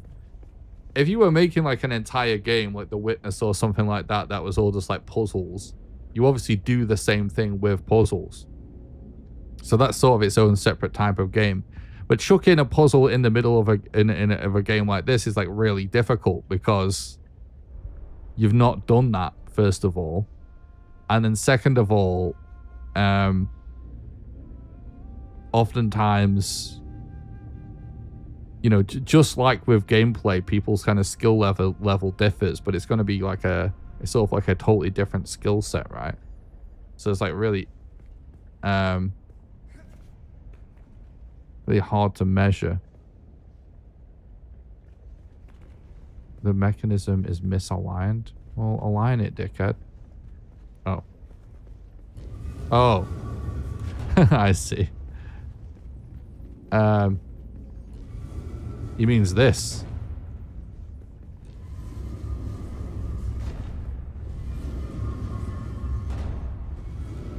What am I?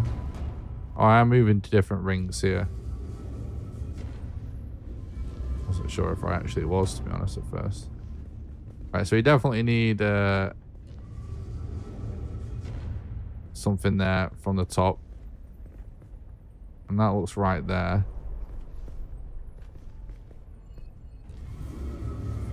Oh shit, I'm still moving the same fucking ring. This NPC is driving me insane as she's just like constantly moving. Can we have like a chill mode?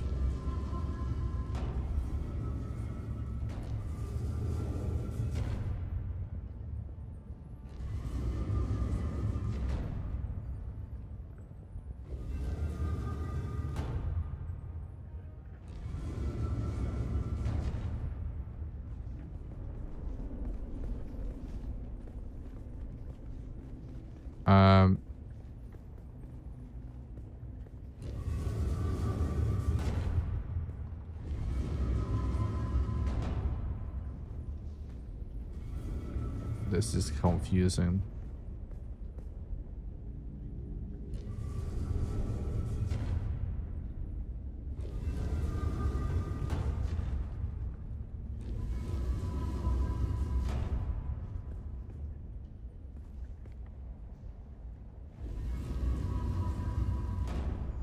Why does everything move?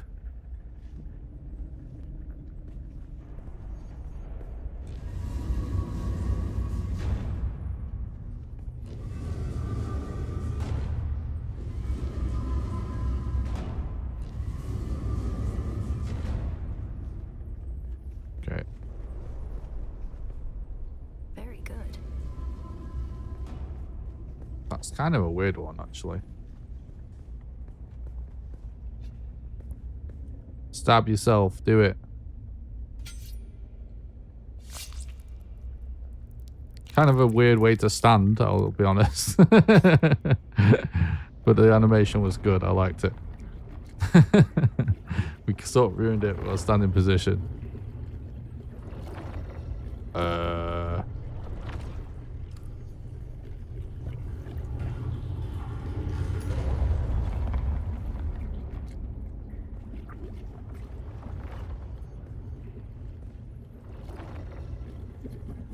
Yeah, I've had it. I've been looking at it in my menu for a while, wondering. Dune puzzles feel great, to be honest. They fit in the story. Yeah, they do. They're actually really good, yeah. Yeah, no, it's good. That's kind of what I was saying. It's kind of hard to just randomly throw in puzzles like that and them actually be good.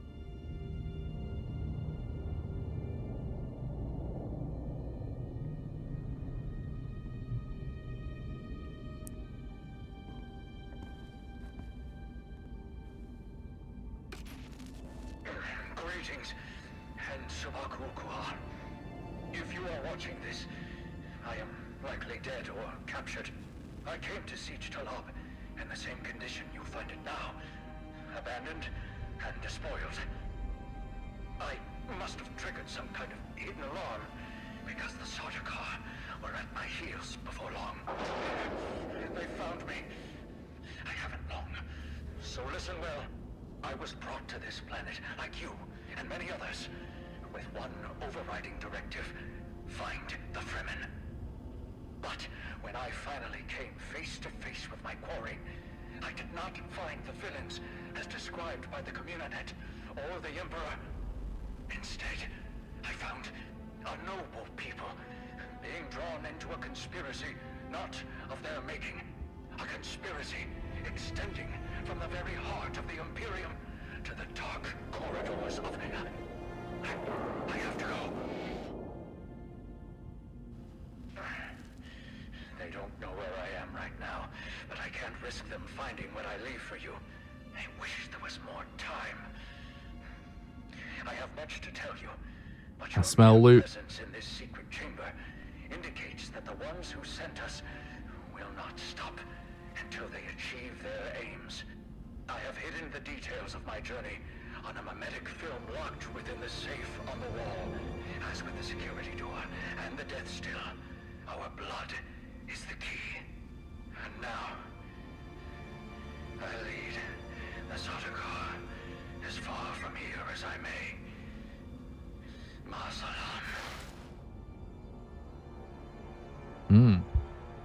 This is really good. I'll say, story-wise and stuff, the intro was fucking awesome. Like, the opening cutscene, the intro is great. All this random bollocks, like, in the between, some of it was kind of cool. A lot of it just was kind of gibberish and not going anywhere, it felt like. This is fucking awesome, though. So, yeah, on the whole, I like, yeah. I don't care about the story necessarily, but if it's done well, it's really good, and I think that was really cool. Let's just have a little bit of a look around before we do that.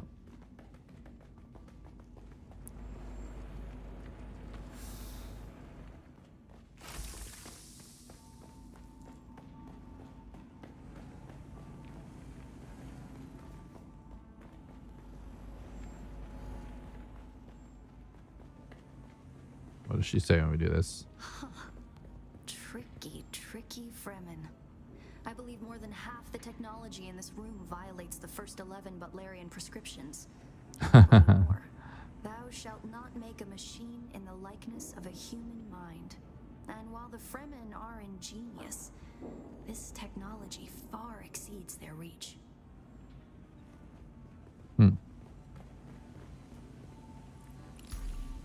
Who are you really? This film is encrypted with a kind of protection I've only encountered in the restricted section at the Nemesine Library on Artesia. I believe that encryption was of Ixian origin.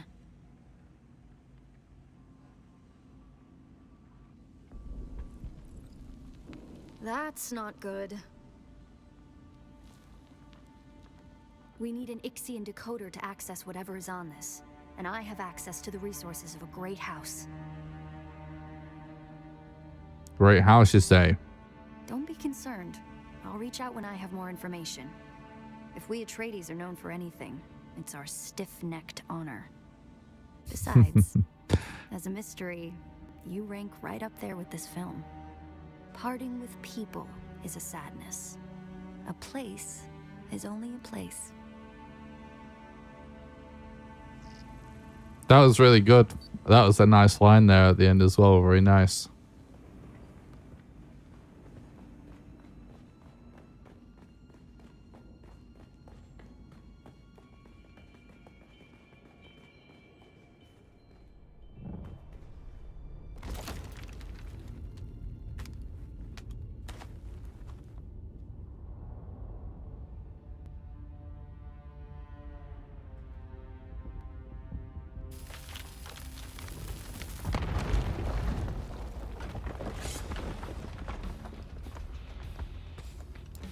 Fucking hell, what's this guy's deal?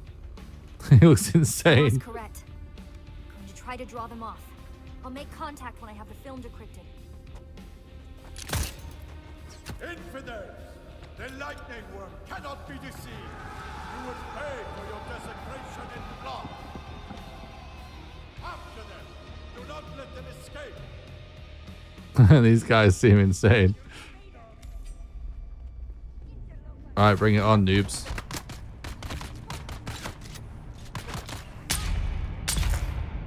I'm not much of a ranged man myself, but if you want to play the ranged game.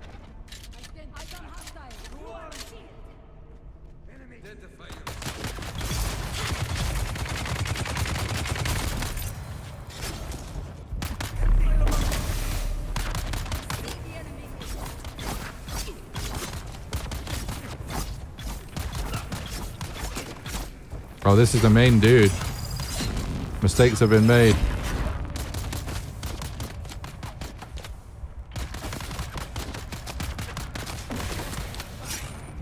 Fuck.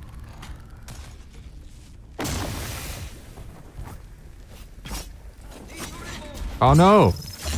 No, I've completely fucked up.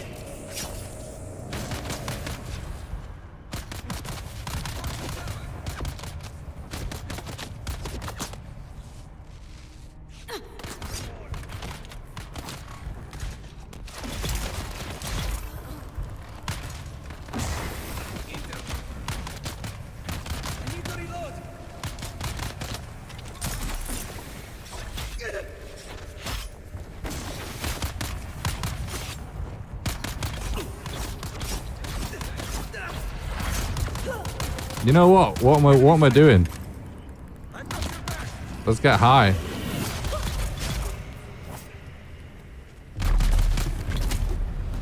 Oh, well. Should have done that sooner. Well, I got ready to go just in case of emergency max spice, and I never popped it.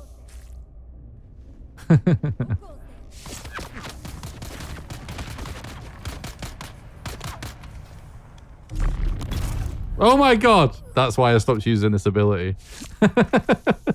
When it does that. You're just randomly in a different dimension or something. It's too good though. It's too powerful. That's why I've gone back to it, but it's definitely potentially scuffed.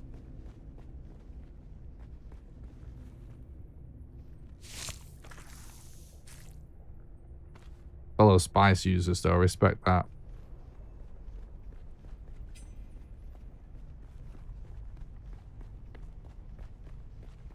I don't think I missed any loot, did I?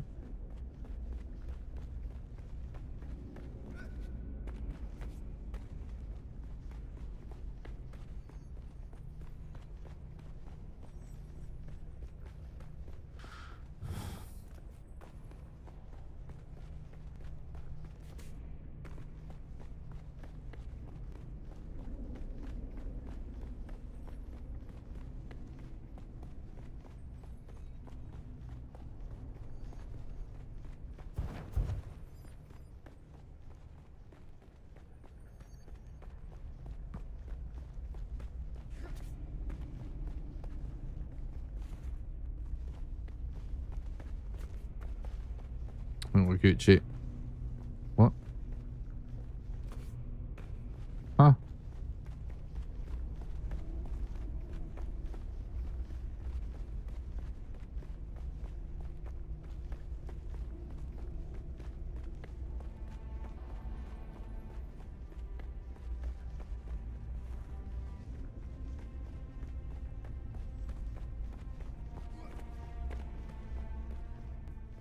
Oh. Okay. There's just, it just says click to exit. Yeah, so yeah, we got this.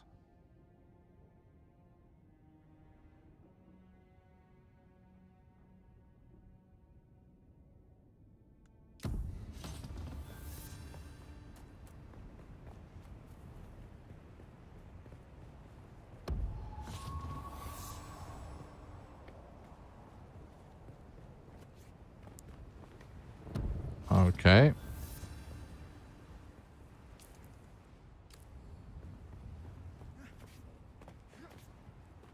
So I guess we head home and we build one of these new thingies now. I'm curious as to what else we might have unlocked. Advanced. That's still. We're not even on all that stuff yet though.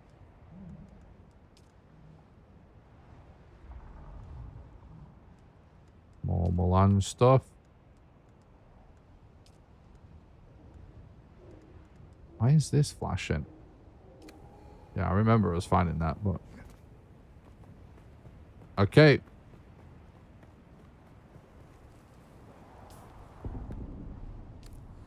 Oh, did we... Oh, we're actually technically in a different biome now. I bet we didn't bring any extra probes, though. That looks like it might be aluminium, finally.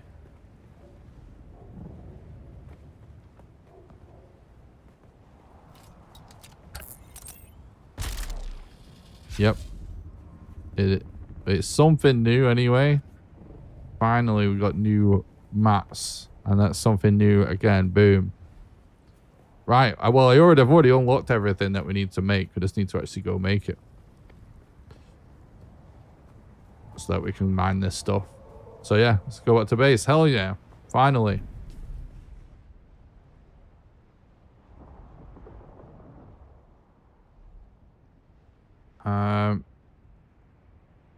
Oh my god, the cat just snuck up on me. I wondered what the fuck was going on.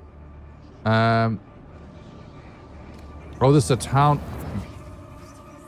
Oh yeah, hell yeah. Give it to me. I love the insane hallucinations you have from taking too much spice. It's fucking awesome.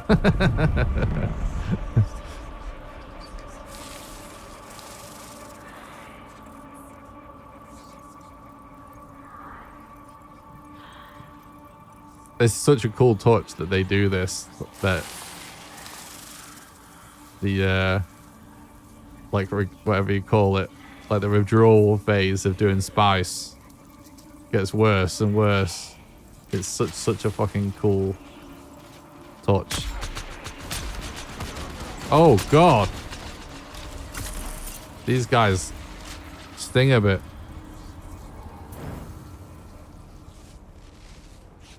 It is like when Death Stranding.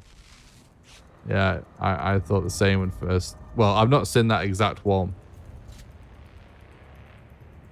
But yeah, it was kind of Death Stranding vibes ones that I did see. Stop with the heavies, bro.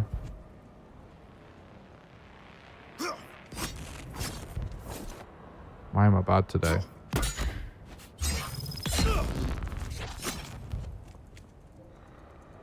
Shield off.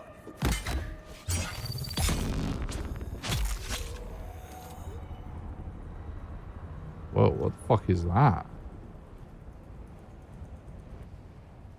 Blood Extractor Mark III. That looks insane. I think I have seen that schematic actually on the menu, but still, it looks fucking insane when it just looted it like that. It looks like like a sword out of Soul Reaver or something. Fuck me, the guns in this biome do some damage. Not sure this fragile little bike can really handle it. That's the best blood extractor. Okay, so that's kind of interesting. I just looted it off a normie.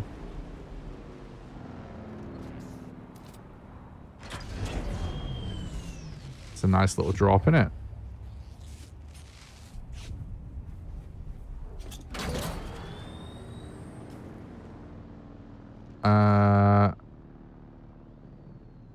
Oh yeah. That's what I was gonna say.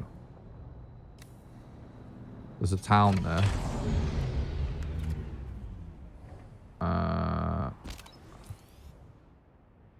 Kind of feel like in order to get back to my base, it might be worth heading to this town and then fast travel into Anvil.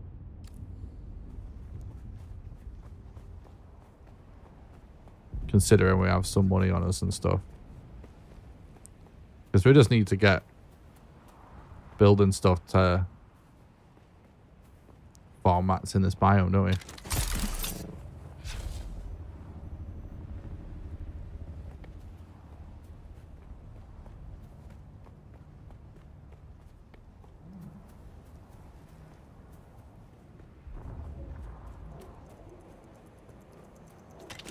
Smoke spice every day. Hell yeah, dude.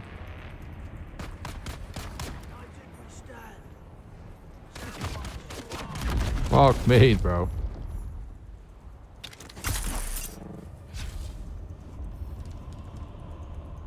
Level 91.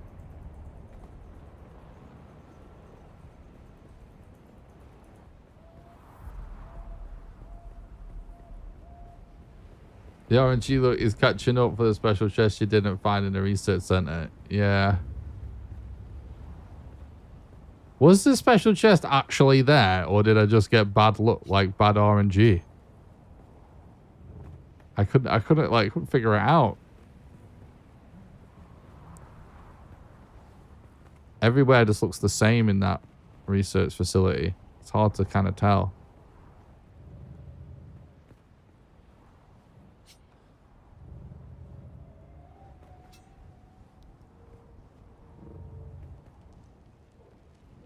This is sketch as fuck. Uh-oh.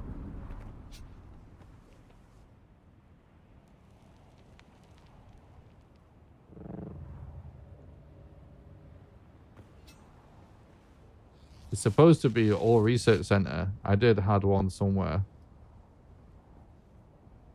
I'm not clear what you're saying there. Are you saying that like there had to be one somewhere?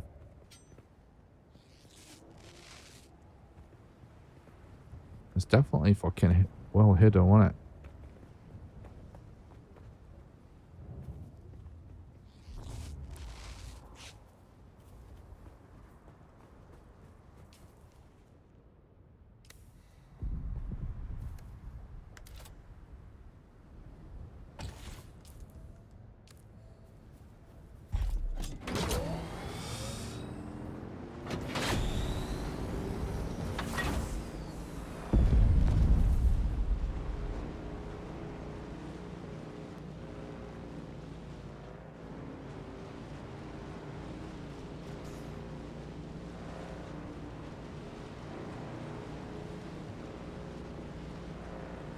Oh, I see it.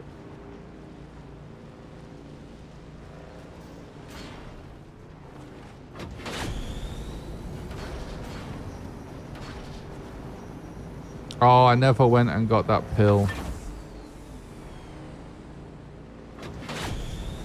I'm gonna have to not take it today. Not supposed to take it before I go to sleep. I'm gonna have to take it. I can't, yeah.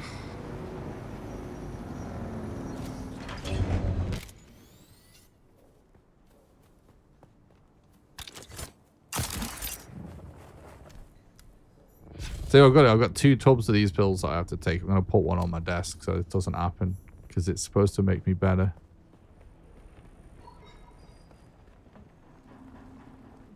I can't not take it and expect to get better.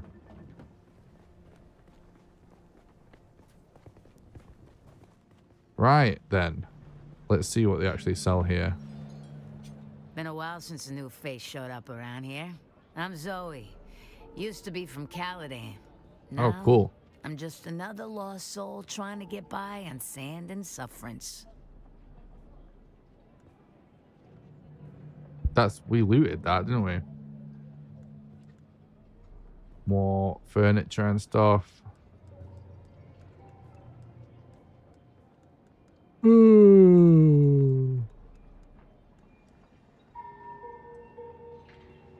Okay.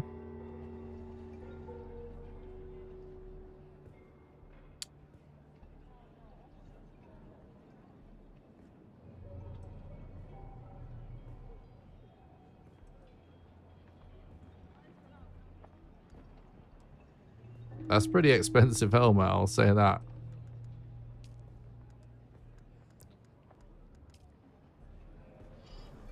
Any other douchebags worth chatting to?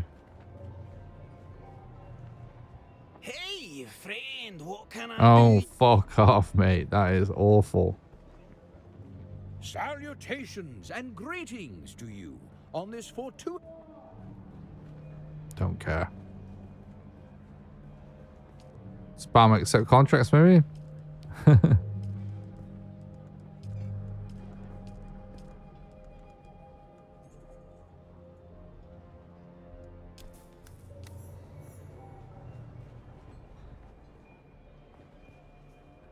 Can I fly you somewhere today? Music to my... The basin is a pretty big... I never miss the chance. Yeah, 700 Sorrel is nothing. It's totally worth it.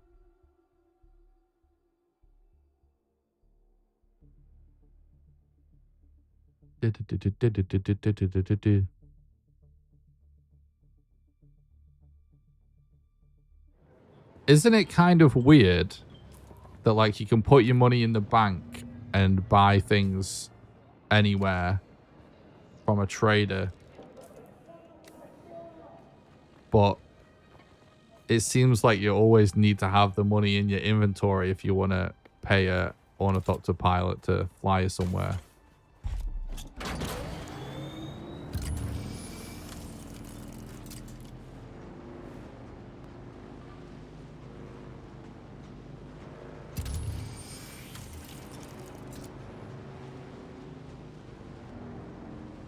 Well, these guys have added to their base a lot since the last time I was around here. This guy's base has always been a disaster, and I'm not sure. It's just a slightly bigger disaster now.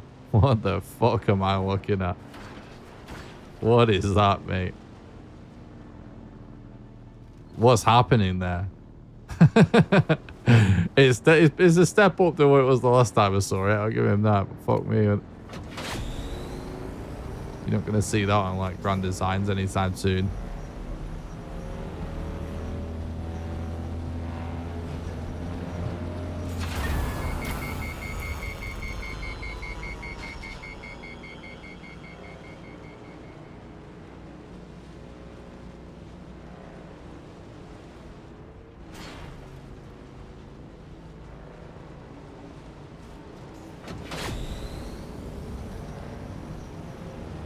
I should probably wrap up the stream pretty soon just because I need to go and take these tablets and probably have a little bit of food before I wind down for the evening.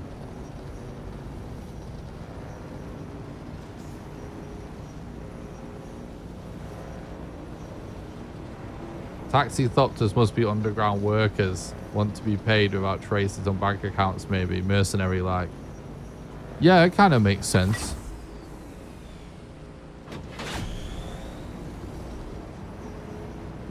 It does kind of make sense. Lore-wise. Gameplay-wise, bit confusing. I suppose from a game design standpoint, it's sort of... It means like it's not never like a get out of jail free card, basically. You know what I mean? You kind of stockpile your money in the bank, and then whenever you're lost, just find your way there. You always at least have to have it on you, I guess. Definitely, it does add a bit of a twist to it that's interesting. It's just when you first start using the bank, it's all kind of confusing. Oh.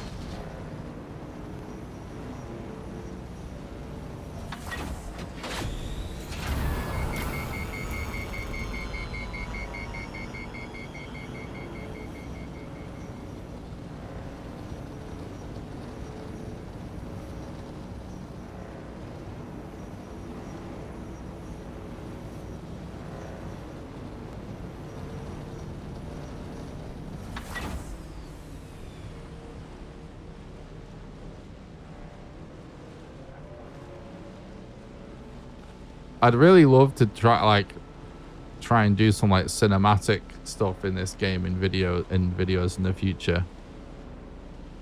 I was trying to do it a little bit in the beginning of my first Dune video, but you know, at the end of the day, it's like a melee guide, so it wasn't worth the time it would take to take it any further. But I do think the game looks so good and it's so immersive, and the fact you can turn the HUD off and stuff. Definitely potential for some really cool cinematic moments.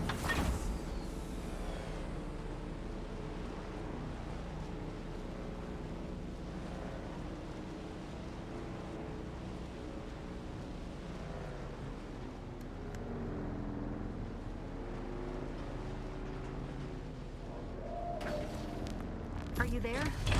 I've been trying to reach you for a while. I haven't managed to find an Ixian decoder for the Mnemic film anywhere. And that is unusual, given the resources I have access to. It's as if they've been deliberately removed from the face of Arrakis. I'll keep looking, but I wanted to let you know. Keep your eyes open. Maybe one of the towns has a black market trader who kept one in stock. I'll be in contact. Oh, well, the time is great on that one. Could have fucking looked for that. We'd just been there. Alright, let's sort this loot out. Oh, it's at Harkle Village she wants me to go to.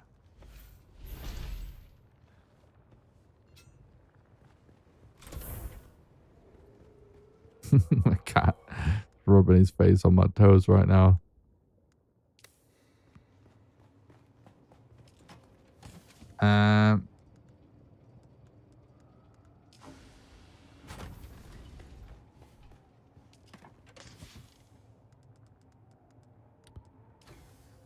Nice. Well, this is a very, very productive session. We got lots done. Oh, that's actually not bad.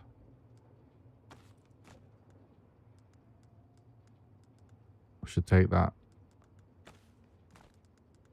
Yeah, we should repair those thingies.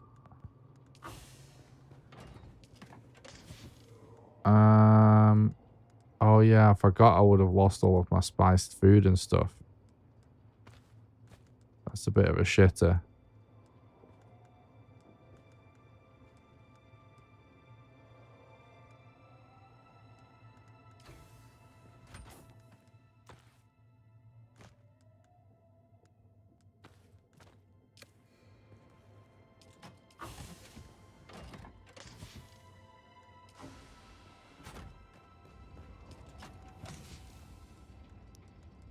Guys, you've never seen me play a survival game where I actually organize stuff. Can you believe it?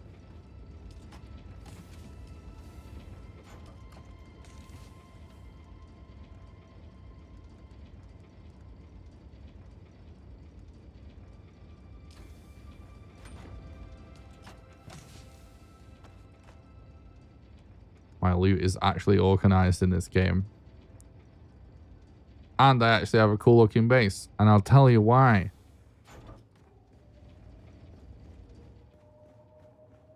I actually do like base building and being organized, but most games it feels like such a fucking chore that I only do it like off stream and if I'm really, really in the mood for it. But base building in this game is so cheap. Like, and like the way it's done, it's so easy to whip up a massive base that looks good. That it's like, why not? Why wouldn't I do it? You know what I mean?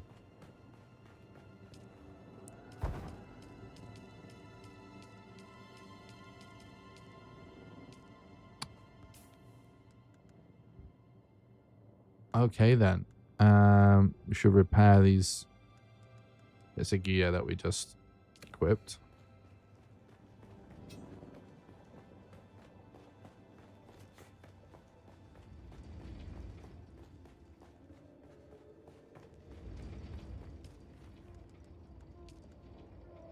Oh. Well. That's fine.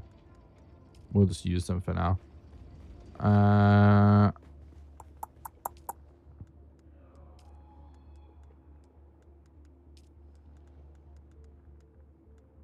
Oh, there's the still tent recipe.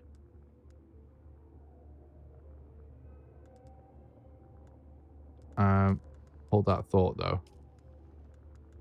Oh, we want some probes, don't we?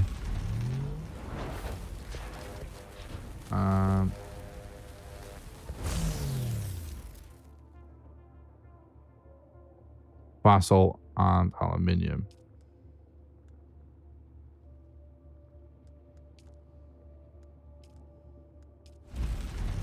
Nice.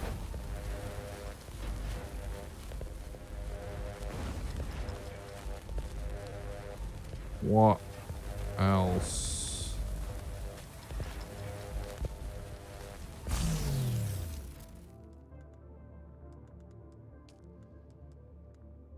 Was there some? I feel like there was something else I was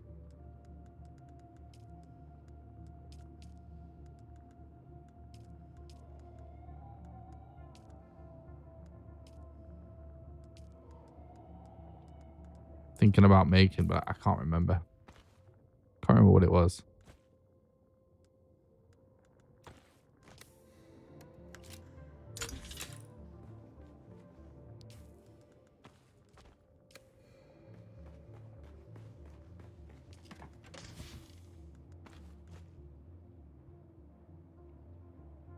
Oh yeah, I did want to get the good blood bags as well, didn't I? Yeah, personal light would be good, yeah. Don't know if that's what I was thinking, but that is definitely something I did want to make, wasn't it? Can't remember where you make those though.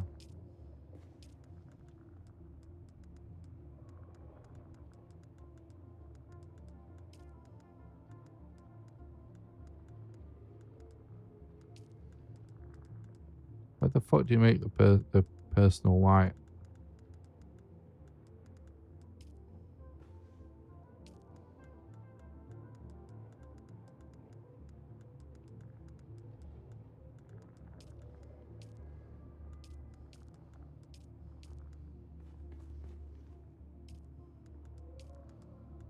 Can't remember. Survival crafting station. I feel like I've looked for it about 5 times.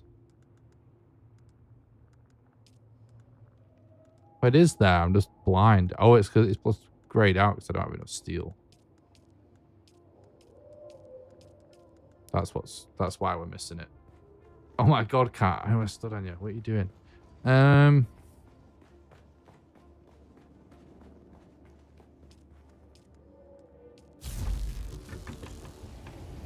Need to do a carbon run again.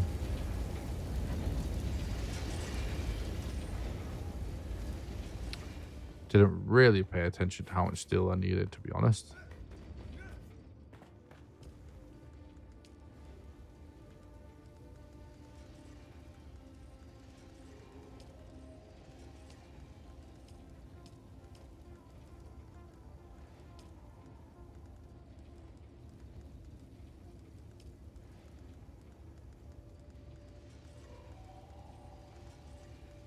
Missing it again. I can't see it. It's invisible, I'm telling you. Why am I so lost?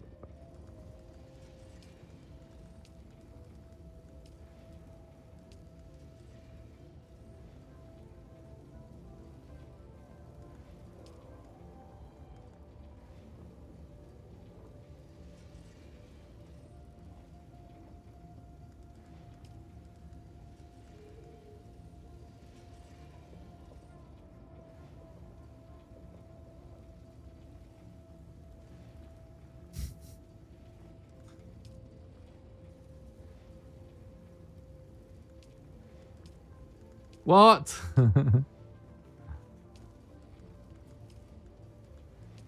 Where the fuck is it? Oh my god. The game really needs like search menus or something, doesn't it?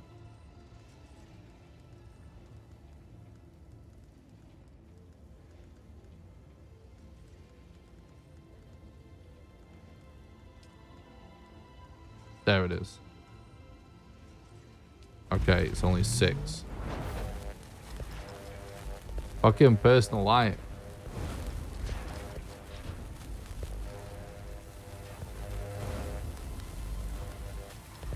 Definitely gonna have some thumper action eventually.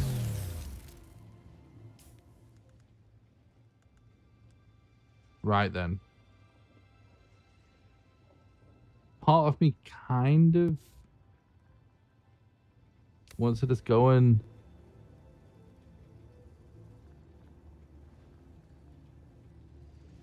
go to Arco Village and do this mission now, but it is getting late.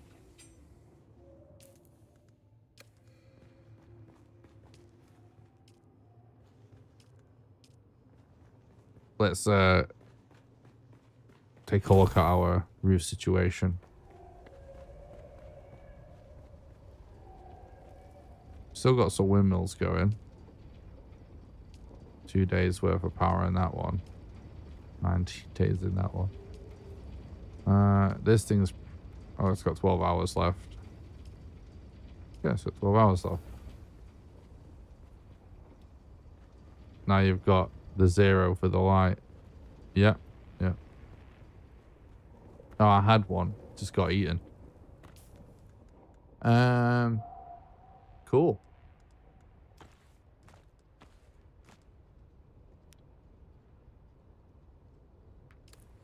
Yeah, I'll go buy the schematic again for the big blood bag.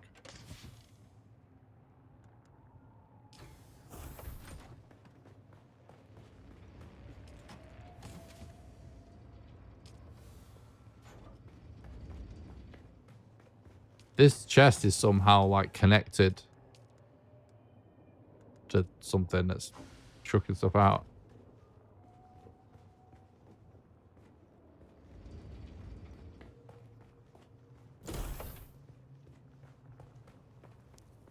Having some bills and some food. Yeah. It is. It is. I really want to keep playing, but I shouldn't. Right, I'm going to call it. Thanks a lot for watching today, guys. Remember, there's links in the description and stuff for how you can support the content on Patreon by doing donations and all of that. Make sure you go to the YouTube stream, smash like, smash sub. And I know lots of you guys are Dune experts already, but you can at least help me out by heading over to my new Dune video. It's like a melee combat guide for beginners. Just smash like, leave a comment or something. It all helps with the algorithm. It's a pinned comment at the top of chat. Thanks a lot for watching. Don't forget to join the Discord as well to make sure you don't miss any live streams or videos. Exclamation Discord for that. Link in the description. I'm going to go.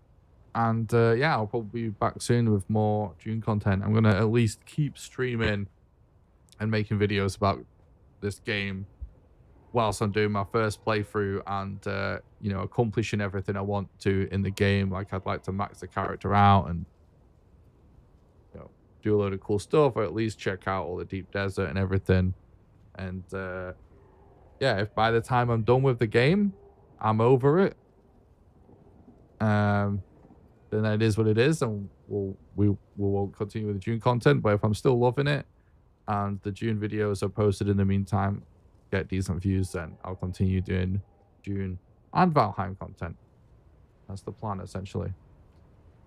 So thanks for watching, and I'll see you guys soon for some more Dune Awakening / Valheim. All right, guys, have a good one. Bye.